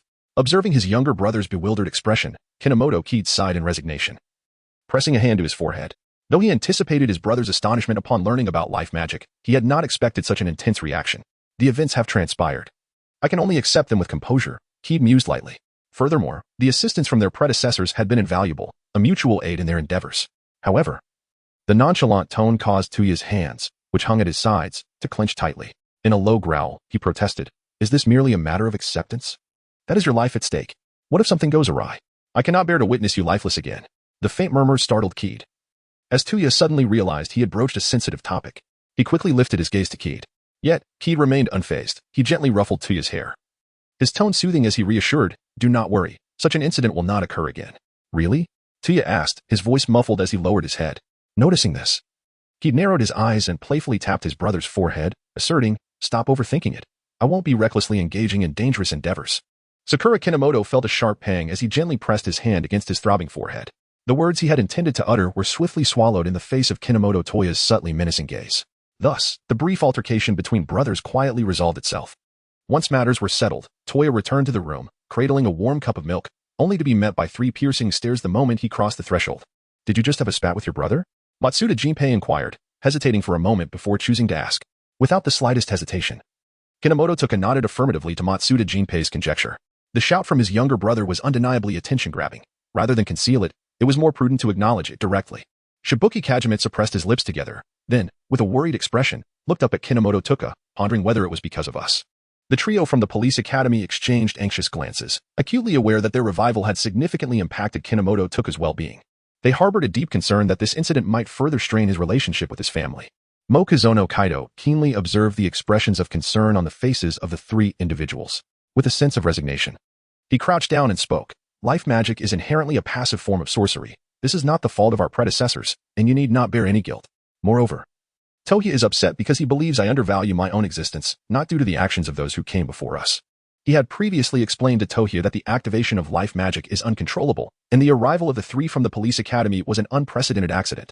While Touya might feel a twinge of discomfort, he would never cast blame upon the trio, for no one could have anticipated such occurrences. Ultimately, it was Kaido's attitude that truly irked Touya. "Is that so?" Hajiwara Kinji cautiously glanced at Mokuzono Kaido. The familiarity of the question elicited a brief chuckle from Kaido. He placed 3 straws into the milk cup and pushed it toward the trio. "Of course it is. Why are you all acting like Touya? Hurry and drink your milk." The 3 collectively exhaled in relief. Although a trace of worry lingered in their hearts, Kaido's words had indeed brought them considerable solace.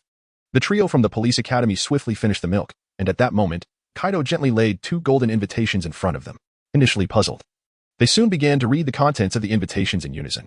The tail of a fish splashes against the mirror-like sea, creating ripples of exquisite beauty. Hasegawa Fisheries cordially invites you to the Mermaid's Gift Banquet, where you shall indulge in delectable dishes, witness captivating performances, and perhaps, by fortune's grace, dance with the daughter of the sea. This letter serves as your invitation. The theme of the banquet, featuring mermaids, captured Hajiwara Kenji's full attention. Are there really mermaids? Ugh. Matsuda Jinpei irritably smacked his childhood friend's head. You idiot. What Kaido wants you to see is the name of the host, Hasegawa Fisheries. What nonsense are you pondering? Hasegawa Fisheries seemed familiar to Fushibukage Mitsukazu, who furrowed his brow, striving to recall where he had encountered the company's name before. The sense of familiarity grew increasingly intense. Suddenly, Mokuzono Kaido interjected, Hasegawa Fisheries has been funding the operations of the Black Organization since 8 years ago. Chapter 70. A fortuitous reunion. A single remark from Kinomoto Sakura jolted Fujibasuk Jingguang into realization. He finally recalled where he had encountered Hasegawa Fisheries Company. That document pertaining to the financial network of the Black Organization. Sakura Kinomoto's fingers rested delicately upon the exquisite invitation, as she remarked. The collaboration between Hasegawa Fisheries and the Black Organization is relatively recent. Their infiltration is likely not profound, thus posing minimal danger. I wish to attend the soiree to ascertain whether I might procure valuable intelligence. Based on the data and investigations conducted over recent years, it was noted that Hasegawa Fisheries only established financial ties with the Black Organization 8 years prior, indicating that there should be few operatives from the organization embedded within the company. This evening affair presents a splendid opportunity for intelligence gathering. Indeed, it is plausible to exploit the banquet to spy on the machinations of the Black Organization. Matsuda Jinpei nodded in agreement, though he scratched his head in frustration, adding, Yet, we may not unearth much information, given the brevity of their collaboration. Shibuya Kajimitsu sighed. Yet, we are left with but this course of action, even if it proves futile. We must pursue it. Precisely, the lead we had on Akemi Mayano has completely severed. We are now akin to headless flies, Kinji Hajiwara lamented. As he perused the invitation repeatedly, feeling a pang of regret at the memory of his earlier efforts to save Akemi Mayano, which yielded not. Observing the disparate reactions of the 3 police academy members, Sakura propped her chin on her hand and inquired softly, So, will you seniors accompany me to the banquet? The trio exchanged glances, then simultaneously flashed smiles at Sakura, exclaiming, "Of course." At this, a gentle smile graced the corners of Sakura's lips. The following morning at 9 o'clock, Fujitaka Kinomoto, accompanied by his 3 children, set forth to visit the current head of the Amano conglomerate, Masaki Amano, at the luxurious mountain resort. Sakura Kinomoto leaned against the car window, admiring the surrounding scenery, while cradling 3 exquisite gift boxes in her hands, seemingly prepared with great care for certain individuals. "Will Dad, Aunt Yumimi, and Chiharu also be going to the resort today?" Suddenly, Sakura propped herself up on the seat back in front, causing her brother, Touya Kinomoto, to cast a nervous glance at her actions. Meanwhile, their father, Fujitaka Kinomoto, smiled gently as he focused on driving, softly responding to his daughter's inquiry. "Of course. Aunt Yumimi is very much looking forward to seeing you." Yumimi Daiduji is Fujitaka's cousin, and both she and her daughter, Chiharu Daiduji, hold a deep affection for Sakura. They frequently invite her over for afternoon tea at the Daiduji residence and sometimes present her with toys. The adorable costumes worn by the trio today were generously provided by the Daiduji group. "Hooray!" Sakura exclaimed, raising her hands in celebration. "Great-grandfather will surely be overjoyed as well." Sakura Kinomoto's joy did not seem to infect the 3 police academy students, who remained motionless atop the shoulders of Fujitaka Kinomoto. In the back seat, Touya Kinomoto had been intently watching them since they entered the vehicle, as though they were prey. Meanwhile, Fujitaka Kinomoto in the front passenger seat was too engrossed in quietly observing his father's reactions to pay any mind to the 3 police academy students and Touya. It struck him as peculiar that his father showed no response at all. The moment Kinoshita Sakura furrowed her brow, she felt a twinge of confusion as she scratched her face.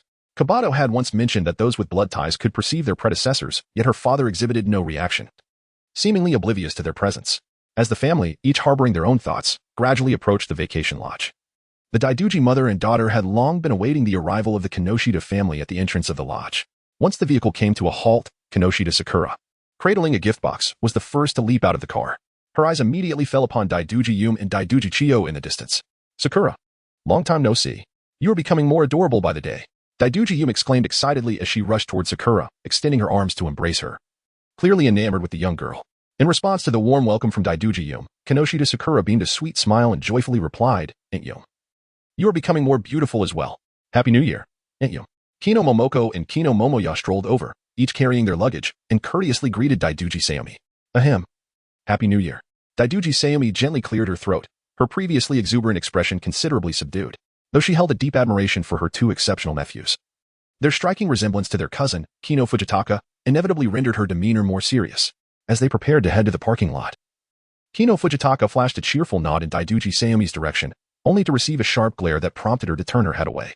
Why did it seem that Mrs. Daiduji harbored disdain for Mr. Kino? Jifuka Kajimitsu cautiously assessed the atmosphere between them, pondering whether Mr. Kino had ever provoked the Daiduji family.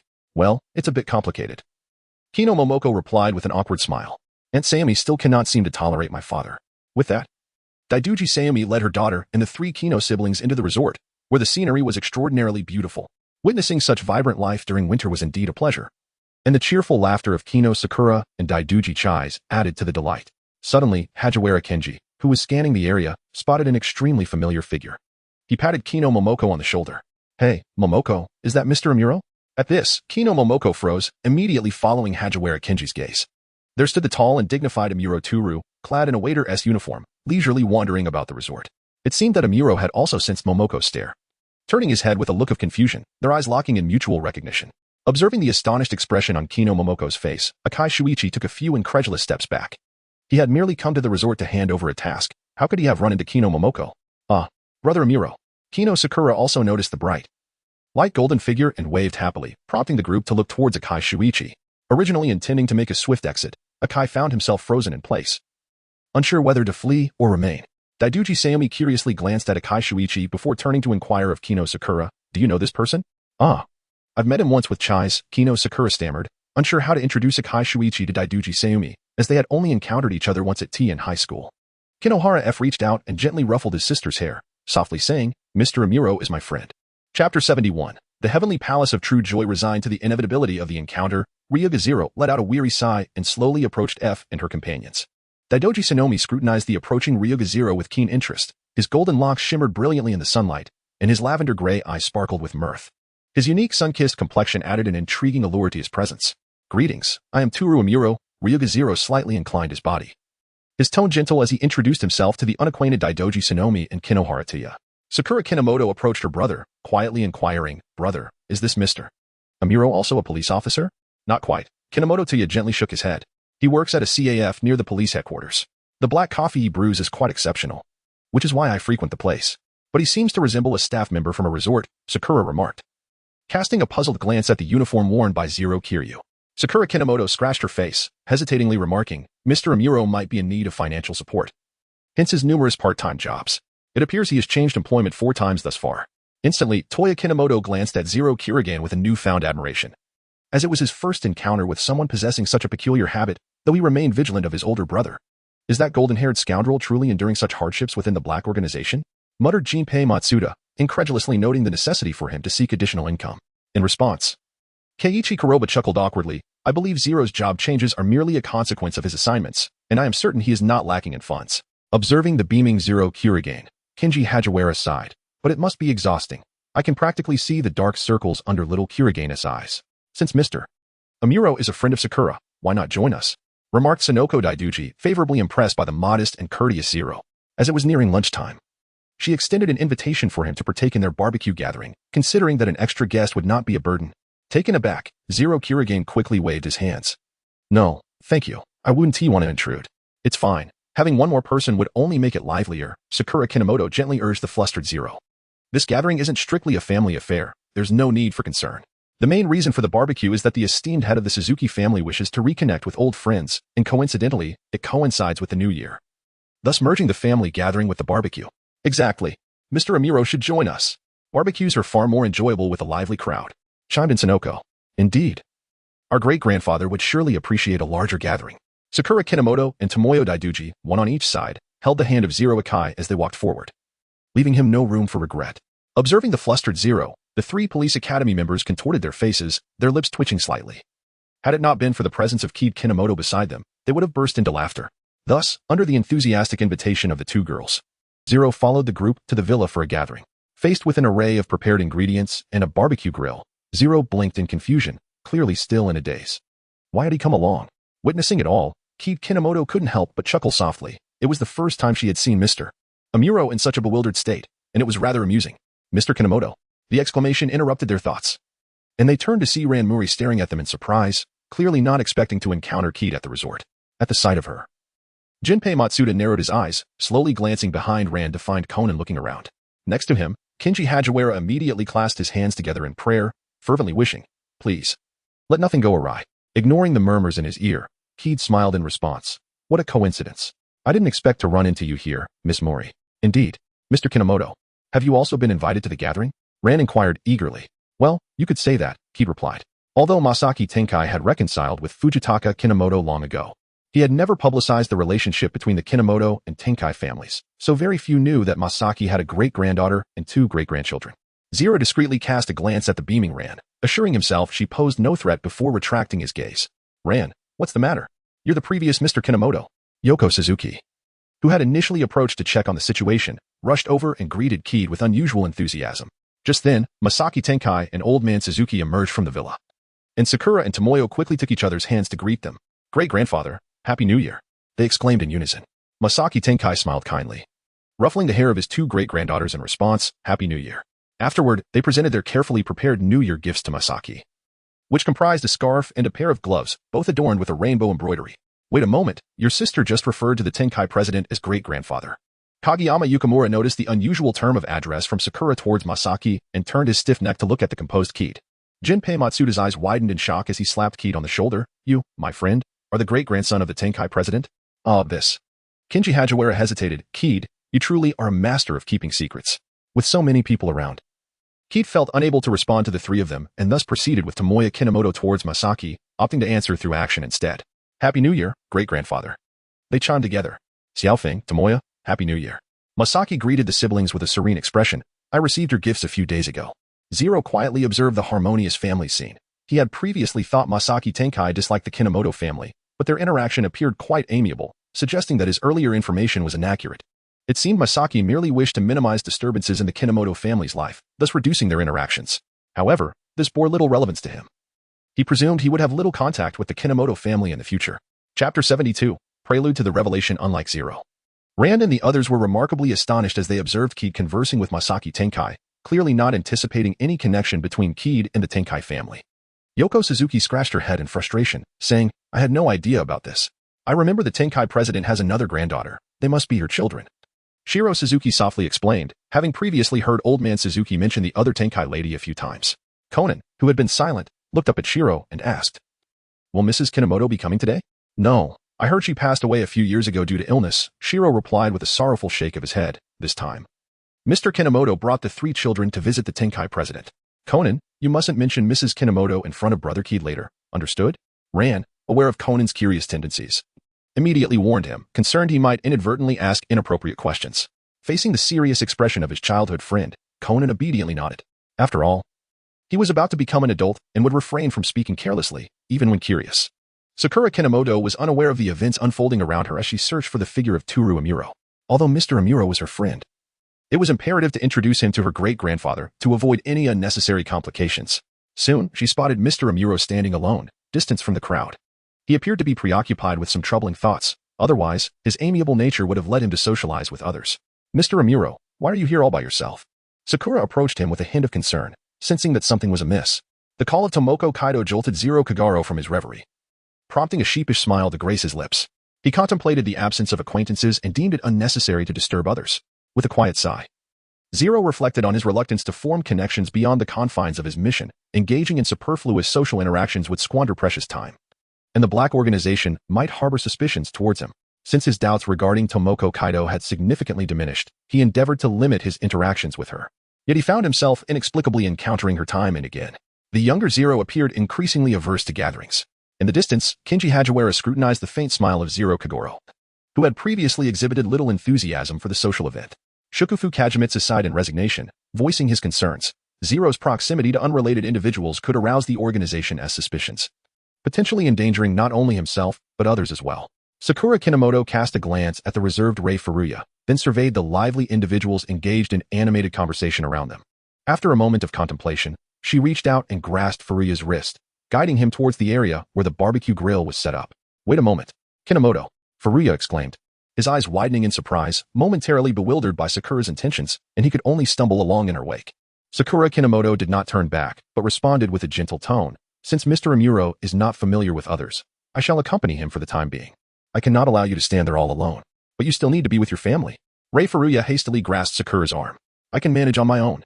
After all, he was well accustomed to solitude and did not require Sakura's concern in this matter. Well, it is the first time since my revival that I have witnessed a flustered little Furuya. Kinji Hajiwara eagerly observed Sakura and Furuya, practically yearning for a snack. Jinpei Matsuda rested his hands behind his head, merrily watching the dilemma faced by Furuya. That rascal with the golden hair must be a bit more assertive if he wishes to decline Sakura's company, yet his carefully maintained image of a nice guy is crumbling. The trio from the police academy assumed that Furuya hesitated to push Sakura away due to Amuro's false identity, unaware that Furuya simply could not release Sakura's grip. The 3 children of the Kinomoto family have always excelled in physical prowess. Kinomoto Sakura remains undefeated in arm wrestling at the police academy, and she is only familiar with one individual capable of effortlessly countering her strength, a figure akin to a super scion, far beyond the realm of ordinary mortals. How infuriating. How can his strength be so immense? The powerless Zero Kagero reluctantly followed Kinomoto Sakura to the vicinity of the kitchen counter, gently rotating his restrained wrist, a slight ache causing him to furrow his brow. I apologize. My strength has always been considerable, Kinomoto Sakura said, her expression tinged with regret as she glanced at Zero Kagero's wrist. If Mr. Amuro feels discomfort, I can fetch an ice pack. Observing Kinomoto Sakura's earnest apology, Zero Kagero felt a twinge of annoyance but remained good-natured, waving his hand dismissively. It's nothing to worry about. It will be fine shortly. Nevertheless, Kinomoto Sakura remained somewhat concerned for his wrist. While searching for sandwich ingredients, she specifically requested the butler for some ice, which she fashioned into a small ice pack and presented to Zero Kagero. Are you preparing to make sandwiches, Kinomoto-kun?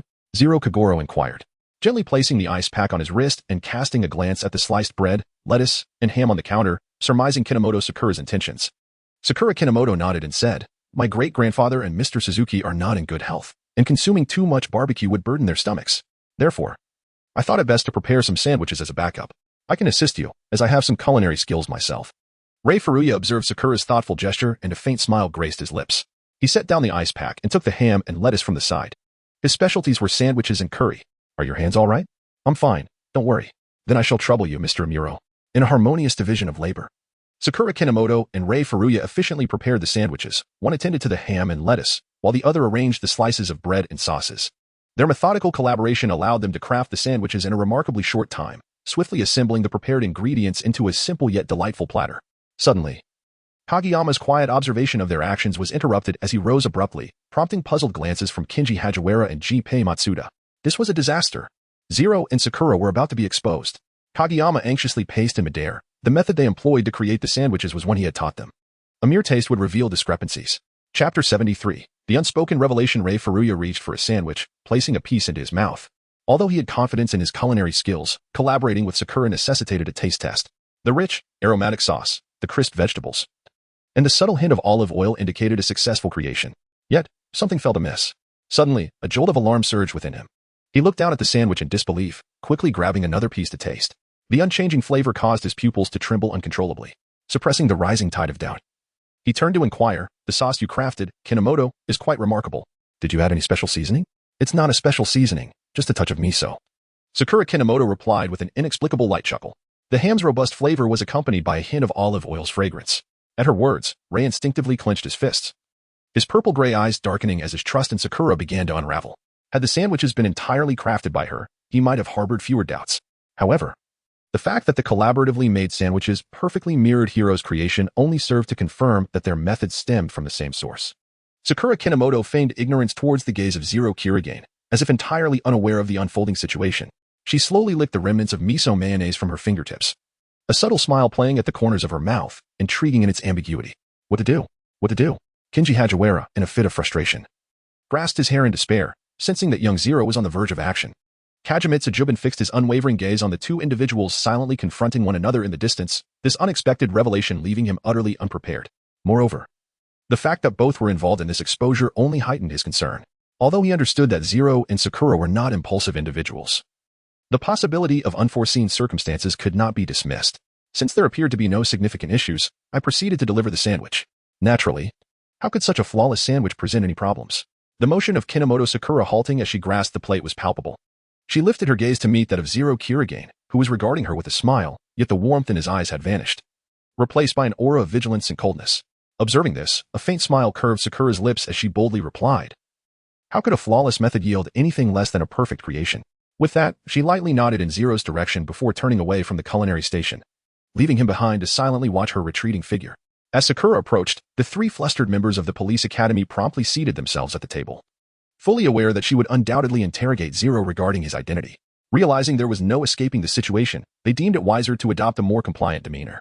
"Our seniors are quite perceptive," Sakura mused, her gaze fixed on the anxious trio, the smile on her face deepening as she discerned their understanding of her impending inquiry.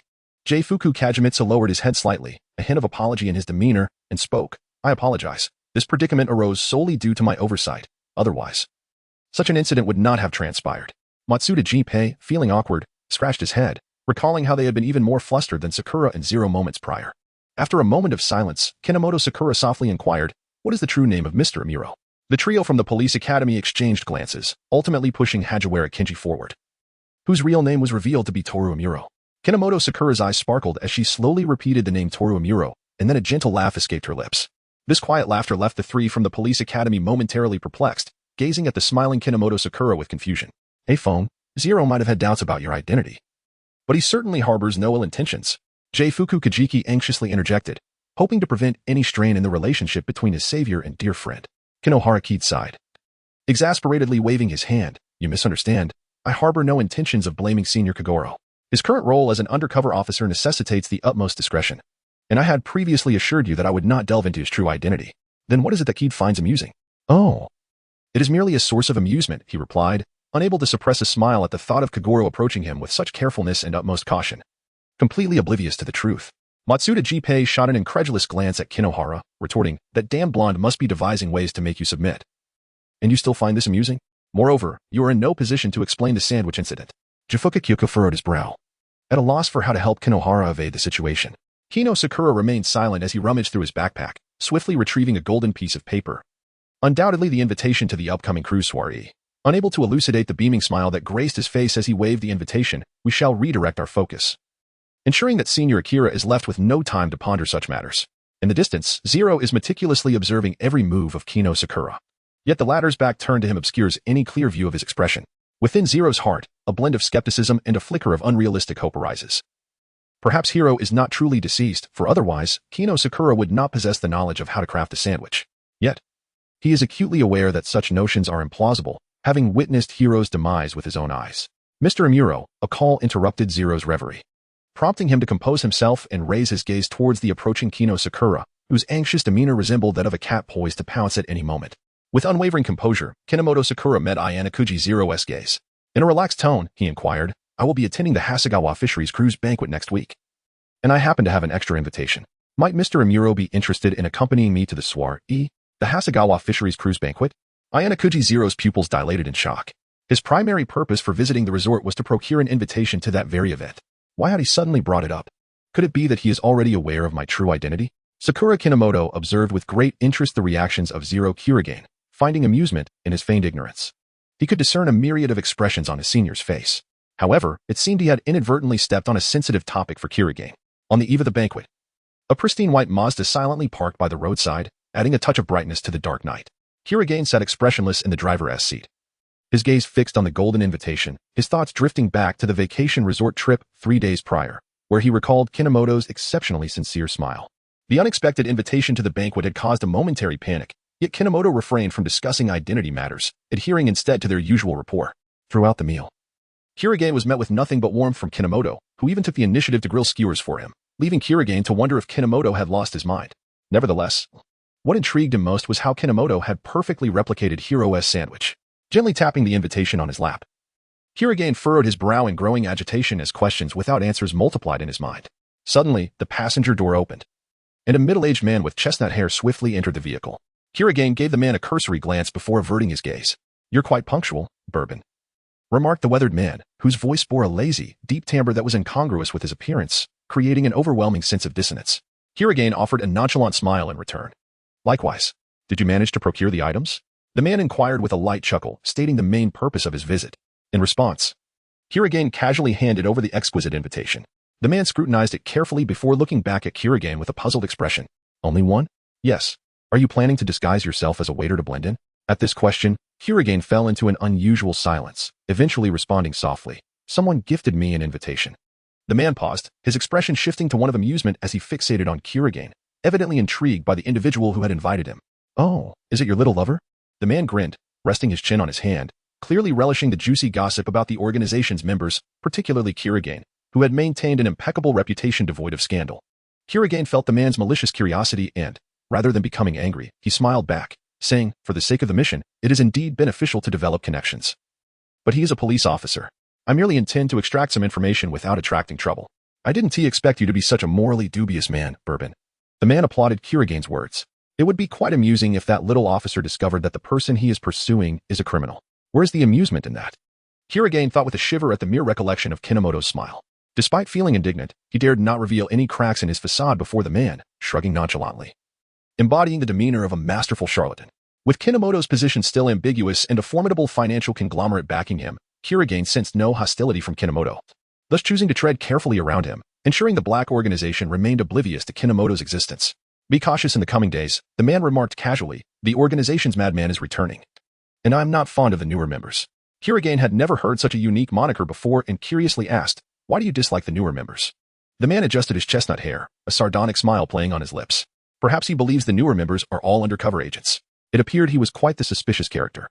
Kurigane inhaled deeply, his eyes filled with wariness, realizing there was another individual within the organization akin to Jin. He would need to be cautious in the presence of this madman henceforth. By the way, what is his code name? Hearse Brandy.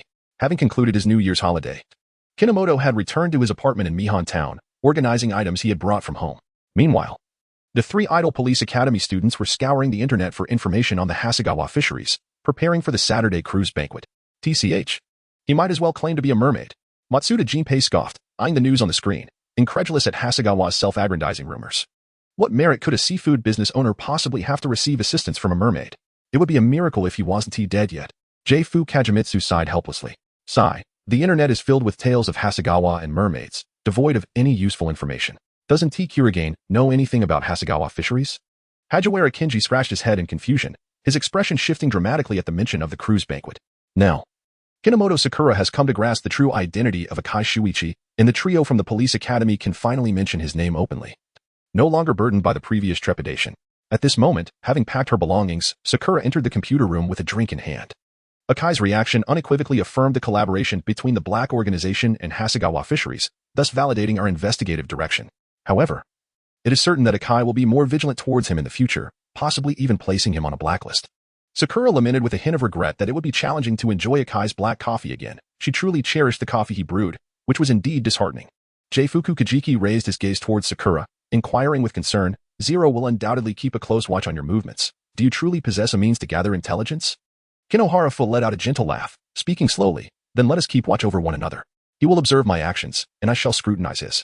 If Senior Nagaya insists on monitoring him, he will undoubtedly comply and follow Senior Nagaya diligently, without a hint of transgression. However, Senior Nagaya's actions will also be under his scrutiny, creating a dynamic of mutual observation, as neither party harbors any need for concealment. Matsuda Jinpei raised an eyebrow. A hint of confusion evident in his gaze as he looked at the smiling Kinohara Fu. The smile on Kinomoto Sakura's face deepened gradually as he reached into the drawer, retrieving 2 items, a USB drive and a voice recorder, which he then slid before the 3 individuals from the police academy. I will hold back Akechi-senpai. The rest is entrusted to you. Chapter 75, The Mermaid's Offering Part 1. The January weather had yet to warm, and Kinomoto Sakura, clad in a sleek black suit, involuntarily shivered. His tall and slender figure drew the attention of passers-by, yet the distressed expression on his face was rather unflattering. Come on, Sakura, pull yourself together. Hajiwara Kinji admonished, giving a firm pat on Kinomoto's shoulder. Akechi won't he sell you out? In response, Kinomoto muttered softly, I would rather Akechi sell me out. I still want to take a cab.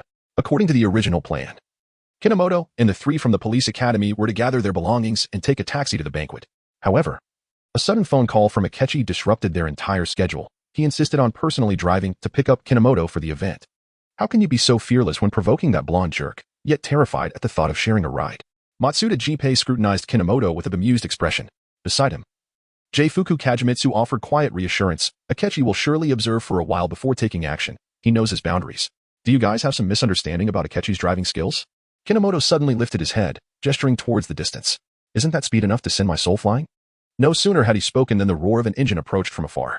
The 3 from the police academy turned curiously to see a pristine white Mazda hurtling towards them at a speed that would undoubtedly attract fines. The driver none other than their familiar friend, Akechi Zero. The immaculate Mazda halted perfectly before Kinomoto, the dust swirling around them. Kinomoto and the 3 academy members instinctively squinted against the gust. The car window gradually descended in their blurred vision. Get in, Kinomoto-kun, Akechi Zero said with a cheerful smile.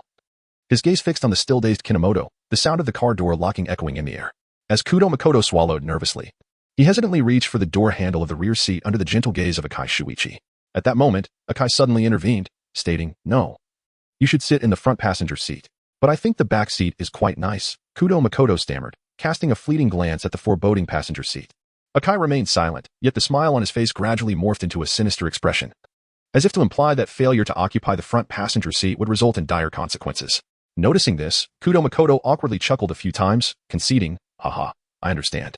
The standoff between the two had no effect on the trio from the police academy, particularly the childhood friends, who excitedly circled the car several times. The Mazda was simply marvelous. Hajiwara Kinji's gaze was utterly glued to the pristine white Mazda, and Akai's recent driving skills were nothing short of impressive.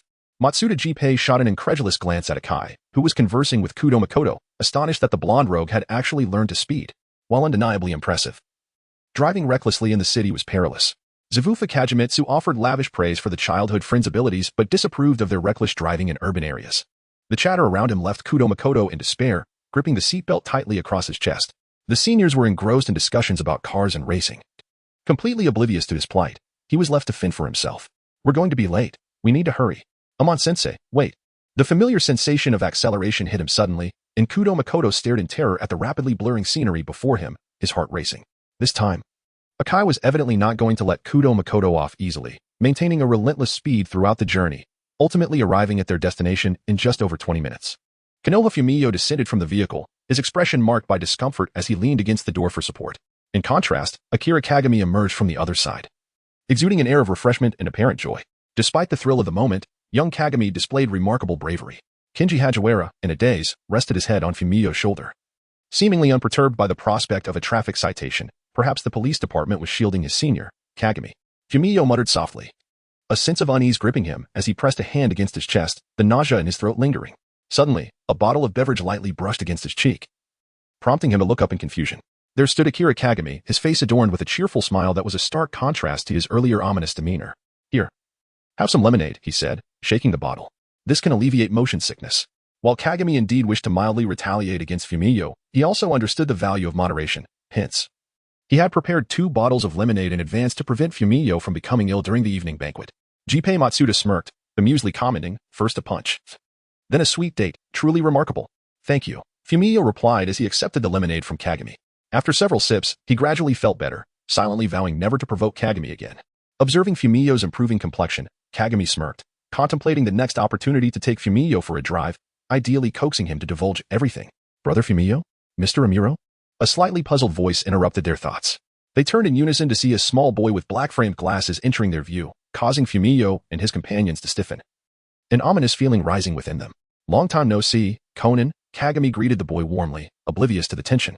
"What brings you here alone?" "I came with friends to attend the cruise banquet hosted by the Hasegawa Fisheries Company.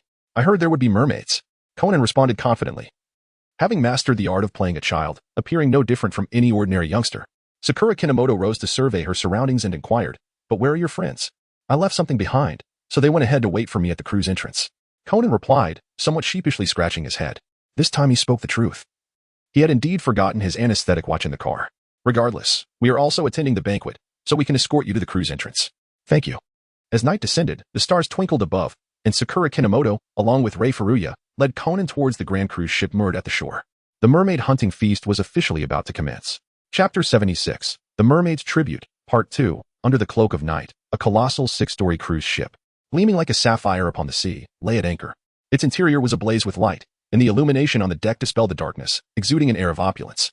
A myriad of guests stood at the cruise entrance, presenting their invitations to the attendants for verification, ensuring that no uninvited individuals would intrude upon the soiree. "Conan, we're over here." Dr. Agasa was the first to spot Conan trailing behind Sakura Kinomoto, waving his arms to signal Conan's location. Kino Momoko and Zaraguni Rei immediately spotted Dr. Agasa, who was fervently waving his hand. The two approached Conan slowly, only to discover 3 children beside Dr. Agasa. The trio observed Momoko and Rei with a mix of caution and curiosity, their eyes brimming with the wonder that accompanies youthful encounters with the unfamiliar. A tall, slender boy whispered in awe, "Wow, they are so tall. Indeed, they look like giants." A girl with shoulder-length hair eagerly nodded in agreement. Another chubby boy gestured upwards and declared, "I'll definitely be as tall as them when I grow up." This innocent chatter reached the ears of Momoko and Rei, who couldn't help but chuckle quietly. However, they refrained from interrupting the children's delightful conversation, opting instead to introduce themselves to Dr. Agasa. After a moment of surprise at the impressive presence of the 2 young adults, Dr. Agasa hurriedly introduced himself and the 3 children, expressing his gratitude for their kind gesture of escorting Conan back. As the evening banquet was about to commence, Momoko glanced at her watch. Only half an hour remained until the cruise set sail, necessitating their prompt entry. With this, the group made their way towards the entrance of the cruise ship, presenting their dinner invitations to the attendants. Upon entering the interior of the cruise, they were greeted by the opulent banquet hall, adorned with numerous long tables laden with an array of delectable dishes and fine wines. A massive glass wall at the front of the hall offered a breathtaking view of the azure sea, which gently swayed beyond, with playful fish occasionally darting into view. Guests mingled, engaging in conversation while relishing the sight of the miniature ocean beyond the transparent barrier. "Light, Step, come quickly," Jinta called out eagerly to his friends. "There is an octopus in there." Excitedly, Light and Step shouted in unison and dashed towards Jinta, while Conan and Dr. Agasa followed, akin to caretakers, reminding them to refrain from running. Though the 3 children displayed a hint of mischief, they struck Momoko as more akin to elementary school students. Matsuda Gunpei remarked with a hint of sarcasm, compared to them, "Doesn't Conan seem a bit too mature for his age?" Hajiwara Kinji nodded vigorously, adding, "His expression just now was identical to that of an adult. We've been gone for so long that we can hardly keep up with the changes in the world." Jifuka Kajimitsu sighed resignedly, having long acknowledged the absurdities and irrationalities of the world after witnessing Conan's adeptness at solving cases involving the anesthetized Kagoro Mori. Amidst the chorus of despondent sighs around him, Momoko found himself unable to suppress a laugh, completely oblivious to the seasoned undercover agent beside him. "What are you laughing at?" Zaraguni Rei inquired, narrowing his eyes and regarding the still amused Momoko with cautious curiosity.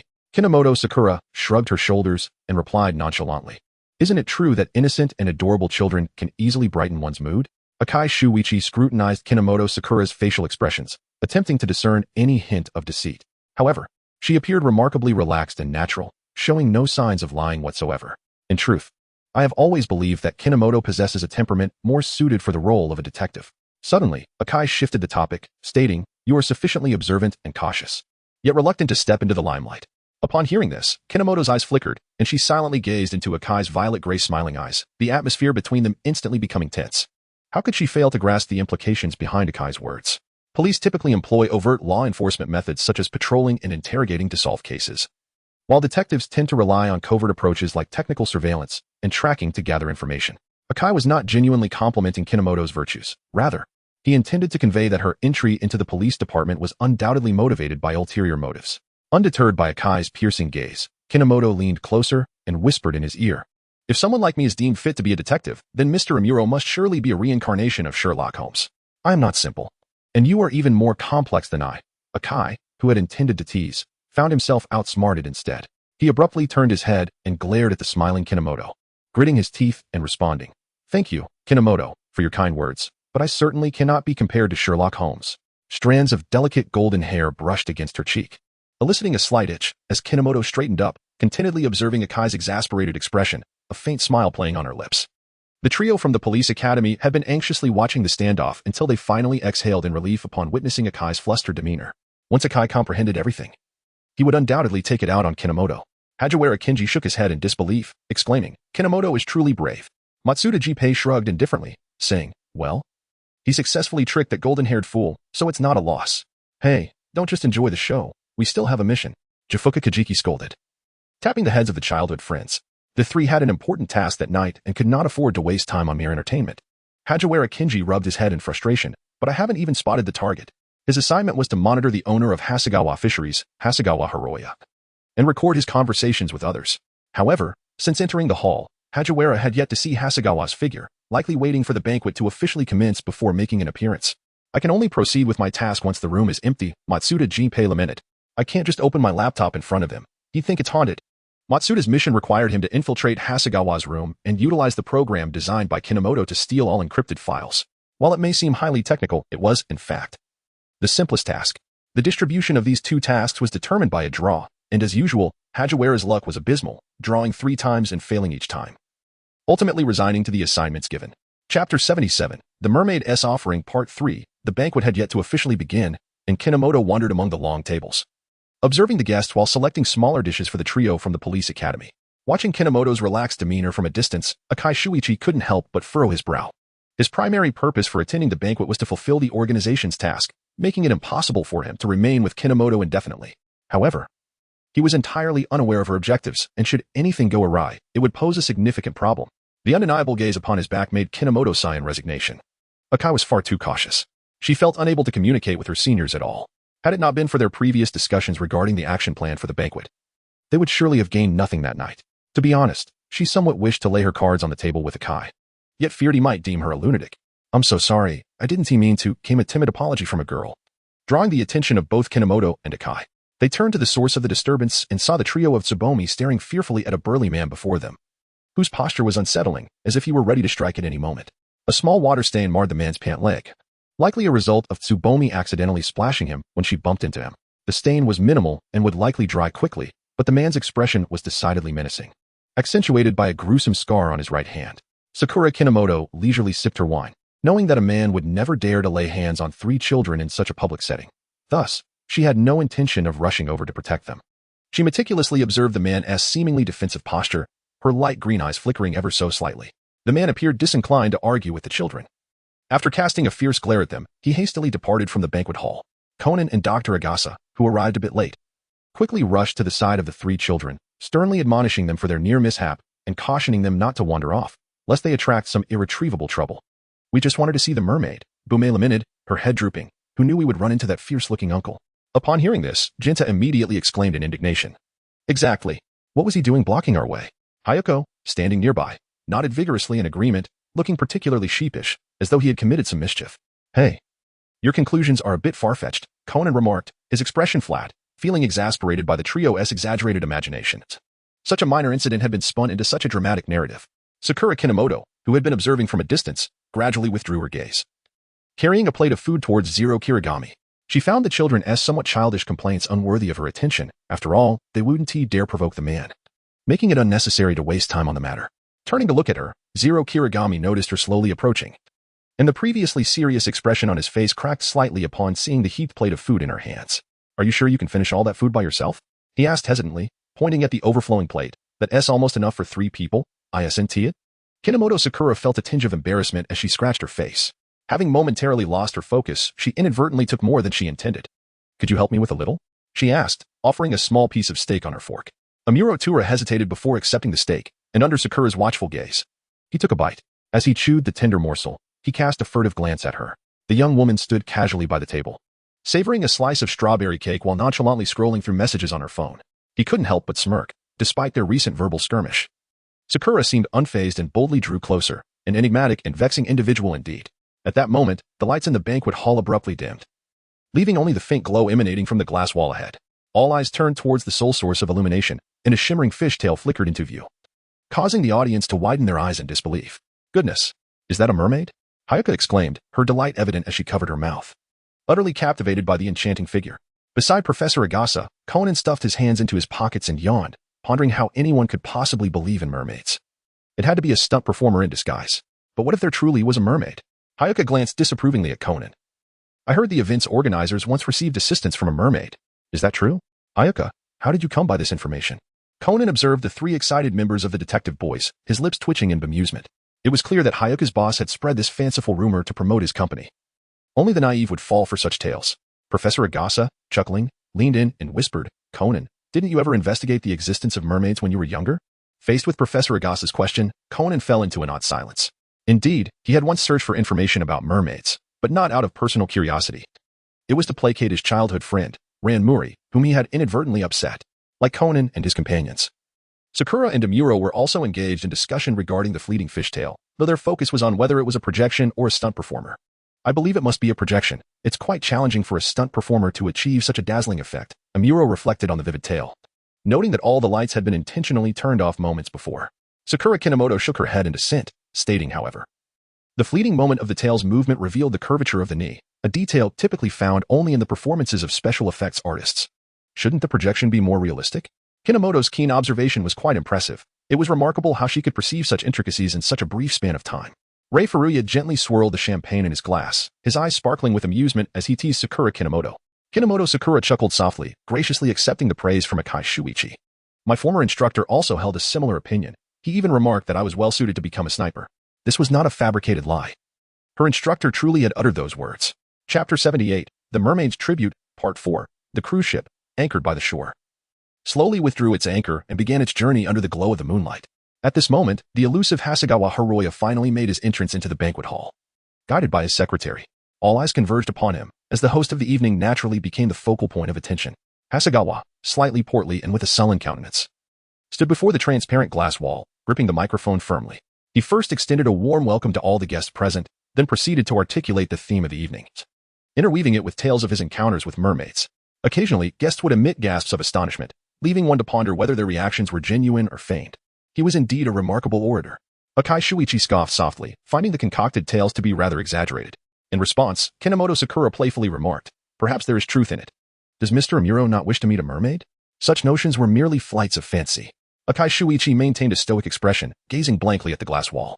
He had long outgrown the age of whimsical imaginings, and his shadowy life as an undercover agent did not afford him the luxury of indulging in unrealistic fantasies.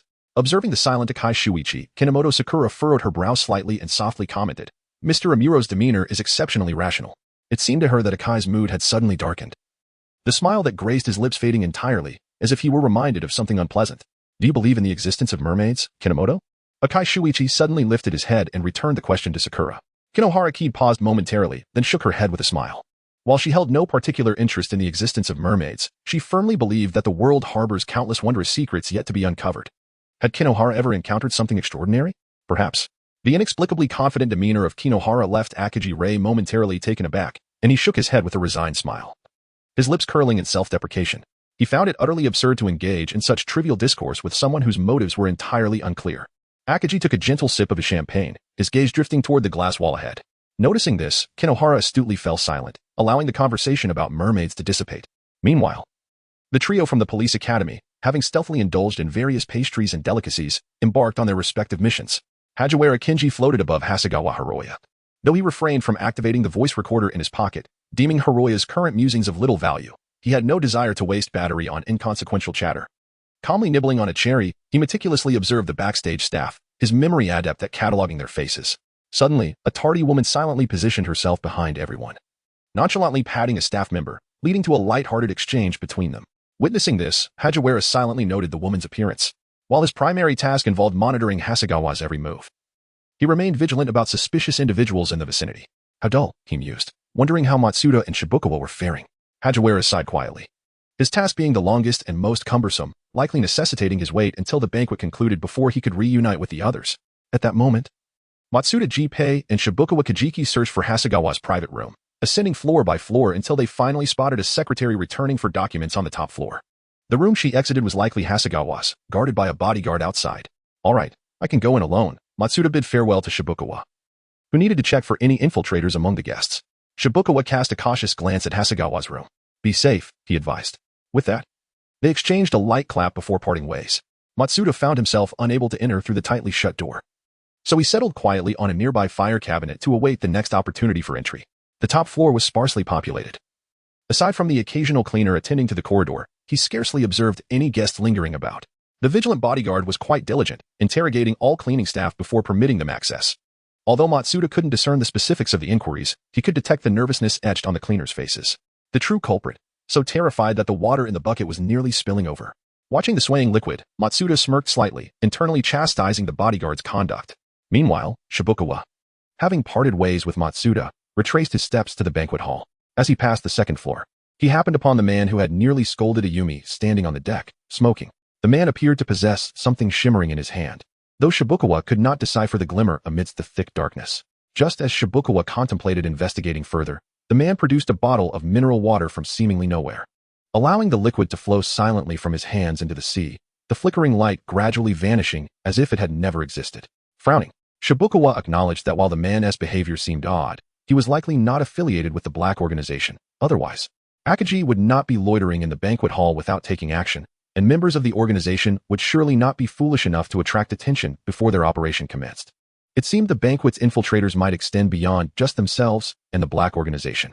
With this thought, Shibukawa quickened his pace back to the hall, eager to inform Kid and caution her about the man and any suspicious individuals surrounding them.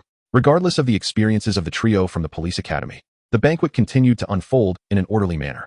Hasegawa Hiroya engaged in lively conversation with partners attending the event, while Kinohara Kid and Akagi Ray found themselves gazing intently at him from their corner. Glancing at the time, Akagi noted that only 20 minutes remained until they were to regroup. He needed to devise a means to extricate himself from Kinohara's side. Is something the matter, Mr. Amuro? Kinohara feigned ignorance, inquiring about Akagi's apparent distress over the time. Turning his head to meet her slightly bewildered gaze, he acknowledged the authenticity of her innocence, though he was far from easily convinced of her sincerity. Chapter 79, The Mermaid's Tribute, Part 5. I merely find the current proceedings somewhat tedious. Akagi replied with a wry smile. While intended as a response to Kinohara's inquiry, he genuinely found the lengthy banquet rather tiresome. Kino Momoka nodded in deep agreement, while Hiroya Hasegawa was engrossed in conversation with his partner. This banquet appeared to be convened for the purpose of fostering connections, with the only notable highlight being the previously stunning mermaid tale. At that moment, a group of playful youths suddenly caught the attention of Rei Furuya, his gaze subtly shifting as a temporary escape from Kino Momoka formed in his mind. I shall go fetch another glass of wine, he mused. Very well. Furuya handed the emptied champagne flute to a passing server and strolled towards the table beside the youth, where an array of alluring wines awaited. Mizuno Sakura quietly observed every move of Akai Shuichi, having already discerned his eagerness to extricate himself from her presence. She had no intention of hindering his departure. Any inadvertent interference with the organization's mission could endanger both their lives. It was imperative for her to gracefully descend the steps he had provided, allowing him to depart the hall with peace of mind to attend to his own affairs. My sincerest apologies.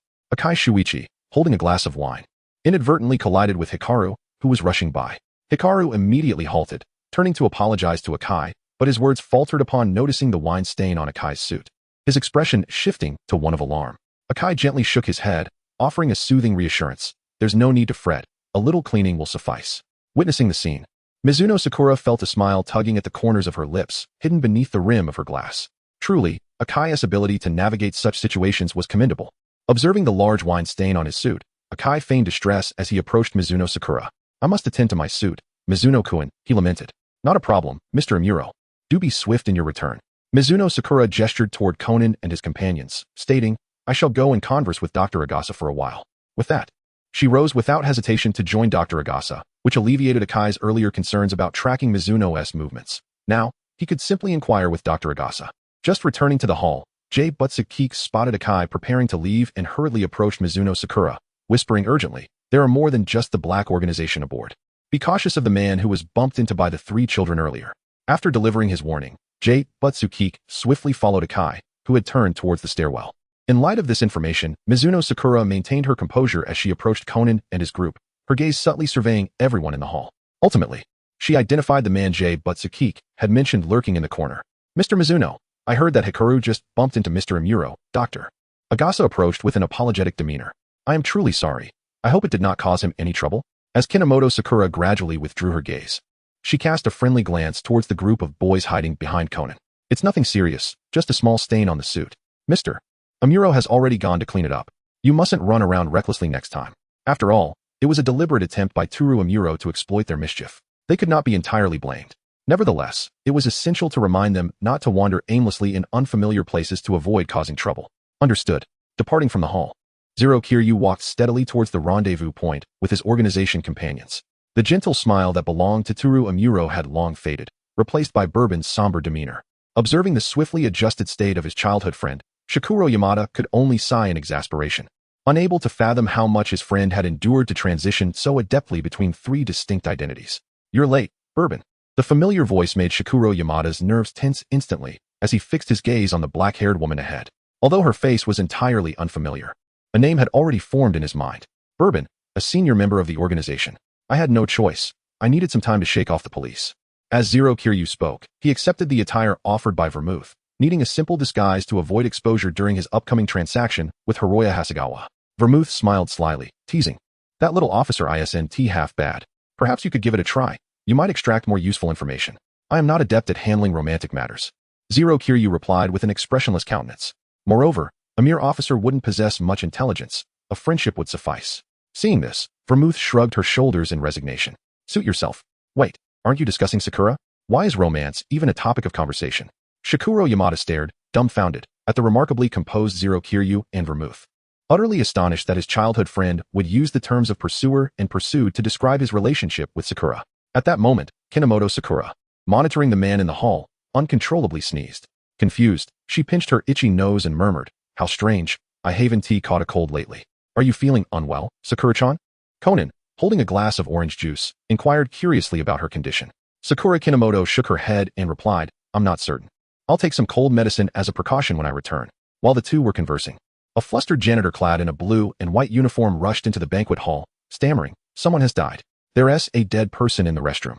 Both Sakura Kinomoto and Conan's expressions shifted dramatically as they hastily set aside their cups and plates, rushing towards the restroom without a moment's hesitation. Upon entering, they were met with the horrifying sight of a lifeless body sprawled on the floor, a long spear lodged in the victim's chest, staining his white shirt with crimson blood. A viscous, unidentified liquid pooled beneath him. The crew of the cruise ship and Hasegawa Hiroya's secretary arrived belatedly, their faces paling at the sight of the deceased. Sir, shall we continue our voyage? We must inform the informed guests to remain discreet and avoid causing a commotion, the secretary relayed. His brow furrowed tightly as he cast a cold glance at the secretary, who seemed intent on concealing the murder. With a smile, the secretary approached Sakura Kinomoto and Conan, requesting, please, refrain from spreading this matter for the time being. Why do you think I rushed to the scene of the crime? Sakura retorted coldly, retrieving the police handbook that she had kept close at hand, displaying it to the secretary. I will notify the Metropolitan Police Department. You must return to port immediately. Chapter 80, The Mermaid's Tribute, Part 6. The secretary's gaze fixated nervously on the cherry blossom emblem on the handbook, failing to recognize that the first discoverer of the crime was indeed a police officer, as this individual's demeanor was anything but that of a typical policeman. From the scene, it was evidently a case of murder. Sakura Kinomoto tucked the handbook away, asserting, for the safety of the other guests, you must return to port at once. Faced with the young man's icy stare, the secretary and the crew exchanged hesitant glances. They were merely ordinary workers, with only Hasegawa Hiroya able to decide the ship's course. They dared not take it upon themselves to make a decision. Observing their indecision, Conan suddenly exclaimed, How terrifying. I want to go home. I no longer wish to attend the banquet. He feigned fear, retreating behind Sakura Kinomoto, his expression genuinely distressed. You, go inform the captain to reduce the ship's speed. I shall consult the chairman immediately. The secretary's resolve wavered, and he instructed a crew member to notify the captain while dialing Hasegawa Hiroya's number. Meanwhile, Hagiwara Kenji, who had been surveilling Hasegawa Hiroya, followed his target to a suite on the third floor. He watched curiously as Hasegawa Hiroya knocked 3 times on the door in a rhythmic manner, and upon its opening, he swiftly entered the room. Hagiwara Kenji, upon entering, locked eyes with the observant Jifuka Kiku, both surprised but quickly regaining composure to focus on the 2 individuals within.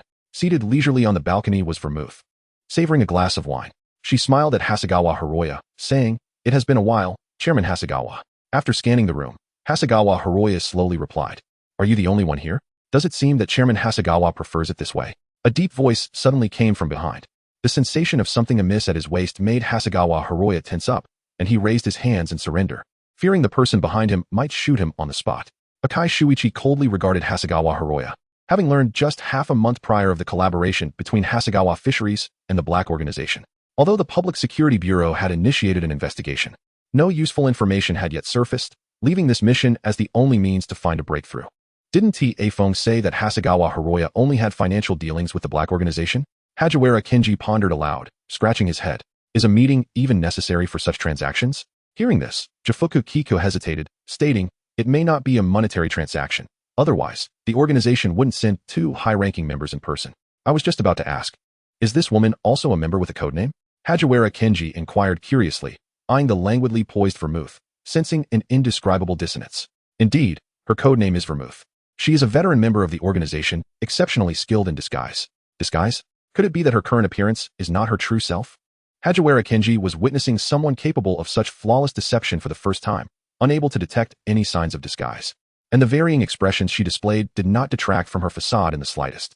As the 2 conversed, Hasegawa Hiroya continued his dealings with the Black Organization, slowly producing a pre-prepared USB drive, stating, "The information you require is all contained within this."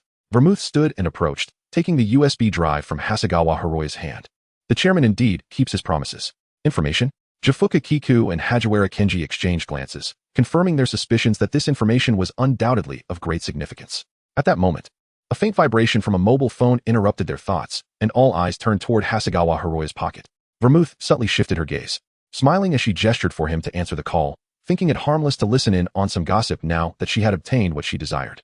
Seeing this, Hasegawa Hiroya answered the call under Vermouth and Akai Shuichi's watchful eyes. Whatever was said on the other end caused his expression to grow increasingly serious. "Do not return to port just yet. I need to discuss something with that police officer. He has already informed the Metropolitan Police Department."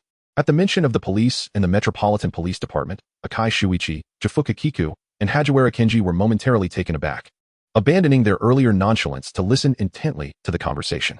"Never mind. I will come down immediately." Bang. Before he could finish, a loud explosion rocked the cruise ship, causing it to sway violently and slow its forward momentum. Akai Shuichi and Vermouth struggled to maintain their balance, while Hasegawa Hiroya fell to the ground.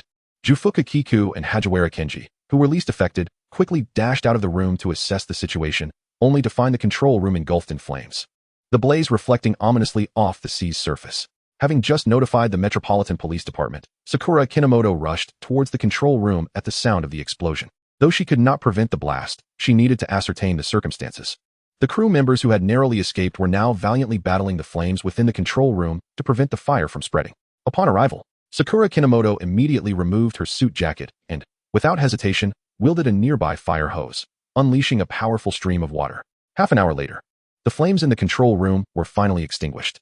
Regrettably, the cruise ship, now beyond control, could no longer return to harbor, and they could only await the rescue from the Metropolitan Police Department. "Brother Xiaofeng." Conan rushed breathlessly from a distant corridor. "Dr. Agasa and that secretary uncle have gone to reassure the guests. The crime scene has already been cordoned off." Sakura Kinomoto wearily ruffled Conan's hair and said, "I truly appreciate your help, but unfortunately, returning is not an option now. Do you think the bombing and the murder are the work of the same perpetrator?" "It is quite possible. The timing of the bombing and the murder is exceedingly coincidental, as if they had been meticulously planned, erupting almost simultaneously without a moment's respite." As she pondered, her phone in her pocket suddenly illuminated. With a hint of fatigue, Sakura pulled it out to glance at the screen, which bore the name of Jinpei Matsuda. In an instant, Kinomoto Fu took on a serious demeanor. He cast a furtive glance at the downcast Conan and, after a moment's hesitation, chose to answer the call. It would be unfortunate to miss any crucial news. "Hello, what is the matter?" "I'll phone." There is more than one bomb on the ship. Chapter 81. The Gift of the Mermaid, Part 7. Belmont leaned against the railing of the balcony, a lit cigarette perched between her fingers. She gazed quietly at the now tranquil control room, a sly smile curling at the corners of her lips. What terrible luck to encounter such a situation. I should have sent someone else in my stead. As she slowly exhaled a ring of smoke, she mused. Now that the transaction is complete, Hasegawa should quickly attend to matters. I have no desire to remain trapped here for long. No sooner had she spoken than Hasegawa Hiroya felt the gun at his waist being withdrawn, and the person behind him silently stepped aside, indicating that he was free to leave. Observing this, Jufuku Kagemitsu immediately pulled Hajiwara Kenji over, whispering, I will continue to follow Belmont. Once Hasegawa returns, he may meet with Fu. Make sure to inform him of the transaction and remind him to be cautious of Belmont. Hajiwara Kenji nodded, raised his hand to signal an okay, and then followed Hasegawa Hiroya out of the room. I must return quickly as well, otherwise, I will raise suspicion. Akai Shuichi removed his hood and mask, lacking the time for Belmont to disguise him, relying instead on a few props to obscure his features. Belmont leisurely took a drag from her cigarette, remarking, that little officer is likely investigating the explosion. He probably has no time to concern himself with you. Akai Shuichi chuckled ruefully, responding, it's merely a fleeting friendship. I am not truly dependent on him. At this, Belmont shrugged nonchalantly, having merely intended to tease Bourbon, who appeared so detached and uninterested that he was rather dull. Seeing that Belmont had no further instructions, Akai Shuichi handed over his disguise, coat and mask, for her to manage before exiting the room. Once outside, he glanced down at the wine stains on his suit, ensuring that the marks had been adequately concealed. This suit is utterly ruined, he sighed, pressing his forehead in exasperation. Each mission seemed to squander numerous resources. Although both the police department and the organization could reimburse him, he still felt a twinge of regret. Akai Shuichi opted against returning to the banquet hall. Instead, he needed to assess the situation regarding the explosion in the control room, where, being a fellow officer, Kinomoto Fu should also be present. As anticipated, he indeed spotted Kinomoto Fu's figure amidst the ruins outside the control room. Kino Momoko appeared somewhat disheveled, with his white shirt besmirched by black and gray stains. He leaned silently against the wall, his dark gray bangs obscuring his brows and eyes, rendering his expression entirely unreadable. Zero Kogami swiftly approached and inquired, Momoko-kun, are you alright? The familiar voice snapped Momoko back to attention, and his grip on his phone relaxed slightly. He lifted his gaze to behold Kogami's concerned visage. I'm fine. Just a bit fatigued, he replied, gesturing dismissively. The explosion didn't affect Mr. Amuro, did it? No, what is the situation now? It has calmed down, but tragically, the captain and first officer in the control room perished during the incident. Kogami turned to survey the ruins of the control room. The bomb's devastation appeared immense, nearly obliterating everything within. Kinomoto Sakura gently caressed her phone, her mind swirling with the information Matsuda Jinpei had mentioned over the call. Half an hour ago, unable to contain his impatience, Matsuda had ventured out to the balcony, driven by a sense of curiosity, only to discover that the balcony door was conveniently unlocked, allowing him to stealthily slip into the room. How could he keep me waiting for so long? Matsuda muttered in exasperation, having waited nearly half an hour in the corridor without sight of Hasegawa Hiroya's return. Matsuda meticulously searched the room, his eyes widening in disbelief as he exclaimed, this old fool didn't even bring a laptop. His mission was to steal the encrypted files within the computer, yet there was no sign of a laptop, let alone the coveted files. Undeterred, Matsuda scoured the room once more, examining every nook and cranny, but to no avail. What terrible luck! He sighed resignedly, gazing at the barren wardrobe. His mission had concluded before it had even begun. With a look of regret, Matsuda departed the balcony, knowing he must return to the hall to inform Afong of the situation, and afterward, join Hagi in surveilling Hasegawa Hiroya. He pocketed his hands and drifted leisurely towards the first floor, contemplating that had his body not shrunk, he would have undoubtedly lit a cigarette. Just as he was about to enter the banquet hall, a suspicious cleaning staff caught his eye. Intrigued, he promptly altered his course to follow the individual. The person moved with remarkable speed, entirely uncharacteristic of an ordinary cleaner, heading not towards an area requiring tidying, but towards the cruise ship's lower deck, an area devoid of entertainment, typically housing vital ship equipment. Matsuda furrowed his brow, instinctively sensing that this individual was no mere cleaner. Unauthorized personnel were certainly not allowed access to the lower deck. As he pondered this, the individual confidently proceeded towards the ship's stern, prompting Matsuda to pursue him. After all, he had no pressing assignments at the moment, and shadowing someone posed no significant challenge. The person's strides were unwavering, seemingly fixated on a specific spot at the stern. He turned into a concealed corner, where discarded items were piled haphazardly. Peeking out, he scanned his surroundings as if searching for something. Curious, Matsuda ventured into the clutter to investigate and soon discovered a rather familiar object. A bomb. His pupils dilated in shock. The square object was something he had been dealing with before his demise. He incredulously glanced back at the suspicious cleaner, who had also spotted the explosive and was now leisurely communicating with someone via device. All positions are clear.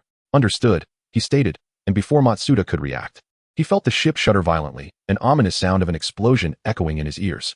The individual appeared unfazed, even murmuring in frustration. After all the effort put into installing the bomb, it detonated so quickly. Detonated? How many bombs had they installed on this cruise ship? Matsuda's expression darkened. Should an explosion damage a critical area of the ship, all aboard would surely plunge into the depths of the sea. Chapter 82, A Siren's Tribute, Part 8, A Murder? Rengo Kuzuro furrowed his brow, having assumed that the only event aboard the cruise ship was an explosion, completely unaware that a murder had transpired earlier. After all, Hasegawa Hiroya's previous call had mentioned the police and the Metropolitan Police Department, likely in connection with this murder case. Sakura Kinomoto nodded gently, acknowledging the situation. After I contacted the Metropolitan Police Department, I heard the sound of an explosion. Upon hearing this, Rei Furuya's expression grew increasingly serious. The timing of the two incidents was indeed too coincidental, and the scale of the operation suggested the involvement of a criminal organization.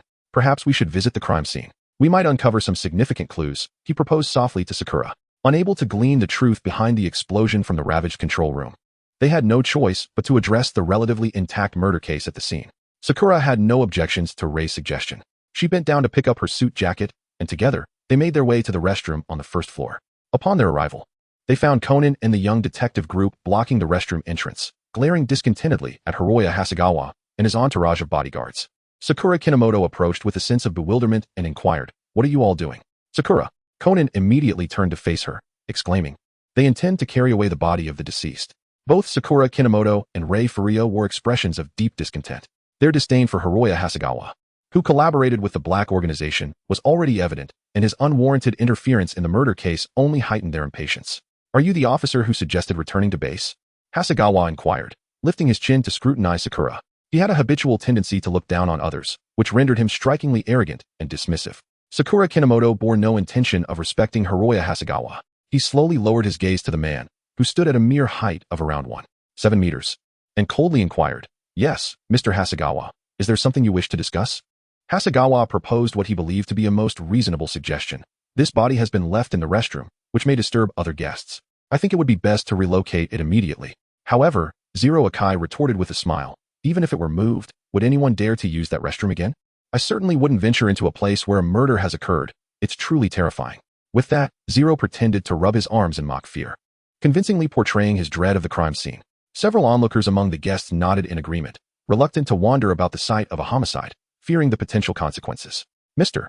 Hasegawa, perhaps you should attend to the situation regarding the explosion in the control room. No one wishes to be trapped here for long," remarked Sakura Kinomoto, casting a casual glance at Hasegawa.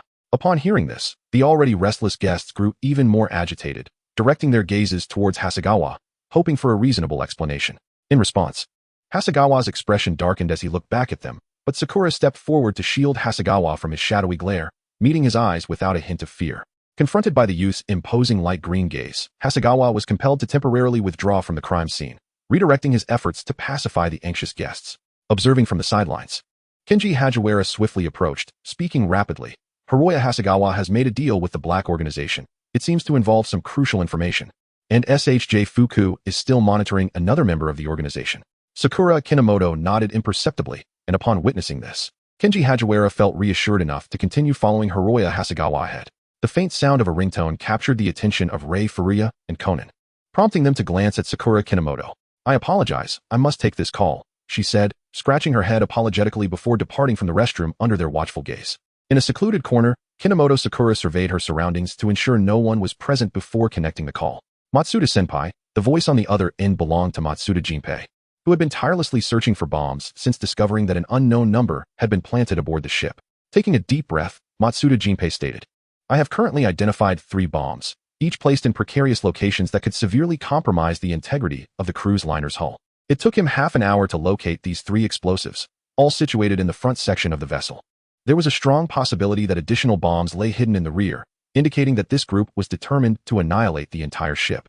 Do you recall what the individual looked like?" Kinomoto Sakura inquired softly, as their only avenue of approach was to target the criminals directly. After a moment of contemplation, Matsuda Jinpei replied, "A male, clad in a janitorial uniform, slightly shorter than that golden-haired scoundrel. Indeed, he bears a horizontal scar above his left eye." Kinomoto silently noted the characteristics of the criminal, always vigilant for anyone who might fit the description. Suddenly, as if a thought had struck him, he hesitantly inquired, "Senpai, can these 3 bombs be moved? What do you intend to do? Are you capable of relocating the bombs to a safe location? Please, I can barely lift a water cup, let alone move a bomb." Matsuda Jinpei retorted, exasperated. He could hardly push them, much less transport them.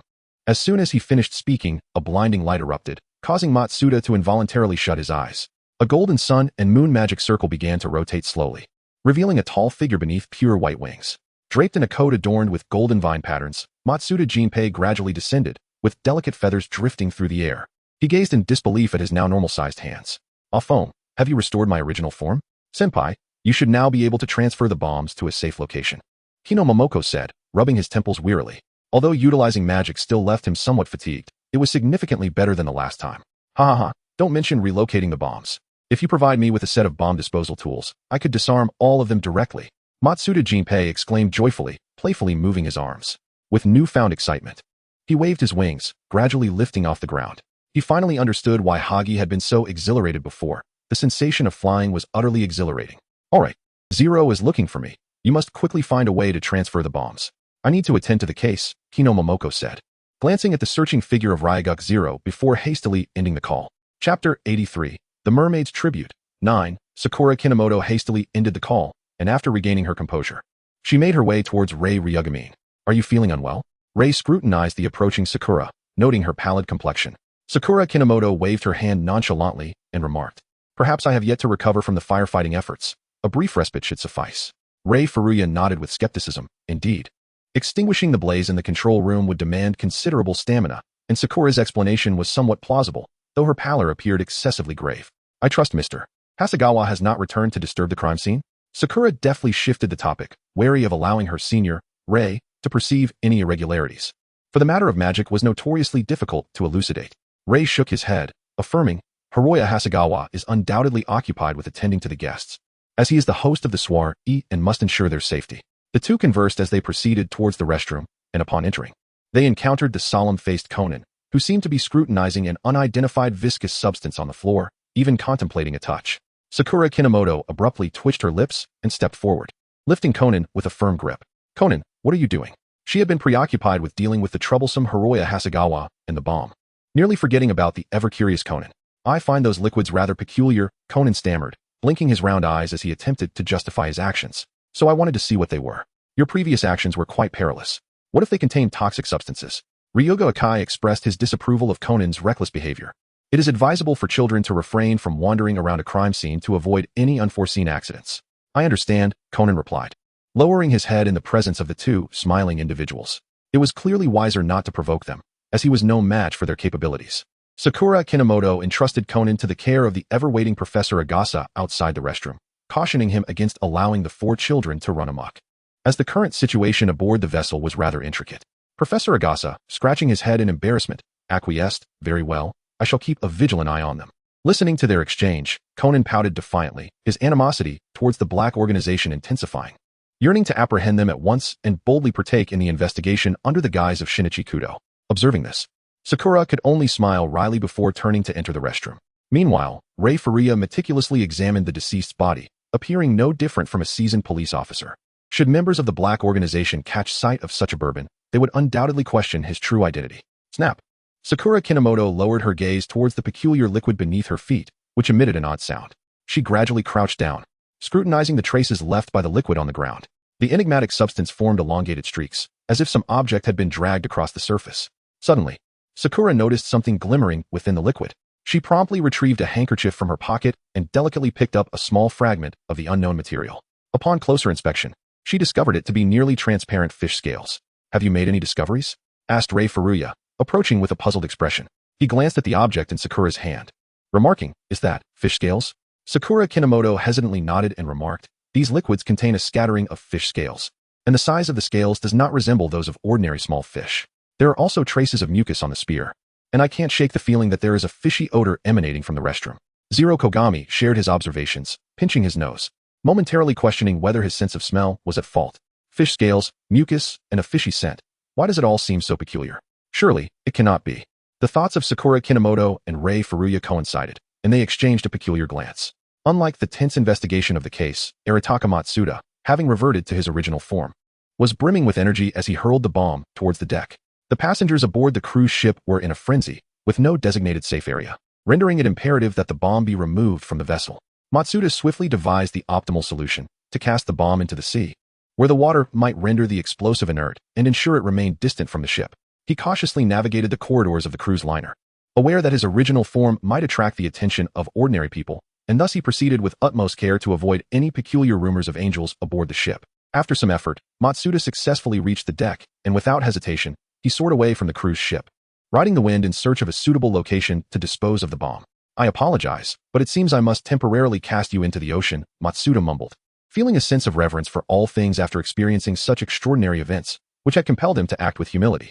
At that moment, an observer silently watched Matsuda's outrageous actions. Shikuro Kudo, who had been monitoring Vermouth, stared in astonishment at Matsuda flapping his wings in the distance, rubbing his eyes in disbelief. He discreetly glanced at Vermouth, who was smoking, and sighed in relief upon confirming she exhibited no unusual reaction. It seemed that Sakura had indeed prompted Matsuda to revert to his original form, indicating a severe incident aboard the cruise ship. Kudo pondered the reasons behind Matsuda's transformation. He was unable to leave Vermouth's side, and remained oblivious to the events unfolding outside. Suddenly, the unexpected ringtone of a phone startled Kudo, prompting him to glance at Vermouth as she picked up the device. "Hello, so it's you." Vermouth exhaled a puff of smoke, her expression rife with impatience. "What? You wish to exchange partners?" She scoffed. "I have been collaborating splendidly with Bourbon. There is no need to readjust with your deranged subordinate. Why not partner with Jin instead? Someone wishes to become Zero's mission partner?" Kudo frowned intensely, leaning in closer to glean more information. The voice on the other end appeared to belong to a man. Yet Kudo had never heard it within the organization. After a prolonged silence, Vermouth's expression shifted to one of seriousness. She lowered her voice, cautioning, "Hey Race, temper your unfounded suspicions. You should be contemplating how to avert a repeat of the blunder from 7 years ago, rather than questioning my loyalty to the organization, lest you find yourself reassigned abroad once more." Chapter 84. The Mermaid's Tribute, Part 10. Kinomoto Sakura gently lifted the fish scale in her hand, the scales shimmering brilliantly under the light, yet they were not meant to be present at the scene of the crime. "What an intriguing case this is." Akai Shuichi observed the slimy residue on the ground with keen interest, realizing that the perpetrator had cunningly employed the guise of a mermaid for their nefarious deeds. After consolidating all the clues, both Kinomoto Sakura and Akai Shuichi immediately thought of the mermaid. Each piece of evidence seemed to point towards this mythical creature from fairy tales. However, they were entirely unconvinced that the murderer was indeed a mermaid. They firmly believed that the culprit merely exploited the mermaid's name to commit the crime. Perhaps the perpetrator bore a grudge against Hasegawa Hiroya? Kinomoto Sakura wrapped the fish scale in a handkerchief. It was the most crucial piece of evidence at present and needed to be preserved with utmost care. Akai Shuichi nodded in agreement, remarking, "The mermaid's tribute. Indeed a surprising gift. The murderer chose to kill during this mermaid-themed banquet, suggesting a profound disdain for the event, for otherwise they would not have selected such a peculiar time, place, and method." With no further useful clues at the scene, Kinomoto Sakura surveyed the area before reluctantly retracting her gaze, lamenting the absence of professional technicians who could uncover more information. Hearing this, Akai Shuichi's eyes flickered with a thought, and he quietly remarked, "I shall refrain from going. After all, I am not a professional investigator." With a momentary pause, Kinomoto Sakura slowly turned to face the beaming Zero Kurigane, the cunning feline leisurely awaiting his response. Kurigane was probing to ascertain just how many of his secrets Sakura was privy to. "Yet I feel that Mr. Amuro possesses an astute perception." Sakura replied with a gentle smile, devoid of any hint of panic. "Mr. Amuro would surely be willing to serve as my assistant, wouldn't he?" Kurigane narrowed his eyes and chuckled. "Is that truly the case? I never anticipated receiving praise from a policeman. It's quite surprising. Naturally, I have always believed that Mr. Amuro possesses an innate talent for solving cases." Sakura's expression was remarkably sincere, clearly conveying genuine admiration for Zero Kurigane. Sakura Kinomoto has always been aware of his true identity. He has never dealt with cases in front of Sakura, rendering it impossible to discern any aptitude for solving crimes. Furthermore, Sakura had deliberately slowed his speech during their previous interaction, making his intentions abundantly clear. As he gazed at Sakura's beaming face, a jolt of realization struck Zero Kurigane. He had initially believed that Sakura was merely aware of the identities of the organization's members, but he had not anticipated that Sakura would also know of his status as a police officer. Yet, how had he acquired such extensive intelligence? Just as Zero was deep in contemplation, Sakura approached him with measured steps. He placed a hand on Zero's shoulder, inclined his head slightly, and whispered softly, "Senior, if you can assist me in resolving this case, I would be willing to exchange a piece of information with you. What do you say?" In truth, Sakura had intended to confess certain matters to Zero directly. Being an exceptionally astute and cautious individual, Zero would undoubtedly engage in prolonged negotiations. He did not wish to squander time on futile tests of trust. Zero cast a skeptical glance at Sakura, questioning, "Isn't your proposition rather simplistic? We are not adversaries. Why would I seek to complicate matters for you?" Sakura innocently blinked, feigning ignorance, as he believed he had already laid bare his vulnerabilities, yet Zero remained suspicious. No sooner had he spoken than Sakura felt a sudden tightness at his collar, causing him to bend forward involuntarily. He quickly lowered his gaze to meet Zero's, only to find those violet-gray eyes observing him intently. "If you were an enemy, I would not hesitate to bring you to justice," Zero warned, his voice low and resolute. Directed at the figure before him, Sakura Kinomoto. Sakura Kinomoto concealed her surprise, adopting a serious demeanor as she declared, "I shall not oppose the police." Observing the earnest expression of the young man, Rei Furia let out an almost imperceptible scoff, releasing Sakura's collar and leisurely making his way outside. "Remember your promise, Kinomoto." Faced with this, Sakura shook her head in resignation, contemplating the intelligence she had exchanged with the senior officer. Should she forge too many connections with the police, her movements would undoubtedly be severely restricted. Thus, she resolved to retain some crucial information. Outside the restroom, Conan perked up his ears, cautiously eavesdropping on the conversation between Sakura and Rei, unable to suppress his detective curiosity. "Shinichi, do be careful," Dr. Agasa whispered, glancing around nervously. "It would be troublesome if Mr. Kinomoto and Mr. Amuro noticed." "What can I do? They won't let me into the crime scene," Conan retorted indignantly, not wishing to feel like a thief. "If I weren't in this state, I would definitely—" What would Conan definitely do? The kind tone momentarily rendered him speechless as he glanced up at Sakura and Rei, who had just emerged from the restroom, both smiling down at him. With an awkward laugh, Conan replied, "In nothing." Perhaps it was merely his imagination, but Conan felt a heightened sense of danger emanating from the two. "We must investigate the identity of the deceased," Sakura stated nonchalantly, ruffling Conan's hair. "Please assist us in examining the crime scene, Dr. Agasa." At this, Conan's eyes sparkled with excitement as he eagerly responded on Dr. Agasa's behalf. "Of course. We won't allow anyone to tamper with the crime scene." Having long seen through Conan's intentions, Sakura nodded and then proceeded with Rei towards the banquet hall. "Aren't you concerned about Conan sneaking into the crime scene?" Rei questioned, puzzled as to why Sakura had suddenly relaxed her stance after previously restraining Conan. Sakura Kinomoto helplessly shrugged her shoulders and remarked, "Sigh, he will undoubtedly sneak in. I cannot restrain him. He cannot possibly remain at the crime scene observing Conan forever. Besides, most of the evidence and photographs from the scene have already been collected, and there are no dangerous items present. We shall let it go this time." "You have violated the regulations, Kinomoto," Ryuga Akechi warned with narrowed eyes, quietly reminding Sakura, fully aware of his status as an officer of the police department, yet daring to breach the rules. Kinohara Sakura raised an eyebrow, feigning surprise as she exclaimed, "Indeed. However, it seems that you, too, have transgressed the traffic regulations." Akatsuki Rei momentarily found himself at a loss for words. The act of reckless driving was undeniably against the law, yet the police department had consistently managed the subsequent procedures on his behalf, thus he had not paid much attention to the matter. Chapter 85. The Mermaid's Offering, Part 11. In the grand banquet hall, guests gathered in small clusters, engaging in hushed discussions about the murder and explosion aboard the cruise ship. Their hearts were a tumultuous blend of curiosity regarding the case and an underlying fear of death. The first thing Kinomoto Sakura did upon returning to the hall was to ascertain the identity of the deceased, as the presence of the police greatly facilitated the investigation. The victim was identified as Kato Akiya, a once-renowned fantasy novelist, whose work The Redemption of the Mermaid had garnered significant acclaim. Sakura perused the information in her phone's notes and shared it with her companion, Akira Mori. Mori raised an eyebrow in surprise and inquired, "How is it that everything is connected to mermaids?" Kino Momoka meticulously perused the news regarding Kato Akiya, who appeared to be one of the survivors of the mermaid rescue incident from years past. The tale of the mermaid's redemption was likely inspired by that very event. In total, there were 4 survivors of the rescue: Hasegawa Hiroya, Kato Akiya, Tanaka Sora, and Tanaka Sho, each of whom saw their reputations elevated following the incident. Ryuga Zero quietly awaited any further details from Kino Momoka, but when silence ensued, he turned to find him furrowed in concentration, his expression grave as he stared intently at his phone screen.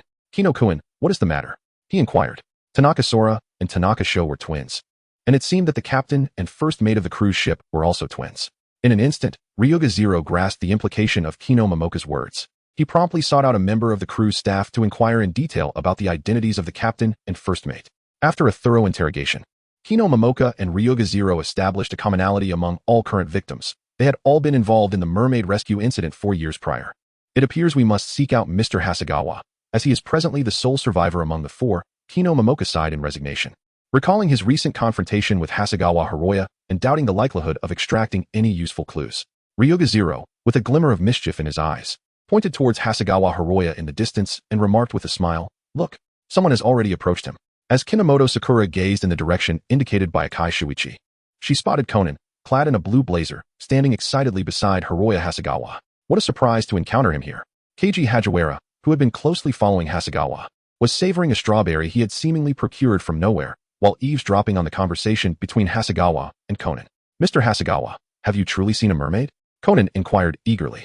"Indeed, while I did not glimpse the entirety of the mermaid, I did behold a magnificent fish tail. Would you like to see a mermaid as well?" A slight twitch appeared at the corner of Conan's mouth, his blue crescent eyes brimming with exasperation at Hasegawa. Were it not for the pursuit of additional clues, he would not have foolishly posed such a question.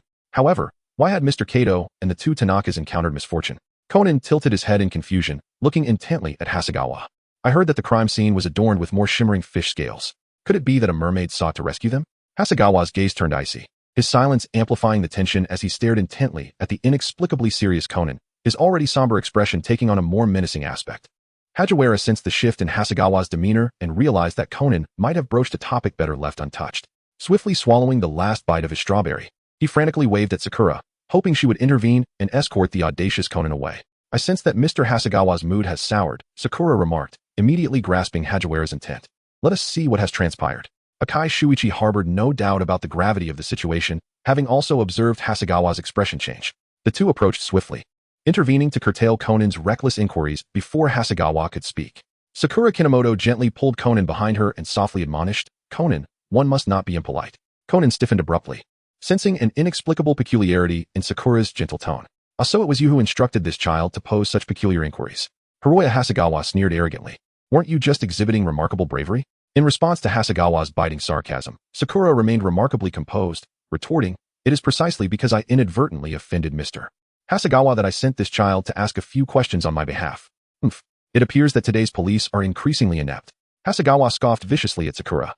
Upon hearing this, the previously silent Ryuga Sakaki narrowed his eyes, his violet-gray gaze fixed intently on Hasegawa, reminiscent of a large feline predator awaiting a moment of vulnerability from its prey. "This bald-headed old man dares to mock the police." Kenji Hagiwara exclaimed in disbelief, his eyes wide with indignation. He had deliberately chosen a more discreet vantage point before forcefully yanking 3 strands of Hasegawa's hair, further enhancing the absurdity of his balding hairstyle. Witnessing this, Sakura struggled to suppress a smile, cleared her throat, and activated her phone's recorder. "In that case, Mr. Hasegawa, could you elucidate the specifics of the mermaid rescue incident from years ago? Are you certain that the deceased were indeed those 3 individuals?" Hasegawa rubbed his aching head, questioning.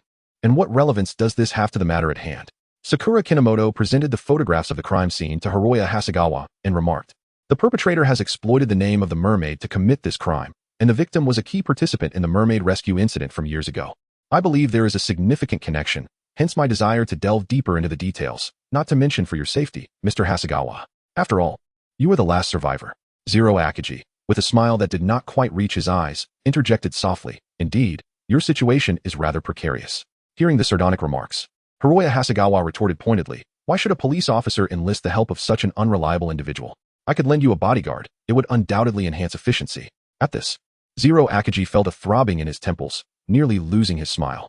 It was his first encounter with such an insufferable old man. Had he known, he would have taken the opportunity to teach him a lesson during their initial dealings. "This gentleman's capabilities are quite commendable. There is no need for you to concern yourself, Mr. Hasegawa." Sakura Kinomoto's smile deepened. "As long as Mr. Hasegawa is willing to clarify the events of that time, I believe the case could be resolved swiftly." Chapter 86, The Mermaid's Offering, Part 12. Hiroya Hasegawa seemed reluctant to elaborate on the mermaid rescue incident. His gaze flickered towards the bodyguard beside him as he stated, "All I saw was something resembling a fish tail, and then I fell unconscious. When I awoke, I was already in the hospital. So there is nothing of particular significance to recount." It appeared that Mr. Hasegawa still believed that a mermaid had saved them back then. Sakura Kinomoto nodded in understanding, forming a preliminary judgment in her mind. From Hiroya Hasegawa's demeanor and tone, it was evident that he had just told a lie. The mermaid rescue incident could not have been so straightforward. The key to solving the case lay in uncovering the truth hidden beneath the events. Yet, the sole survivor, Hiroya Hasegawa, was now weaving a web of deceit, leaving them with no useful leads. Kinohara Ki lowered her gaze, subconsciously rotating her wrist. At times, her role as a police officer proved to be quite troublesome, as she was unable to resort to extreme measures to obtain clues. "Well, I am somewhat fatigued." Hasegawa Hiroya murmured, gently rubbing his eyes. I shall return to my room for a brief rest. Should anything arise, please direct your inquiries to my secretary. Observing this, Kinohara Kid calmly advised, Mr. Hasegawa, it would be prudent to remain in a populated area. The next target of the assailant may very well be you. My bodyguards are meticulously selected elites. There is no need to be concerned about an attack, Hasegawa Hiroya dismissed with a wave of his hand, leisurely departing the banquet hall accompanied by his protectors. Watching Hasegawa Hiroya's retreating figure, Hajiwara Kenji silently rolled his eyes and muttered, what an impolite fellow. If it weren't for Kid's desire to avoid troubling her family, that grumpy old man would surely be eager to curry favor with her. Although the Tenkami conglomerate had not made significant strides in the fishing industry, many entrepreneurs aspired to garner the support and investment of the Tenkami family. With that, Hajiwara Kenji waved farewell to Kinohara Kid and swiftly pursued Hasegawa Hiroya. Hello, I am Mari Saori, primarily responsible for the chairman's itinerary, announced a woman clad in a light blue gown as she approached, succinctly introducing herself to Kinohara Kid and Akira Furuya. Sakura Kinomoto and Zero Kurigane discreetly scrutinized the poised figure of Misa Aoi before them. Unlike the previous clumsy male secretary, Misa Aoi exhibited an air of remarkable composure and professionalism. Unfazed by their scrutinizing gazes, she calmly produced Hiroya Hasegawa's itinerary, detailing the president's schedule for the day and the list of individuals he was scheduled to meet. Sakura Kinomoto hesitantly accepted the notebook from Saki Hirasawa, its elegant script meticulously chronicling the daily life of Hiroya Hasegawa, even detailing the ingredients of his 3 meals a day. Zero Kaguru gazed in disbelief at the densely packed schedule, muttering softly, is he an emperor? Does it require such meticulous documentation?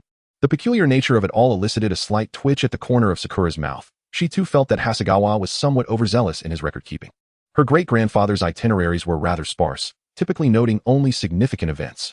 Suddenly, Sakura felt a gentle tug at the hem of her garment. Curiously, she looked down to find Conan gazing up at her, his expression awkward. Big brother Sakura, may I take a glance?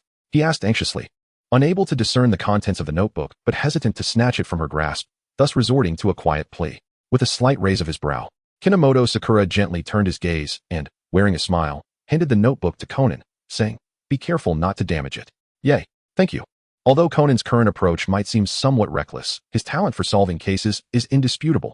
Providing him with appropriate clues could enhance the efficiency of the investigation. Do you perhaps hold me in disdain? Akai Shuichi glared at Kinomoto Sakura, daring to give clues to an unrelated individual right in front of him. Sakura Kinomoto slowly extended a finger, her eyes twinkling with a smile as she remarked, I can provide one more piece of information. In response, Rei Furuya let out a soft hum, turning his head back without a change in expression. Information holds greater significance than mere clues in a case, and a slight concession would not be amiss. However, could he perhaps leverage this method to obtain even more intelligence? Observing Rei Furuya deep in thought, Sakura Kinomoto sighed in resignation, knowing that her senior would undoubtedly employ various tactics to extract information in the future. Big sister, it seems the scheduled time for the speech is incorrect, Conan suddenly exclaimed. Although the banquet officially commenced at 8 o'clock, it appeared that Mr. Hasegawa did not begin his speech until 20 minutes past. The timeline recorded in the notebook indicated that the speech started promptly at 8. With no interval of 20 minutes at all, Mayama Saori paused for a moment and gently explained, I generally note down the approximate times, so there may be slight discrepancies. I see. I thought it would be as precise as the dining schedule, down to the minute. Conan replied innocently, his expression remarkably naïve. Sakura Kinomoto and Rei Furuya instinctively sensed that Shiori Marisa was behaving oddly, yet neither dared to interrupt their conversation. What does the projection device signify? Well, that's classified information and cannot be disclosed to outsiders. It's all right. Big sister can share it with my brother, as he is a police officer and will surely keep it confidential. Conan was not naive enough to genuinely believe that Sakura would allow a child to investigate a case freely. It was more likely that he was attempting to extract some clues from her, given that ordinary people often withhold information from the police. In light of this, it would be more prudent for him to cooperate with Sakura, as he could still glean the information he sought. Shiori Marisa had not anticipated that Conan would loudly call for the police officer who had yet to inquire. Embarrassed, she glanced at the approaching Sakura. Conan, were you just calling for me? Sakura affectionately ruffled Conan's hair, realizing her initial judgment of him had been correct. He indeed could assist her in resolving numerous issues. Conan obediently nodded and proclaimed, Big sister said she has something important to tell you. Shiori was momentarily at a loss for words. What significance did the projection device hold? In truth, the blue fishtail at the start of the banquet was merely a prearranged projection and had little to do with the case. Shiori stammered as she explained the projection, her gaze fixed downward, thus failing to notice the fleeting surprise that crossed the faces of the two before her. Hino Momoka and Ryuga Zero exchanged a peculiar glance, each sensing the other's bewilderment. Was the mermaid's tail not silvery white at that time? Chapter 87. the mermaid's offering, 13. Sister, your job must be quite arduous, right? Conan abruptly looked up at Mari Saori, realizing that only by closely following Mr. Hasegawa could one document such detailed itineraries. Mari Saori immediately waved her hand, humbly asserting, not at all, I genuinely enjoy writing and drawing. It is by no means a difficult task. Hey, sister, do you have a photograph of the mermaid's tail? Conan lamented, his head drooping slightly as disappointment washed over him. Mari Saori scratched her face awkwardly, replying, I was backstage at that time, so I couldn't capture any appealing photographs from that angle. Upon hearing this, both Kinomoto and Ryuga Zero's expressions shifted, their suspicions regarding Mari Saori deepening. Sakura Kinomoto gently caressed the phone nestled in her pocket, her gaze fixed upon Sakimaki, who was conversing with Conan. The embarrassment and anxiety that once adorned the woman's face had long since dissipated, replaced by a radiant smile as she responded to a myriad of questions. Why had she misidentified the color of the mermaid's tail? Akira Furuya pondered softly, recalling that the banquet hall had only retained the illumination near the glass walls, making the silver tail's reflection distinctly apparent from every angle, rendering any confusion with blue utterly implausible. After a moment of contemplation, Kinomoto Sakura softly analyzed. She claimed she has always been in the background, yet she failed to mention the variance in the color of the tail, indicating that, in her perception, the tail was inherently blue. At this juncture, Kinomoto Sakura caught a glimpse of the male secretary from earlier. He subtly gestured towards Zero Kurigane and then approached the male secretary with measured steps. Hello, may I inquire about the matter concerning the tail projection? Kinomoto Sakura asked the visibly flustered male secretary in a friendly tone. Of course, the male secretary stammered in response, but I am not the primary person in charge, so my knowledge is somewhat limited. Sakura Kinomoto gently shook her head and remarked, it's quite all right. I merely wish to inquire whether there have been any alterations to the projection of the fish tail. Indeed, there have been modifications. The president felt just moments before the banquet commenced that the guests would struggle to discern the blue fishtail projection, thus opting for a last-minute switch to the backup silver fishtail projection. Are all the staff aware of this matter? Although at that moment, only my bodyguard and I were present, I believe everyone should be informed of the change in the projection. I find that the silver fishtail is quite conspicuous. Sakura Kinomoto nodded in understanding. After expressing his polite gratitude, he returned and succinctly recounted his conversation with the male secretary to Rei Furuya. I found it somewhat peculiar when Rei Furuya, with a strange expression, posed a question. Had she truly not heard anyone mention the hue of the mermaid's tail? The opening speech of the banquet had elapsed for over 2 hours. Surely, others must have alluded to the fleeting glimpse of the mermaid's tail. It was hard to believe that Shizuka Misasagi remained fixated on the projection of the blue tail. She could not possibly have been absent from the banquet hall the entire time. Kinohara Sakura pursed her lips and said helplessly, it is possible that we have never encountered her before. Perhaps she truly has not visited the banquet hall. However, her statements are fraught with contradictions. So we ought to remain vigilant. Yes, I understand. No sooner had she spoken than Sakura felt a gentle tap on her shoulder. Turning in confusion, the first sight that met her eyes was the floating figure of Shifuka Keiko. Shifuka was flusteredly pointing at the dark-haired woman below, indicating that the woman before them was another high-ranking member of the Black Organization. Due to 2 unexpected incidents, the staff needed to conduct a thorough investigation of all personnel on the ship, which is why Shifuku had accompanied Vermouth to the banquet hall. Initially, Shifuku intended to exchange information with Sakura briefly, but Vermouth had remained quietly in the corner, leaving him unable to approach Sakura and forcing him to continue trailing after her. Just when Shifuku was at a loss, Vermouth seemed to grow bored and unexpectedly approached Sakura. Observing the anxious expression of the dark-haired woman before him, Sakura's countenance subtly twisted. He had no desire to confront a high-ranking member of the Black Organization directly. Behind him, Akai Shuichi narrowed his eyes, perplexed by Vermouth's actions, hoping that her approach to Sakura was merely a fleeting whim. When will the rescue team arrive to save us? Vermouth feigned a fearful demeanor, exclaiming, I do not wish to remain here any longer. Do not worry. They will likely arrive at the cruise ship in about half an hour, Sakura replied, glancing down at his watch and responding to Vermouth's inquiry without a hint of caution. Although Kinomoto Sakura was unaware of the reasons behind this member's sudden approach, she understood that she must not exhibit excessive nervousness. Sakura, you must exercise caution around this woman, Kuruzu Kagemitsu incessantly cautioned Kinomoto Sakura. Her codename is Vermouth. She is adept at disguise and is an exceedingly perilous individual. Disguise?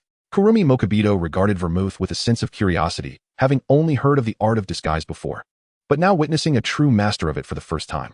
The astute Vermouth sensed a peculiar shift in the young man's gaze. Could it be that her disguise appeared odd? Meanwhile, the expression of Toru Amuro, who observed the interaction between Mokabido and Vermouth, gradually turned strange. Were these 2 seemingly contradictory individuals perhaps a touch too abnormal? Conan. A call interrupted the trio's thoughts, and they all turned to see Professor Agasa hurriedly rushing towards Conan's direction. With a furrowed brow, Sakura Kinomoto contemplated for a moment before stating, I will go investigate the situation. Having spoken, he hastily approached Conan and Dr. Agasa, leaving the duo, Ray Furuya and Vermouth, in a silent stare. Such inseparable companions. Have you truly not been swayed? Vermouth inquired playfully, lifting a glass of champagne from the table, teasing Ray Furuya. A slight twitch at the corner of his mouth. Furuya regarded Vermouth with a hint of confusion. Are you genuinely hoping I have a romantic interest? If you are indeed enamored with that young officer, Vermouth remarked, sipping her exquisite wine with an air of ease, then I could very well exploit this little secret to coerce you.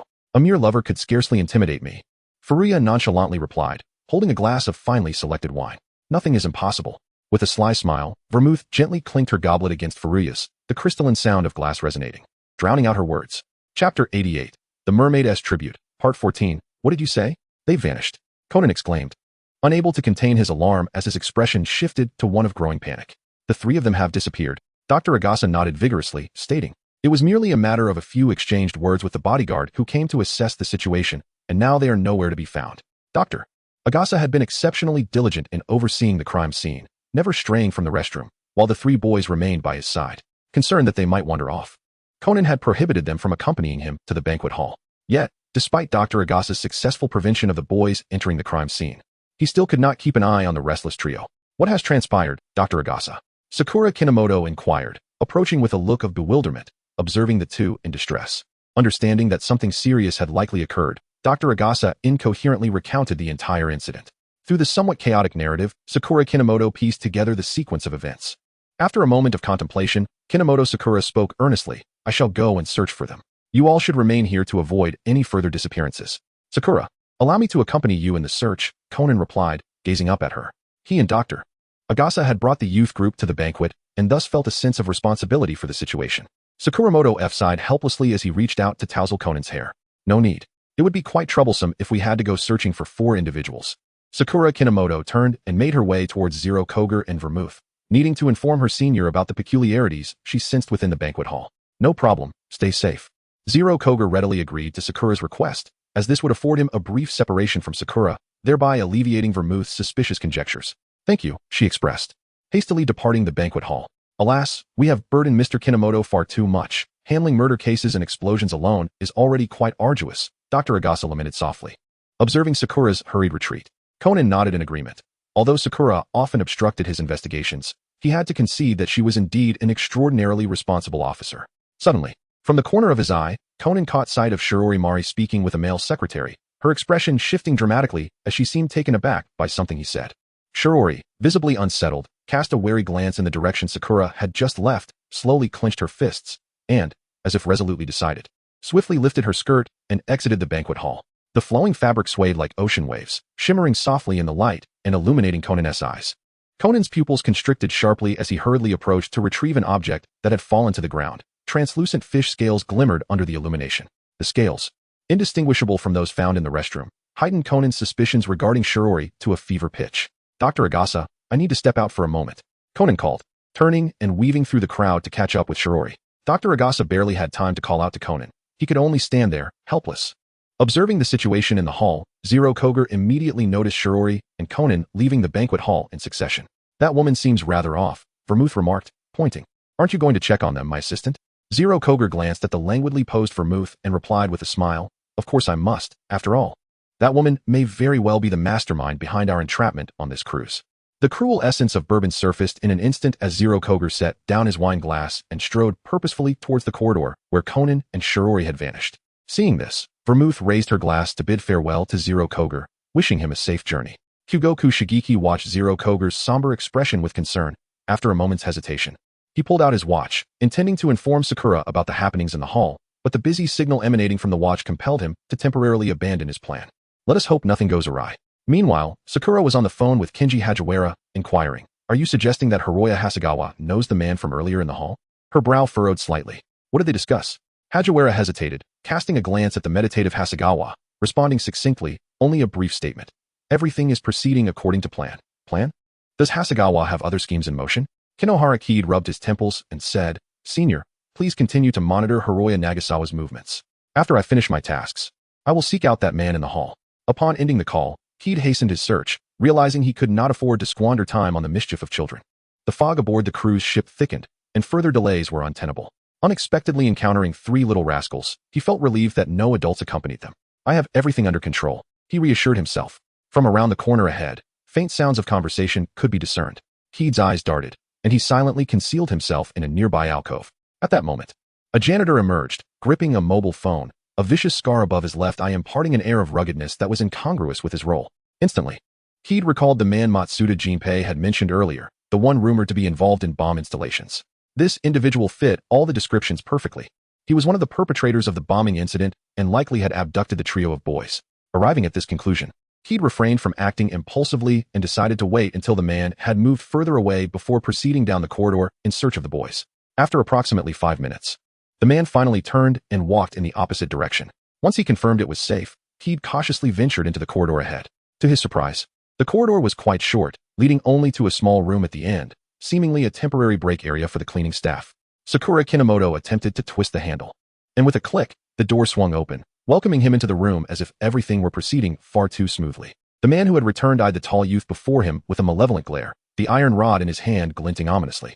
He had long heard whispers of a police officer conducting an investigation, yet he had not anticipated being located so swiftly. Since the opportunity had presented itself, it was time for him to meet his demise. Chapter 89. The Offering of the Mermaid. 15. Kenji Hagiwara yawned, a hint of moisture gathering at the corners of his eyes. After concluding a phone conversation with Sakura Kinomoto, he observed for over half an hour. However, Hiroya Hasegawa remained motionless, reclining in a chair with his eyes closed, showing no signs of stirring. Doubts began to creep in. Had he misheard? How could this old man be so unresponsive? Suddenly, the shrill ring of a phone jolted Hagiwara back to awareness. Rubbing his eyes in a flurry, he rushed toward Hasegawa. The latter opened his eyes, grasped the phone on the table, and after a brief moment, said, "Yes, I understand. Remember, do not alert the prey." What could be the nature of such a secretive plan? Hagiwara pondered, wondering if the murder and explosion incidents were indeed orchestrated by Hasegawa himself. Among all the recent events, only these two aligned with Hasegawa's demeanor, casting him as a likely mastermind. As Hasegawa stood, meticulously adjusting his attire, he cast a glance at the ocean beneath the night sky, a sinister smile momentarily crossing his face. Hagiwara's expression darkened, an ominous premonition rising within him. Hasegawa departed the room without instructing his bodyguard to follow, descending the staircase alone. Hagiwara trailed closely behind, dialing Sakura Kinomoto's number, eager to inform him of Hasegawa's peculiar behavior. Yet, Kinomoto seemed oblivious to the ringing phone, as it remained unanswered. Hasegawa's destination was unequivocal. He headed straight for the reception room on the 3rd floor, where, during daylight, one could gaze out the floor-to-ceiling windows at the boundless ocean behind a cruise ship. This night, however, the ship had witnessed too many accidents, leaving guests devoid of the leisure to gather in the reception room for conversation. It was eerily silent within, save for the echo of Hasegawa's footsteps. Hagiwara circled the reception room, diligently inspecting for any hazardous items. Suddenly, a shadow approached silently from the tea room on the right, a weapon pressed firmly against Hasegawa's head. It appeared that Hasegawa was indeed a man of his word. The shadow spoke with contempt and derision. "Looks like Chairman Hasegawa is true to his agreements." Hasegawa swallowed hard, inquiring, "Aren't you here to discuss arms cooperation?" The tension in their dialogue was palpable, yet to Hagiwara, this perilous encounter seemed like an absurd farce. Though the shadow wore a mask, Hagiwara recognized the voice of the man who had recently reported to Hasegawa, leaving him incredulous at the madness of the world around him. "Are you not accomplices?" Hagiwara wondered aloud, grappling with the surreal situation. Yet, regardless of Hagiwara's turmoil, Hasegawa and the man continued their exchange. "I had to employ a few tricks to draw you out. Otherwise, a private meeting would be quite challenging." "Why do you wish to kill me?" Hasegawa asked. "The chairman does not need to know the reason," the man replied, and without hesitation, he pulled the trigger. The bullet tore into Hasegawa's left chest, crimson blood staining his clothing as he collapsed to the ground. Hagiwara was momentarily stunned, rushing forward to assess Hasegawa's condition, astonished that they had truly turned on each other. However, as he approached, Hagiwara sensed something amiss. Despite the faintness of the sound, Hasegawa was indeed still breathing, his rhythm indistinguishable from that of a normal person. "They are deceiving us." Hagiwara grasped the critical point instantly, turning to the man, who was leisurely sending an email to someone, perhaps the very target of Hasegawa and the man's deception. About 10 minutes later, a figure clad entirely in black gently pushed open the reception room door, their face obscured by a dark hood, white gloves adorning their hands, rendering Hagiwara unable to identify them. "You are the diver?" the man asked, scrutinizing the newcomer. "Have you brought the money?" The diver nodded affirmatively, slowly shaking the box in their hand. "Here, this is the last prey you requested." The man casually gestured to Hasegawa, declaring he should be dead by now, after which, he stepped aside, presenting Hasegawa's body to the diver and even thoughtfully stowing away his handgun.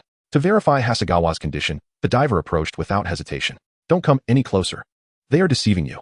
Hagiwara urgently warned, his eyes fixed on the advancing diver. Though the diver was hardly a saint, he could not allow the man and Hasegawa to succeed in their scheme. In the midst of his thoughts, the diver had already reached Hasegawa's side. And as Hagiwara looked up at the diver, he was left momentarily speechless. Hasegawa, sensing the diver's approach, abruptly opened his eyes, reaching out to lift the diver's hood. However, the diver swiftly restrained Hasegawa's hand, seizing him before the man could react, drawing a handgun and pressing it against Hasegawa's temple. The unexpected maneuver startled the man, who immediately aimed his gun at the diver. So the true puppet master is Chairman Hasegawa, the diver mused with a sigh as the moonlight gradually illuminated the reception room, revealing the diver's face, cold, violet gray eyes locking onto the man, with strands of light golden hair peeking from beneath the hood. Zero, you look absolutely stunning, Hagiwara exclaimed. Circling around Zero in excitement, nearly soaring to the ceiling upon seeing him, the man frowned, questioning, you are that police officer's friend, yet you are not the diver? Unanticipatedly, Chairman Hasegawa had orchestrated such an elaborate scheme. Zero smirked coldly, what a convoluted effort. Where is the real diver? The man ground out through clenched teeth. Zero, with an impassive demeanor, replied, I am under no obligation to inform you. Brother, shall we strike a deal? Hasegawa, surprisingly calm even as a hostage, proposed a negotiation with Zero. What do you mean? If you release me, I will ensure they let that young girl go.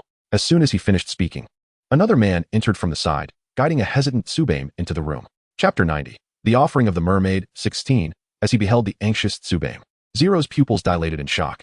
He had never anticipated that Hasegawa had already prepared a countermeasure for exposure. I find this deal quite appealing. The smile on Hiroya Hasegawa's face gradually deepened, and this young man certainly needed to contemplate his choices carefully. Rei Furuya's expression turned grave as he fixed his gaze on the two men brandishing guns. This was an imbalanced transaction. Even if they agreed to exchange hostages, it would be exceedingly difficult for both him and Ayumi to leave the meeting room alive, and they might very well become hostages themselves. The man who had initially collaborated with Hiroya Hasegawa grew impatient and shouted, Are you still hesitating? I remember there are two other boys. Where are they now? Furuya could only divert the conversation in an effort to buy time. The man restraining Ayumi saw through Furuya's intentions and scoffed, saying, The lives of the other two brats come at a different price. One life can only be exchanged for another. Ding dong. Just as his words fell, a sudden text message chimed in the meeting room. The masked man quickly pulled out his phone to take a glance, revealing a smug smile. I should have been cautious from the very beginning. He sneered at Furuya, surprised to find that the officer was utterly inept. Furuya's expression shifted, and he demanded, What do you mean? That cop is dead. His accomplice mockingly raised his phone, a malicious grin plastered on his face. Furuya grimaced as he scrutinized the content of the message, admonishing himself not to trust the enemy's words, yet he couldn't help but worry about the silence surrounding Kid Kanikata. Kenji Hagiwara, in a fit of frustration, tugged at his hair and furiously accused the two men, a bunch of liars. Little Furuya, don't trust them. All his activities were sustained by Kid's life magic, and if something had indeed happened to her, he would not remain unscathed in this predicament. Suddenly, Hagiwara noticed something outside obscuring the moonlight, and he turned, puzzled, to see Junpei Matsuda, with his wings fluttering, smiling as he waved at him. Junpei, Hagiwara exclaimed with delight as he gazed outside at Matsuda. It seemed Matsuda had a message to convey. He first pointed toward the meeting room's door, then gestured toward the gun pressed against Ayumi, making a throat-cutting motion. Hagiwara immediately understood his childhood friend's intent and swiftly dashed toward the male accomplice, positioning himself near the gun, poised to await the perfect moment for a counterattack. Knock, knock, knock. The rhythmic knocking drew everyone's attention. The masked man was the first to recognize the prearranged signal. He cautiously approached the door, remaining wary of Furuya's movements as he pushed it open. A soccer ball came hurtling toward him, striking the masked man squarely in the face, followed by a more forceful punch to his abdomen, leaving him no time to react before he collapsed. The accomplice attempted to leverage Ayumi against the sudden assailant, but a sharp pain in his wrist caused him to involuntarily loosen his grip on the gun. The attacker seized the doorframe for leverage, swiftly lifting his legs to kick the accomplice in the back, sending him sprawling to the ground, while deftly snatching the guns from both him and the masked man. Meanwhile, Conan hurriedly escorted the terrified Ayumi to a safe location. Kanikata. Furuya's eyes widened in astonishment as he beheld the panting Kid Kanikata before him. Sakura Kinomoto exhaled softly, raising a hand to wipe the blood trickling from her forehead. She offered a faint, apologetic smile to Rei Furuya, saying, I am sorry for my tardiness. Aren't you dead? Hiroya Hasegawa exclaimed in horror, gazing at Sakura and the two men lying on the ground. Sakura Kinomoto cast a nonchalant glance at Hiroya Hasegawa, then casually tossed aside a mobile phone, its screen still lingering on the message-sending interface. Half an hour ago, before the impending attack, Kinomoto Sakura sensed danger and swiftly turned half of her body aside. Nevertheless, the iron rod still grazed her forehead, causing blood to trickle down slowly. TSK, I can't believe I missed your head. The janitor lamented, waving the iron rod in disappointment. for he truly wished to see Kinomoto Sakura perish in that moment. The excruciating pain in her forehead prompted a soft sigh from her. What a stroke of misfortune. Submit to your fate. With that, the janitor raised the iron rod to strike again, but this time, Kinomoto Sakura would not allow him to succeed. Kino Momoko deftly caught the descending iron rod with a swift motion. Seizing the moment before the janitor could react, she forcefully pushed, causing the other end of the rod to collide heavily with the janitor's chest, producing a dull thud. Momentarily stunned by the pain, the janitor lost grip of the weapon. Bereft of his armament, he could only swing his fists at Kino, his years of mercenary experience instilling in him the confidence to overpower the officer before him. Yet, he failed to recognize that he was not contending with an ordinary neon officer. Each of his moves was effortlessly countered by Kino, and he unwittingly absorbed several blows in the process. Indeed, you are a band of mercenaries, Kino asserted, pressing the janitor's head against the wall. The man at the banquet must be your accomplice, correct? How could you possibly deduce that? He exclaimed, panic evident in his posture, which betrayed the combat techniques commonly employed by mercenaries. The manner in which he fought only further corroborated her suspicions. Sakura Kinomoto reminisced about the moment the man was jolted in the banquet hall. Even then, he discerned the man's peculiarity, yet he refrained from articulating it. Who instructed you to plant the bomb on the cruise ship? Sakura Kinomoto narrowed his eyes, his tone dangerously probing the janitor. Mercenaries are a band of desperate rogues who act solely for monetary gain. Undoubtedly someone orchestrates their actions from the shadows. The janitor's eyes flickered slightly as he stammered. A person known as the Diver. He aims to eliminate all survivors from the mermaid rescue incident of that year. So that's the case, Sakura Kinomoto scoffed coldly. How intriguing. It appears your accomplice has ties to Hiroya Hasegawa. At this revelation, the janitor stiffened. Taken aback by Sakura Kinomoto's prior knowledge of the clandestine discussions between Hasegawa and his associates, momentarily at a loss for words, Sakura Kinomoto, unwilling to engage in further trivial conversation with the janitor, recognized that he would undoubtedly withhold the true intentions of Hiroya Hasegawa. With a swift motion, she firmly grasped the janitor's head and unhesitatingly slammed it against the wall, the intense pain causing his consciousness to fade almost instantly. Sakura Kinomoto cast a cold glance as the janitor slid down against the wall, eventually kneeling and rummaging through the janitor's phone. Chapter 91. The Mermaid's Offering, 17. Eliminate that police officer directly to prevent him from disrupting the boss's plans. Understood. Where shall I meet you shortly?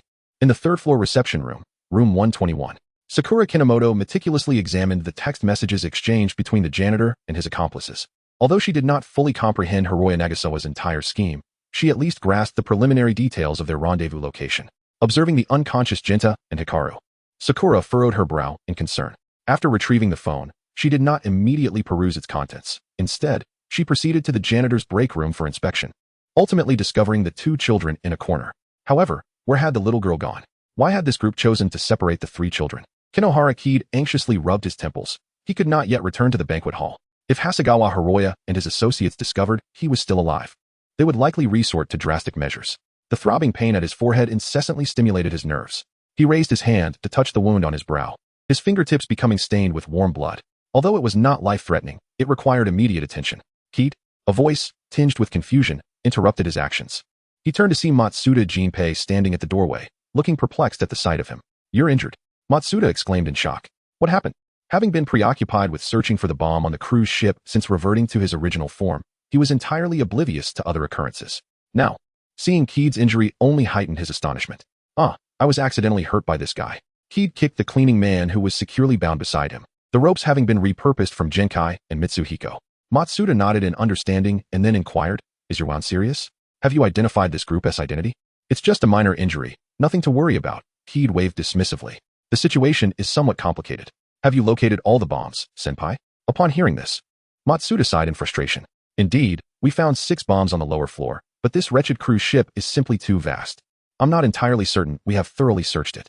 Some areas on the lower floor were difficult to access, and he could not guarantee that all threats had been eliminated. He could only strive to minimize the damage. After listening to Matsuda, Kid fell into contemplation, silently gazing at the tranquil sea, with only the solitary cruise ship drifting amidst the vast waters. Suddenly, the unexpected ringing of a phone drew their attention. Kid pulled out his mobile device and glanced at the screen, discovering it was a call from Akai Shuichi. Hino Momoka, bewildered, answered the phone, saying, Mr. Amuro? Little phone. The mastermind behind all the incidents on the cruise ship is Shinyori Saori. Conan hurriedly shouted into the phone, concerned that Kino might not hear him. She hired 3 mercenaries to eliminate the survivors of the mermaid rescue incident from years ago. How is this little brat involved? Matsuda Jinpei raised an eyebrow, bemusedly commenting. Conan, where is Mr. Amuro? After the mercenaries complete their mission, they are to meet with Shinyori Saori for a final transaction. Mr. Amuro knocked Shinyuri out and took her place for the meeting. Conan explained rapidly to Kino, detailing how he had followed Shinyuri to the backstage on the first floor and had overheard her conversation with the mercenaries. He rushed out to prevent Shinyuri, only to find that she had completely lost her sanity, fixated solely on eliminating Hiroya Hasegawa, and was even willing to harm him. Fortunately, Mr. Amuro acted swiftly, incapacitating Shinyuri, and upon understanding the situation, devised a plan to apprehend the mercenaries.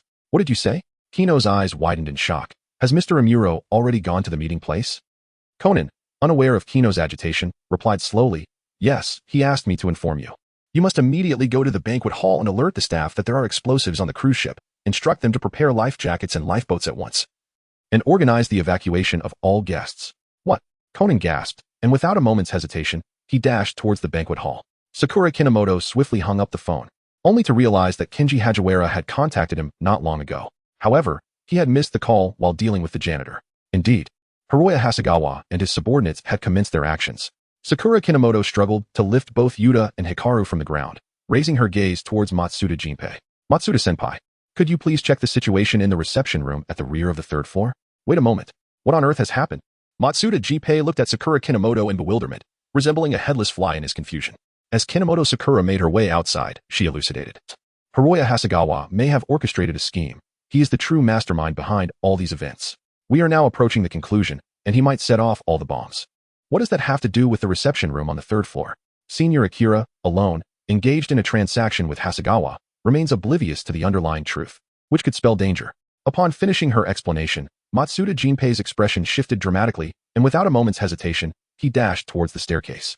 Fully aware that any delay could place Akira in peril. Following closely, Kinomoto Sakura struggled to escort the two children to the first floor and entrusted them to Dr. Agasa. Why are only Genta and Mitsuhiko here? Dr. Agasa, in a state of panic, turned to Kinomoto, exclaiming, Mr. Kinomoto, isn't Ayumi with them? In the heart of Kinomoto Sakura, there lingered a certain speculation regarding the whereabouts of Tomo. With a slight pursing of his lips, he declared, you should take the two children away from the cruise ship. I shall proceed to rescue Tomo at once. Observing the grave expression on Kinomoto's face, Dr. Agasa realized that he could offer no assistance and could only bow slightly, pleading, Mr. Kinomoto, I implore you. Burdened with an overwhelming sense of anxiety, Dr. Agasa, with the aid of the staff, led the two children away from the banquet hall. Conan did not let Kinomoto down. The staff had already arranged life jackets and lifeboats, organizing all passengers to evacuate the cruise ship from the banquet hall. Sakura Kinomoto sought out 3 robust staff members, instructing them to escort the janitor from the second floor of the cruise ship, for he was a crucial witness in this case and needed to be delivered to the authorities. Without delay, he swiftly made his way to the meeting room on the second floor, retrieving the janitor's phone as he ran. Hey, I've already dealt with that police officer. Mokuzono keyed, emulating the tone of a janitor, composed a message and sent it without hesitation. The janitor could only proceed to the reception room with peace of mind after eliminating him. Once he confirmed the successful transmission of the message, he swiftly tucked his phone into his pocket, quickening his pace. Please, Senior Nagatani, do not come to harm. Chapter 92, The Mermaid's Tribute, Part 18. Hasegawa Hiroya glared at Mokuzono Kid, who was slowly wiping away the bloodstains, his teeth gritted in frustration. He had believed his plan to be foolproof, unaware that so many obstacles would arise. Ignoring the seething gaze of Hiroya Hasegawa, Konomi Sakura fixed his serious expression upon the rising masked man and his accomplice. Both were seasoned mercenaries, and it was implausible for him to vanquish them with a single blow. They would certainly not spare anyone who knew their identities and whereabouts, and would go to any lengths to eliminate Konomi Sakura and his companions. Mr. Amuro, you should head to the second floor deck to find the staff. No way. You cannot handle them alone. Zero Furuya sharply countered Konomi's suggestion. Although he was unaware of the true identities of the masked man and his accomplice, their demeanor betrayed a palpable menace. They had undoubtedly undertaken numerous lethal assignments. Having spent 5 years honing his skills within the organization, he doubted he could gain any advantage over them, let alone Konomi, who had merely received 6 months of police academy training. Mizuno Moto smiled helplessly and remarked, I am the sole officer aboard this cruise ship. It is my duty to safeguard the public. Upon hearing this, Akai Shuichi was momentarily taken aback, grasping the implication of Mizuno's words. If he continually interfered with police matters, even risking his life to protect unrelated individuals, Vermouth might begin to harbor suspicions about him. Observing the unwavering Mizuno standing firmly ahead, Akai gritted his teeth and grasped Hasegawa Hiroya by the throat, steering him toward the exit. You cannot fall behind. I understand. With that, Akai and Conan hastily departed from the reception room, the sounds of their footsteps gradually fading away, as the revived masked man and his accomplice advanced unhesitatingly toward Mizuno. Although Akai was exceptionally skilled in his profession, the lack of information could easily lead to misjudgment. The martial prowess of Kinomoto Sakura serves as an exemplary illustration. The masked man gazed in astonishment at the composed Kinomoto Sakura, who seemed to effortlessly restrain his left hand, poised to launch a surprise attack with the knife, as if she were fully aware of his every move.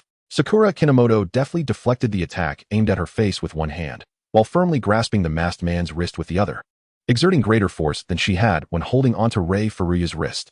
Momentarily taken aback by the pain, the masked man loosened his grip with his left hand, causing the short dagger to fall uncontrollably to the ground. In response to the pain, he raised his foot and kicked towards Sakura's abdomen. Kino Tomoyo swiftly released the masked man's left hand, grasping his raised right leg with both hands. With a forceful twist, the masked man spun through the air before crashing heavily to the ground. Witnessing his companion's misfortune, the other man could no longer remain a passive observer. He seized a chair from the reception room and hurled it at Kino Tomoyo, hoping to incapacitate her. Unfazed by the impending threat, Kino Tomoyo deftly pulled the still-dazed masked man in front of her, causing him to absorb a significant portion of the impact. Fool, can't you see what you're throwing? I had no idea he would be used as a shield. Sakura Kinomoto paid no heed to the quarreling masked man and his accomplices. Instead, she lifted her gaze toward the window, where she spotted Jinpei Matsuda. Upon sensing Sakura's stare, Matsuda promptly signaled an OK gesture, indicating that all passengers aboard the cruise had safely evacuated. Mizuki Sakura nodded in understanding, then swiftly made his way towards the exit. He had remained behind solely to buy time for his senior, Yukitani, and the two children to escape the reception room. Now that they had boarded the lifeboat, there was no longer any need for him to engage with the two. The masked man, noticing Mizuki's movement, immediately shouted, "You there? Don't run." With that, the masked man and his accomplice hastened to pursue Mizuki Sakura, their minds consumed not by the transaction with Hiroya Hasegawa, but with the singular desire to eliminate him. I am not a fool. Mokuzono F silently rolled his eyes, drawing the handgun he had just confiscated, preparing to fire at the masked man's arm. Bang! Accompanied by a deafening explosion, the vast cruise ship shook violently, causing the three of them to tumble uncontrollably to the ground. With a hiss, Mokuzono F awkwardly rose to his feet, raising his hand to touch the wound at the corner of his mouth. Just as one wave of trouble subsided, another arose. His companion struggled to regain his balance, cursing, "Does that old fool want to blow us all to pieces? Had I known, I would never have taken this task. It's truly a thankless endeavor." The masked man flexed his arm, glancing towards Mokuzono F. The handgun that had fallen at the youth's feet caught the masked man's attention. He immediately signaled to his companion with a glance, and the latter understood in an instant. The two rushed forward to seize the weapon from the ground. Dazed, Mokuzono F sensed their movements and swiftly kicked the handgun away. Their gazes followed the weapon as it retreated, providing Mokuzono F with the opportunity to dash towards the scenic observation deck ahead. His dizziness seemed to have returned, likely due to the recent collision with the wall. He needed to escape swiftly from the masked man and his companion. Under the night sky, Kinomoto Sakura gritted her teeth, struggling to discern the direction amidst the countless phantoms before her. The scenery around her had become indistinguishable, and she could only rely on the biting cold wind to guide her towards an exit. Off home, Matsuda Jinpei, who had been anxiously waiting in the stairwell, watched in horror as Kinomoto Sakura leapt from the seaside viewing platform. He rushed forward, grasping her arm. On the other side, Akai Shuichi furiously struck Hasegawa Hiroya, wishing to toss him directly into the sea to feed the sharks. Cough, haha. Who told you to ruin my plans? Let him die with those mercenaries. Hasegawa Hiroya laughed maniacally, having planted explosives outside the meeting room. With the press of a button, the bomb would set off, igniting all the explosives on the basement floor. Akai Shuichi glared at Hasegawa Hiroya, his purple-gray eyes filled with murderous intent. Hasegawa had thoroughly provoked his wrath. Nearby, Conan crouched beside the lifeboat, meticulously observing the situation around the cruise ship. He activated the zoom function of his glasses, as if he had spotted something. Beneath the night sky, a familiar figure leapt directly from the third-floor seaside viewing platform, seemingly suspended in the air for a few seconds before plunging into the sea. "Mr. Anan, Brother Xiaofeng has fallen into the sea," Conan exclaimed in panic, looking towards Akai Shuichi. "I saw him jump from the viewing platform." Without a moment's hesitation, Akai Shuichi dove into the ocean, swiftly swimming in the direction Conan indicated. The salty seawater invaded Kinomoto Sakura's nostrils, further clouding her mind. She lacked the strength to resist the sea, surrendering to its depths. Suddenly, the water surged, and a shadowy figure emerged in her blurred vision. In the fleeting moment before consciousness faded, Kinomoto Sakura felt the cold seawater retreat from her lips, leaving behind a warm breath. Chapter 93. The Mermaid's Tribute, 19. As the night enveloped them, Akai Shuichi surfaced with the unconscious Kinomoto Sakura in his arms, gasping for fresh air. A mixture of blood-tinged seawater flowed into his throat with each breath. The cruise ship's crew had already brought a lifeboat over, and with their assistance, Akai Shuichi and Kinomoto Sakura returned to safety. Looking at Kinomoto Sakura, whose eyes remained tightly shut, Akai Shuichi wiped his lips with an unnatural expression. Though he had saved her, he found the situation strangely unsettling. Damn it, how did it revert at such a critical moment? What sound? Akai Shuichi wondered, scanning the area to find the crew members silent and seemingly unresponsive. Fortunately, the golden-haired fool had arrived just in time. He felt utterly exhausted. Matsuda Jinpei leaned against Kinomoto Sakura's head, and as he grasped her hand, he transformed back into a doll, helplessly watching her fall. The familiar tone and address startled Akai Shuichi, who turned incredulously towards the source of the voice. A small doll was anxiously tugging at its curly black hair, muttering complaints about the dreadful banquet. Matsuda! Matsuda! The trembling whispers were drowned out by urgent calls as Matsuda Jinpei looked up to see Fuku Kajitaka and Hajiwara Kenji approaching, completely oblivious to Akai Shuichi's distress. Fuku Kajitaka landed softly, inquiring, "What on earth happened? This is terrifying." Hajiwara Kenji cautiously checked Kinomoto Sakura's breathing, relieved to find she was unharmed. Matsuda Jinpei scratched his head in hesitation. "I don't know. It seemed like Afong didn't see me and just jumped off the viewing platform." Akai Shuichi's breath quickened, his eyes reddening as he focused intently on the three conversing nearby, the scene before him too tangible to be a mere illusion. "Hiro Matsuda Hagi." The gentle call startled Fuku Kajitaka, who gazed back at Akai Shuichi in surprise, almost believing he was hallucinating. Matsuda Jinpei rubbed his ears in confusion, asking, "Did someone just call us?" "I heard it too," Hajiwara Kenji replied hesitantly. Seeing this, Akai Shuichi stepped forward to speak with the three, but in the next moment, they vanished without a trace, as if they had never existed, brief and ethereal. "Zero seems to have seen us," Fuku Kajitaka exclaimed, for just a moment. Akai Shuichi's unwavering gaze had locked onto them, his shock nearly palpable. "What?" Both Hajiwara Kenji and Matsuda Jinpei exchanged incredulous glances, questioning why only those with blood ties to Kinomoto Sakura could perceive them. The abrupt disappearance of the trio left Akai Shuichi's outstretched hand frozen in place. He could only retract it with a forlorn smile, pondering the absurdity of the situation. Cough, cough, cough. At that moment, Kinomoto Sakura's violent coughing interrupted their thoughts. The three police academy members were close enough to her that she immediately focused on the three heads huddled together. Akai Shuichi, who had intended to assist Kinomoto Sakura, was taken aback. Typically, a person's eyes would look upward upon awakening.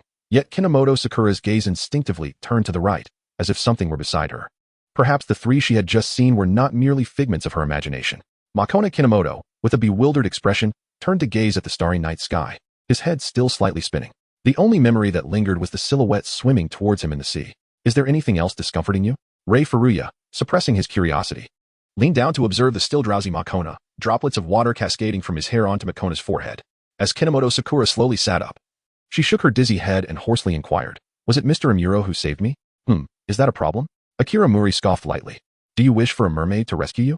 "Mr. Amuro does indeed resemble a mermaid." Kinomoto Sakura candidly expressed her true thoughts, genuinely believing that Akira's demeanor underwater bore a striking resemblance to that of a mermaid.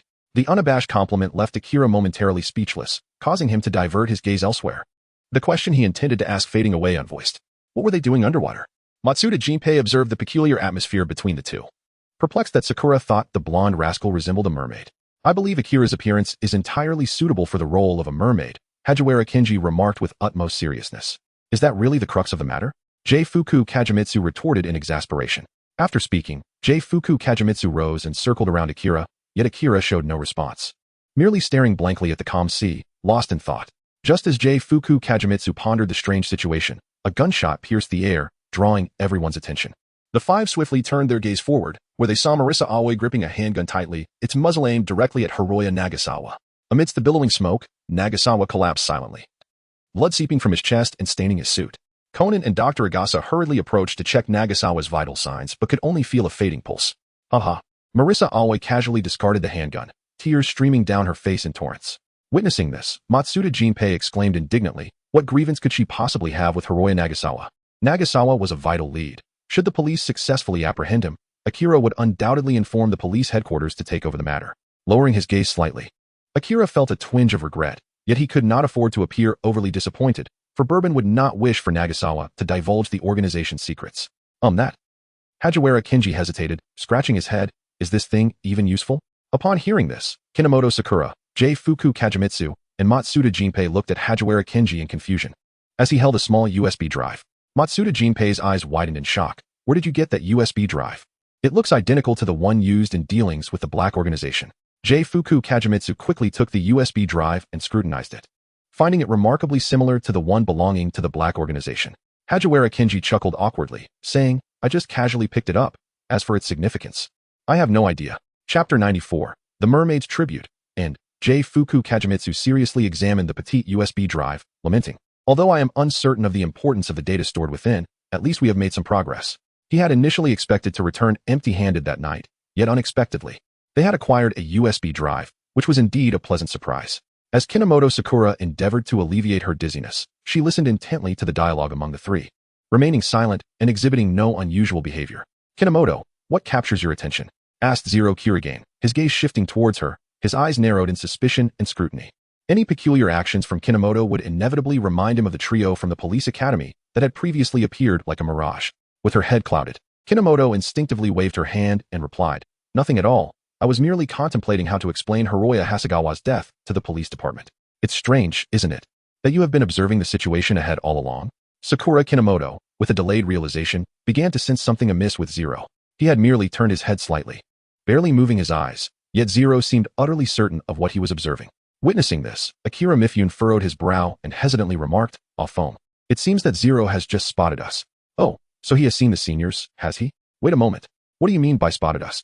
The mind of Kinomoto Sakura suddenly became clear. His eyes widened in disbelief as he gazed at the figure of Akira Shinik. Fortunately, Akira remained oblivious to his astonishment, or he would undoubtedly have interrogated him thoroughly. The young Akira inexplicably called out to the three of us.